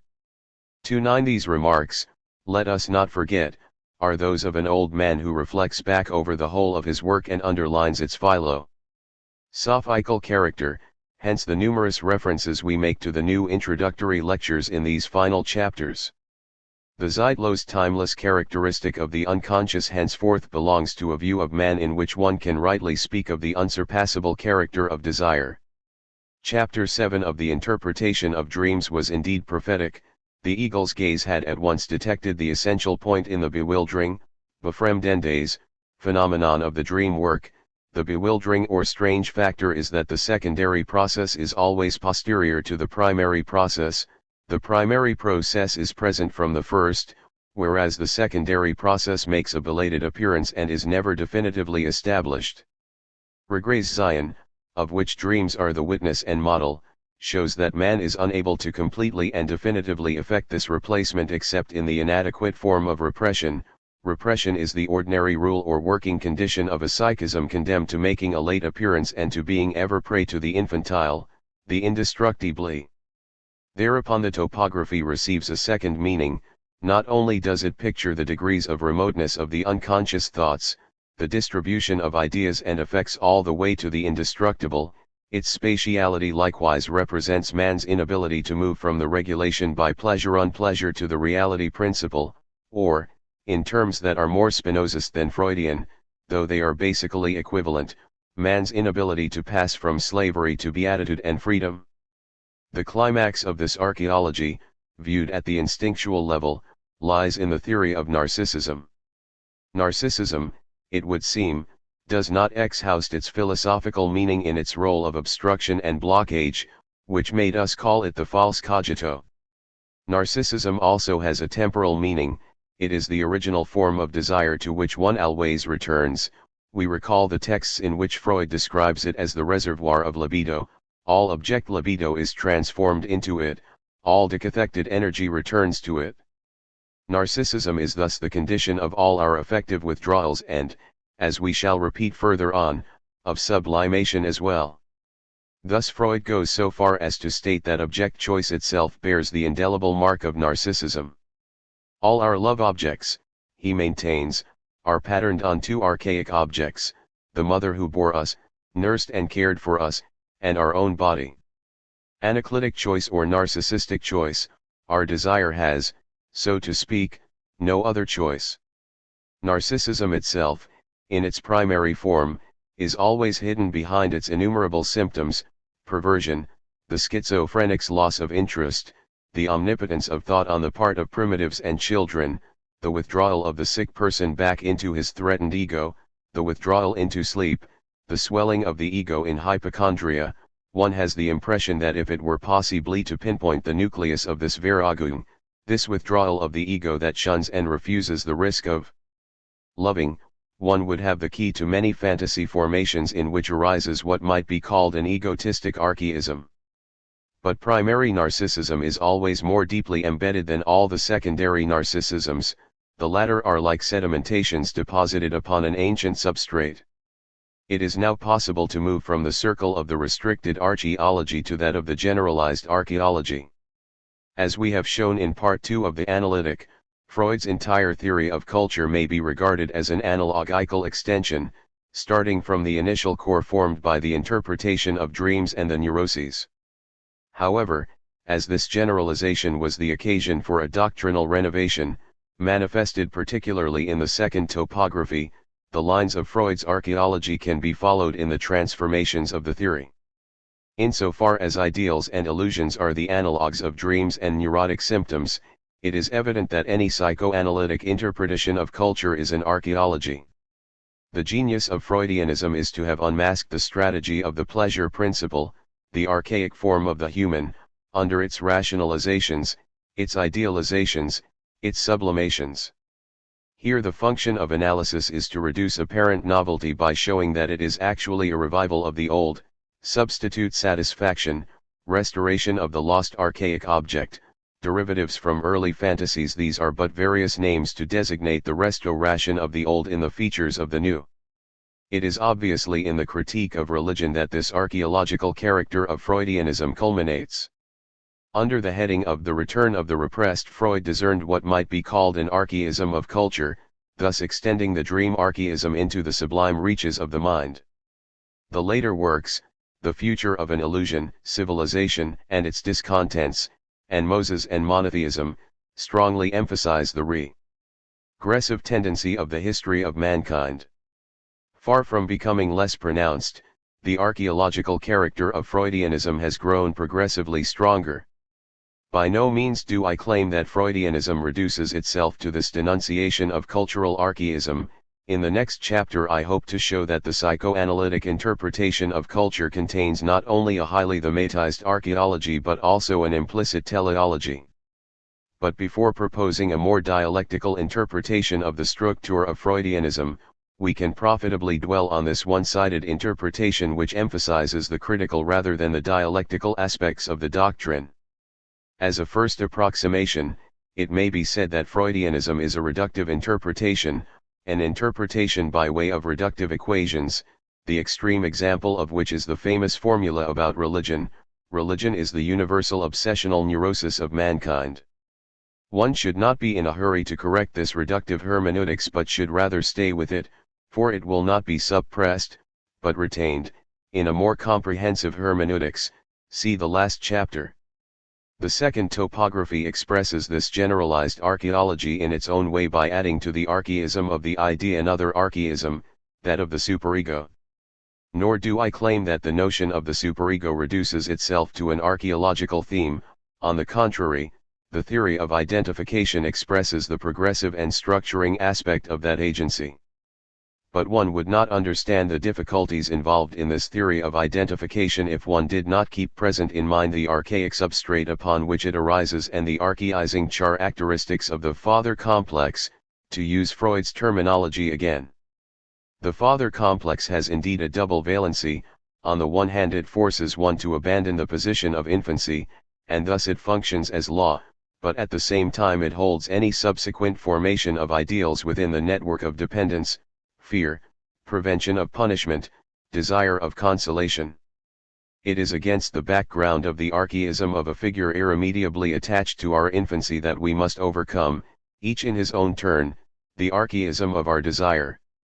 One would fail to grasp, therefore, the specificity of the Freudian interpretation of morality if one passed too quickly over these archaic features of the superego.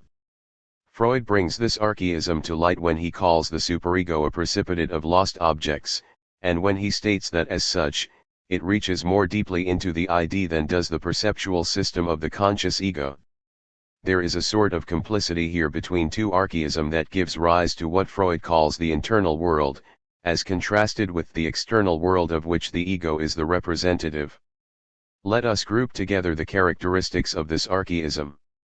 We recall that on a purely descriptive plane the conscience of the normal man is approached through a pathological model.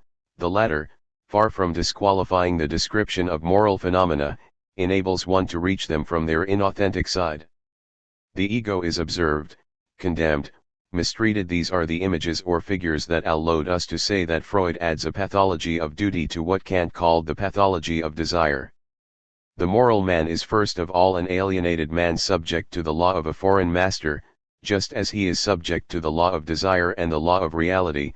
The apology of the three masters, at the end of the ego and the ID, is very instructive here. Thus interpretation has not changed its purpose in moving from the oniric to the sublime. Interpretation still consists in unmasking, the superego, because it remains my other within myself, must be deciphered. A foreigner, it remains foreign. Interpretation has changed its object, but not its purpose or aim.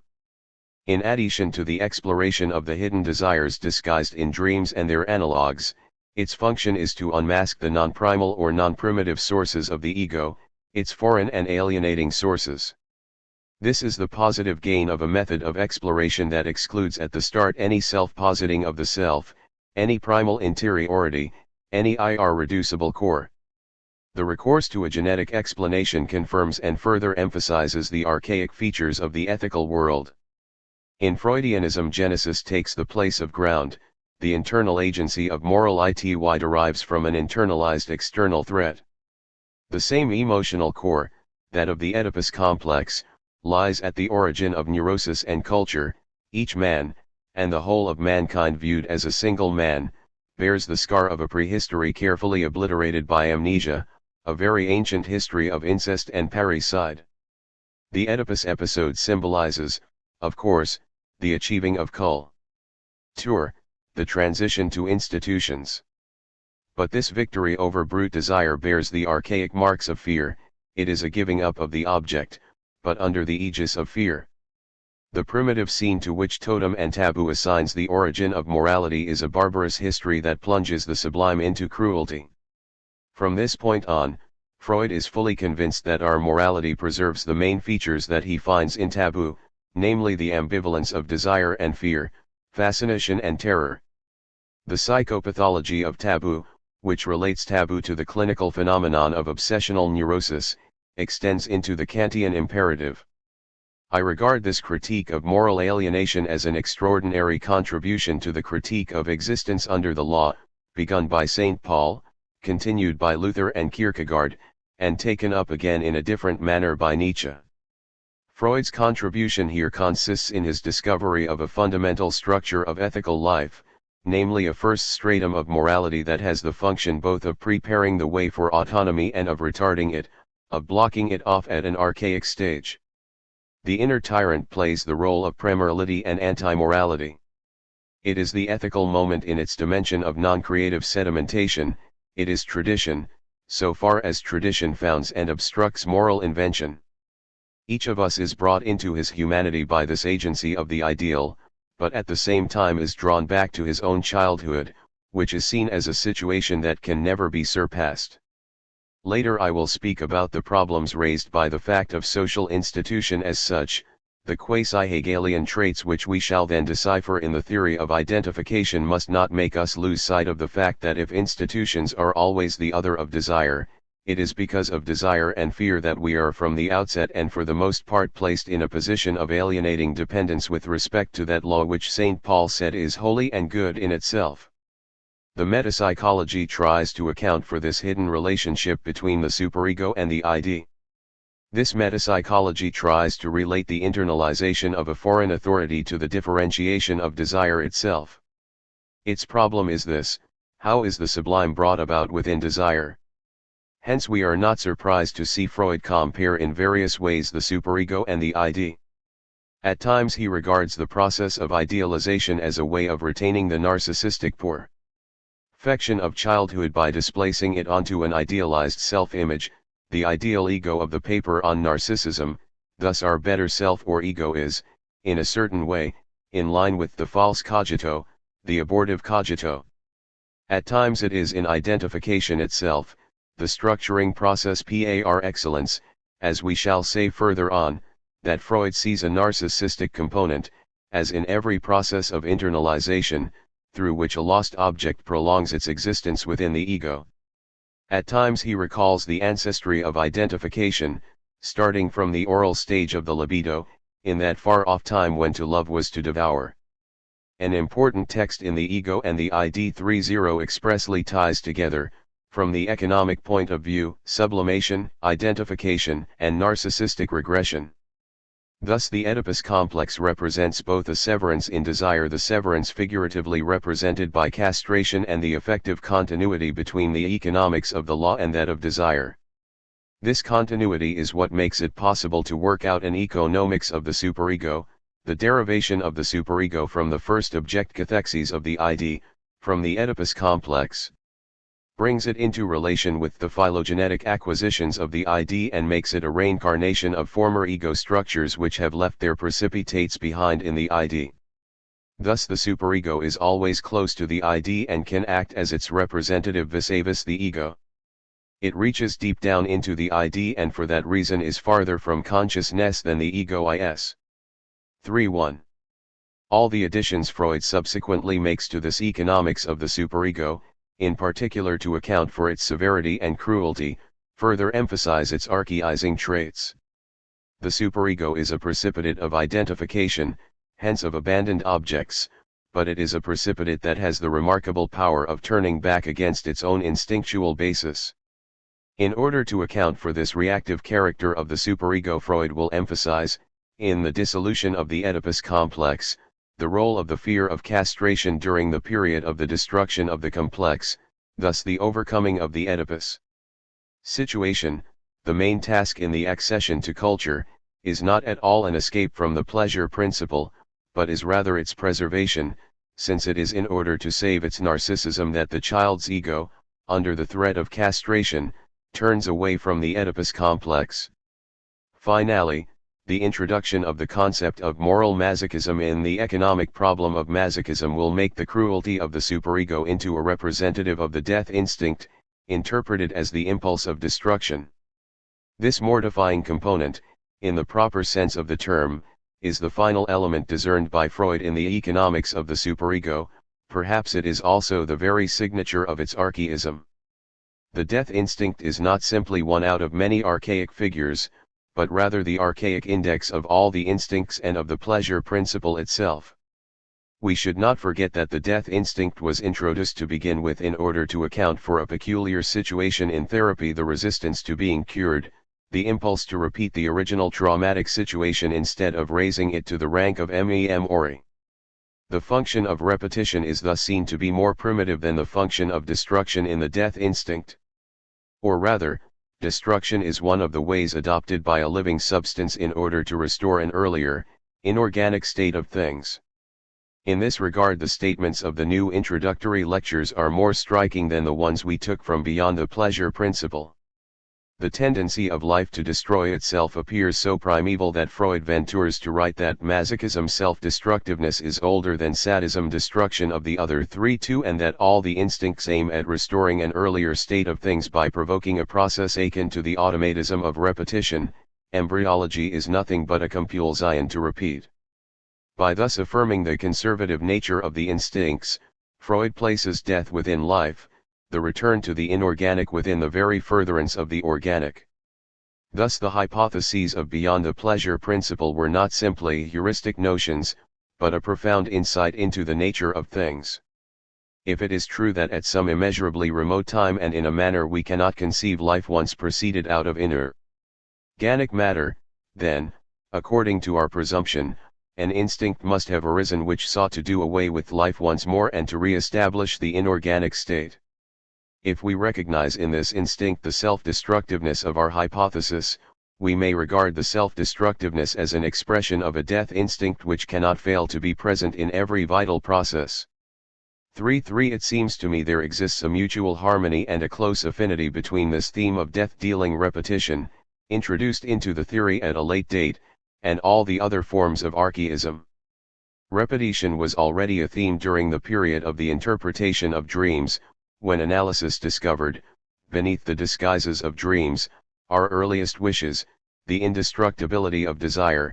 Repetition is again expressed in all the returns, sublime or not, to narcissism. From totem and taboo to Moses and monotheism, the theme is repetition. Man is drawn backward by an agency that constantly draws him away from his childhood desires. The process of temporalization, in which the conscious system ultimately consists, unfolds in a direction opposite to a timelessness which is instinctual in nature, or rather, as Beyond the Pleasure Principle would put it, in opposition to an impulse that may be correctly described as detemporalizing. Such is no doubt the most striking transcription we can make of that battle of the giants which Freud places under the double emblem of eros and death. If one interrelates all these modalities of archaism, there is formed the complex figure of a destiny in reverse, a destiny that draws one backward. Never before had a doctrine so coherently revealed the disquieting consistency of this complex situation. Archaeology and reflective philosophy. We have reached the extreme point of self-estrangement in our own archaeology by making use, as Plato would say, of a bastard reasoning in order to express the other of oneself within oneself. The philosophical question now arises, can we understand this archaeology within the framework of a philosophy of reflection? To ask this question is to raise the question of the ultimate meaning of the economic point of view. This implicit philosophy of our timeless, immortal, indestructible desires justifies not only the realist traits of the topography, but also the naturalistic traits of the economics, and ultimately the differentiation of the economic point of view from the topographic point of view. We recall the difficulties encountered in interpreting the texts concerning the separation of the economic from the topographic point of view. We expressly related this question to that of the peculiar fate or vicissitude of the effective representatives of an instinct. It is when that fate no longer coincides with the fate of the ideational representatives that the economic point of view is truly an addition to the topographic point of view, as is shown in the paper Repression and in section 3 of The Unconscious. We followed Freud to the point where the theory of the unconscious seems to swing to the side of a pure economics, with its complex interplay of cathexis, investment, withdrawal of cathexis, anti-cathexis, and hypercathexis. This movement toward the purely instinctual seemed to us to be a movement toward the pre-signifying, or even the non-signifying. The nucleus of the UCS, says Freud, consists of instinctual representatives which seek to discharge their cathexis, that is to say, it consists of wishful impulses Wunschregungen. And again, in the UCS, there are only contents, cathected with greater or lesser strength. The fate of the unconscious processes depends only on how strong they are and on whether they fulfill the demands of the pleasure-unpleasure regulation. 3-4 We can now understand, in the context of the archaeology of the subject, this problematic of the affective representatives as distinct from that of the ideational representatives. Psychoanalysis is the borderline knowledge of that which, in representation, does not pass into ideas. That which is represented in affects and which does not pass into ideas is desire qua desire. The fact that the economic point of view cannot be reduced to a simple topography shows that the unconscious is not fundamentally language, but only a drive to 34. The unconscious. Word language. The quantitative is the mute, the non-spoken, and the non-speaking, the unamiable at the root of speech. But in order to speak this muteness, psychoanalysis has only the energy metaphor of charge and discharge, and the capitalist metaphor of placement and investment, cathexis, along with the whole series of their variants. That which, in the unconscious, is capable of speaking, that which is able to be represented, refers back to a substrate that cannot be symbolized, desire as desire. This is the limit the unconscious imposes upon any linguistic transcription that would claim to be without remainder. Now this regressive movement, well deserving the name of analysis toward the pre-signifying and the non-signifying, would itself be meaningless unless it were coupled with the problematic of the subject. What this regression designates is precisely the sum of the cogito. Just as the relinquishing of consciousness in a topography is intelligible only because of the possibility of a recapture in the act of becoming conscious, so too a pure economics of desire is intelligible only as the possibility of recognizing the emergence of desire in the series of its derivatives, in the density and at the borderline of the signifying. I will try to bring out the intelligibility of this function of desire, at the origin of language and prior to language, by using a comparison taken from the history of philosophy. The priority of instincts to ideas and the irreducibility of affects to ideas are related to a problematic which, without being dominant, is by no means uncommon in the course of our rationalist tradition. The question is shared by all the philosophers who have tried to interrelate the modes of knowledge and the modes of desire and effort. Several great names stand out in this tradition as we look back in reverse chronological order.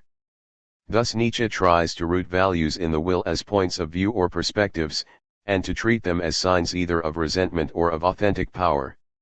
Still more clearly, Freud's problem is Schopenhauer's in the world as will and idea. But the question has a longer history. It is present in Spinoza, and even more so in Leibniz. Book 3 of the Ethics coordinates the problematic of ideas with that of effort or endeavor. Proposition 6, everything, insofar as it is, endeavors to persist in its own being. Proposition 9, the mind, both insofar as it has clear and distinct ideas, and also insofar as it has confused ideas, endeavors to persist in its being for an indefinite period, and it is conscious of this endeavor. Proposition 11, whatever increases or diminishes, helps or hinders the power of activity in our body, the idea thereof increases or diminutishes, helps or hinders the power of thought in our mind. Finally, for Spinoza, the correlation between idea and endeavor is based on the very definition of the mind, mens, as the necessary perception of the affections of the body. 3.5 But perhaps the one who most clearly prefigures Freud is Leibniz. The Leibnizian equivalent of the function of repaired sentence is the concept of expression. It is well known that the monad expresses the universe and in this sense perceives it. Expression is not a function solely of monads endowed with reflection, nor even of monads that have consciousness. Every monad perceives, i.e. every being that is one per se and not a mere aggregate. In his correspondence with Arnauld, Leibniz states that the function of expression is common to all forms or souls. Expression, therefore, is not defined by a conscious act. More fundamental than consciousness itself is the power of concentrating a diversity within a single act that somehow actively mirrors that diversity. One can even point out the various levels of this power, down to the mineral state. 3.6 Thus Leibniz's philosophy is better able than Descartes to incorporate the notion of the unconscious. The monadology states, the passing state which involves and represents a multiplicity in the unity or simple substance is nothing but what is called perception. It must be clearly distinguished from apperception or consciousness, as will be seen later on. In this matter the Cartesians have fallen into a serious error, in that they have treated as non-existent those perceptions which we do not apperceive. Art 14, but there is another aspect of expression, the action of the inter-nal principle which brings about the change or passage from one perception to another may be called appetition. It is true that appetite may not always entirely attain the whole perception toward which it tends, but it always obtains something of it and arrives at new perceptions. Art 15. Thus the notion of soul gets its general definition from the relationship between perception and effort. Because of perception, all effort becomes representative of a multiplicity in a unity. Because of effort, all perception tends toward further distinctness. Leibniz thus throws light on a double law of representation, as standing for objects or things. Representation is pretension to truth, but it is also the expression of life, expression of effort or appetite.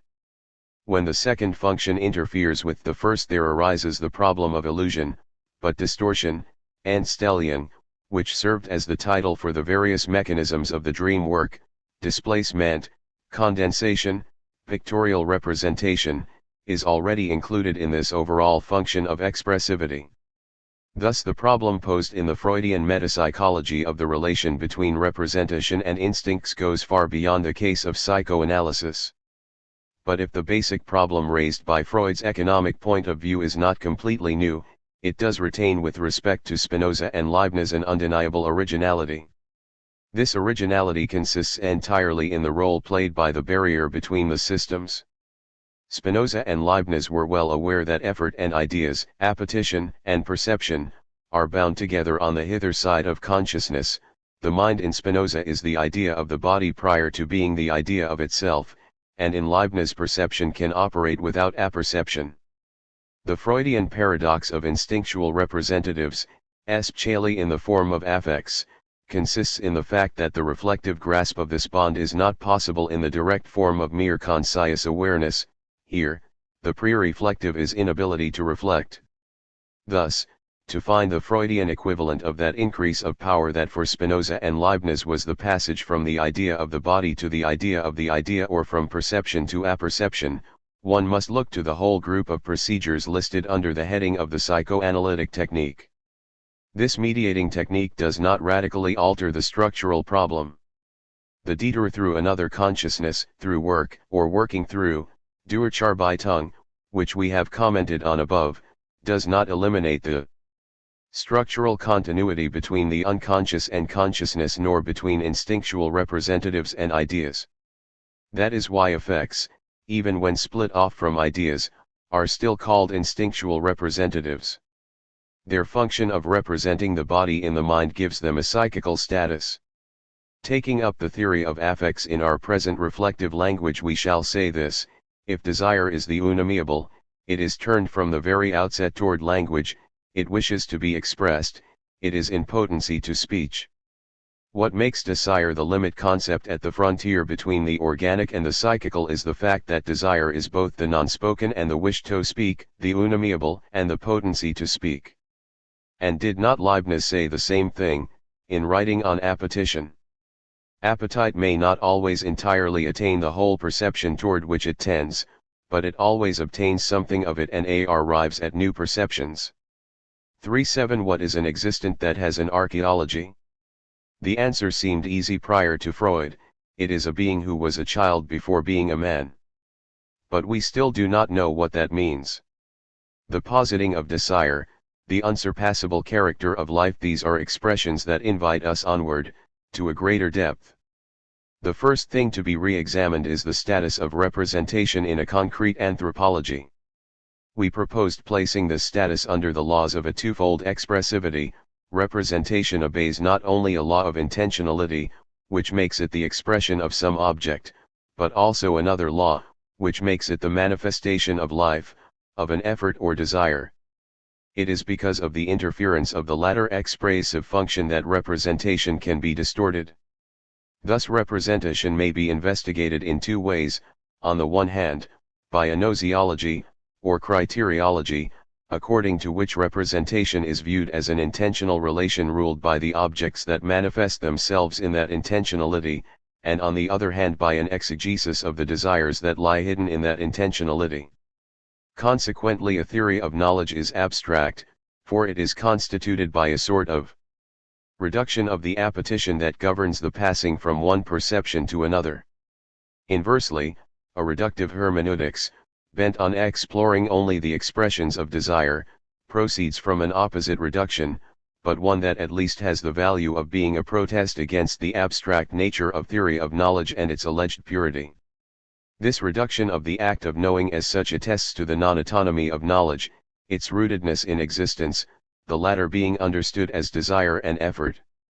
Thereby is discovered not only the unsurpassable nature of life, but the interference of desire with intentionality, upon which desire inflicts an invincible obscurity, an ineluctable partiality. Thereby, finally, is confirmed truth's character of being a task. Truth remains an idea, an infinite idea, for a being who originates as desire and effort, or, to use Freud's language, as invincibly narcissistic libido. I rejoin, moreover, the conclusions of my philosophy of will, in the voluntary and the involuntary. In that work I said that character, the unconscious, life, are figures of the absolute involuntary. They assure me that my freedom is a mere human freedom, 3.8, that is, a motivated, incarnate, contingent freedom. I posit myself as already posited in my desire to be. In such positing, to will is not to create. 3.9 I still affirm these conclusions today, but I go beyond them in a decisive point, the one that gave rise to the entire research of this book. A hermeneutic method, coupled with reflection, goes much farther than an eidetic method I was then practicing. The dependence of the cogito on the positing of desire is not directly grasped in immediate experience, but interpreted by another consciousness in the seemingly senseless signs offered to interlocution. It is not at all a felt or perceived dependence, but rather a deciphered dependence, interpreted through dreams, fantasies, and myths, which constitute somehow the indirect discourse of that mute darkness. The rootedness of reflection in life is itself understood in reflective consciousness only in the form of a hermeneutic truth. Chapter 3, Dialectic. Archaeology and Teleology. Does the philosophical repetition of Freudianism find completion in a philosophy of reflection? To understand Freudianism, is it enough simply to relate it to this philosophy of reflection through the mediating concept of archaeology? The second question is the key to the first.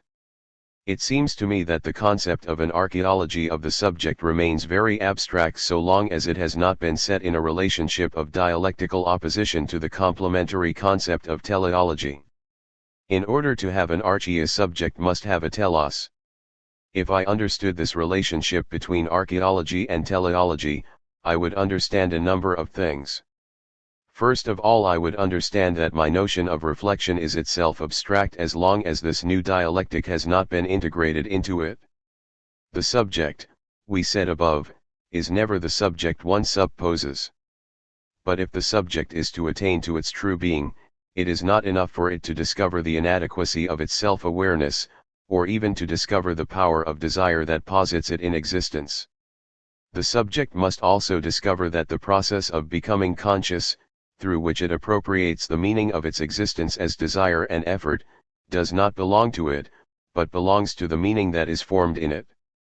The subject must mediate self-consciousness through spirit or mind, that is, through the figures that give a telos to this becoming conscious. The proposition that there is no archaeology of the subject except in contrast to a teleology leads to a further proposition: there is no teleology except through the figures of the mind, that is to say, through a new Desentering, a new Disposition, which I call spirit or mind, just as I used the term unconscious to designate the locus of that other displacement of the origin of meaning back into my past. If I understand this connection, at the heart of a philosophy of the subject, between the subject's archaeology and its teleology, i.e. between two dispositions of consciousness, I also understand that the war between the two modes of hermeneutics, which was the main problem of our problematic, is at the point of being resolved. Seen from the outside, psychoanalysis appeared to us to be a reductive, demystifying hermeneutics. As such, it was opposed to a hermeneutics that we described as restorative, as a recollection of the sacred. We did not see, and we still do not see, the link between the two contrary modes of interpretation. We are not in a position to go beyond a mere antithetic, i.e. an opposition whose terms remain external to one another. The true philosophical basis for understanding the complementarity of these irreducible and opposed hermeneutics in relation to the mythopoetic formations of culture is the dialectic of archaeology and teleology. This resolution of the initial hermeneutic problem is therefore the horizon of our whole enterprise. However, we cannot fill out the meaning of such formulas until the present dialectic itself has been understood and seen as central to the semantics of desire. The reader will not fail to stop us at the threshold of this chapter and object that we are stepping completely outside of a psychoanalytic problematic. Freud expressly stated that the discipline he founded is not a synthesis but an analysis, i.e. a process of breaking down into elements and of tracing back to origins, and that psychoanalysis is not to be completed by a psychosynthesis. I grant the substance of the analyst's objection. But what I am undertaking is altogether different. The present meditation, even more than our investigation of the concept of archaeology, is philosophical in nature. I said previously that the only way I can arrive at self-understanding in my reading of Freud is to form the notion of an archaeology of the subject. I say now that the only way to understand the notion of archaeology is in its dialectical relationship to a teleology. And so I search in Freud's work in analysis as analysis for the reference to its dialectical contrary. I hope to show that such a reference actually does exist there and that analysis is inherently dialectical. Thus, I do not pretend to complete Freud, but to understand him through understanding myself. I venture to think that I advance in this understanding of Freud and myself by revealing the dialectical aspects of both reflection and Freudianism. What I wish to demonstrate, then, is that if Freudianism is an explicit and thematized archaeology, it relates of itself, by the dialectical nature of its concepts, to an implicit and unthematized teleology. In order to make this relationship between a thematized archaeology and an unthematized teleology intelligible, I will make use of a detour. I propose the example, or rather the counter-example, of the Hegelian phenomenology, in which the same problems present themselves in a reverse order. The phenomenology of spirit is an explicit teleology of the achieving of consciousness, and as such contains the model of every teleology of consciousness. But at the same time this teleology arises on the substrate of life and desire. Thus we may say that Hegel himself acknowledges the unsurpassable character of life and desire, in spite of the fact that this unsurpassable is always already surpassed in spirit and in truth. In using this detour, I do not at all intend to set Freud within Hegel and Hegel within Freud and to mix everything up. The problematics are too different to shuffle the cards in that way. Moreover, I am too much of the opinion that all the great philosophies contain the same things, but in a different order, to entertain the foolish idea of stringing them together in a facile but absurd eclecticism. My enterprise differs as much as possible from such an eclecticism. Hegel and Freud each stand as a separate continent, and between one totality and another there can only be relations of homology. I will try to express one of these homologous relations by discovering in Freudianism a certain dialectic of archaeology and teleology that is clearly evident in Hegel. The same connection is in Freud, but in a reverse order and proportion.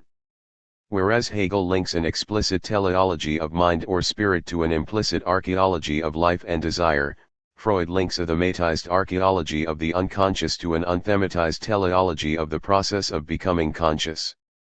I do not confuse Hegel with Freud, but I seek to find in Freud an inverted image of Hegel, in order to discern, with the help of the schema, certain dialectical features. 462 Book 3. Dialectic.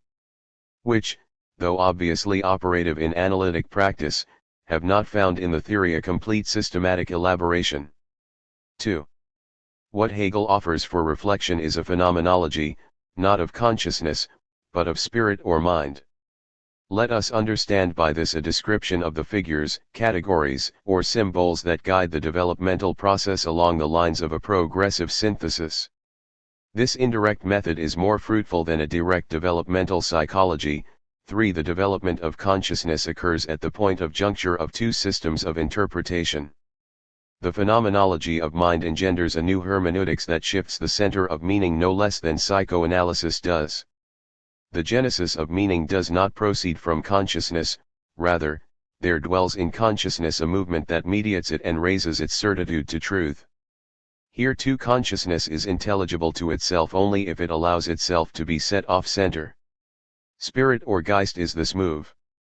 Meant, this dialectic of figures, which makes consciousness into self-consciousness, into reason, and which, with the help of the circular movement of the dialectic, finally reaffirms immediate consciousness, but in the light of the complete process of mediation. The dispossession comes first, the reaffirmation only at the end. What is essential occurs between the two, namely, the whole movement through the constellation of figures, master and slave, the stoic exile of thought, skeptical indifference, the unhappy consciousness, the service of the devoted mind, the observation of nature, the spirit as light, etc. Man becomes adult, becomes conscious, by assuming these new forms or figures which serially constitute spirit in the Hegelian sense of the term. For example, an unjustified example if taken in isolation from the total movement, when spirit passes through the dialectic of master and slave, consciousness enters the process of self-recognition in another, it is doubled and becomes a self. Thus all the degrees of recognition bring about a movement through regions of meaning irreducible in principle to mere projections of instinct, to illusions. An exegesis of consciousness would consist in a progression through all the spheres of meaning that a given consciousness must encounter and appropriate in order to reflect itself as a self, a human, adult, conscious self. This process has nothing to do with introspection, nor is it in any way a narcissism, since the home or center of the self is not the psychological ego, but rather what Hegel calls spirit, i.e. the dialectic of the figures themselves.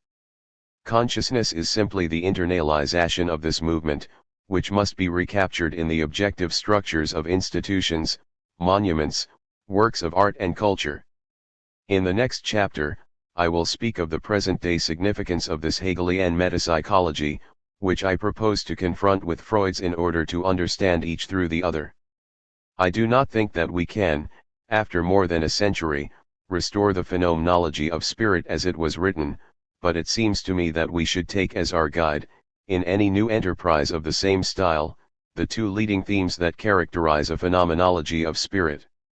The first theme concerns the caste or form of the Hegelian dialectic. This dialectic constitutes a progressive synthetic movement, which contrasts with the analytic character of psychoanalysis and the regressive, in the technical sense of the word, character of its economic interpretation. In the Hegelian phenomenology, each form or figure receives its meaning from the subsequent one. Thus, the truth of the recognition of the master-slave relationship is Stoicism, but the truth of the Stoic position is skepticism, which views the differences between master and slave as unessential and annihilates all such distinctions. The truth of a given moment lies in the subsequent moment, meaning always proceeds retrogressively. Several consequences are connected with this first rule of reading. It is by reason of this retrogressive movement of the true that phenomenology is possible. If phenomenology does not create but only makes meaning explicit as meaning discloses itself, it is because the later meaning is immanent in each of its anterior moments.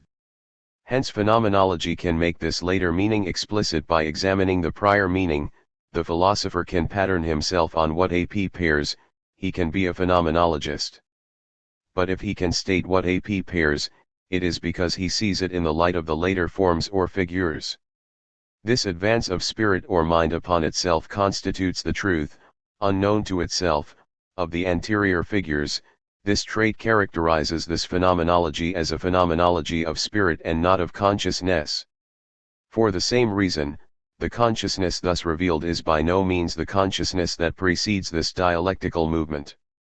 In the phenomenology of spirit, Hegel uses the word consciousness to denote the mere manifestation of the being of the world for a witness who is not reflectively aware of self. Before self-consciousness, consciousness is simply the manifestation of the world. This first trait, concerning the form of the Hegelian phenomenology, governs the second, which concerns its content. In Hegel, the form of the dialectic cannot be separated from its content, for the dialectic is the self-production of the content. The second trait may be stated as follows. In such a phenomenology, it is a question of the production of the self, selbst, the self of self-consciousness. When I say that the first trait is the key to the second, I mean that the positing or emergence of the self is inseparable from its production through a progressive synthesis. Hence the self does not and cannot figure in a topography, it cannot appear among the vicissitudes of instincts which constitute the theme of the economics.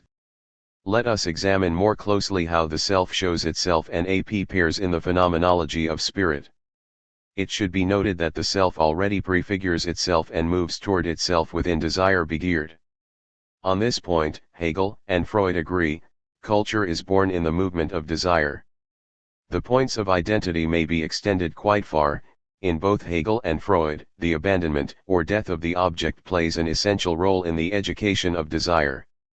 The Hegelian master who has placed his life at stake and recovers it in the form of mastery realizes the movement Freud will describe as the behavior of mourning and the incorporation of the object within interiority. In this sense, there is more than a simple encounter between the Freudian notion of identification and the Hegelian constitution of the self.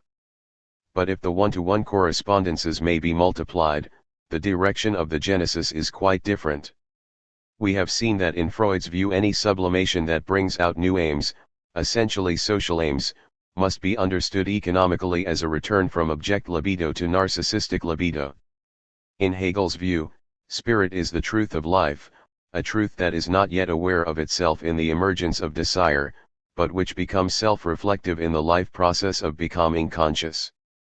In this process of becoming conscious, says Jean Hippolyte, self-consciousness is the origin of a truth which is both for itself and in itself, a truth which is constituted in a history through the mediation of different self-consciousnesses, whose interaction and unity constitute spirit. For Unruhigkeit, the restlessness of life, is not at first defined as drive and impulse, but as non-coincidence with one's self.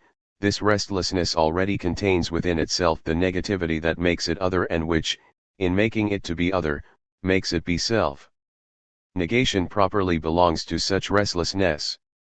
Thus Hegel can say that life is the self, but in an immediate form the self in itself which only knows itself in reflection where the self is finally for itself. The light of life, to use the language of St. John, reveals itself in life and through life, but self-consciousness remains nonetheless the birthplace of truth and first of all the truth of life. The Hegelian philosophy of desire derives all its meaning from this recurrent movement of the true, for if one may say that self-consciousness is desire, it is because desire is already illuminated by the dialectic of the reduplication of consciousness into two rival consciousnesses. The earlier dialectic of desire has its truth in the light of the later dialectic of master and slave. Desire is revealed as human desire only when it is desire for the desire of another consciousness. The duality of these living self-consciousnesses foreshadows in an external manner the subsequent duplication of self-consciousness within itself. Ultimately, the unhappy consciousness will be pure self-division. Thus, there is no intelligibility proper to desire as such. The light of life arises only when self-consciousness, in advance upon itself, posits itself as desire. Starting from simple consciousness as the manifestation of the otherness of the world, self-consciousness posits itself as desire and thus takes the pathway of the return into self. In this movement things are no longer mere objects, but a disappearing appearance, and in this disappearance, consciousness with its desires appears to itself. But what is the object of its desire? What it is seeking, with the help of this withdrawal from the sensible world, a withdrawal henceforth related to the unity of self-consciousness with itself, is itself. But it will reach itself only through its relation with another desire, an other self-consciousness. In commenting on this difficult passage, Hippolyte refers to a dialectical teleology.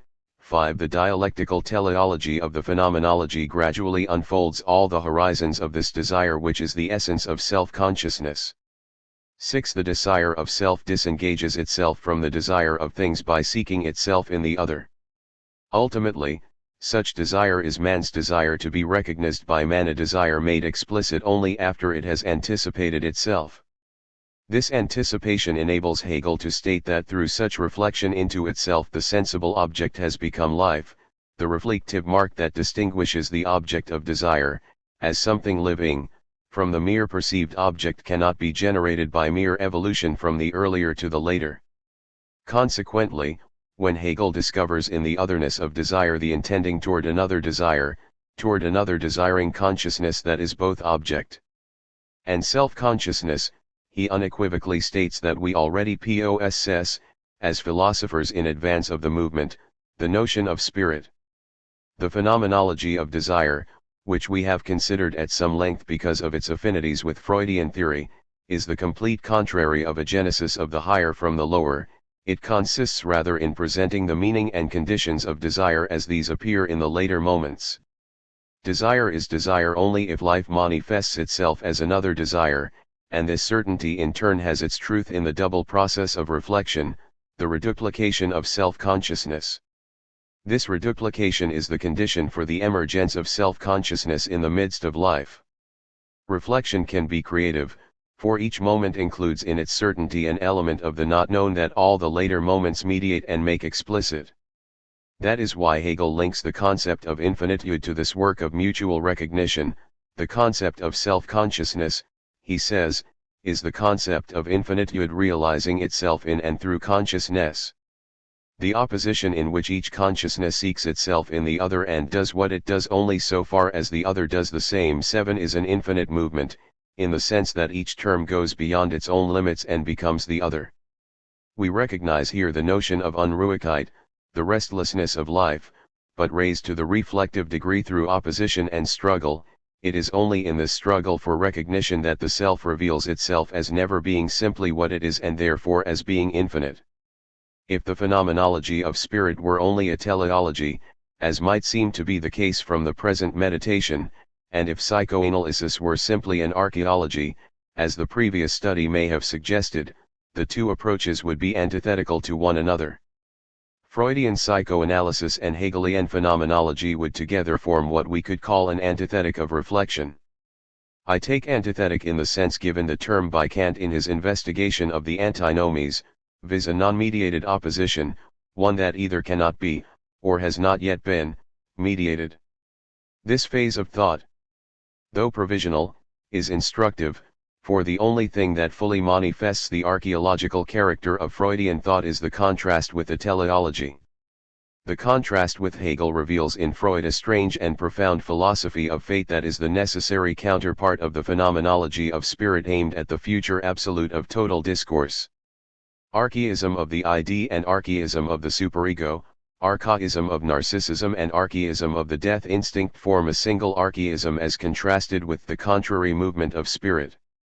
The antithesis may be summed up in the following terms. Spirit has its meaning in later forms or figures.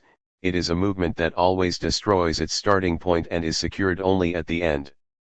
The unconcise, on the other hand, means that intelligibility always proceeds from earlier figures, whether this anteriority is understood in a strictly temporal or in a metaphorical sense. Man is the sole being at the mercy of childhood. He is a creature constantly dragged backward by his childhood. Even if we soften the excessively hysterical character of this interpretation based on the past, we are still faced with a symbolic anteriority. If we interpret the unconscious as the realm of prägenden key signifiers, this anteriority of the key signifiers as compared with all the temporally interpreted events presents us with a more symbolic notion of anteriority, but it still stands as a counterpole to the inverse realm of spirit. In general terms, spirit is the realm of the terminal, the unconscious, the realm of the primordial. To put the antithesis most concisely, I will say that spirit is history and the unconscious is fate, the early fate of childhood, the early fate of symbolisms, prägenden and repeated without end. The unsurpassable character of life and desire. But we must go beyond this antithetic. The danger is that it will lead to a facile eclecticism in which phenomenology of spirit and psychoanalysis would in some vague manner be complementary to one another. The only way to avoid this caricature of dialectic is to show in each discipline of thought, considered in and for itself, the presence of its other. These two contrary disciplines are not external opposites but are intrinsically interrelated. What I propose to show is that Freud's problematic is in Hegel. We shall then be able to see that Hegel's problematic is in Freud. To see Freud's problematic in Hegel is to see that the emergence or positing of desire is central to the spiritual process of the reduplication of consciousness and that the satisfaction of desire is inherent in the recognition of self-consciousnesses. Let us return to the difficult transition, in the phenomenology of spirit, from life and desire to self-consciousness. I do not intend to retract anything from the interpretation I have already given of this transition, but to add to it. Can we not find, no longer outside this dialectic, but in the details of its structure, what I would like to call the unsurpassable character of life and desire? The teleology of self-consciousness does not reveal simply that life is surpassed by self-consciousness, it also reveals that life and desire, as initial positing, primal affirmation, immediate expansion, are forever unsurpassable. At the very heart of self-consciousness, life is that obscure density that self-consciousness, in its advance, reveals behind itself as the source of the very first differentiation of the self. How does this unsurpassable character of life manifest itself in the sublation effected by self-consciousness? The manifestation occurs in several ways and at several levels of the dialectic of self-consciousness. First of all, it should be said that the dialectic of recognition, which follows that of desire, is not external to the earlier dialectic but is rather its unfolding and explicitation. The important concept that joins the two moments together is the notion of satisfaction or Befriedigung. It plays the part of the Freudian pleasure principle. Hegel relates it to what he calls the pure ego. In the Hegelian text, the pure ego is the naive self-consciousness that thinks it immediately attains itself in the suppression or sublation of the object, in the direct consumption of the object. The simple ego is this genus, or the bare universal, for which the differences are of no account, but it is such a genus only by being the negative essence of the moments which have assumed a finite and independent form. Thus self-consciousness is certain of itself only through sublating this other, which is presented to self-consciousness as an independent life. Self-consciousness is desire. Convinced of the nothingness of this other, it affirms this nothingness to be for itself the truth of this other, negates the independent object, and thereby acquires the certainty of its own self, as true certainty, a certainty which it has become aware of in objective form. The pure ego says, I exist, for I experience satisfaction, and in this satisfaction I see the disappearance and dissolution of that object whose solidity has been assured me by all the physics in the world. The fruit is dissolved in enjoyment, says the poet. But it is here that desire undergoes the tantalizing experience of the resistance, rebirth, and endless flight of the ripe fruit. But in this satisfaction self-consciousness experiences the independence of the object. Desire and the certainty of self obtained in the satisfaction of desire, are conditioned by the object, for the satisfaction comes about through the cancelling of this other. In order that this cancelling may be effected, there must be this other. Self-consciousness is thus unable by its negative relation to the object to abolish it, because of that relation it rather produces it again, as well as the desire. 9. Expressed in Freudian terms, the pleasure principle runs up against the reality principle. Hegel continues thus, the essence of desire is, in fact, something other than self-consciousness. 10 In Freudian language, that which thought it was the pure ego is disclosed as foreign to itself, as anonymous and neuter, as id. It is at this point that self-consciousness discovers the other. The independence and the resistance of the object to desire cannot be overcome and satisfaction can be obtained only through the favor of an other which is another person. As the text aptly says, self-consciousness attains its satisfaction only in another self-consciousness 1. Thus the problem of recognition does not follow upon the problem of desire in an external and extrinsic manner, but is rather the unfolding of the egoism of the ego. It is the mediation of that which the ego pursued as satisfaction. I would like to cite Hegel's concise text one more time. It is in these three moments that the notion of self-consciousness first gets completed. 1. Its first immediate object is the pure undifferentiated ego. 2. But this immediacy is itself absolute mediation, it has its being only by cancelling the independent object, in other words it is desire. The satisfaction of desire is indeed the reflection of self-consciousness into itself, it is the certainty which has become objective truth. 3. But the truth of this certainty is really twofold reflection, the reduplication of self-consciousness. 1-2. Consequently the later dialectic will never do anything but mediate this immediacy given in the process of life, which is the substance constantly negated, but also constantly retained and reaffirmed. The emergence of the self will be not outside life but within it. I find this unsurpassable positing of life and desire at all the other levels of the dialectic of the reduplication of self-consciousness. One must not forget that recognition, the spiritual phenomenon par excellence, is struggle. Struggle for recognition, certainly, and not a struggle for life, but recognition through struggle. This struggle means that the terrible reality of desire is transported into the sphere of spirit in the form of violence. No doubt the passion to achieve recognition goes beyond the animal struggle for self-preservation or domination. The concept of recognition is preeminently a non-economic concept. the struggle for recognition is not a struggle for life, it is a struggle to tear from the other an avowal, an attestation, a proof that I am an autonomous self-consciousness. But this struggle for recognition is a struggle in life against life by life. One may say that the notions of domination and servitude, which belong to the Hegelian language, are, in Freudian language, vicissitudes of instincts.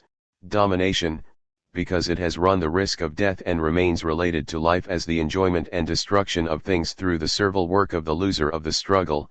Servitude, because it has preferred immediate life to self-consciousness and has exchanged the fear of death for the security of slave existence, until work, instituting a new mode of confronting things and nature, once again gives the advantage to the slave over the master. Thus it is ever and again life and desire that obtain positivity, or more emphatically, the positional power without which there would be neither master nor slave.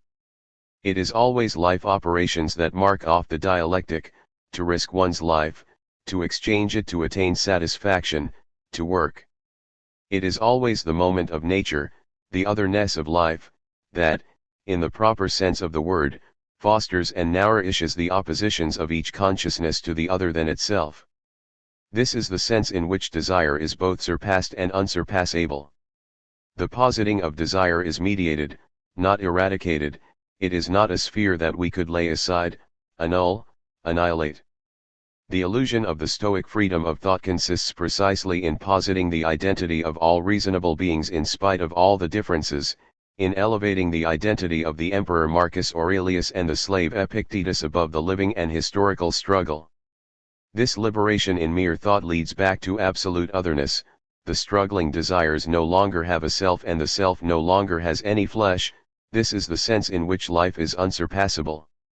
And the very term self-selbst proclaims that self-identity continues to be carried by this self-difference, by this ever-recurring otherness residing in life. It is life that becomes the other, in and through which the self ceaselessly achieves itself. Let us return to Freud. Psychoanalysis, we said, is an analysis, and there is no possibility of completing it by a synthesis. This cannot be challenged. I believe I can show, however, that this analysis cannot be understood, in its strictly regressive structure, except by contrast with the teleology of consciousness, which does not remain external to analysis but which analysis intrinsically refers to. What, then, are the traits of this implicit teleology which we think we see in Freudian thought? Are we not getting involved in an over-interpretation of Freud? I do not deny that these traits are evident only in a reading of Freud coupled with a reading of Hegel. It is for this reason that I have sharply distinguished the successive moments of my philosophical interpretation: epistemological moment, reflective moment, dialectical moment. But I hope to show that this procedure results in a better reading of Freud and a better understanding of myself in reading Freud. We may approach this implicit teleology through a convergence of three kinds of indications. The first lies in certain operative concepts of Freudian theory, by which I mean concepts that Freud uses but does not thematize. A second indication appears in certain concepts that are highly thematized, such as the notion of identification, but that remain out of harmony with the dominant conceptualization of psychoanalysis. Finally, an indirect indication of the teleology is present in certain problems which, though clearly belonging to the sphere of competence of psychoanalysis, remain unresolved, such as the problem of sublimation. It has seemed to me that such problems would find, if not a solution, at least a better formulation in a dialectical perspective. Every theory contains concepts that are employed but not reflected upon in the theory itself. The elimination of such concepts would bring about a state of total reflection or absolute knowledge, which is incompatible with the finitude of knowledge. Hence it is no criticism of psychoanalysis to find in it operative concepts that, in order to be thematized, would require a conceptual framework different from that of its topography and economics. These operative concepts, which enabled us to distinguish psychoanalysis from scientific psychology and phenomenology, are rooted in the very structure of the psychoanalytic field, in the sense of a dual relationship of interlocution. Whereas the metapsychology, the metis, an isolated psychical apparatus, or, as we have at times put it, whereas the Freudian topography is solipsistic, the analytic situation is directly intersubjective. The analytic situation does not bear merely a vague resemblance to the Hegelian dialectic of reduplicated consciousness, between that dialectic and the process of consciousness that develops in the analytic relation there is a remarkable structural homology. The entire analytic relation can be reinterpreted as a dialectic of consciousness, rising from life to self-consciousness, from the satisfaction of desire to the recognition of the other consciousness. As the decisive episode of the transference teaches us, insight or the process of becoming conscious not only entails another consciousness, the analysts, but contains a phase of struggle reminiscent of the struggle for recognition. The process is an unequal relation in which the patient, like the slave or bondsman of the Hegelian dialectic, sees the other consciousness by turns as the essential and as the unessential.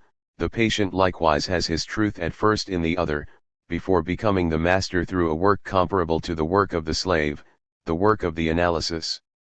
One of the signs that the analysis is ended is precisely the attainment of the equality of the two consciousnesses, when the truth in the analyst has become the truth of the sick consciousness. Then the patient is no longer alienated, no longer another, he has become a self, he has become himself. Furthermore, what occurs in the therapeutic relationship, which is a type of struggle between two consciousnesses, should lead us to something even more important, the transference in the course of which the patient repeats, in the artificial situation of analysis, important and meaningful episodes of his affective life assures us that the therapeutic relation acts as a mirror image in reviving a whole series of situations all of which were already intersubjective. A desire or wish, in the Freudian sense, is never a mere vital impulse, for it is from the very beginning set within an intersubjective situation. Hence we can say that all the dramas psychoanalysis discovers are located on the path that leads from satisfaction to recognition. The child's desire involves his mother, then he discovers that his desire for his mother involves his father, therein lies the essence of the Oedipus conflict. The same may be said about the Oedipus conflict that Hegel said about the failure of the immediacy of desire, but in this satisfaction, self consciousness experiences the independence of the object. At this point the parallel between hunger and love is at an end. Hunger has its object in things, love has its object in another desire. Thus all the phases of the libido are phases of the reduplication of self-consciousness. Moreover, as was intimated by the therapeutic relation itself, in each case such phases are situations in which the division of consciousnesses is not egalitarian. The child's consciousness first has its truth in the father figure, which is the child's first model or ideal. Like the slave or bondsman, the child has traded by a pact no less active than the one binding the slave to his master his security for dependence. But such dependence is the means of achieving independence. 1-3 How far is it possible to extend this rereading of Freud in the light of operative concepts homologous with those of Hegel's phenomenology?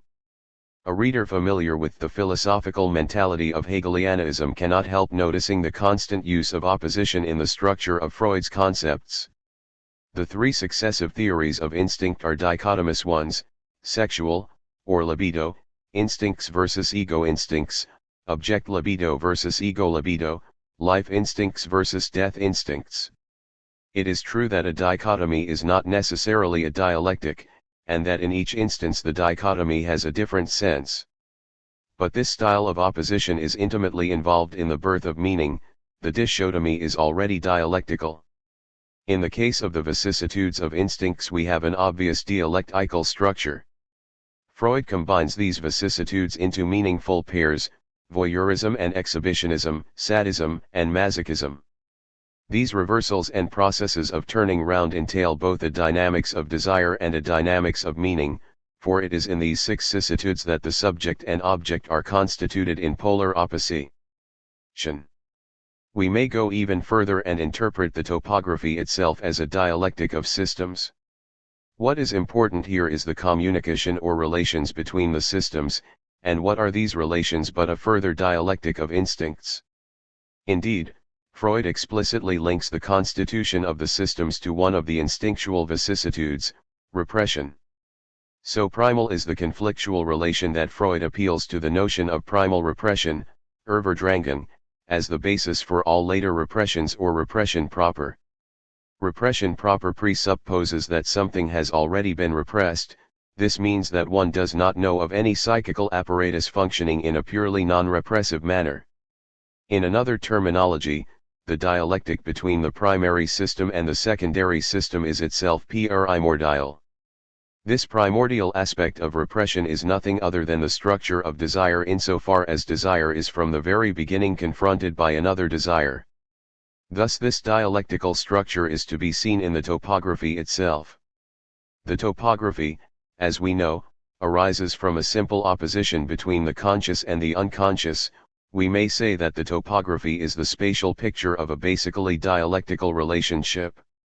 The Freudian systematization objectivizes in a solipsistic apparatus relations that owe their origin to intersubjective situations and the process of the reduplication of consciousness. Consequently, even within the topography itself, as an intrapsychical relation, one finds relations that figuratively represent the original intersubjectivity. I wonder whether we must not also reconsider what seemed to us quite settled in the framework of the metapsychology, namely, the strictly non-dialectical characteristics of the unconscious, or rather, to use the expression adopted after 1914, of the ID. What I mean here by a non-dialectical characterization is the famous description of that locality, called first the unconscious and then the ID, as a purely affirmative power, exempt from negation, time sequence, and the discipline of reality, and blindly aiming at pleasure.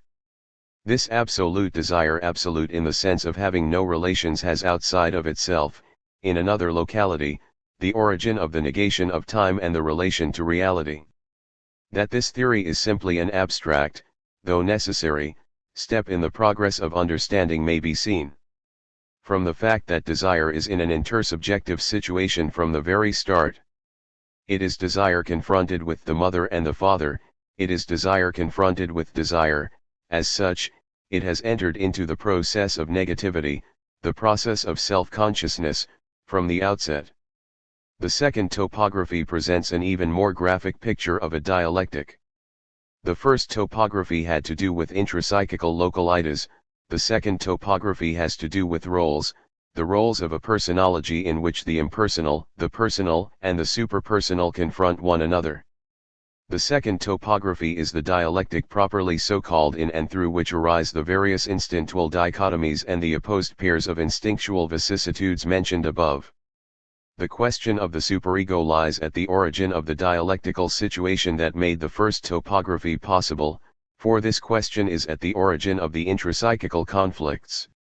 Desire has its other. Consequently, the second topography is more than just a revision of the first topography. It arises from a confrontation of the libido with a non-libidinal factor that manifests itself as culture. At this point, the economics of instincts is simply the shadow, projected onto the plane of solipsistic cathexes, of the dialectic of roles. That is why the dependent relationships of the ego, to revert to the title of Chapter 5 of the Ego and the ID, are more directly dialectical than the topological relationships of the earlier representation of the psychical apparatus.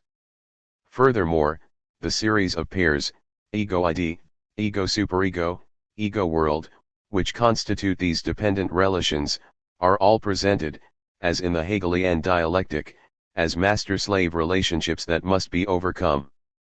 There is a second way in which the genesis of the superego in Freudian theory relates to an unthematized teleological dialectic.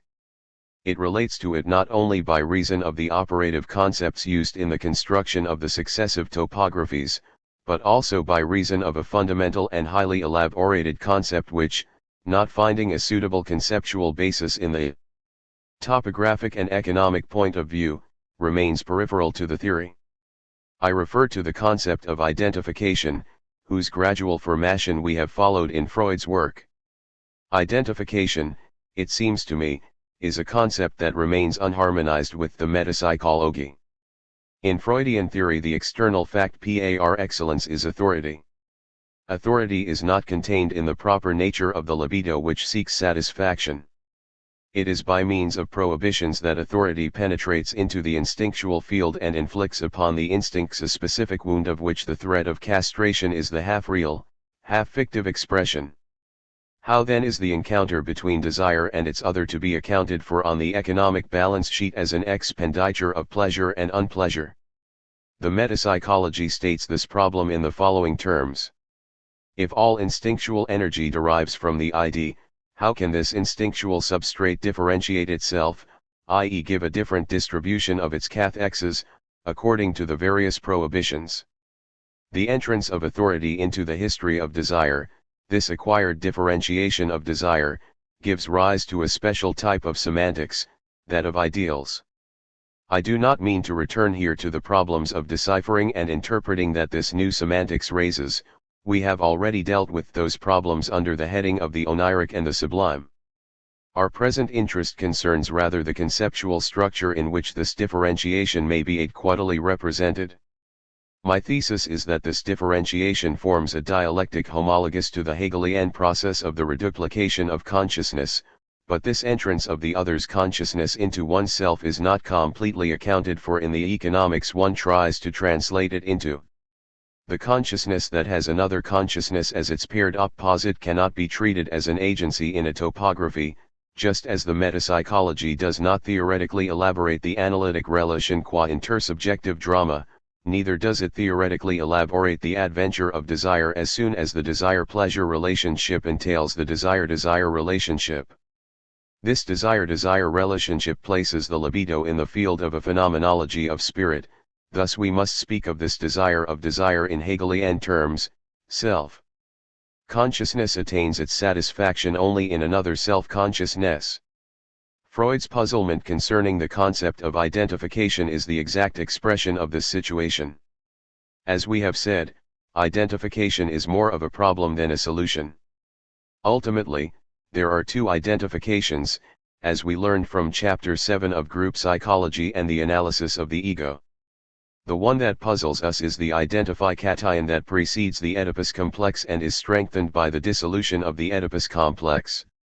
According to this primary identification, the father represents what the child would like to be and have, he is a model to be imitated. The Oedipus complex results from the confluence of this identification and the child's attachment to his mother as a sexual object. The attachment to a being as the model of what one would like to be is therefore irreducible to the desire to have. Desire to be like and desire to have will come together and intertwine, but they remain two distinct processes. It seems to me the situation might be described rather accurately by saying that psychoanalysis constantly presupposes the intersubjective process of the duplication of consciousness, but that the metapsychology, unable to account for that process in its original essence, theoretically elaborates only its side effects on the instinctual plane.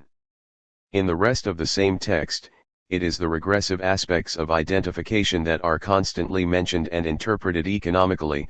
1-4 In examining the case of the Oedipus complex on the part of a little girl in a neurotic context, Freud observes that identification has appeared instead of object choice, and that object choice has regressed to identification. Similar terms are used when he speaks of the male homosexual's identification with his mother. Because of this identification, the young man looks about for sexual objects that can replace his own body, and on which he can bestow such love and care as he experienced from his mother. In this striking case of identification, the regressive character of the replacement of the abandoned or lost object, as well as the regressive character of the introjection of the object into the ego, is highly evident. The same remark would apply in the case of melancholia and its characteristic introjection of the object. I would say that what psychoanalysis recognizes under the name of identification is simply the shadow, projected onto the plane of an economics of instincts, of a process of consciousness to consciousness, and that this process has to be understood through another type of interpretation. Although psychoanalysis grasps only the effective projection of this process, it transforms our understanding of the process by providing us with a completely new frontier view. The energy made available by the dissolution of the object libido, and hence by the regression of that libido, is what enables us to progress toward affectionate trends of feeling and to invest our emotions in cultural objects. The economics grasps only the reverse side of the phenomenon it calls the introjection or installation of the lost object in the ego. The shadow of the process of consciousness to consciousness, as projected onto the economic plane, is always some kind of regression. The replacement of an object cathexis by an identification is the only method by which an erotic object choice can become an alteration of the ego, or, as the ego and the ID says, it is a method of obtaining control over the ID. Since a detailed exegesis of these texts has already been made, 1.5 I do not intend to re-examine them here. But I do propose once more to cite the new introductory lectures, which represent Freud's penultimate reflection on his work. Nowhere else does he so clearly express the discrepancy between an economics of desire and a factor that is no longer subject to an instinctual economics. Nowhere else is it so clearly evident that in an economics identification is understood solely as a type of regression, whereas qua founding process it eludes the economics. If one has lost an object or has been obliged to give it up, one often compensates oneself by identifying oneself with it and by setting it up once more in one's ego, so that here object choice regresses, as it were, to identification. 1.6 That something essential has not been accounted for, at the very moment identification is recognized in its vast dimension, is evidenced by the following admission: I myself am far from satisfied with these remarks on identification, but it will be enough if you can grant me that the installation of the superego can be described as a successful instance of identification with the parental agency. 1.7 This text invites us to place the structure of the Hegelian self-consciousness at the very center of the Freudian desire. The point drawing us onward here is the famous object loss, so often treated in the same context as identification and, it seems, always in the perspective of regression, as in mourning and melancholia. But is the loss of the object always and fundamentally a regressive process, a return to narcissism? Does it not indicate, on the contrary, an educative transformation of human desire, a transformation related to the process of reduplication of consciousness not in an accidental but in a fundamental and founding manner? What seems to oppose an interpretation that would place the dialectic of self-consciousness at the very heart of desire is Freud's definition of the libido. 1.8 This definition seems to be carefully divorced from the whole process of the reduplication of consciousness by reason of the systematic apparatus of the topography. But desire, as we said above, is from the outset in an intersubjective situation, hence the process of identification is not something added on from without but is rather the dialectic of desire itself. Such a remark brings out the profound meaning of the Oedipus complex, in the sense of a successful identification, to use an expression mentioned above. Everything is not accounted for in a purely regressive conception of the abandonment of the object. When we say that the superego is the heir of the Oedipus complex, we refer to something much broader than what is meant by an economics of the withdrawal of cathexis, the child's abandonment of the Oedipus complex, his renunciation of the intense object cathexis which he has deposited with his parents, are simply ways of designating, in terms of the withdrawal of cathexis, the economic impact of a creative process, viz. the progress of identification and the setting up of a structure. Freud is not far from recognizing that such is the case. It is as a compensation for this loss of objects that there is such a strong intensification of the identifications with his parents which have probably long been present in his ego.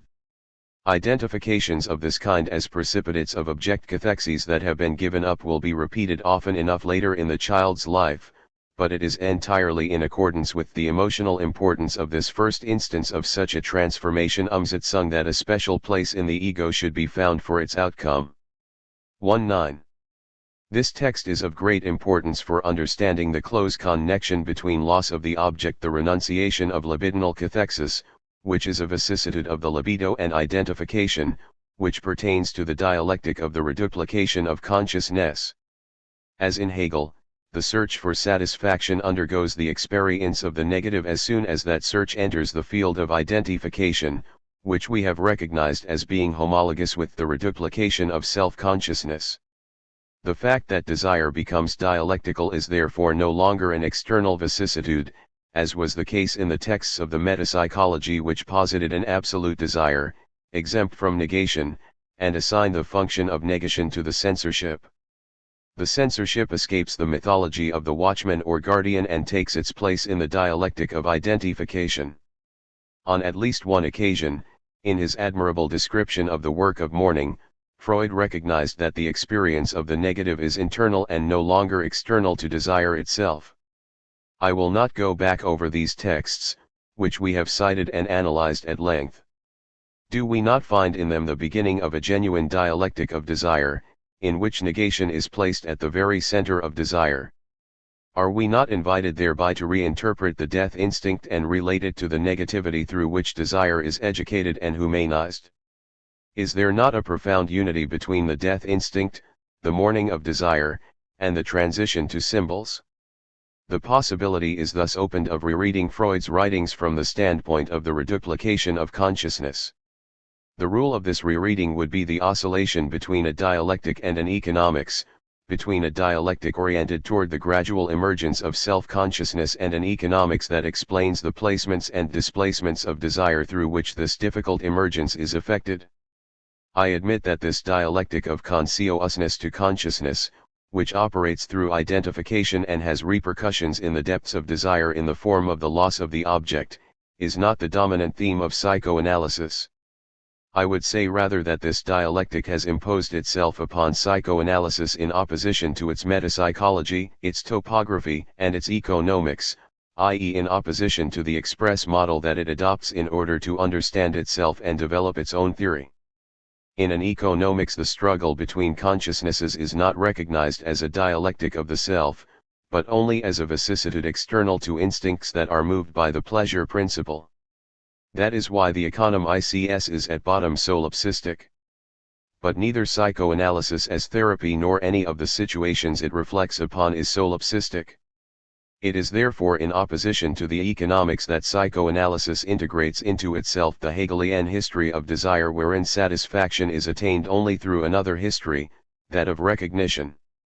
Thus the rereading I have just alluded to is in a certain sense itself in opposition to the Freudian economics. If Freud's theory presents a concept of identification, it presents only a question regarding sublimation. The entire preceding problematic is mirrored in this unresolved question.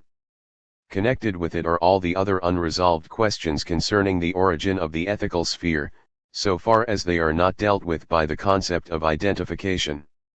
It will be noticed that our analytic does not present a separate study of sublimation. This is not accidental. In Freud's written work, the notion of sublimation is both fundamental and episodic. It is announced as one of the instinctual vicissitudes, distinct not only from the reversal, verkehren, of instincts into their contrary and from turning round, wendung, upon the subject, but also and especially from repression. Yet Freud has left us no complete and separate work dealing with this original vicissitude. Furthermore, as one of Freud's critics has shown, 2.0 the rough sketch of a theory found in the three essays will not be changed appreciably after 1905, except for correlations with desexualization and identification.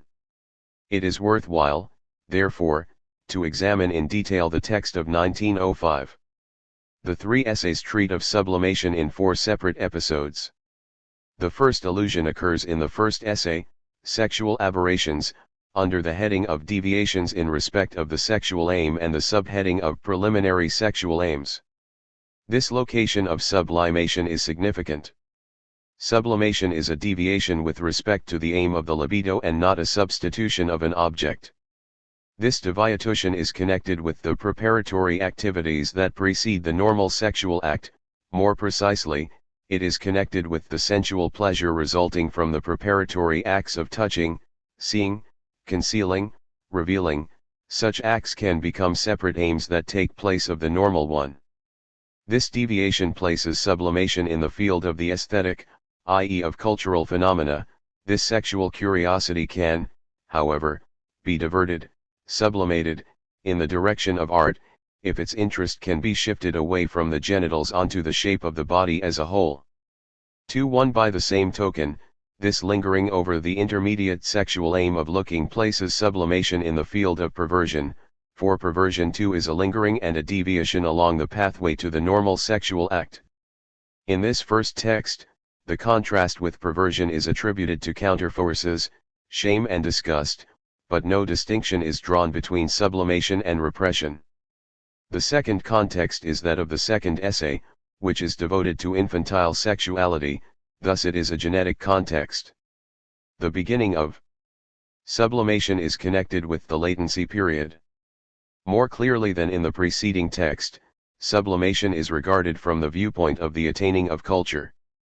2-2 As for its mechanism, Freud connects it with the role of mental dams, which he lists as disgust, shame, and morality. These opposing forces run directly counter to the perverse impulses of infantile sexuality, which is related to the erotogenic zones of the body. The opposing forces, or reacting impulses, are evoked to suppress a certain kind of unpleasure that arises because of the individual's subsequent development. Thus in this second text sublimation is linked once again to the erotogenic zones and perversion, as well as to the deviation from the aim because of the activity of counterforces, but still no distinction is drawn between sublimation and repression. The third allusion is found at the very end of the same essay, in the section on the sources of infantile sexuality. The characteristic deviation of sublimation is compared to the transfer or attraction that is observed when a sexual function encroaches on another function by reason of their common possession of an erotogenic zone. Freud cites the example of the labial zone. The disturbance of the erotogenic functions of this common zone may result in anorexia. The same pathways must serve as paths for the attraction of sexual instinctual forces to aims that are other than sexual, that is to say, for the sublimation of sexuality. But we must end with a confession that very little is as yet known with certainty of these pathways, though they certainly exist and can probably be traversed in both directions. 2-3. Thus the factor of inhibition accompanying this deviation from the aim receives less emphasis in this text than in the earlier ones. However, Freud's insistence on linking the problem of sublimation to the fate of the erotogenic zones draws attention to the limited nature of this instinctual vicissitude. One might speak in this sense of a finitude of human desire that develops according to the range of a determinate and relatively limited sensorial constitution. It is true that the erotogenic zones are not limited in number, but they are limited to the surface of the body. The fourth and principal treatment of sublimation in the three essays occurs in the final attempt of synthesis that terminates the book. In this summary, sublimation is viewed as a third alternative result, along with neurosis and perversion. 2-4 We already know that perversion and neurosis are closely connected, for neuroses are, so to say, the negative of perversions. 2-5 We have also learned from the previous texts that sublimation has a close connection with perversions by reason of its economic link with the intermediate aims and erotogenic zones. In the summary, the three results, which foreshadow the instinctual vicissitudes, are clearly distinguished. Perversion is interpreted in quasi-Jacksonian terms as being due to the weakness of the integrating function of the genital zone. Neurosis, the negative of perversion. 2-8 is associated with repression. Sublimation is conceived as a discharge and use, in areas other than sexuality, of excessively strong excitations. In this sense, sublimation is still being dealt with in the context of abnormal constitutions. Nevertheless, to these perilous dispositions Freud attributes a not inconsiderable increase in psychical efficiency. Aesthetic creativity is one of these reactional manifestations. More exactly, artistic dispositions present a mixture, in every proportion, of efficiency, perversion, and neurosis. What, finally, is the relationship between sublimation and repression? Surprisingly, this last text treats repression as a subspecies of sublimation. Connected with this subspecies are a person's character traits, which stem, as we know, from sexual organizations that have been established through fixation, sublimation, and repression. But Freud is quick to add that repression and sublimation are processes of which the inner causes are quite unknown to us. 2-7 Freud regards them as constitutional dispositions. 2.8 The objection has been made, 2.0 not unreasonably, that there is no clinical evidence in support of the theory that sublimation derives its energy from infantile erotogenic zones in individuals with abnormally strong sexual constitutions.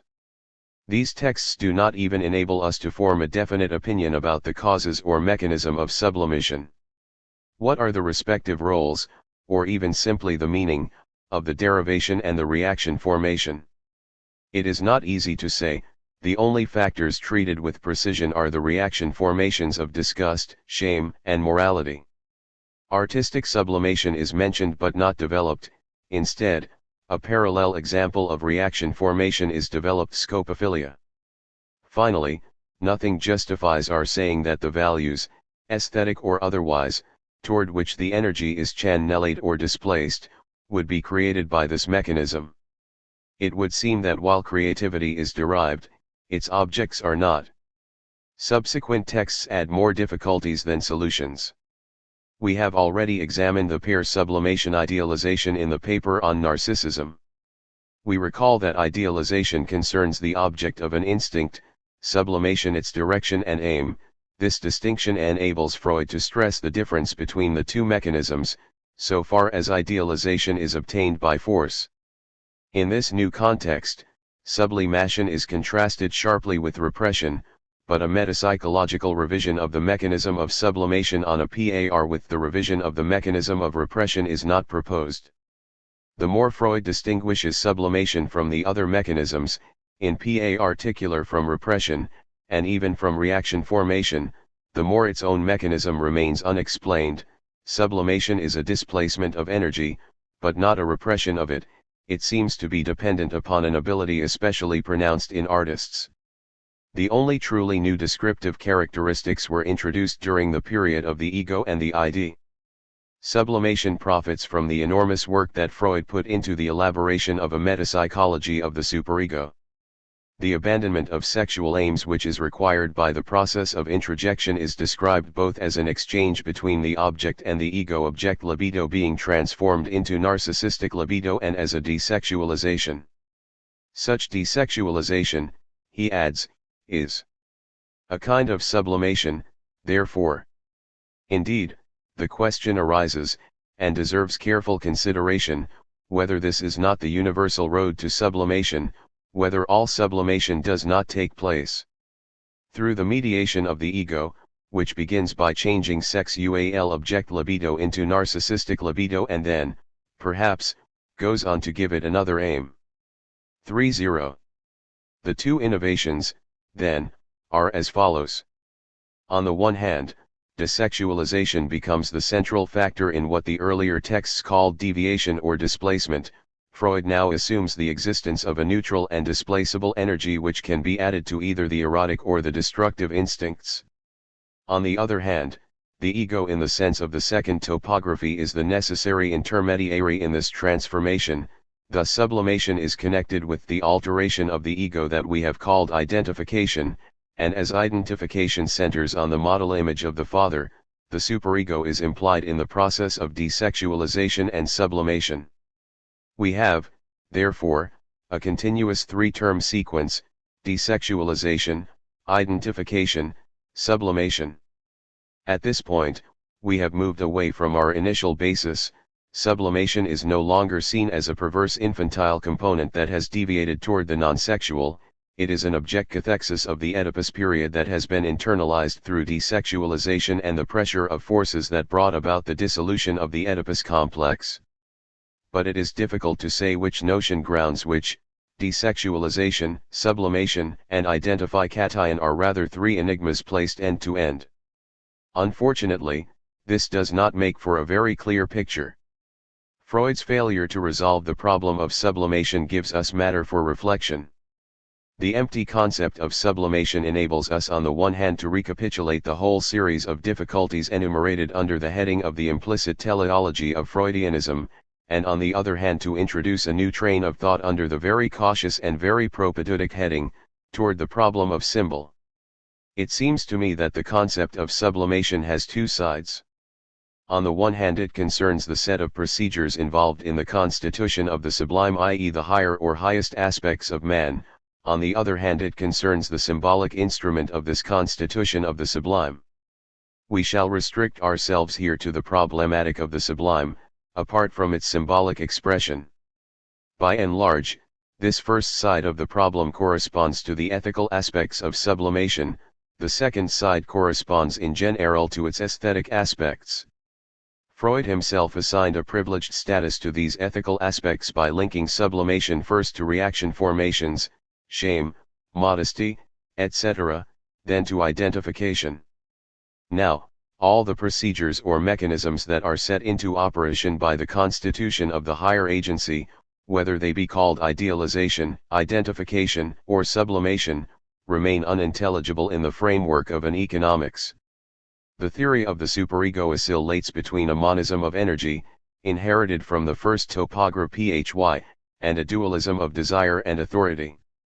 According to the monism of energy, there is only one source of energy, the ID, or narcissism in the sense of the reservoir of instincts. According to the dualism of desire and authority, the only figure irreducible to desire is the father figure.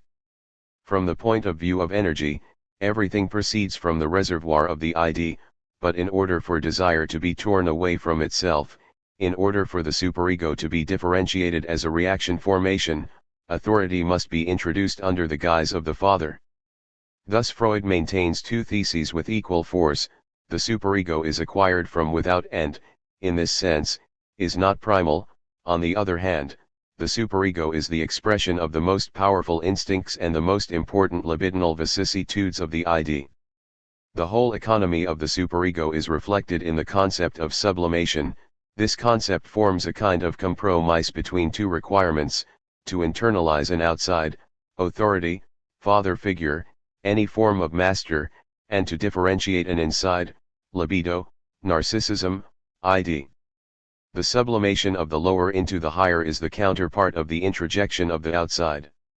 Reaction formation, the formation of an ideal, and sublimation designate related modalities of this doctrinal compromise. But is such a compromise self-consistent? Does it not conceal an unbridgeable hiatus when taken in separation from a dialectic of archaeology and teleology? For my part, I doubt that Freud succeeded in reducing the fundamental gap between the externality of authority, to which he is condemned by his refusal of an ethical foundation inherent in the positing of the ego, and the solipsism of desire, which stems from his initial economic hypothesis that every formation of an ideal is ultimately a differentiation of the ID.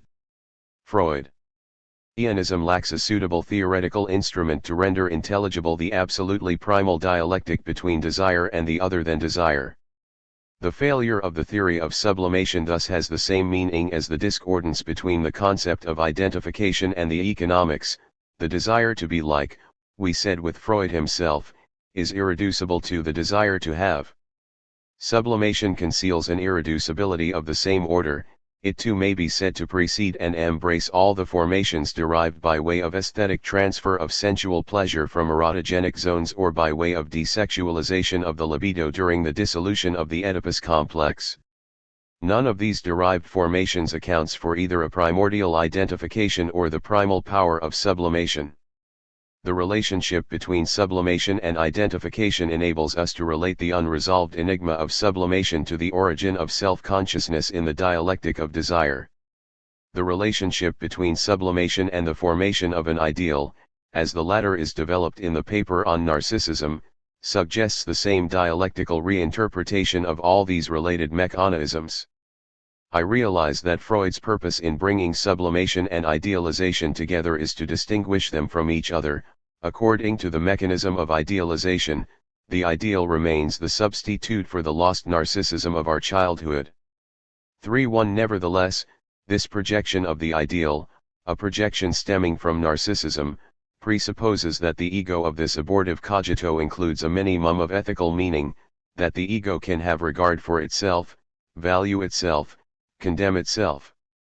It is surely not a matter of indifference to learn from psychoanalysis that the formation of ideals stems from the false cogito, that what we call our ideals are quite often simply projections of that same self-love to which we attributed, in another context, the resistance to truth.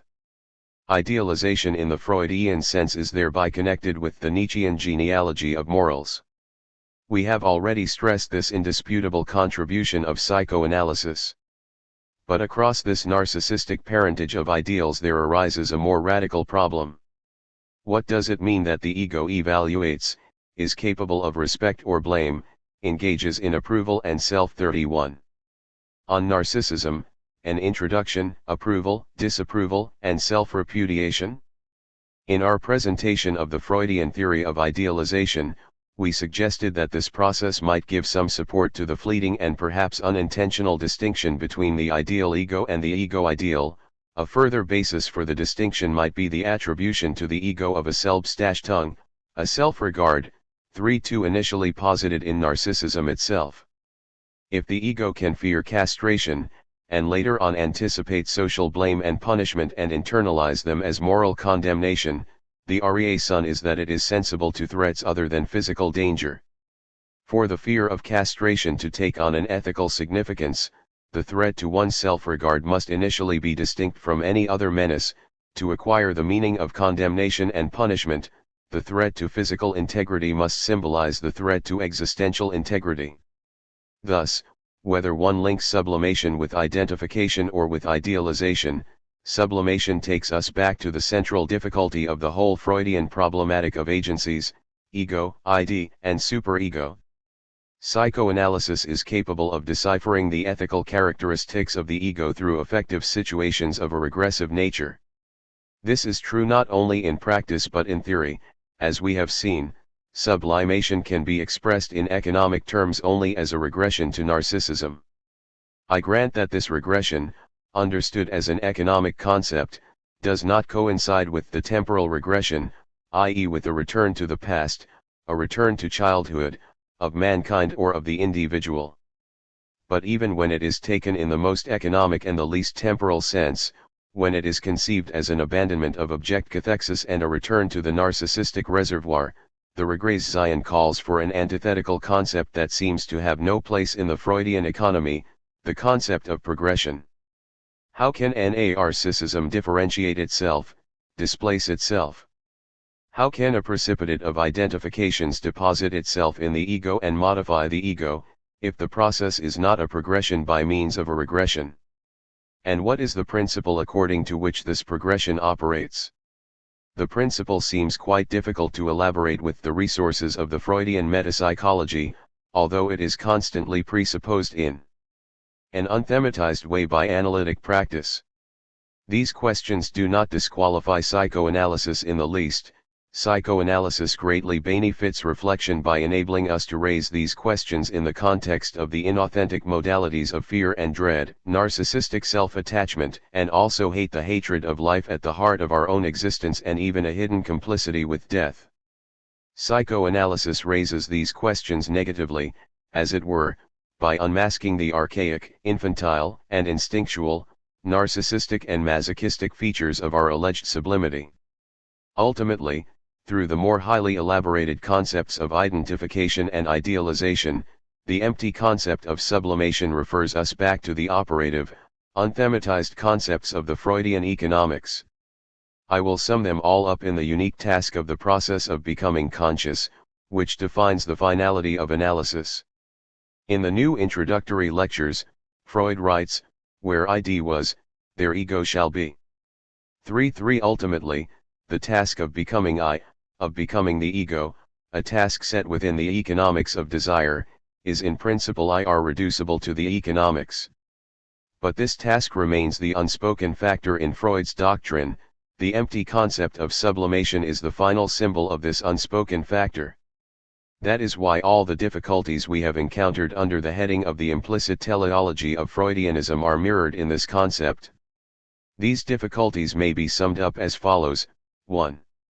If desire is to enter into culture, there must be assumed an initial relationship between desire and a source of valuation external to the field of energy. 2. If the ego's identification with its other is to be possible, a pairing of subjectivities must be postulated. 3. If identification is to be included in a process of idealization of the ego, an original self-regard, a primal Selbstachtung, must be assumed. 4. Finally, in a direction contrary to the regressive movement psychoanalysis sets forth in theory, there must be supposed an aptitude for progression, which analytic practice puts in operation, but which the theory does not thematize. I have tried to conceptualize this interplay of progression and regress by means of a radical dialectic, a dialectic of archaeology and teleology. Thereby I hope I have advanced, not only in the understanding of Freud, but in the understanding of myself, for a reflective mode of thought that undertakes such a dialectic is already on the path that leads from abstract reflection to concrete reflection. There remains the task of understanding that progression and regression are carried by the same symbols. In short, that symbolism is the area of identity between progression and regression. To understand this would be to enter into concrete reflection. Chapter 4, Hermeneutics. The approaches to symbol. It is only now that we reach the level of the most ambitious interrogations of our problematic, and it is only now that we can glimpse a solution no longer eclectic, but dialectical of the hermeneutic conflict. We now know that the key to the solution lies in the dialectic between archaeology and teleology. It remains to find the concrete mixed texture in which we see the archaeology and teleology. This concrete mixed texture is symbol. I propose to show, at my own risk, that what psychoanalysis describes as overdetermination finds its full meaning in a dialectic of interpretation, whose opposed poles are constituted by archaeology and teleology. It was impossible to understand the overdetermination of symbols without making a long and involved detour. We could not appeal to such overdetermination as our starting point, nor is it certain that we truly can attain to it. That is why I speak of the approaches to symbol. As I said in the problematic, a general hermeneutics does not yet lie within our scope. This book is no more than a propedeutic to that extensive work. The task we set ourselves was to integrate into reflection the opposition between conflicting hermeneutics. Now that we have made such a long detour, we are simply at the threshold of our enterprise. Let us turn back and consider the path we have taken. First, it was necessary to pass through the stage of dispossession, the dispossession of consciousness as the place and origin of meaning. Freudian psychoanalysis appeared to us as the discipline best equipped to instigate and carry through this ascesis of reflection. Its topography and its economic help displace the locus of meaning toward the unconscious, that is, toward an origin over which we have no control. This first stage terminates in an archaeology of reflection. Next, it was necessary to traverse an antithetic of reflection. Here the archaeological interpretation appeared as the counterpart of a progressive genesis of meaning through successive figures, where the meaning of each figure is dependent upon the meaning of the subsequent figures. Finally, Hegel served as an inverse model and helped us form a dialectic, not between Freud and Hegel, but in each one of them. It is only when each interpretation is seen to be contained in the other that the antithetic is no longer simply the clash of opposites but the passage of each into the other. Only then is reflection truly in the archaeology and the archaeology in the teleology. Reflection, teleology, and archaeology pass over into one another. Now that we have thought through in the abstract the reconciliation of these two lines of interpretation, the possibility arises of seeking their point of intersection in the meaningful texture of symbols. In this sense, symbols are the concrete moment of the dialectic, but they are not its immediate moment. The concrete is always the fullness or peak of mediation. The return to the simple attitude of listening to symbols is the reward consequent upon thought. The concreteness of language which we border upon through painstaking approximation is the second naivete of which we have merely a frontier or threshold knowledge. The danger for the philosopher, I say, and not for the poet, is to arrive too quickly, to lose the tension, to become dissipated in the symbolic richness, in the abundance of meaning. I do not retract the descriptions of the problematic.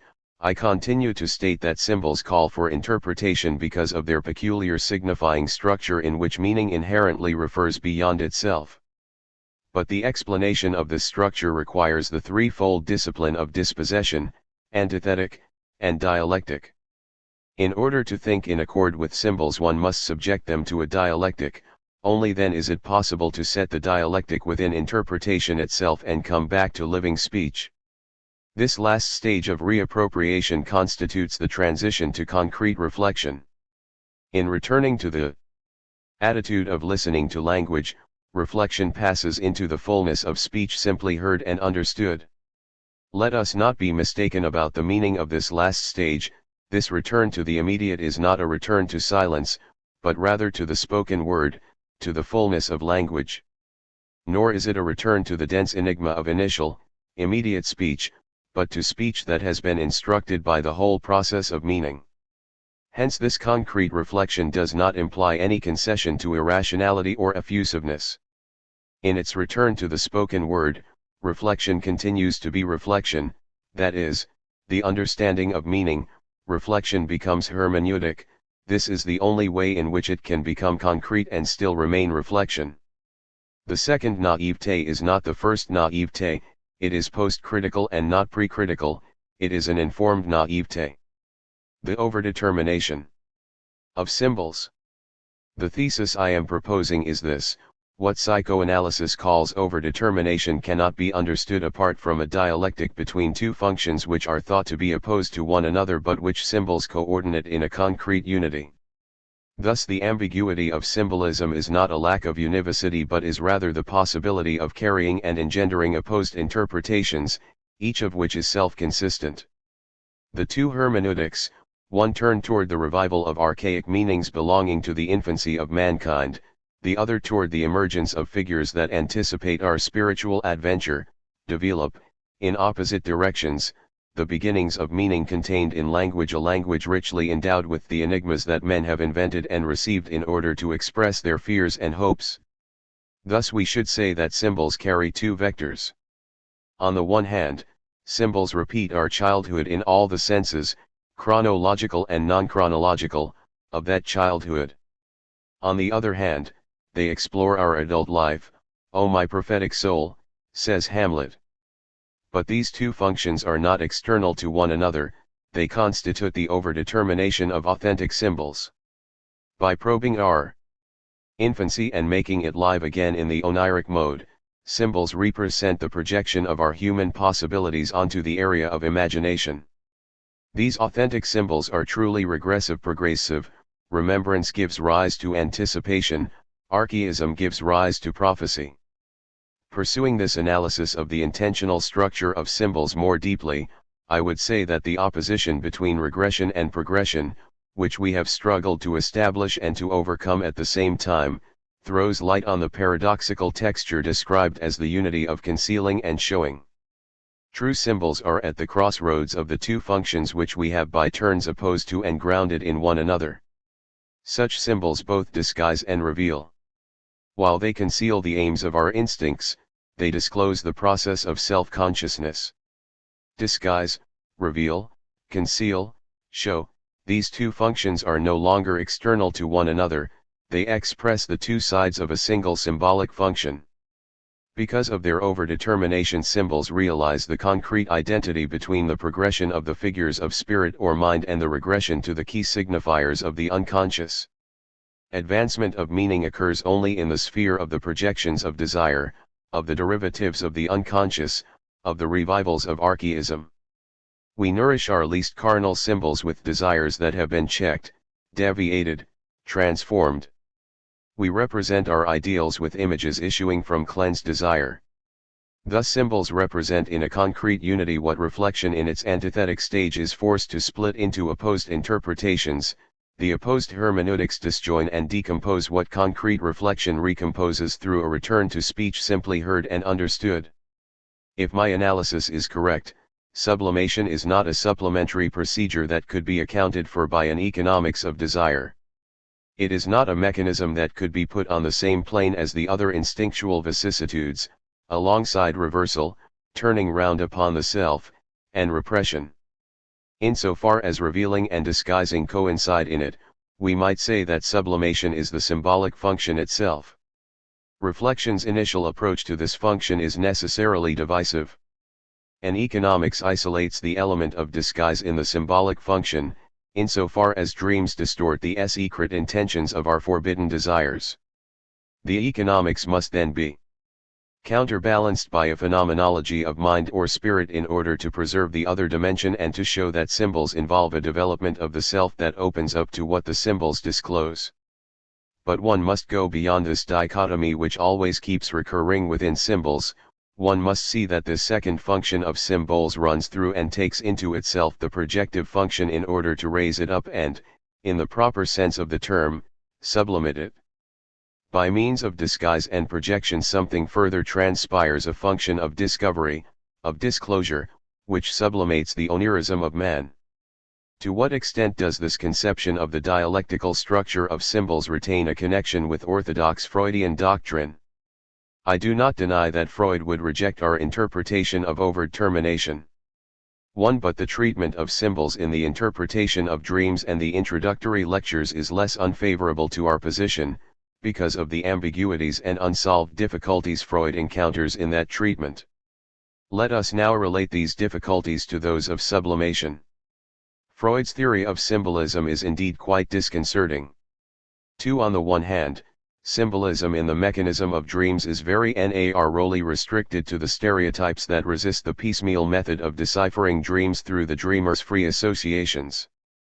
In this sense there is no strictly symbolic function that might stand as a distinct procedure alongside condensation, displacement, and pictorial representation. Nor does symbolization constitute a peculiar problem from the point of view of dream interpretation, for the symbols used in dreams have been formed elsewhere. Symbols have a permanently fixed meaning in dreams, like the grammalogues in shorthand. Consequently their interpretation can be direct and does not require a long and difficult work of deciphering. Lecture X of the introductory lectures on psychoanalysis confirms this first aspect of the problem. The comparisons at the basis of dream symbols lie ready to hand and are complete, once and for all. More than 15 years after the interpretation of dreams, the question of symbolism is still set within the context of the failure of the method of free association. Symbols are subject to fixed or constant translations just as popular dream books provide translations for everything that appears in dreams. And Freud expressly states, a constant relation of this kind between a dream element and its translation is described by us as a symbolic one, and the dream element itself as a symbol of the unconscious dream thought. Thus the symbolic relation becomes a fourth relation in addition to condensation, displacement, and pictorial representation. The interpretation of symbols by means of stable translations forms a supplement to interpretation based on association. As in the interpretation of dreams, Freud again refers to Schemmer as being the first to recognize that symbolism is essentially a fantasying of the body. What is symbolically represented is the human body. The sexual etiology of the neuroses enabled Freud to center the symbolization on sexuality and to link the fantasying of the body with the general finality of dreams, that is, with their function of substitute satisfaction. If the reader considers only the content, the symbolism, the métis, he might hastily conclude that Lecture X has nothing interesting to offer.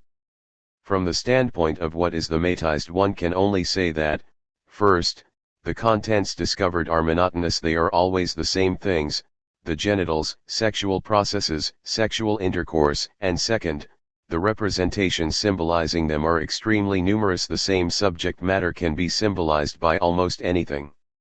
This curious fact raises the question of the common element, the tertium comparationis, of the supposed comparison. It is precisely the disproportion between the number of symbols and the monotony of the contents, especially when the common element is not understood, that directly poses the problem of the constitution of the symbolic relation. Dreams do not institute this relation, they find it ready-made and they make use of it. Hence the elaboration of a dream does not involve any work of symbolization comparable to what was described as the work of condensation, displacement, and pictorial representation. But how then do we come to know the meaning of these dream symbols? The answer is that we learn it from very different sources, from fairy tales and myths, from buffoonery and jokes, from folklore, that is, from knowledge about popular manners and customs, sayings and songs, and from poetic and colloquial linguistic usage. In all these directions we come upon the same symbolism, and in some of them we can understand it without further instruction. If we go into these sources in detail, we shall find so many parallels to dream symbolism that we cannot fail to be convinced of our interpretations. 10. Thus it is not the dream work that constructs the symbolic relation, but the work of culture. This means that the symbolic relation is formed within language. But Freud does not draw any consequences from this discovery. The analogy between myths and dreams simply verifies and confirms our dream interpretations. Thus Otto Rank's study of the birth of the hero simply furnishes parallels to the symbolic representations of birth that occur in dreams. The confirmation of the sexual symbolism of dreams by the symbolism of myths is equivalent to a reduction of the mythical to the oniric, even though myths supply the element of speech in which the semantics of symbolism has actually been built up. The puzzling thing about symbols is not that ships stand for women, but that women are signified and, in order to be signified on the level of images, verbalized. It is the spoken woman that becomes the dreamed woman, it is the mythicized woman that becomes the oniric woman. But how is one to examine myths without also examining rituals and cults, emblems and heraldic devices? Freud mentions the French fleur-de-lis and the triskales of Sicily and the Isle of Man. Freud is well aware that there is more in myths, fairy tales, sayings, and poetry than in dreams. He himself emphasizes this fact at the end of his study of symbolism. But the fact itself is simply the occasion for showing that psychoanalysis is a discipline of general interest, one that it establishes links with other disciplines, and that in these links, as he proudly states, the share of psychoanalysis is in the first instance that of giver and only to a less extent that of receiver. 1-2 It is psychoanalysis which provides the technical methods and the points of view whose application in these other fields should prove fruitful. 1-3 There is reason to fear that the comparative method is being restricted here to a mere apologetics. This imperialism was unfortunately reinforced by certain supplementary but disastrous hypotheses concerning language itself. Freud is struck by the fact that the symbolism employed in myths is less exclusively sexual than the symbolism of dreams. He reduces the anomaly in the following way. He supposes a state of language in which all symbols were sexual symbols, a state in which the original sounds of speech served for communication, and some owned the speaker's sexual partner. 1-4 Later on, a sexual interest became attached to work, but man accepted this displacement of sexual interest only by treating work as an equivalent of and substitute for sexual activity. The ambiguity of language dates from this period when words enunciated during work in common thus had two meanings: they denoted sexual acts as well as the working activity equated with them. In this way a number of verbal roots would have been formed, all of which were of sexual origin and had subsequently lost their sexual meaning. 1-8 If this hypothesis, which Freud borrows from the Scandinavian philologist H. Sperber, were correct, the symbolic relation, which dreams preserve better than myths, would be the residue of an ancient verbal identity.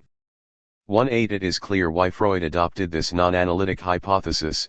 It gives our dreams an advantage over myths. Although myths provide the broadest parallels of sexual symbolism, the fact that dream symbolism is almost exclusively sexual is justified by this primitive language of which dreams would be the privileged witness. But even if we were to credit this hypothesis with some linguistic value, it casts us adrift. All dream symbolism is found to be related to an activity of language, but the enigma of this activity is simply disguised by the supposition of an original verbal identity where the same words denote the sexual and the non-sexual. The hypothesis of these ancient ambiguous roots is simply an expedient whereby one solves the problem by projecting it into a basic language in which similarity would already be identity. 1-7 Thus the range of symbolism is candidly restricted to the substitute figures that arise from a compromise between the unconscious and the censorship. Moreover, all symbols represent themes relating to the bodily self, immediate blood relatives, or the phenomena of birth, love, and death. This is so because these themes correspond to the earliest repressed functions which were held in such high esteem in primitive civilizations. Jones then goes on to explain why sexuality, the invariant theme of symbolism, has invested such varied regions of language, and why association operates from the sexual to the non-sexual and never in the reverse direction. It is here that the switch is made from the descriptive point of view to the genetic explanation. As for the origin of the associative connection, which is the basis of symbolism, it is not enough to call attention to an incapacity for discrimination, an apperceptive insufficiency, in primitive minds, which in other respects are so gifted in making distinctions and classifications. Following Freud, Jones adopts the theory of the Swedish philologist Sperber of a primal identity of sexual language and the language of work, the same words having originally served the purpose of calling the sexual mate and of providing rhythmic accompaniment during work. Since that time weapons and tools, seed and plowed land symbolically express sexual things. In my opinion, Jones' paper underscores the expediency of this explanation, which assumes everything by making identity prior to similarity. More seriously still, the explanation glosses over the prior difficulty concerning the elevation of erotic impulses to language and the fact that such impulses are capable of being indefinitely symbolized. It is not sufficient simply to invoke the call of the mate, one must proceed to reflect on what makes desire speak, namely, the absence inherent in instincts and the connection between lost objects and symbolization. In answer to the second question concerning the origin of symbolism, why symbolism should take place in one direction only, Jones posits that symbolism has a single function, that of disguising prohibited themes. Only what is repressed is symbolized, only what is repressed needs to be symbolized. This conclusion is the touchstone of the psychoanalytic theory of symbolism, p. 116. This answer, which excludes any doctrinal compromise, leads to the critical part of Jones' paper, the part that directly concerns my own enterprise. The criticism is aimed primarily at Silberer, who, starting in 1909, had developed in a half-dozen essays a very detailed theory of the formation of symbols. For Silberer, the production of symbols includes other procedures besides the disguising of sexual themes that have been repressed. By the censorship, thus symbols may be formed of the modes or ways in which the mind is working, slowly, quickly, lightly, heavily, cheerfully, successfully, etc. Repression would simply be one of these modes of mental functioning.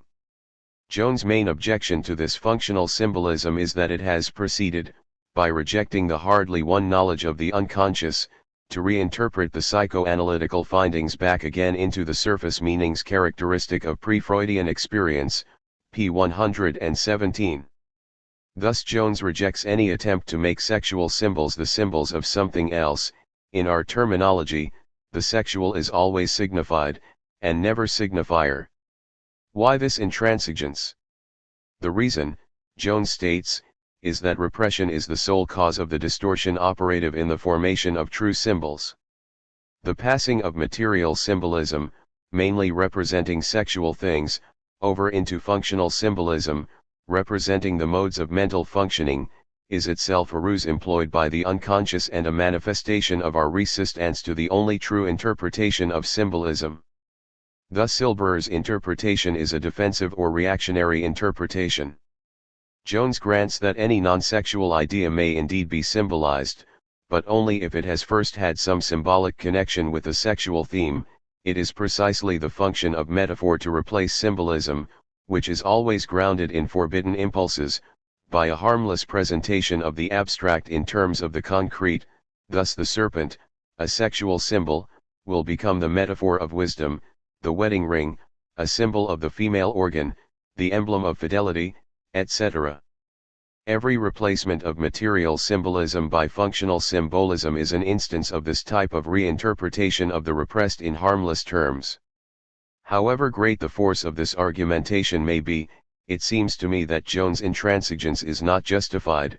Psychoanalysis has no way of proving that repressed impulses are the only sources of what can be symbolized. Thus the view that in Eastern religions the phallus became the symbol of a creative power cannot be dismissed for psychoanalytic reasons, but for philosophical reasons which must be debated on other grounds. Jones' disdainful rejection of the view that symbols may have an anagogic meaning, Silberer, a programmatic meaning, Adler, or a perspective meaning, Jung, is characteristic. According to Jones, these authors abandon the methods and canons of science, particularly the conceptions of causality and determinism, p. 136. The argument is not psychoanalytical, but philosophical. But that is not the root of the matter. Every one-sided theory of symbolism seems to me to break down at a precise point. Such theories account for the substitutive or compromise aspect of symbols, but not for various stereotyped and fragmented remains of symbols, symbols so commonplace and worn with use that they have nothing but a past. This is the level of dream symbolism, and also of fairy tales and legends. Here the work of symbolization is no longer operative. At a second level we come upon the symbols that function in everyday life. These are the symbols that are useful and are actually utilized, that have a past and a present, and that in the clockwork of a given society serve as a token for the nexus of social pacts. Structural anthropology operates at this level. At a higher level come the prospective symbols. These are creations of meaning that take up the traditional symbols with their multiple significations and serve as the vehicles of new meanings. This creation of meaning reflects the living substrate of symbolism, a substrate that is not the result of social sedimentation. Later in this chapter we will try to state how this creation of meaning is at the same time a recapture of archaic fantasies and a living interpretation of this fantasy substrate. Dreams provide a key only for the symbolism of the first level. The typical dreams Freud appeals to in developing his theory of symbolism do not reveal the canonical form of symbols but merely their vestiges on the plane of sediment expressions. The true task, therefore, is to grasp symbols in their creative moment, and not when they arrive at the end of their course and are revived in dreams, like stenographic grammalogues with their permanently fixed meaning. Further on, the tragedy of Oedipus Rex will enable us to recapture the birth of symbol, at the moment when the symbol is itself the interpretation of a prior legendary substrate. But it is impossible to proceed directly to the center of this creative source. We must make use of all the available mediations. The hierarchical order of symbol. The dialectical interpretation of the concept of overdetermination, understood as the twofold possibility of a teleological exegesis and a regressive exegesis, must now be brought to bear on certain definite problems. What are we to take as our guide? The phenomenology of spirit? As I have said, I do not think we can restore, after more than a century, the phenomenology of spirit in the form in which it was written. I propose to put to the test of reflection a principle of hierarchy that I already used in Fallible Man to articulate the notion of feeling. 1-8 The working hypothesis is plausible. Feeling, too, is mixed. It is that mixed texture explored by Plato in Book 4 of the Republic under the title of thumos, i.e. spiritedness or heart. Spiritedness, Plato said, sometimes fights on the side of reason in the form of indignation and courage, and sometimes sides with desire in the form of aggressiveness, irritation, and anger. Spiritedness, I added, is the restless heart that knows not the surcease of pleasure and the repose of happiness, and I suggested that this ambiguous and fragile heart represents the entire middle region of the affective life between the vital affections and the rational or spiritual affections, that is to say, the entire activity that forms the transition between living and thinking, between bios and logos. And I had already noted, it is in this intermediate region that the self is constituted as different from natural beings and other selves. Only with thumos does desire assume the character of otherness and subjectivity which constitute a self. I wish to re-examine this problem of mixed texture in the light of our antithesis between the two hermeneutics. The same feelings that I previously studied under the heading of thumos will now be seen as being subject to two modes of exegesis, one along the lines of the Freudian erotics, the other along the lines of a phenomenology of spirit. To this effect, I propose to re-examine the trilogy of fundamental feelings that I borrowed from the Kantian anthropology, the trilogy of the passions of having, power, and valuation or worth, avoir, pouvoir, valoir, and to redo the exegesis of the three quests that the moralist knows only under the distorted mask of fallen figures, the passions of possession, domination, and pretension, or, in another language, of avarice, tyranny, and vanity, Habsucht, Herrsucht, Ehrsucht. What we must discover behind this threefold Sucht, with its aberration and violence, is the authentic Suchen. Behind this passional pursuit, we must attain to the quest of humanity, a quest no longer mad and in bondage but constitutive of human praxis and the human self. 20. I would like to show that this threefold quest pertains to a phenomenology in the style of Hegel and to an erotics in the style of Freud. It should be emphasized that the three spheres of meaning through which the trajectory of feeling passes as it moves from having, to power, and to worth, constitute regions of human meanings that are in essence non-libidinal. Not that they are spheres free of conflict, as certain neo-Freudians say. 2.1 No region of human existence escapes the libidinal cathexis of love and hate, but the important point is that, whatever be the secondary cathexis of the interhuman relations formed on the occasions of having, power, and worth, these spheres of meaning are not constituted by the libidinal cathexis. By what, then, are they constituted? It seems to me this is where the Hegelian method is of help. One way of modernizing the Hegelian enterprise would be to constitute through progressive synthesis the moments of objectivity that guide the human feelings as they center on having, power, and worth. Such moments are indeed moments of objectivity. To understand these affective factors, which we name possession, domination, and valuation, is to show that these feelings internalize a series of object relations that pertain not to a phenomenology of perception, but to an economics, a politics, a theory of culture. The progress of this constitution of objectivity should guide the investigation of the affectivity proper to man. 2. At the same time that they institute a new relationship to things, the properly human quests of having, power, and worth institute new relationships to other persons, through which one can pursue the Hegelian process of the reduplication of consciousness and the advancement of self-consciousness. Let us examine, from this double point of view, the successive constitution of the three spheres of meaning. By relations of having I understand the relations involved in appropriation and work within a situation of scarceness. To this day we know of no other condition of human having. In connection with these relations, however, we see new human feelings arise that do not pertain to the biological sphere. These feelings proceed not from life but from the reflection into human affectivity of a new domain of objects, of a specific objectivity that is economic objective ity. Man appears here as a being capable of feelings relative to having and of an alienation that in essence is non-libidinal. This is the alienation Marx described in his theory of the fetishism of money. It is the economic alienation that Marx showed is capable of engendering a false consciousness, or ideological thinking. Thus man becomes adult and, in the same movement, capable of adult alienation.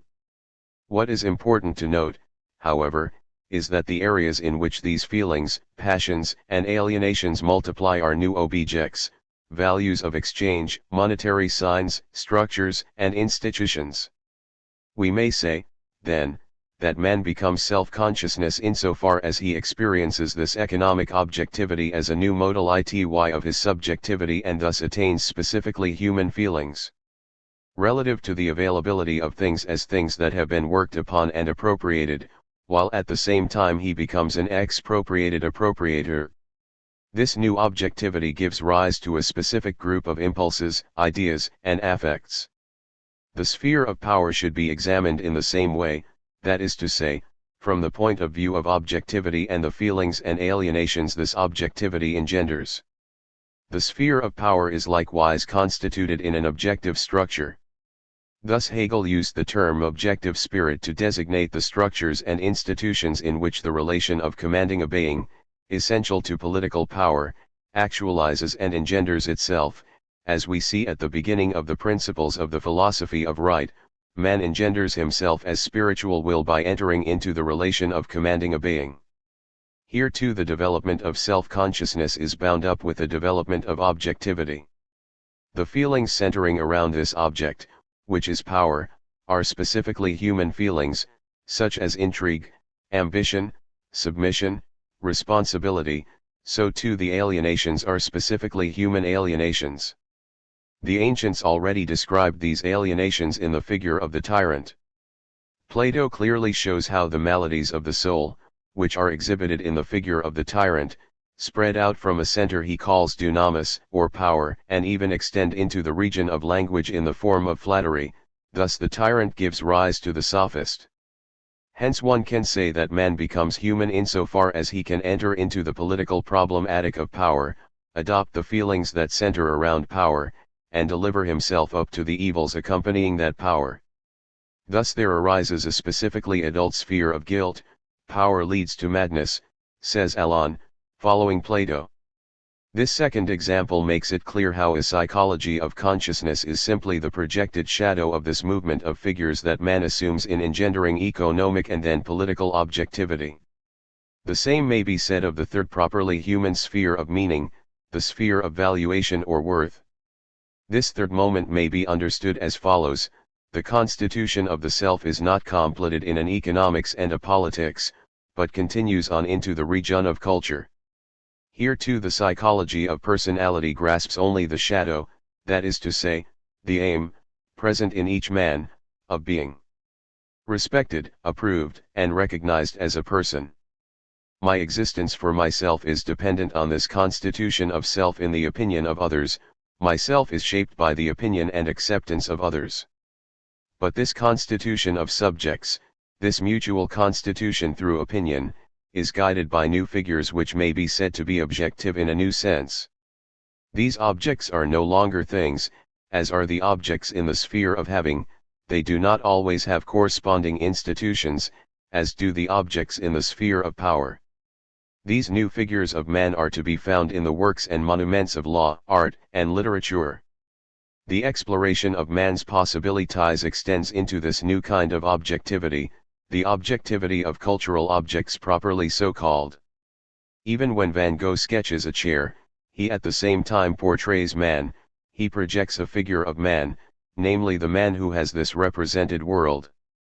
Thus, the various modes of cultural expression give these images the density of thingness. They make these images exist between men and among men, by embodying them in works. It is through the medium of these works and monuments that a human dignity and self-regard are formed.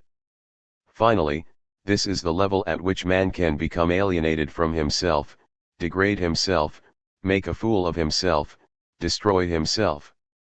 Such is, it seems to me, the exegesis that may be made of consciousness according to a method that is not a psychology of consciousness, but a reflective method that has its starting point in the objective movement of the figures of man. This objective movement is what Hegel calls spirit. Reflection is the means for deriving from this movement the subjectivity that constitutes itself at the same time that the objectivity engenders itself. It is clear that this indirect, mediate approach to consciousness has nothing to do with an immediate self-presence of consciousness, an immediate self-certainty. But no sooner have we noted the specificity of economic, political, and cultural objectivity, and the specificity of the related human feelings, then we have to take the reverse path and point out the gradual cathexis or investment of these regions of meaning by what Freud calls the derivatives from the unconscious. The three spheres we have examined, like the whole life of civilization, are involved in a history of instincts. None of the figures of the phenomenology of spirit escapes the libidinal investment, and consequently the possibilities of regression inherent in the instinctual situation. We shall outline briefly the dialectic of the two hermeneutics at the levels of having and power, and reserve a more extensive analysis for the symbolism of the strictly cultural sphere. Freud presents a libidinal interpretation of having that is thoroughly compatible with an interpretation that allows the economic sphere, in the sense of political economy, its own specificity. Well known are the attempts made by Freud and his followers to derive the apparently non-libidinal relations to things and men from the successive phases through which the libido passes: oral phase, anal phase, phallic phase, genital phase. Freud uses the term Transformation 2-3, Umsetzung, to designate this displacement of instinctual emotions from certain erotogenic zones onto seemingly quite different objects. Thus Freud borrows the notion from Abraham that after a person's excrement has lost its value for him, this instinctual interest passes over onto objects that can be presented as gifts. After this, corresponding exactly to analogous changes of meaning that occur in linguistic development, this ancient interest in feces is transformed into the high valuation of gold and money, but also makes a contribution to the effective cathexis of baby and penis. If one is not aware of these profound connections, it is impossible to find one's way about in the fantasies of human beings, in their associations, influenced as they are by the unconscious, and in their symptomatic language. Feces, money, gift, baby, penis are treated there as though they meant the same thing, and they are represented too by the same symbols. Freud uses the same terms in speaking of the formation of character that begins in the pregenital phases of the libido. He believes that the triad of orderliness, thrift, and obstinacy is connected with anal erotism. We therefore speak of an anal character in which we find this remarkable combination, and we draw a contrast to some extent between the anal character and unmodified anal erotism. 2-4 In this example we can see both the validity and the limits of this type of interpretation. The Freudian interpretation functions as a kind of heiltic of affects. Here I take heil or matter in the Husserlian sense of the term. 2-5 It enables us to set forth the genealogy of the main human affects and to establish the table of their derivatives. It verifies Kant's insight that there is only one faculty of desiring. In Freudian terms, our love of money is the same love we had as infants for our feces. But at the same time we realize that this kind of exploration into the substructures of our affects does not substitute for a constitution of the economic object. The regressive genesis of our desires does not replace a progressive genesis concerned with meanings, values, symbols. That is why Freud speaks of transformations of instinct. But a dynamics of effective cathexis cannot account for the innovation or advancement of meaning that is inherent in this transformation. The same may be said of the political sphere, which constitutes, as we have seen, a specific region of interhuman relationships and an original class of human objects. It is perfectly possible to erect two interpretations upon this single affective complex, an interpretation according to the figures of the phenomenology of spirit and an interpretation of the type that Freud elaborated in 1921 in Group Psychology and the Analysis of the Ego. Freud regards the concept of suggestion, espoused by the social psychology of the beginning of the century, as a screen for the libido. It is eros, he states, which holds together everything in the world. 2-6 And he confidently proceeds to write a chapter on the libidinal structure of the army and the church. We should not be surprised that an enterprise of this kind never attains to the level of a structural analysis of groups. The key notions here are the concrete tie with the leader and homosexual object cathexis. The various ideas or causes that might hold a group or society together are regarded as derived from interpersonal ties that ultimately are rooted in the invisible leader. Freud admits that we are concerned here with love instincts which have been diverted from their original aims, though they do not operate with less energy on that account. 2-7 This inability on the part of a mere psychoanalysis of the leader to attain to the fundamental constitution of social ties does not prevent the interpretation from being extremely penetrating. Such an investigation inevitably brings us back to the concept of identification. Indeed, Chapter 7 of Group Psychology is Freud's most important study of identification.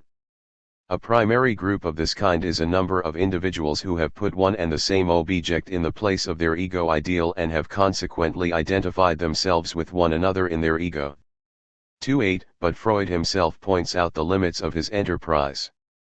Ultimately, his investigation is concerned less with the formation and development of social groups than with the regressive characteristics of groups as described by L. E. Bohn at the turn of the century, namely, the lack of independence and initiative in their members, the similarity in the reactions of all of them, their reduction so to speak, to the level of group individuals, and at the level of the group as a whole, the weakness of intellectual activity, the lack of emotional restraint, the incapacity for moderation and delay, the inclination to exceed every limit in the expression of emotion and to work it off completely in the form of action.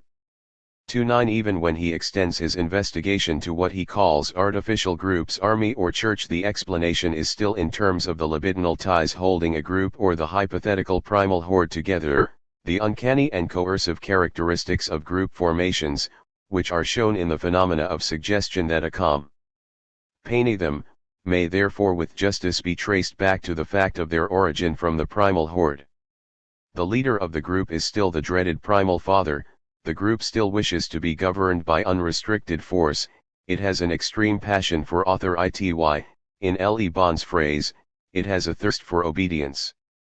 The primal father is the group ideal, which governs the ego in the place of the ego ideal. 3-0 In conclusion, Freud states, we are aware that what we have been able to contribute towards the explanation of the libidinal structure of groups leads back to the distinction between the ego and the ego ideal and to the double kind of tie which this makes possible: identification, and putting the external libidinal object in the place of the ego ideal. 3-1 But if we ask psychoanalysis what constitutes the specificity of the political tie, its only answer is to invoke the notion of a diversion of aim. In the same text, Freud admits that there is some difficulty in giving a description of such a diversion of aim which will conform to the requirements of metapsychology. 3-2 And he adds, if we choose, we may recognize in this diversion of aim a beginning of the sublimation of the sexual instincts, or on the other hand we may fix the limits of sublimation at some more distant point. 3-3 Is this not rather the sign that sublimation is a mixed concept, which designates both a derivation of energy and an innovation of meaning? The derivation of energy shows that there is but one libido and merely various vicissitudes of that one libido, but the innovation of meaning requires another hermeneutics. I now wish to show, in a very precise example, how a dialectical exegesis may be applied to symbols belonging to the third cycle of man's suction. I will take this example from the aesthetic sphere, where Freud's interpretation is less reductive than it is in the sphere of religious symbolism. It is here that the profound identity of the two hermeneutics, regressive and progressive, may be shown most clearly and forcefully. It is here that the teleology of consciousness will appear in the detailed structure of the archaeology itself, and the telos of the human adventure will be foreshadowed in the endless exegesis of the myths and hidden secrets of our childhood and birth. This privileged example, this prototypic example, will be Sophocles' Oedipus Rex. The tragedy is built around a fantasy well known to the interpretation of dreams, the fantasy in which we live through the childhood drama that we call Oedipal. In this sense, we may say with Freud that there is nothing more behind the work of art created by Sophocles than a dream. From the start, Freud rejects the classical interpretation of the Oedipus Rex as a tragedy of Detini, whose effect lies in the contrast between the omnipotence of the gods and the vain efforts of mankind to escape the evil that threatens them. This type of conflict, he thinks, no longer affects a modern audience, whereas spectators are still moved by Oedipus Rex. What moves us is not the conflict between destiny and human will, but the particular nature of this destiny, which we recognize without knowing it. His destiny moves us only because it might have been ours, because the oracle laid the same curse upon us before our birth as upon him. 3-4 Freud compares the legend and the drama with dreams of incest and parricide. King Oedipus, who slew his father Laius and married his mother Jocasta, merely shows us the fulfillment of our own childhood wishes. Here is one in whom these primeval wishes of our childhood have been fulfilled, and we shrink back from him with the whole force of the repression by which those wishes have since that time been held down within us. 3-5 Just as these typical dreams are accompanied by feelings of repulsion whereby we comply with the censorship and make the dream content admissible to consciousness, so too, says Freud, the leg and must include horror and self-punishment. 3-6 Thus the famous tragic Phobos would express merely the violence of our own repression against the revival of those childhood wishes. As for the theological interpretation concerning the conflict between providence and human freedom, Freud casually attributes it to a misconceived secondary revision of the material. 3-7 At this point I would like to counter with a second interpretation, which is in fact contained in the preceding one by reason of the overdetermination of the Oedipus symbol. This interpretation no longer concerns the drama of incest and parricide, a drama that has already taken place when the tragedy begins, but rather the tragedy of truth. It appears that Sophocles' creation does not aim at reviving the Oedipus complex in the minds of the spectators. On the basis of a first drama, the drama of incest and parricide, Sophocles has created a second, the tragedy of self-consciousness, of self-recognition. Thus Oedipus enters into a second guilt, an adult guilt, expressed in the hero's arrogance and anger. At the beginning of the play Oedipus calls down curses upon the unknown person responsible for the plague, but he excludes the possibility that that person might in fact be himself. The entire drama consists in the resistance and ultimate collapse of this presumption.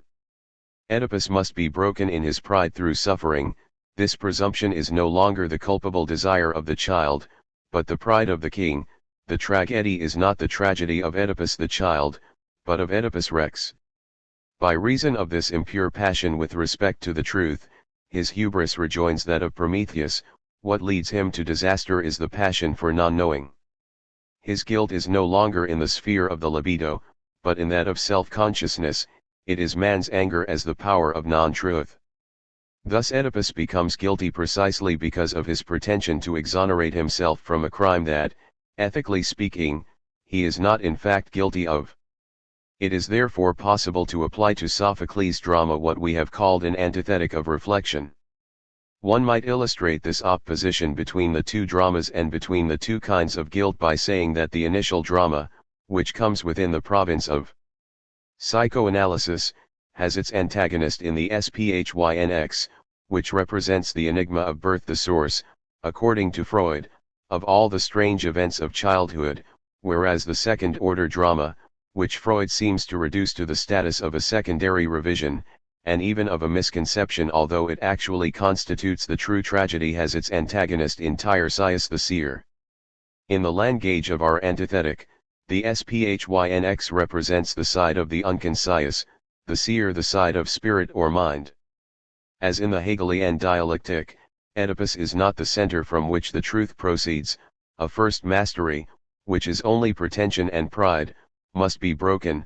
The figure from which truth proceeds is that of the seer, which Sophocles describes as the force of truth. 3-8 This figure is no longer a tragic one, it represents and manifests the vision of the totality. The seer, akin to the fool of Elizabethan tragedy, is the figure of comedy at the heart of tragedy, a figure Oedipus will rejoin only through suffering and pain.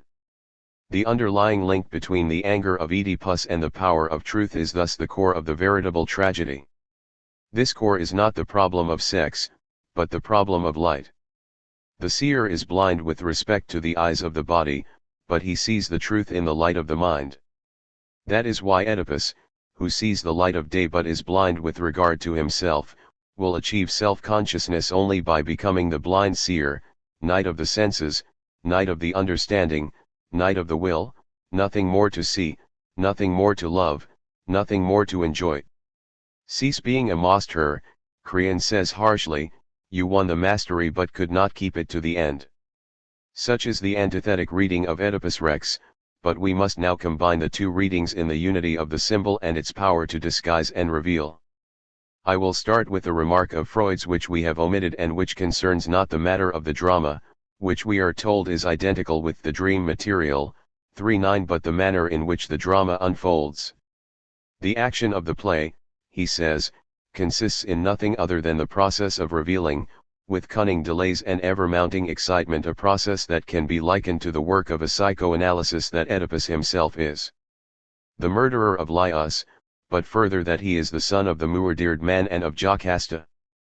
4-0 But we have already seen that psychoanalysis as a therapeutic activity, as a process of reduplicated consciousness, revives the whole history of master and slave.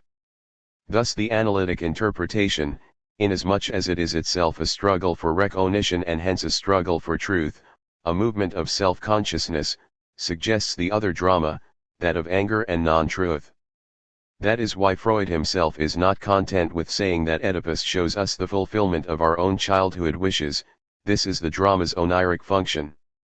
He adds, while the poet, as he unravels the past, brings to light the guilt of Oedipus, he is at the same time compelling us to recognize our own inner minds, in which those same impulses, though suppressed, are still to be found. The contrast with which the closing chorus leaves us confronted. Fix on Oedipus your eyes, who resolved the dark enigma, noblest champion, and most wise. Like a star his envied fortune mounted beaming far and wide, now he sinks in seas of anguish, whelmed beneath a raging tide. Strikes as a warning at ourselves and our pride, at us who since our childhood have grown so wise and so mighty in our own eyes. 4.1. Freud did not clearly distinguish between the mere revival of childhood wishes in dreams and the warning, addressed to the adult in us, upon which the drama of truth ends. An antithetic method was required to bring this double function of Sophocles' drama to the fore. It is only then that we can see the necessity of going beyond the duality. In this connection, what is particularly striking about the symbol created by Sophocles is the fact that the drama of truth centers precisely around the mystery of birth. The Oedipal situation contains all the spiritual overtones developed by the process of truth, curiosity, resistance, pride, distress, wisdom. Between the question of the father and the question of truth a secret alliance is formed that resides in the overdetermination of the symbol itself. The father is much more than the father, and the question of the father is much more than an inquiry about my own father. The father, after all, is never seen in his fatherhood, but only conjectured. The whole power of questioning is contained in the fantasies of this conjecture. The symbolism of engendering embraces all the questions concerning generation, genesis, origin, development. But if the childhood Oedipus drama is already potentially the tragedy of truth, Sophocles' tragedy of truth is not superimposed upon the drama of origin, for the material of that tragedy, as Freud says, is the same as the dream material. The second-order tragedy belongs to the primary tragedy, as is clear from the play's ambiguous and overdetermined ending. The crime of Oedipus culminates in the punishment of mutilation inflicted by the anger of non-truth. What is punishment in the tragedy of sex is the dark night of the senses in the final tragedy of truth. And if we return to an earlier part of the play, we see that the king's anger toward the seer derives its energy from the resistance stemming from the Oedipal situation and the dissolution of the childhood complex.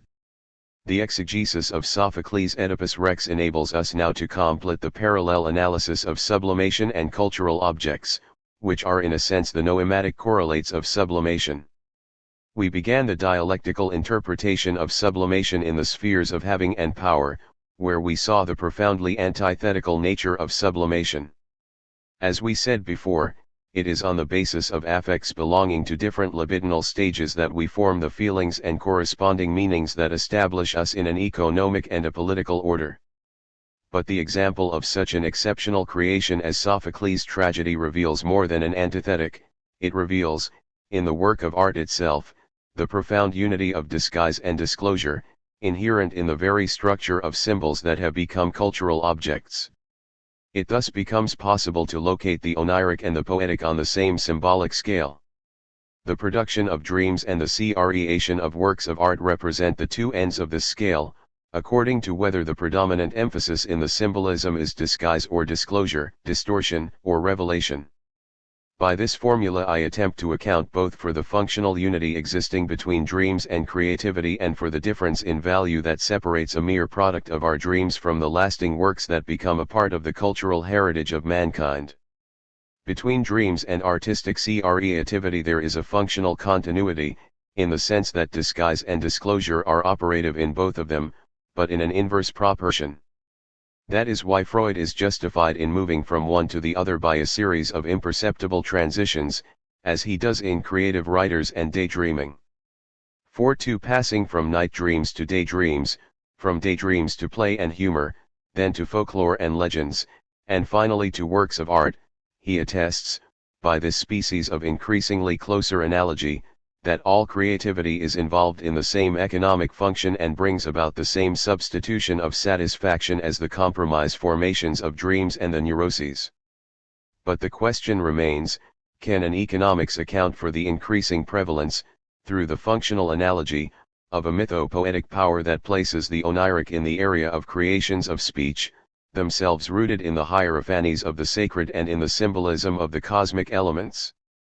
Of this other function Freud recognizes only a very partial aspect, which he describes in terms of an aesthetic incentive and which comes down to the purely formal pleasure produced by the artist's technique in presenting his material. This incentive or allurement is incorporated into the economy of desire as a type of forepleasure. We give the name of an incentive bonus, or a forepleasure, to a yield of pleasure such as this, which is offered to us so as to make possible the release of still greater pleasure arising from deeper psychical sources. 4.3 Thus, the economic framework of the explanation would reduce the entire Kantian analysis of the judgment of taste to a hedonics. Freud accounts very well for the functional unity of dreams and artistic creation, but the qualitative difference, the difference in aim which renders instincts dialectical, escapes him. This is why the question of sublimation remains unsolved. We thus see in what sense it is true, and in what sense it is not true, that works of art, the lasting and memorable creations of our days, and dreams, the fleeting and sterile products of our nights, are psychical expressions of the same nature.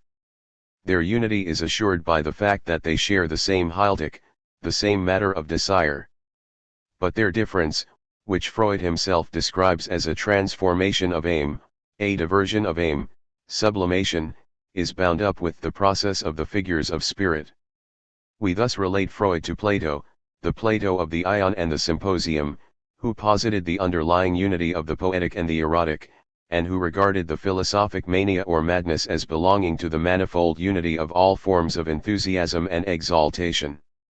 Within their intentional structure, symbols have both the unity of a Heiltic matter and the qualitative diversity of aims and intentions, with the emphasis either upon the disguising of the Heil or upon the revealing of a further, spiritual meaning. If dreams remain a private expression lost in the solitude of sleep, it is because they lack the mediation of the artisan's work that embodies the fantasy in a solid material and communicates it to a public. This mediation of the artisan's work and this communication accrue only to those dreams that at the same time carry values capable of advancing consciousness toward a new understanding of itself.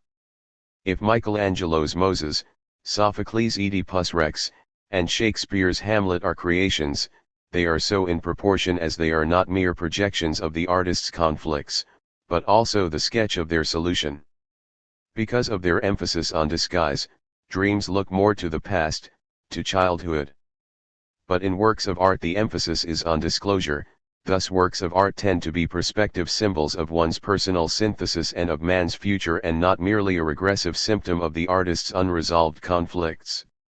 The same emphasis upon disclosure is the reason our pleasure as viewers of art is not the simple revival, even accompanied by an incentive bonus, of our own conflicts, but the pleasure of sharing in the work of truth that comes about through the hero. This approach to the intentional unity of symbols has enabled us to overcome the remaining distance between regression and progress. Zion. From now on, regression and progression do not represent two truly opposed processes. They are rather the abstract terms employed to designate the two end limits of a single scale of symbolization. Are not dreams a compromise fluctuating between these two functions, according as the neurotic aspect inclines dreams toward repetition and archaism, or as they themselves are on the way to a therapeutic action exercised by the self upon itself? Inversely, are there any great symbols created by art or literature that are not rooted in the archaism of the conflicts and dramas of our individual or collective childhood? The most innovative figures that the artist, writer, or thinker can produce call forth ancient energies originally invested in archaic figures, but in activating these figures, comparably to oniric and neurotic symptoms, the creator reveals man's most open and fundamental possibilities and erects them into new symbols of the suffering of self-consciousness. But just as there is a scale or gradation in the oniric, perhaps there is also a scale in the poetic. Surrealism shows quite well how the poetic can return to the oniric, or even tend to copy neurosis when aesthetic creativity gives free rein to the fantasies of obsession, organizes itself around themes of repetition, or even regresses to automatic writing. Thus, Not only would works of art and dreams be located at the two ends of a single scale of symbolization, but each of these kinds of production would reconcile, according to an inverse pattern, the oniric and the poetic. To overcome what remains abstract in the opposition between regression and progression would require a study of these concrete relations, shifts of emphasis, and inversion of roles between the functions of disguise and disclosure. At least we have shown that the area in which this concrete dialectic must be worked out is that of language and its symbolic function. Corresponding to this dialectical structure of sublimation is a similar structure of the cultural objects that are the correlates of sublimation. These objects pertain to the third sphere of feelings, which we have described as the sphere of worth or valuation. These feelings appear to us to form a region of meaning irreducible to a political economy and a politics. The process in which man achieves consciousness is not restricted to relationships between the ego and possessions, to relations of appropriation and mutual expropriation, or of exchange, sharing, and giving, nor is it restricted to the relations of dominance and obedience, of hierarchy and sharing of influence. The quest for recognition also extends into a quest for mutual esteem and approval. My existence for myself is thus dependent on the way I am regarded by other people. The self is shaped by the opinion and acceptance of others. This mutual constitution through opinion is still guided by objects, but these objects are no longer things in the sense of the goods, commodities, and services of the sphere of having, nor do they have corresponding institutions as in the sphere of power. These objects are the monuments and works of law, art, literature, philosophy. The exploration of man's possibilities extends into this new kind of objectivity, the objectivity of works or cultural objects properly so called. Painted, sculptured, or written works give these images of man the density of thingness, the stability of reality. They make these images exist between men and among men by embodying them in the material of stone, color, musical score, or the written word. It is through the medium of these works or monuments that a certain dignity of man is formed, which is the instrument and trace of a process of reduplicate consciousness, of recognition of the self in another self. These works or cultural objects, however, cannot be accounted for by a simple antithetic that would see a split between the creative process along which man's human development lies and the effective material upon which the history of spirit works. The only thing that can do justice to both an economics of culture and a phenomenology of spirit is a dialectic based on the overdetermination of symbols.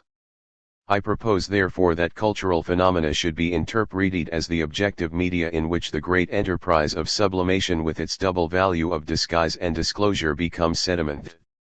Such an interpretation opens up to us the meaning of certain synonymous expressions. Thus the term education designates the movement by which man is led out of his childhood.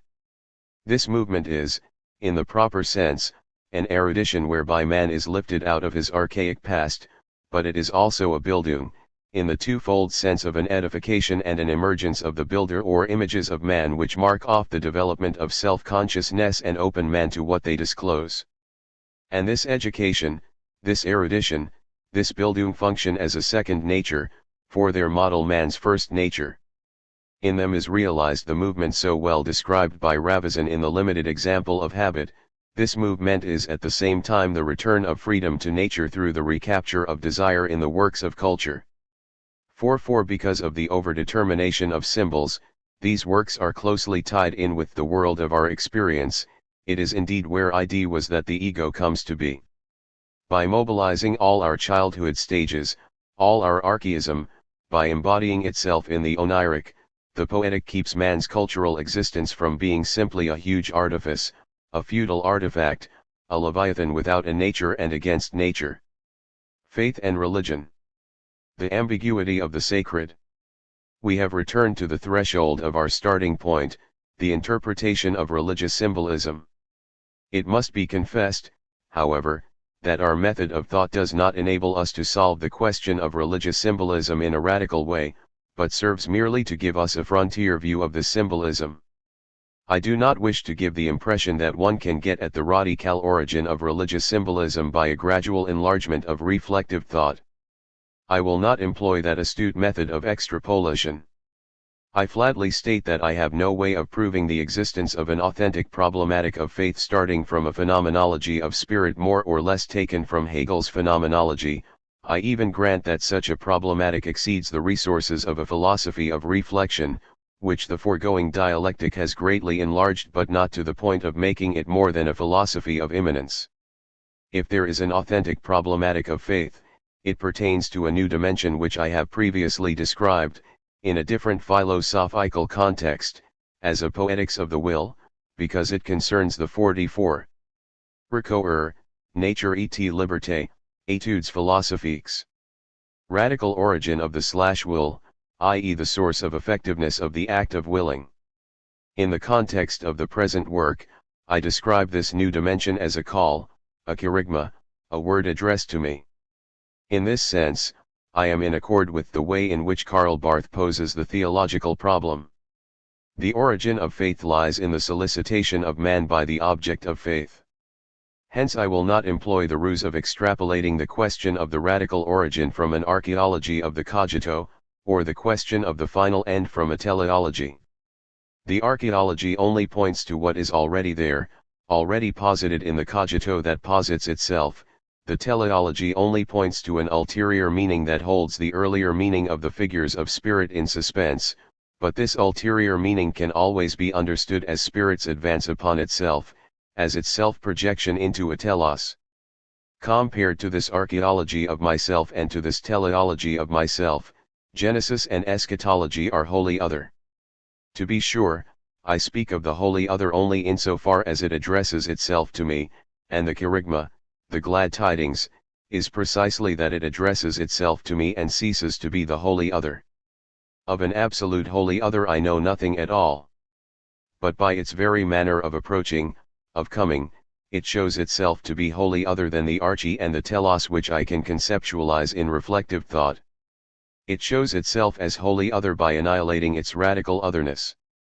But if a problematic of faith has a different origin, the field of its manifestation is the very one we have been exploring.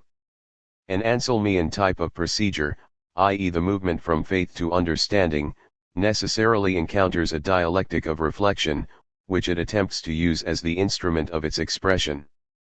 This is where the question of faith becomes a hermeneutic question, for what annihilates itself in our flesh is the wholly other as logos.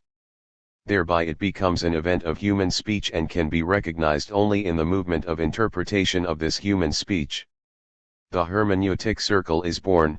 To believe is to listen to the call, but to hear the call we must interpret the message. Thus we must believe in order to understand and understand in order to believe.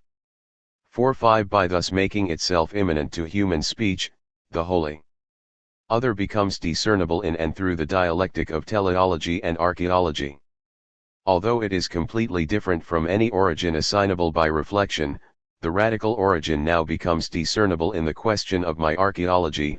Although it is completely different from any anticipation of myself I am capable of making, the final end becomes recognizable through the question of my teleology. Creation and eschatology present themselves as the horizon of my archaeology and the horizon of my teleology. Horizon is the metaphor for what approaches without ever becoming a possessed object. The alpha and the omega approach reflection as the horizon of my roots and the horizon of my intendings or aims. It is the radical of the radical, the supreme of the supreme. This is where a phenomenology of the sacred in the sense of van der Leyen and Iliad, joined to a kerygmatic exegesis in the sense of Barth and Bultmann, whom I do not regard as differing on this point, can come to the aid of reflection and offer to meditative thought new symbolic expressions situated at the point of rupture and suture between the wholly other and our discourse.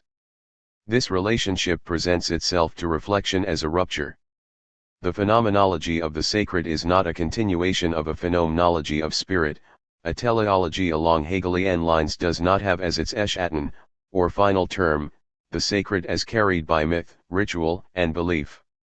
Of itself, this teleology aims not at faith but at absolute knowledge, and absolute knowledge presents no transcendence, but the reabsorption of all transcendence within a completely mediated self-knowledge. Hence one cannot insert this phenomenology of the sacred in place of the eschaton and within the structure of the horizon without challenging the claim of absolute knowledge. But if reflection cannot of itself produce the meaning foreshadowed in this approach or coming, the kingdom of God has come near to you, it can at least understand why it cannot close in upon itself and achieve its proper meaning with its own resources. The reason for this failure is the fact of evil. The area of challenge, which will also be that of the threshold understanding, is the area of discourse where a symbolism of evil is structured upon the successive figures of the world of culture. Why do we refuse to say that the end is absolute knowledge? The fulfillment of all the mediations in a whole, in a totality without remainder? Why do we say this end is only foreshadowed, promised by prophecy, to use the language of the theologico-political treatise? Why do we reassign to the sacred the place usurped by an absolute knowledge? Why do we refuse to transform faith into gnosis?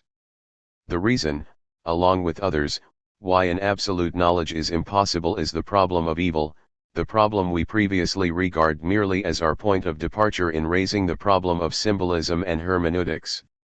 At the end of this journey we will discover that the great symbols concerning the nature and origin of evil are not simply one set of symbols out of many, but are privileged symbols. It does not even suffice to say, as we did in the problematic, that a symbolism of evil is the counterpart of a symbolism of salvation, which concerns the destiny of man. The symbols of evil teach us something decisive about the passage from a phenomenology of spirit to a phenomenology of the sacred. These symbols resist any reduction to a rational knowledge, the failure of all theodicies, of all systems concerning evil, witnesses to the failure of absolute knowledge in the Hegelian sense. All symbols give rise to thought, but the symbols of evil show in an exemplary way that there is always more in myths and symbols than in all of our philosophy, and that a philosophical interpretation of symbols will never become absolute knowledge. In short, the problem of evil forces us to return from Hegel to Kant, that is to say, from a dissolution of the problem of evil in dialectic to the recognition of the emergence of evil as something inscrutable, and hence as something that cannot be captured in a total and absolute knowledge. Thus the symbols of evil attest to the unsurpassable character of all symbolism, while telling us of the failure of our existence and of our power of existing. They also declare the failure of systems of thought that would swallow up symbols in an absolute knowledge. But the symbolism of evil is also a symbolism of reconciliation. No doubt this reconciliation is given only in the signs that are its promise. But it is a reconciliation that always invites thought on the part of that understanding of faith I described above as a threshold understanding.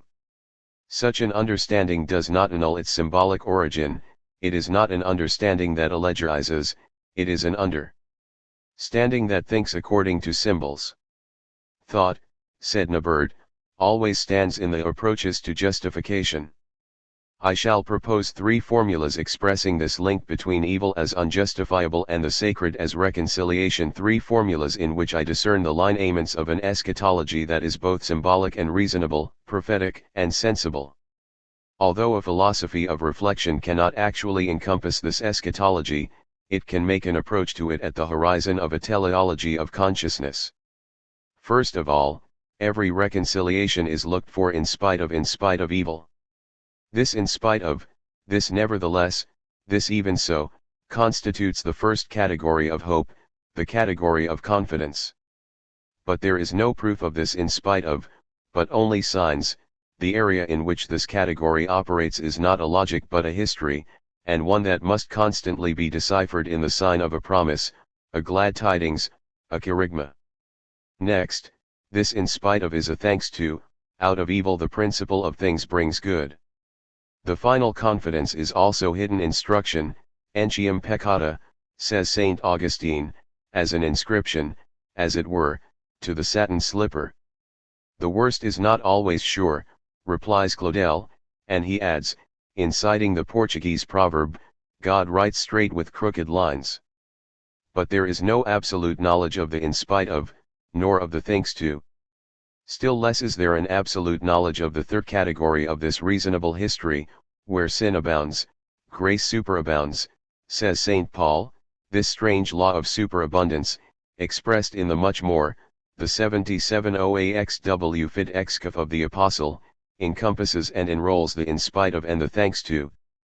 But this a fortiori or much more is not convertible into knowledge, that which in the old theodicy was only an expedient of false knowledge, modestly becomes the understanding of hope.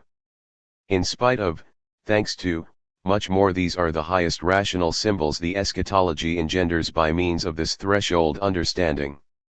I am not unaware of the fragility of this relationship, in a philosophy of reflection, between the figures of spirit and the symbols of the sacred. From the viewpoint of the philosophy of reflection, which is a philosophy of immanence, the symbols of the sacred appear only as cultural factors mixed in with the figures of spirit. But at the same time these symbols designate the impact on culture of a reality that the movement of culture does not contain. They speak of the wholly other than all of history. In this way they exercise an attraction and a call upon the entire series of the figures of culture. This is the sense in which I spoke of a prophecy or an eschatology. It is solely through its relation to the immanent teleology of the figures of culture that the sacred concerns this philosophy. The sacred is its eschatology, it is the horizon that reflection does not comprehend, does not encompass, but can only salute as that which quietly presents itself from afar. Thus another dependence of the cogito or self is revealed, a dependence that is first seen not in the symbol of its birth but in the symbol of an eschaton, an ultimate, toward which the figures of spirit point. The cogito's dependence on the ultimate, just as its dependence on its birth, its nature, its desire, is revealed only through symbols.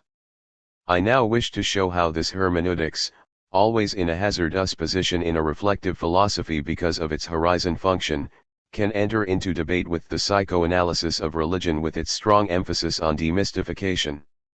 The danger here is of falling back on a purely antithetical conception of hermeneutics where we would lose the benefit of our painstaking dialectic and succumb to an eclecticism we have consistently tried to eradicate. Hence it is important to show that a problematic of faith necessarily implies a hermeneutics of demystification.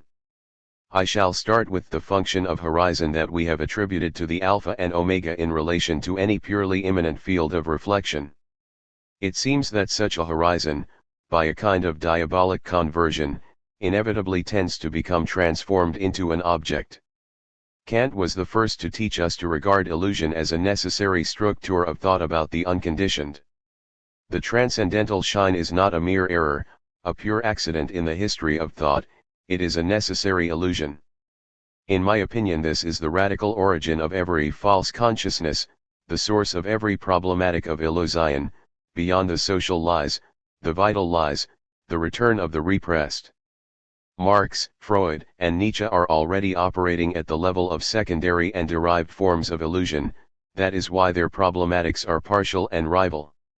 The same may be said of Feuerbach, the movement by which man empties himself into transcendence is secondary as compared to the movement by which he grasps hold of the wholly other in order to objectify it and make use of it. The reason man projects himself into the wholly other is to grasp hold of it and thus fill the emptiness of his unawareness. This objectifying process is the origin both of metaphysics and of religion. Metaphysics makes God into a supreme being, and religion treats the sacred as a new sphere of objects, institutions, and powers within the world of immanence of objective spirit and alongside the objects, institutions, and powers of the economic, political, and cultural spheres. We may say that a fourth sphere of objects has arisen within the human sphere of spirit. Henceforward there are sacred objects and not merely signs of the sacred objects in addition to the world of culture. This diabolic transformation makes religion the reification and alienation of faith. By thus entering the sphere of illusion, religion becomes vulnerable to the blows of a reductive hermeneutics. In our day this reductive hermeneutics is no longer a private affair, it has become a public process, a cultural phenomenon, whether we call it demythologization, when it occurs within a given religion, or demystification, when it proceeds from without, the aim is the same, the death of the metaphysical and religious object. Freudianism is one of the roads to this death. It seems to me, however, that this cultural movement cannot and must not remain external to the restoration of the signs of the Holy Other in their authentic function as sentinels of the horizon. Today we can no longer hear and read the signs of the approach of the Holy Other except through the merciless exercise of reductive hermeneutics, such is our helplessness and perhaps our good fortune and joy. Faith is that region of the symbolic where the horizon function is constantly being reduced to the object function, thus arise idols, the religious figures of that same illusion which in metaphysics engenders the concepts of a supreme being, first substance, absolute thought. An idol is the reification of the horizon into a thing, the fall of the sign into a supernatural and supercultural object. Thus there is a never-ending task of distinguishing between the faith of religion, faith in the Holy Other which draws near, and belief in the religious object, which becomes another object of our culture and thus a part of our own sphere. The sacred, as signifying separation or otherness, is the area of this combat. The sacred can be the sign of that which does not belong to us, the sign of the Holy Other. It can also be a sphere of separate objects within our human world of culture and alongside the sphere of the profane. The sacred can be the meaningful bearer of what we described as the structure of horizon peculiar to the Holy Other which draws near, or it can be the idolatrous reality to which we assign a separate place in our culture, thus giving rise to religious alienation. The ambiguity is inevitable, for if the Holy Other draws near, it does so in the signs of the sacred, but symbols soon turn into idols. Thus the cultural object of our human sphere is split in two, half becoming profane, the other half sacred. The wood carver, says the prophet, cuts down a cedar, or a cypress, or an oak. Half of it he burns in the fire, over the half he eats flesh, he roasts meat and is satisfied, also he warms himself and says, "Aha, I am warm, I have seen the fire." And the rest of it he makes into a god, his idol, and falls down to it and worships it, he prays to it and says, "Deliver me, for thou art my God." They know not, nor do they understand.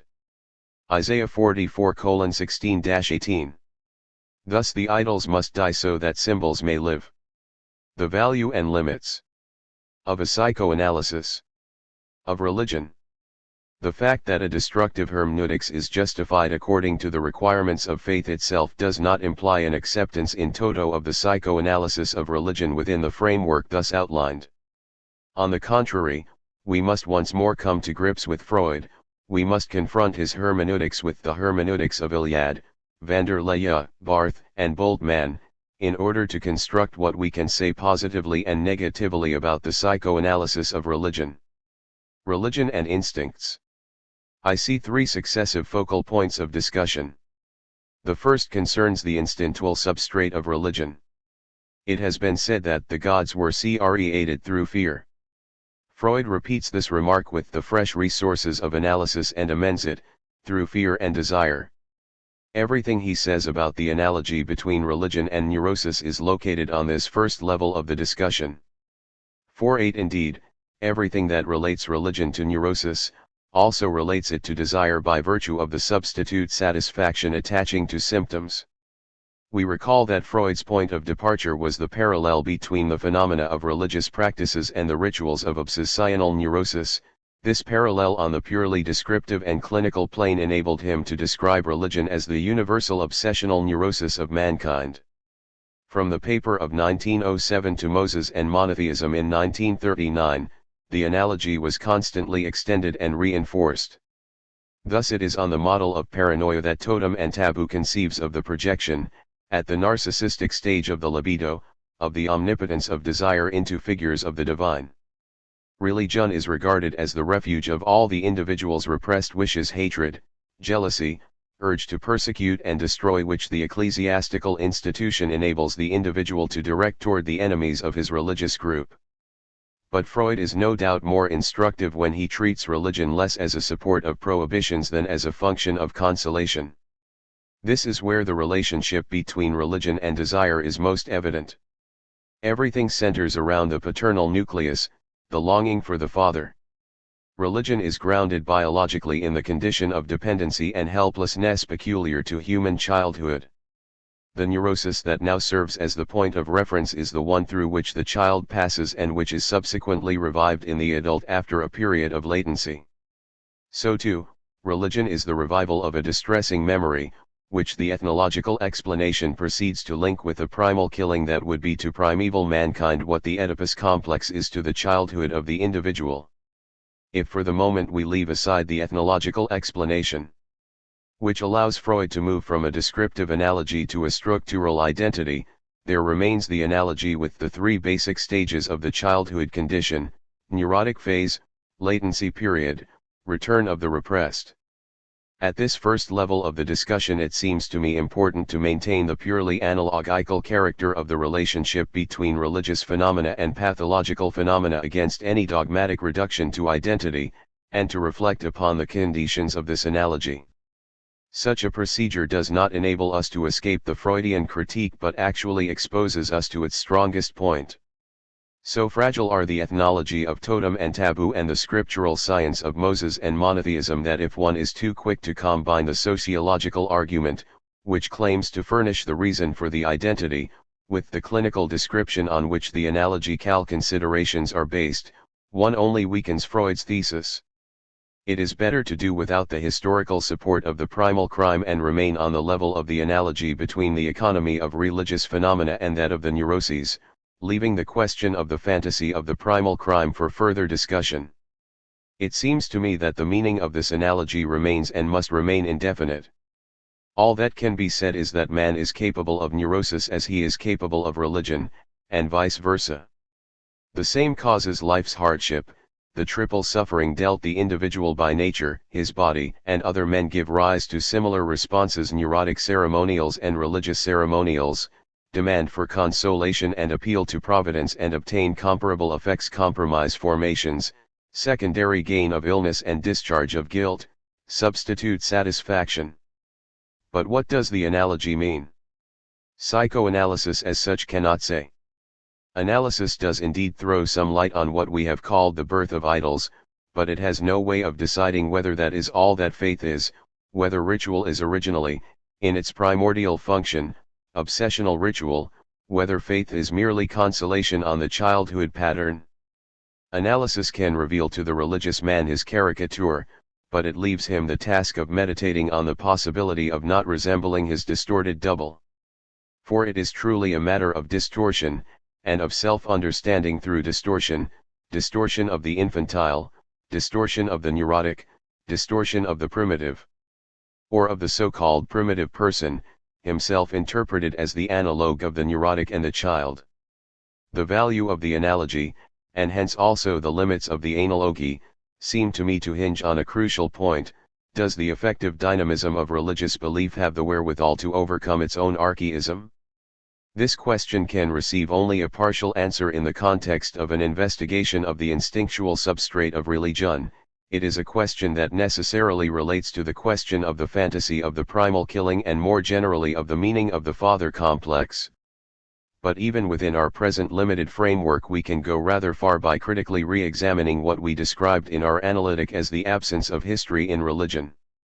For Freud, religion is the monotonous repetition of its own origins. It is a sempiternal treading on the grounds of its own archaism.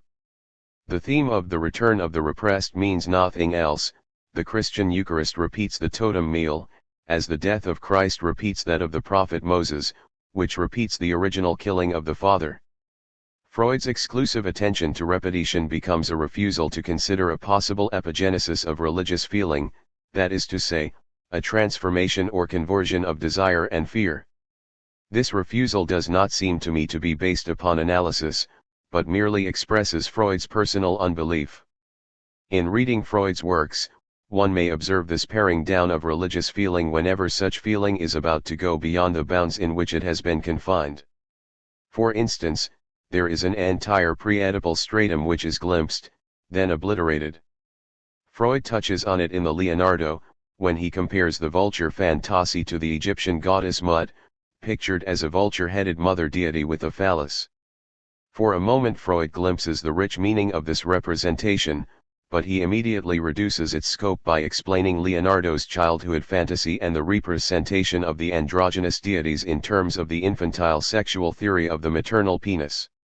Later we shall discuss the sense in which one and the same representation may be regarded as the common source of both a regressive fantasy and a figure of the sacred. For the present let us keep in mind that there are other effective roots besides the father complex. In contrasting the primeval days of the human race with our civilized attitude of depreciating sexuality, Freud himself suggests that primitive men divinized sexuality, and that all other human activities were made to share in its divine nature through transfer of the sexual to the non-sexual. Later on Freud will admit that he does not know what place to assign to the feminine deities in his genesis of religious illusion. Is this not an indication of a possible religion of life, a religion of love? On at least 2 occasions Freud touched upon this working hypothesis, only to brush it aside immediately. In the famous myth of the primal murder, Freud encounters an episode that remains unexplained, although it is ultimately the pivot of the drama. This episode is the forming of the covenant among the brothers whereby they agreed not to repeat among themselves the murder of the father. This covenant is highly significant, for it puts an end to a repetition of the act of parricide, by prohibiting fratricide, the covenant engenders a history. But Freud is much more preoccupied with the symbolic repetition of the murder in the totem meal than with the conciliation among the brothers, which makes possible the reconciliation with the father image henceforward engraved in the hearts of men. Why not link the destiny of faith with this fraternal conciliation, rather than with the perpetual repetition of the parricide? But Freud has decided that the son religion is not a true advance beyond the father complex, the fiction that the son is the leader of the revolt, and hence a murderer figure, immediately closes the half-opened door. A similar difficulty faces the second essay of Moses and monotheism. If Moses was an Egyptian, he must have taken his ethical god from a religion that was already established.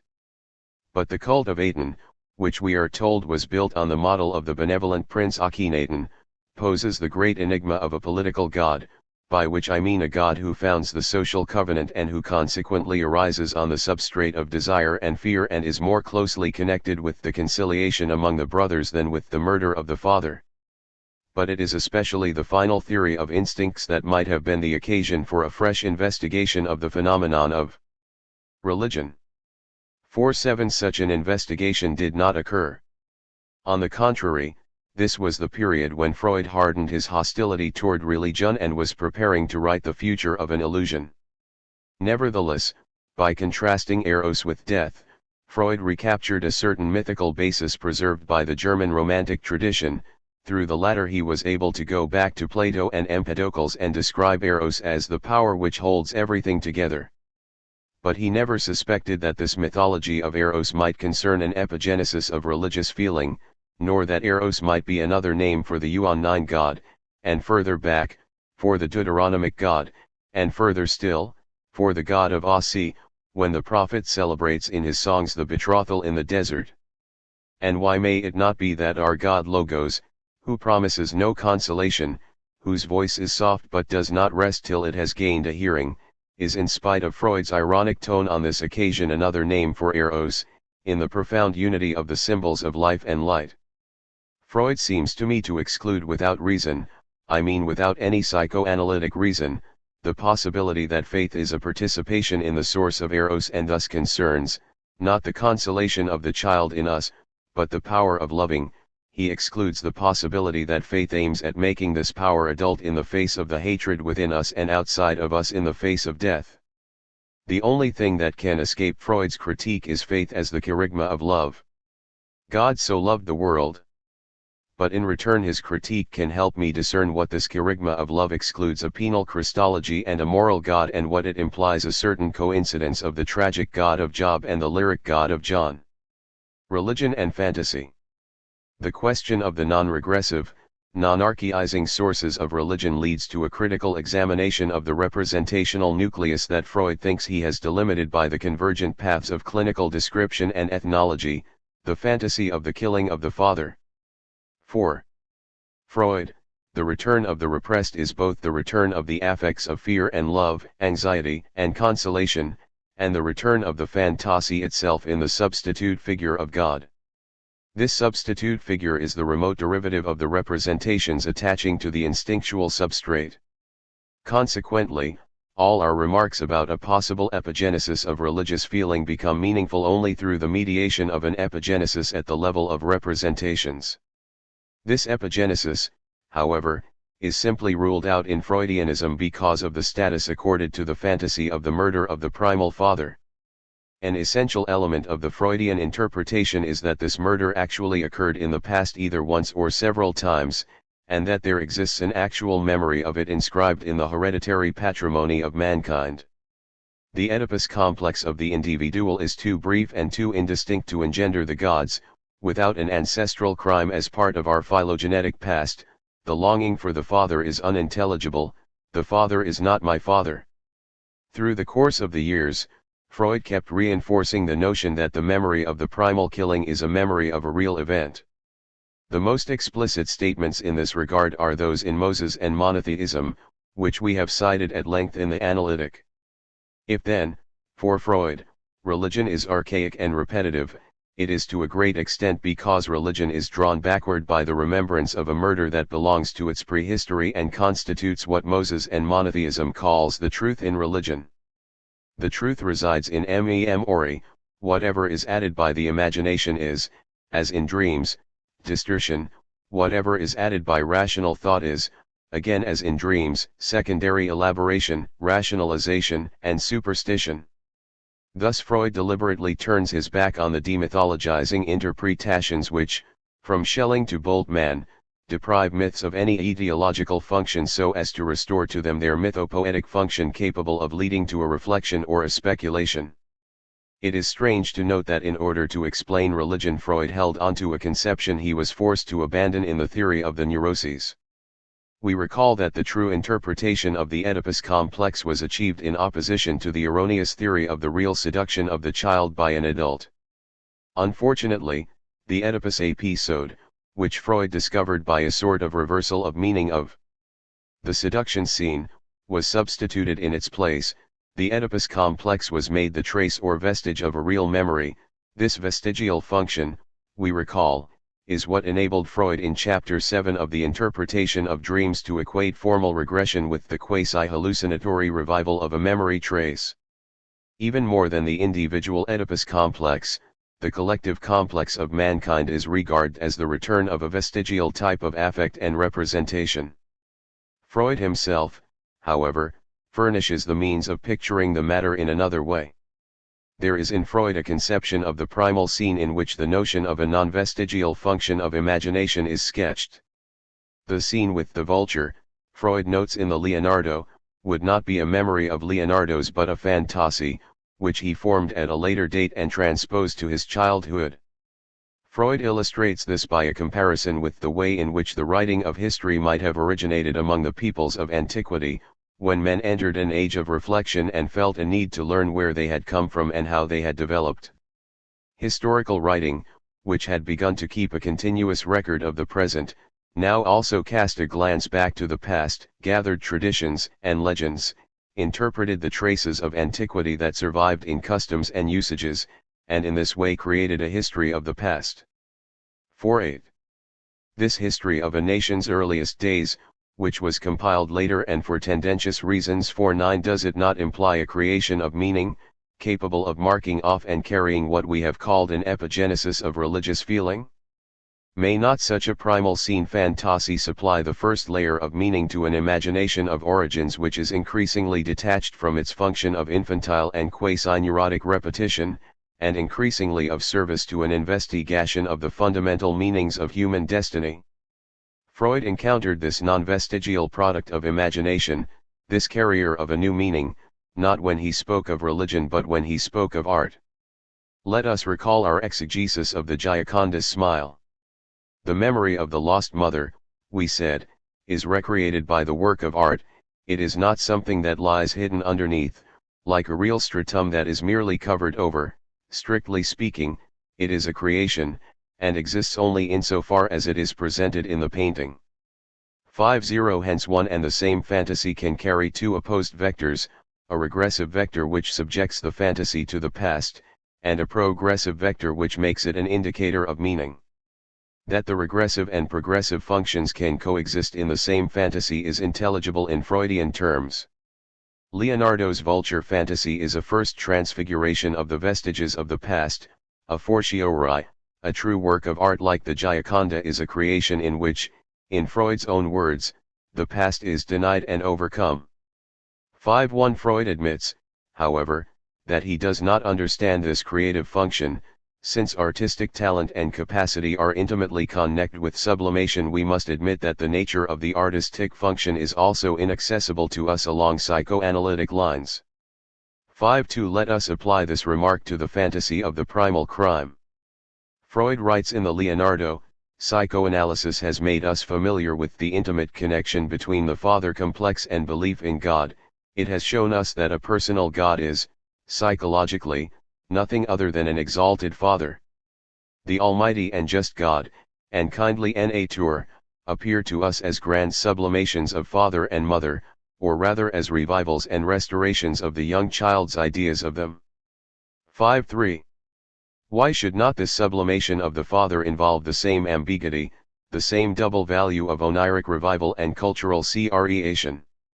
Such must be the case, in a certain sense, even within the framework of Freud's interpretation, if religion is to fulfill its universal and not just its individual function, if it is to acquire cultural importance and assume a function of protection, consolation, reconciliation. But then is it possible that the father figure, as presented by religion and faith, is merely a picture puzzle, hidden in the believer's invocation like Leonardo's vulture in the folds of the Virgin's robe? To my mind, one cannot treat the father figure as an isolated figure with its own special exegesis. It is simply one component, the central one, it is true, as we shall say further on, in a mythopoetic constellation which must first be considered as a whole. Let us explore the following path. The force of a religious symbol lies in the fact that it recaptures a primal scene fantasy and transforms it into an instrument of discovery and exploration of origins. Through these detector representations, man tells the origin of his humanity. Thus the accounts of battle in Hesiod and the Babylonian literature, the accounts of fall in the Orphic literature, the accounts of primal guilt and exile in the Hebraic literature, 5 may forth indeed be treated, in the manner of Otto Rank, as a sort of collective onirism, but this onirism is not a recording of prehistory. Rather, through their vestigial function, such symbols show in operation an imagination of origins, which may be said to be historial, geschichtlich, for it tells of an advent, a coming to being, but not historical, historisch, for it has no chronological significance.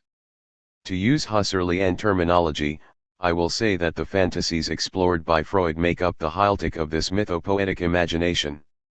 It is in and through certain primal scene fantasies that man forms, interprets, intends meanings of another order, meanings capable of becoming the signs of the sacred which the philosophy of reflection can only acknowledge and salute at the horizon of its archaeology and its teleology.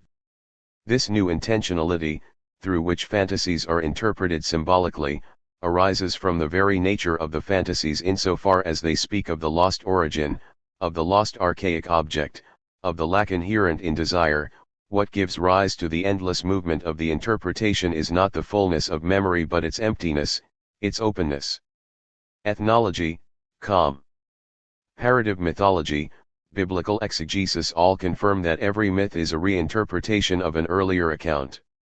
These interpretations of interpretations are quite capable therefore of operating upon fantasies pertaining to various ages and stages of the libido. But the important factor is not so much this sensory matter as the movement of interpretation that is contained in the advancement of meaning and constitutes the intentional transforming of the matter. This is the reason why a hermeneutic technique can be applied to myths. A myth is already hermeneia, interpretation and reinterpretation of its own roots.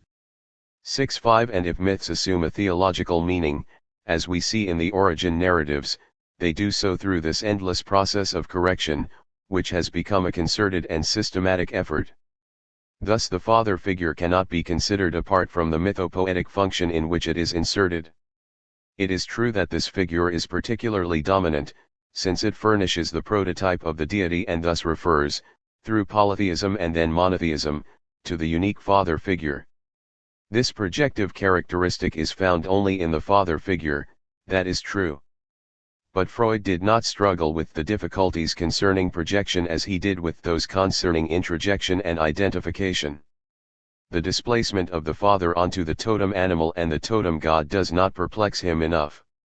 The analogy with animal phobias and with paranoia dispense him from seeking further. Do not the same questions that we asked concerning the mother image in Leonardo's Mona Lisa arise here? Is not the father figure as much denied and overcome as it is repeated? What have I understood when I have discovered or divined the father figure in the representation of the deity? Do I understand both of them better? But I do not know what the father means. The primal scene fantasy refers me back to an unreal father, a father who is missing from our individual and collective history. This is the fantasy in which I imagine God as a father. So great is my ignorance of the father that I can say that the father as a cultural theme is created by mythology on the basis of an oniric fantasy. I did not know what the father was until his image had engendered the whole series of his derivatives. What constitutes the father as an origin myth is the interpretation through which the primal scene fantasy receives a new intention to the point where I can invoke our Father, who art in heaven. Stated in the pre-philosophical language of myth, the symbolism of the heavens and the symbolism of the Father make explicit the origin symbolism that the archaic fantasy virtually contained by Arye, son of the absence, lack, loss, and emptiness of its proper object. Why does the father figure have a privilege that the mother figure does not have? Its privileged status is no doubt due to its extremely rich symbolic power, in particular its potential for transcendence. In symbolism, the father figures less as a begetter equal to the mother than as the name-giver and the lawgiver. Freud's remarks about identification with a model, as distinct from libidinal identification, are applicable here. One does not possess the father of identification, not only because he is a lost archaic object, but because he is distinct from every archaic object. As such, he cannot come back or return except as a cultural theme. The father of identification is a task for representation because from the start he is not an object of desire but the source of institution. The father is an unreality set apart, who, from the start, is a being of language. Because he is the name giver, he is the name problem, as the Hebrews first conceived him. Thus the father figure was bound to have a richer and more articulated destiny than the mother figure. Through sublimation and identification the symbol of the Father was able to join with that of the Lord and that of the heavens to form the symbolism of an ordered, wise, and just transcendence, as outlined by Mircea Eliade in the first chapter of his Histoire comparée de religions. But then the Father figure is not simply a return of the repressed, it is rather the result of a true process of creation. This creation of meaning constitutes the true overdetermination of authentic symbols, and this overdetermination in turn grounds the possibility of two hermeneutics, one of which unmasks the archaism of its fantasy content, while the other discovers the new intention that animates the material content. The reconciliation of the two hermeneutics lies in symbols themselves. Thus one cannot stop with an antithetic that would distinguish between two sources of morality and religion, for the prophecy of consciousness is not external to its archaeology. One might even say that, thanks to their overdetermined structure, symbols succeed in inverting the temporal signs of the origin fantasy. The primal father signifies the Eschaton, the God who comes, generation signifies regeneration, birth analogously stands for rebirth, the childhood, that childhood which is behind me, signifies the other childhood, the second naivete. The process of becoming conscious is ultimately a process of seeing one's childhood in front of oneself and one's death behind oneself. Before, you were dead. Unless you become as little children. In this interchange of birth and death, the symbolism of the God who comes has taken over and justified the figure of the primal father. But if symbols are fantasies that have been denied and overcome, they are never fantasies that have been abolished. That is why one is never certain that a given symbol of the sacred is not simply a return of the repressed, or rather, it is always certain that each symbol of the sacred is also and at the same time a revival of an infantile and archaic symbol. The two functions of symbol remain inseparable. The symbolic meanings closest to theological and philosophical speculation are always involved with some trace of an archaic myth. This close alliance of archaism and prophecy constitutes the richness of religious symbolism, it also constitutes its ambiguity. Symbols give rise to thought, but they are also the birth of idols. That is why the critique of idols remains the condition of the conquest of symbols. Faith and speech. It seems to me that the two preceding discussions lead to a third sphere of problems. After seeing the projected shadow or imprint of the advancement of meaning in instincts and fantasies, we must consider speech or the spoken word la parole, for this is the element in which the advancement of meaning occurs. If an epigenesis of instincts and fantasies is possible, it is because speech is the instrument of the hermeneia or interpretation that symbols exercise with respect to fantasies, even before symbols are themselves interpreted by the exegetes. The ascending dialectic of affect and fantasy is thus carried by an ascending dialectic of symbolic language. But this creation of meaning implies that the imaginary of the mythopoetic function is more closely related to nascent speech than to images in the sense of a mere revival of perception. Unfortunately, the Freudian conception of language is very inadequate. The meaning of words is the revival of acoustic images, thus language itself is a trace of perception. This vestigial conception of language can give no support to an epigenesis of meaning. If it is true that the various degrees of fantasy are developed only in the element of language, it is still necessary to distinguish between things heard and things seen. But things heard are first of all things said, and things said, in myths of the origin and the end, are the exact contrary of traces or vestiges. The things said interpret certain primal scene fantasies in order to speak of man's situation in the sacred. The inadequacy of Freud's philosophy of language explains, I believe, what seems to me to be Freud's greatest shortcoming in his theory of religion. He thought he could make a direct psychology of the superego and, on this basis, a direct psychology of belief and the believer, thus circumventing an exegesis of the texts in and through which the religious man has formed and educated his belief, in the sense of the Bildung mentioned above. However, it is impossible to construct a psychoanalysis of belief apart from an interpretation and understanding of the cultural productions in which the object of belief announces itself. What we have said in general about the process of man's becoming conscious should be said more specifically about his becoming religious.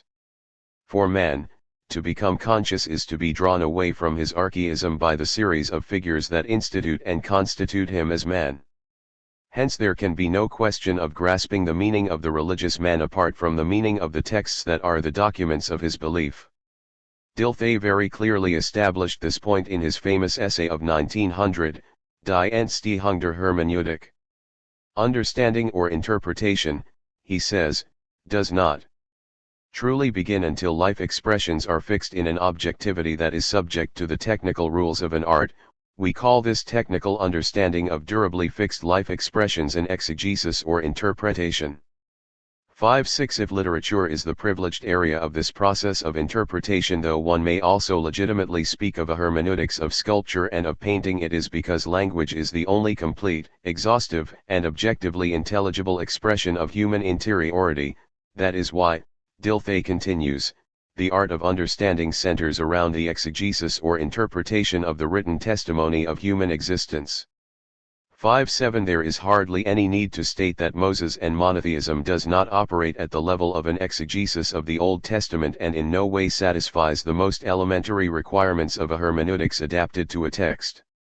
Consequently, one cannot say that Freud truly made, or even began to make, an analysis of religious representations, whereas on the aesthetic plane the Moses of Michelangelo is truly treated as a self-contained work and analyzed in detail, with no concession made to a direct psychology of the artist and his creative activity. The works of religion, the monuments of belief, are treated neither with the same sympathy nor with the same rigor, Instead, we are presented with a vague relationship between religious themes and the paternal prototype.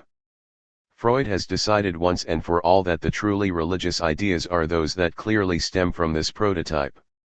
A powerful being who rules over nature as an empire, who annuls death and redresses the afflictions of this life. If God is to be God, this is all he can be. Naive religion is religion proper. Philosophic religion and oceanic religion, 5-8, in which the personality of God has been softened, transposed, or abandoned, are derivatives or secondary rationalizations that refer back to the paternal prototype. I would like to show, in the case of two particular themes central to the Freudian problematic, the themes of guilt and consolation, how a path that Freud has closed may be reopened. The first theme has to do with religion as the summit of an ethical view of the world, the second concerns religion as proceeding from a suspension of the ethical. These themes are the two focal points of religious consciousness, as Freud himself acknowledges, by viewing religion as a form of interdiction and as a form of consolation. Now, Freud had no interest whatsoever in what might be called an epigenesis of the sense of guilt, an epigenesis that would be guided by an increasingly refined symbolism. The sense of guilt seems to have no history beyond the Oedipus complex and its dissolution. It remains a preventive procedure with respect to anticipate punishment. In the Freudian literature, the sense of guilt is consistently understood in this archaic sense. But an epigenesis of guilt cannot be directly established by a psychology of the superego, it can only be deciphered by the indirect means of a textual exegesis of the penitential literature. In this literature there is constituted an exemplary history of conscience, Gewissen. Man arrives at adult, normal, ethical guilt when he understands himself according to the figures of this exemplary history. Elsewhere I have tried to investigate the notions of stain, sin, and guilt by means of an exegesis in Dilthey's sense of the term. 591 found that guilt progresses by crossing two thresholds. The first threshold is that of injustice in the sense of the Jewish prophets and also of Plato. The fear of being unjust, the remorse for having been unjust, are no longer taboo fears. Damage to the interpersonal relationship, wrongs done to the person of another, treated as a means and not as an end, mean more than a feeling of a threat of castration. Thus the consciousness of injustice marks a creation of meaning by comparison with the fear of vengeance, the fear of being punished. The second threshold is that of the sin of the just man, of the evil of justice proper. Here consciousness discovers the radical evil affecting every maxim, even that of the good man. All we have said above concerning the function of fantasies is relevant here. The myths in which the advance of consciousness is expressed are certainly built upon primal scene fantasies subject to the anxiety of the superego. That is why guilt is a trap, an occasion of backwardness, of fixation in premorality, of stagnation in archaism. But the mythic intentionality resides in the series of interpretations and reinterpretations through which a myth rectifies its own archaic substrate. Thus are constituted the symbols of evil which invade thought and upon which I can form the notion of bad or servile will. Between the sense of guilt in the psychoanalytic sense and radical evil in the Kantian sense there extends a series of figures in which each figure takes up the preceding one to deny and overcome it, as Freud says of the work of art. It would be the task of reflective thought to show how this progressive consciousness follows the progression of the symbolic spheres we sketched in the first part of this chapter. The same figures that serve to mark off the path of feeling, the figures of possession, domination, and valuation, are also the successive regions of our alienation. This is understandable, for if these figures are the symbols of our fallibility, they are also the symbols of our having already fallen. Freedom becomes alienated in alienating its own mediations, economic, political, cultural. The servile will, one might add, mediates itself by passing through all the figures of our helplessness that express and objectify our power of existing. This indirect method could be the means of elaborating the notion of non-infantile, non-archaic, non-neurotic sources of our guilt. But just as desire intrudes into these successive spheres and mixes its ramifications with the non-erotic functions of the self, so too the effective archaism of guilt extends into all the regions of alienated possession, of unmeasured power, of vainglorious pretensions of worth. That is why guilt remains ambiguous and suspect.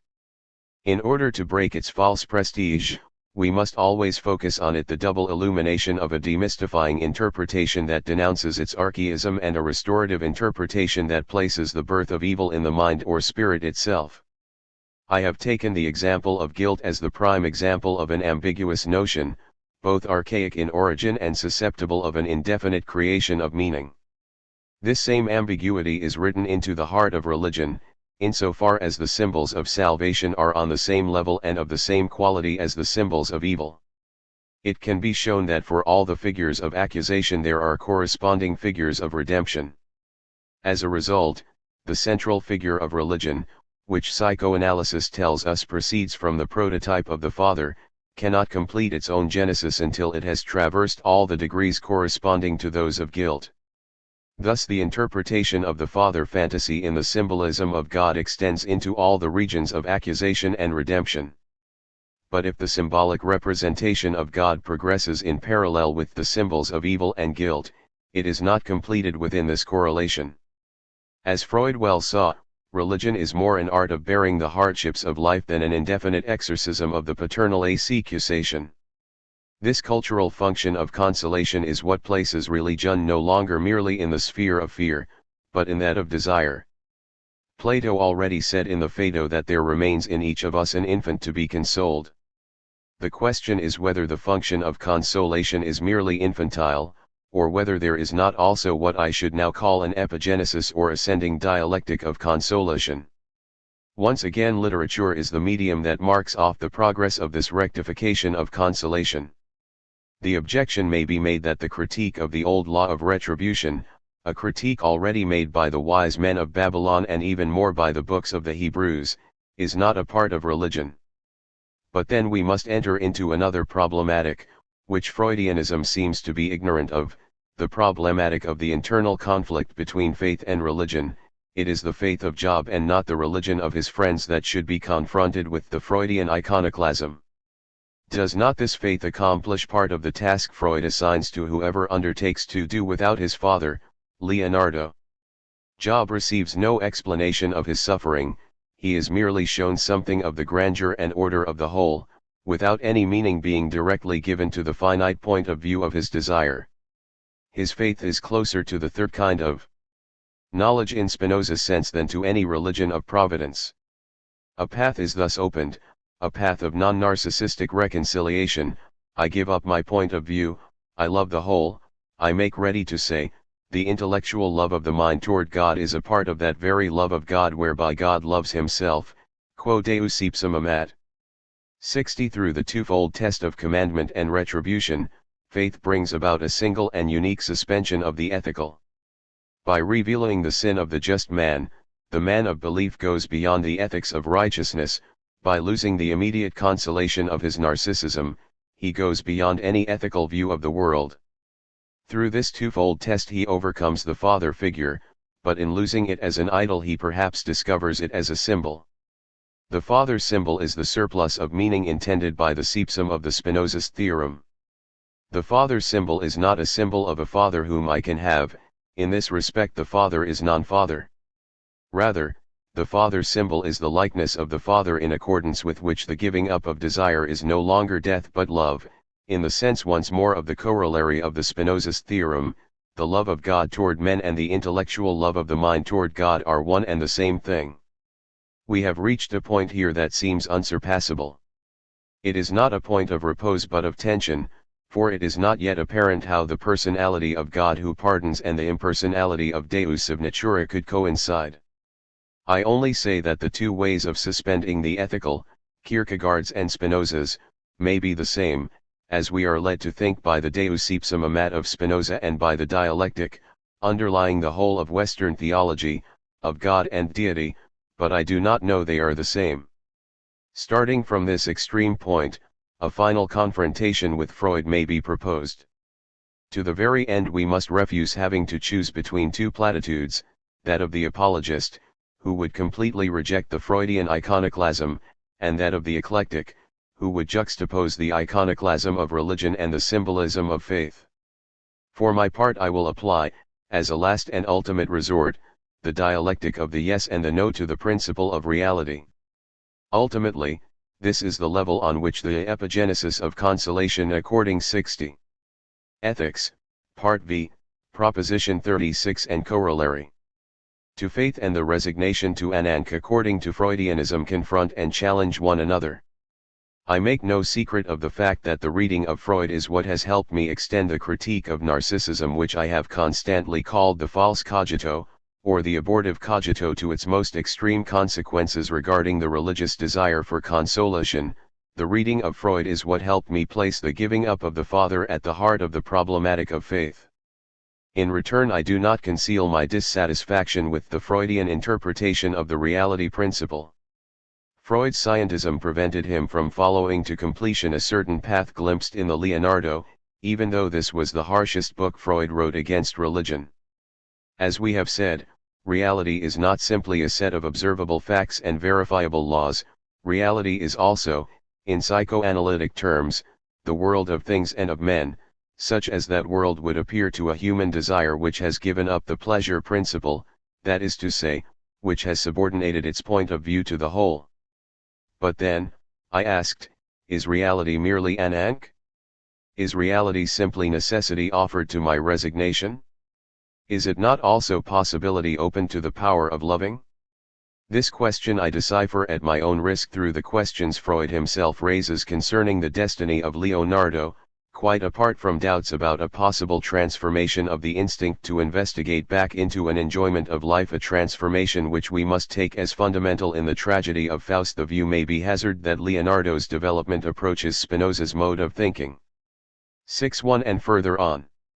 Lost in admiration and filled with true humility, he all too easily forgets that he himself is a part of those active forces, and that in accordance with the scale of his personal strength the way is open for him to try to alter a small portion of the destined course of the world, a world in which the small is still no less wonderful and significant than the great.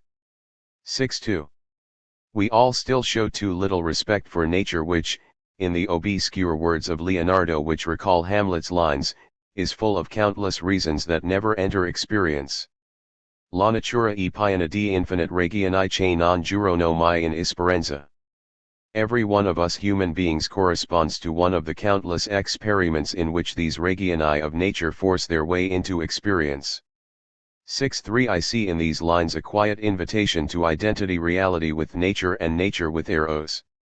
These active forces, these countless ariasons that never enter experience, these countless experiments in which those reasons force their way into experience, these are not observed facts, but rather powers, the diversified power of nature and life. But I cannot apprehend this power except in a mythical symbolism of creation. Is this not the reason why the destroyers of images, ideals, and idols end by mythicizing reality in opposition to illusion, describing illusion as Dionysus, innocence of becoming, eternal return, and reality as Anank, logos? Is not this remythicizing a sign that the discipline of reality is nothing without the grace of imagination? That the consideration of necessity is nothing without the evocation of possibility? Through these questions the Freudian hermeneutics can be related to another hermeneutics, a hermeneutics that deals with the mythopoetic function and regards myths not as fables, i.e. stories that are false, unreal, illusory, but rather as the symbolic exploration of our relationship to beings and to being. What carries this mythopoetic function is another power of language, a power that is no longer the demand of desire, demand for protection, demand for providence, but a call in which I leave off all demands and listen. Thus do I attempt to construct the yes and the no which I pronounce about the psychoanalysis of religion. The faith of the believer cannot emerge intact from this confrontation, but neither can the Freudian conception of reality.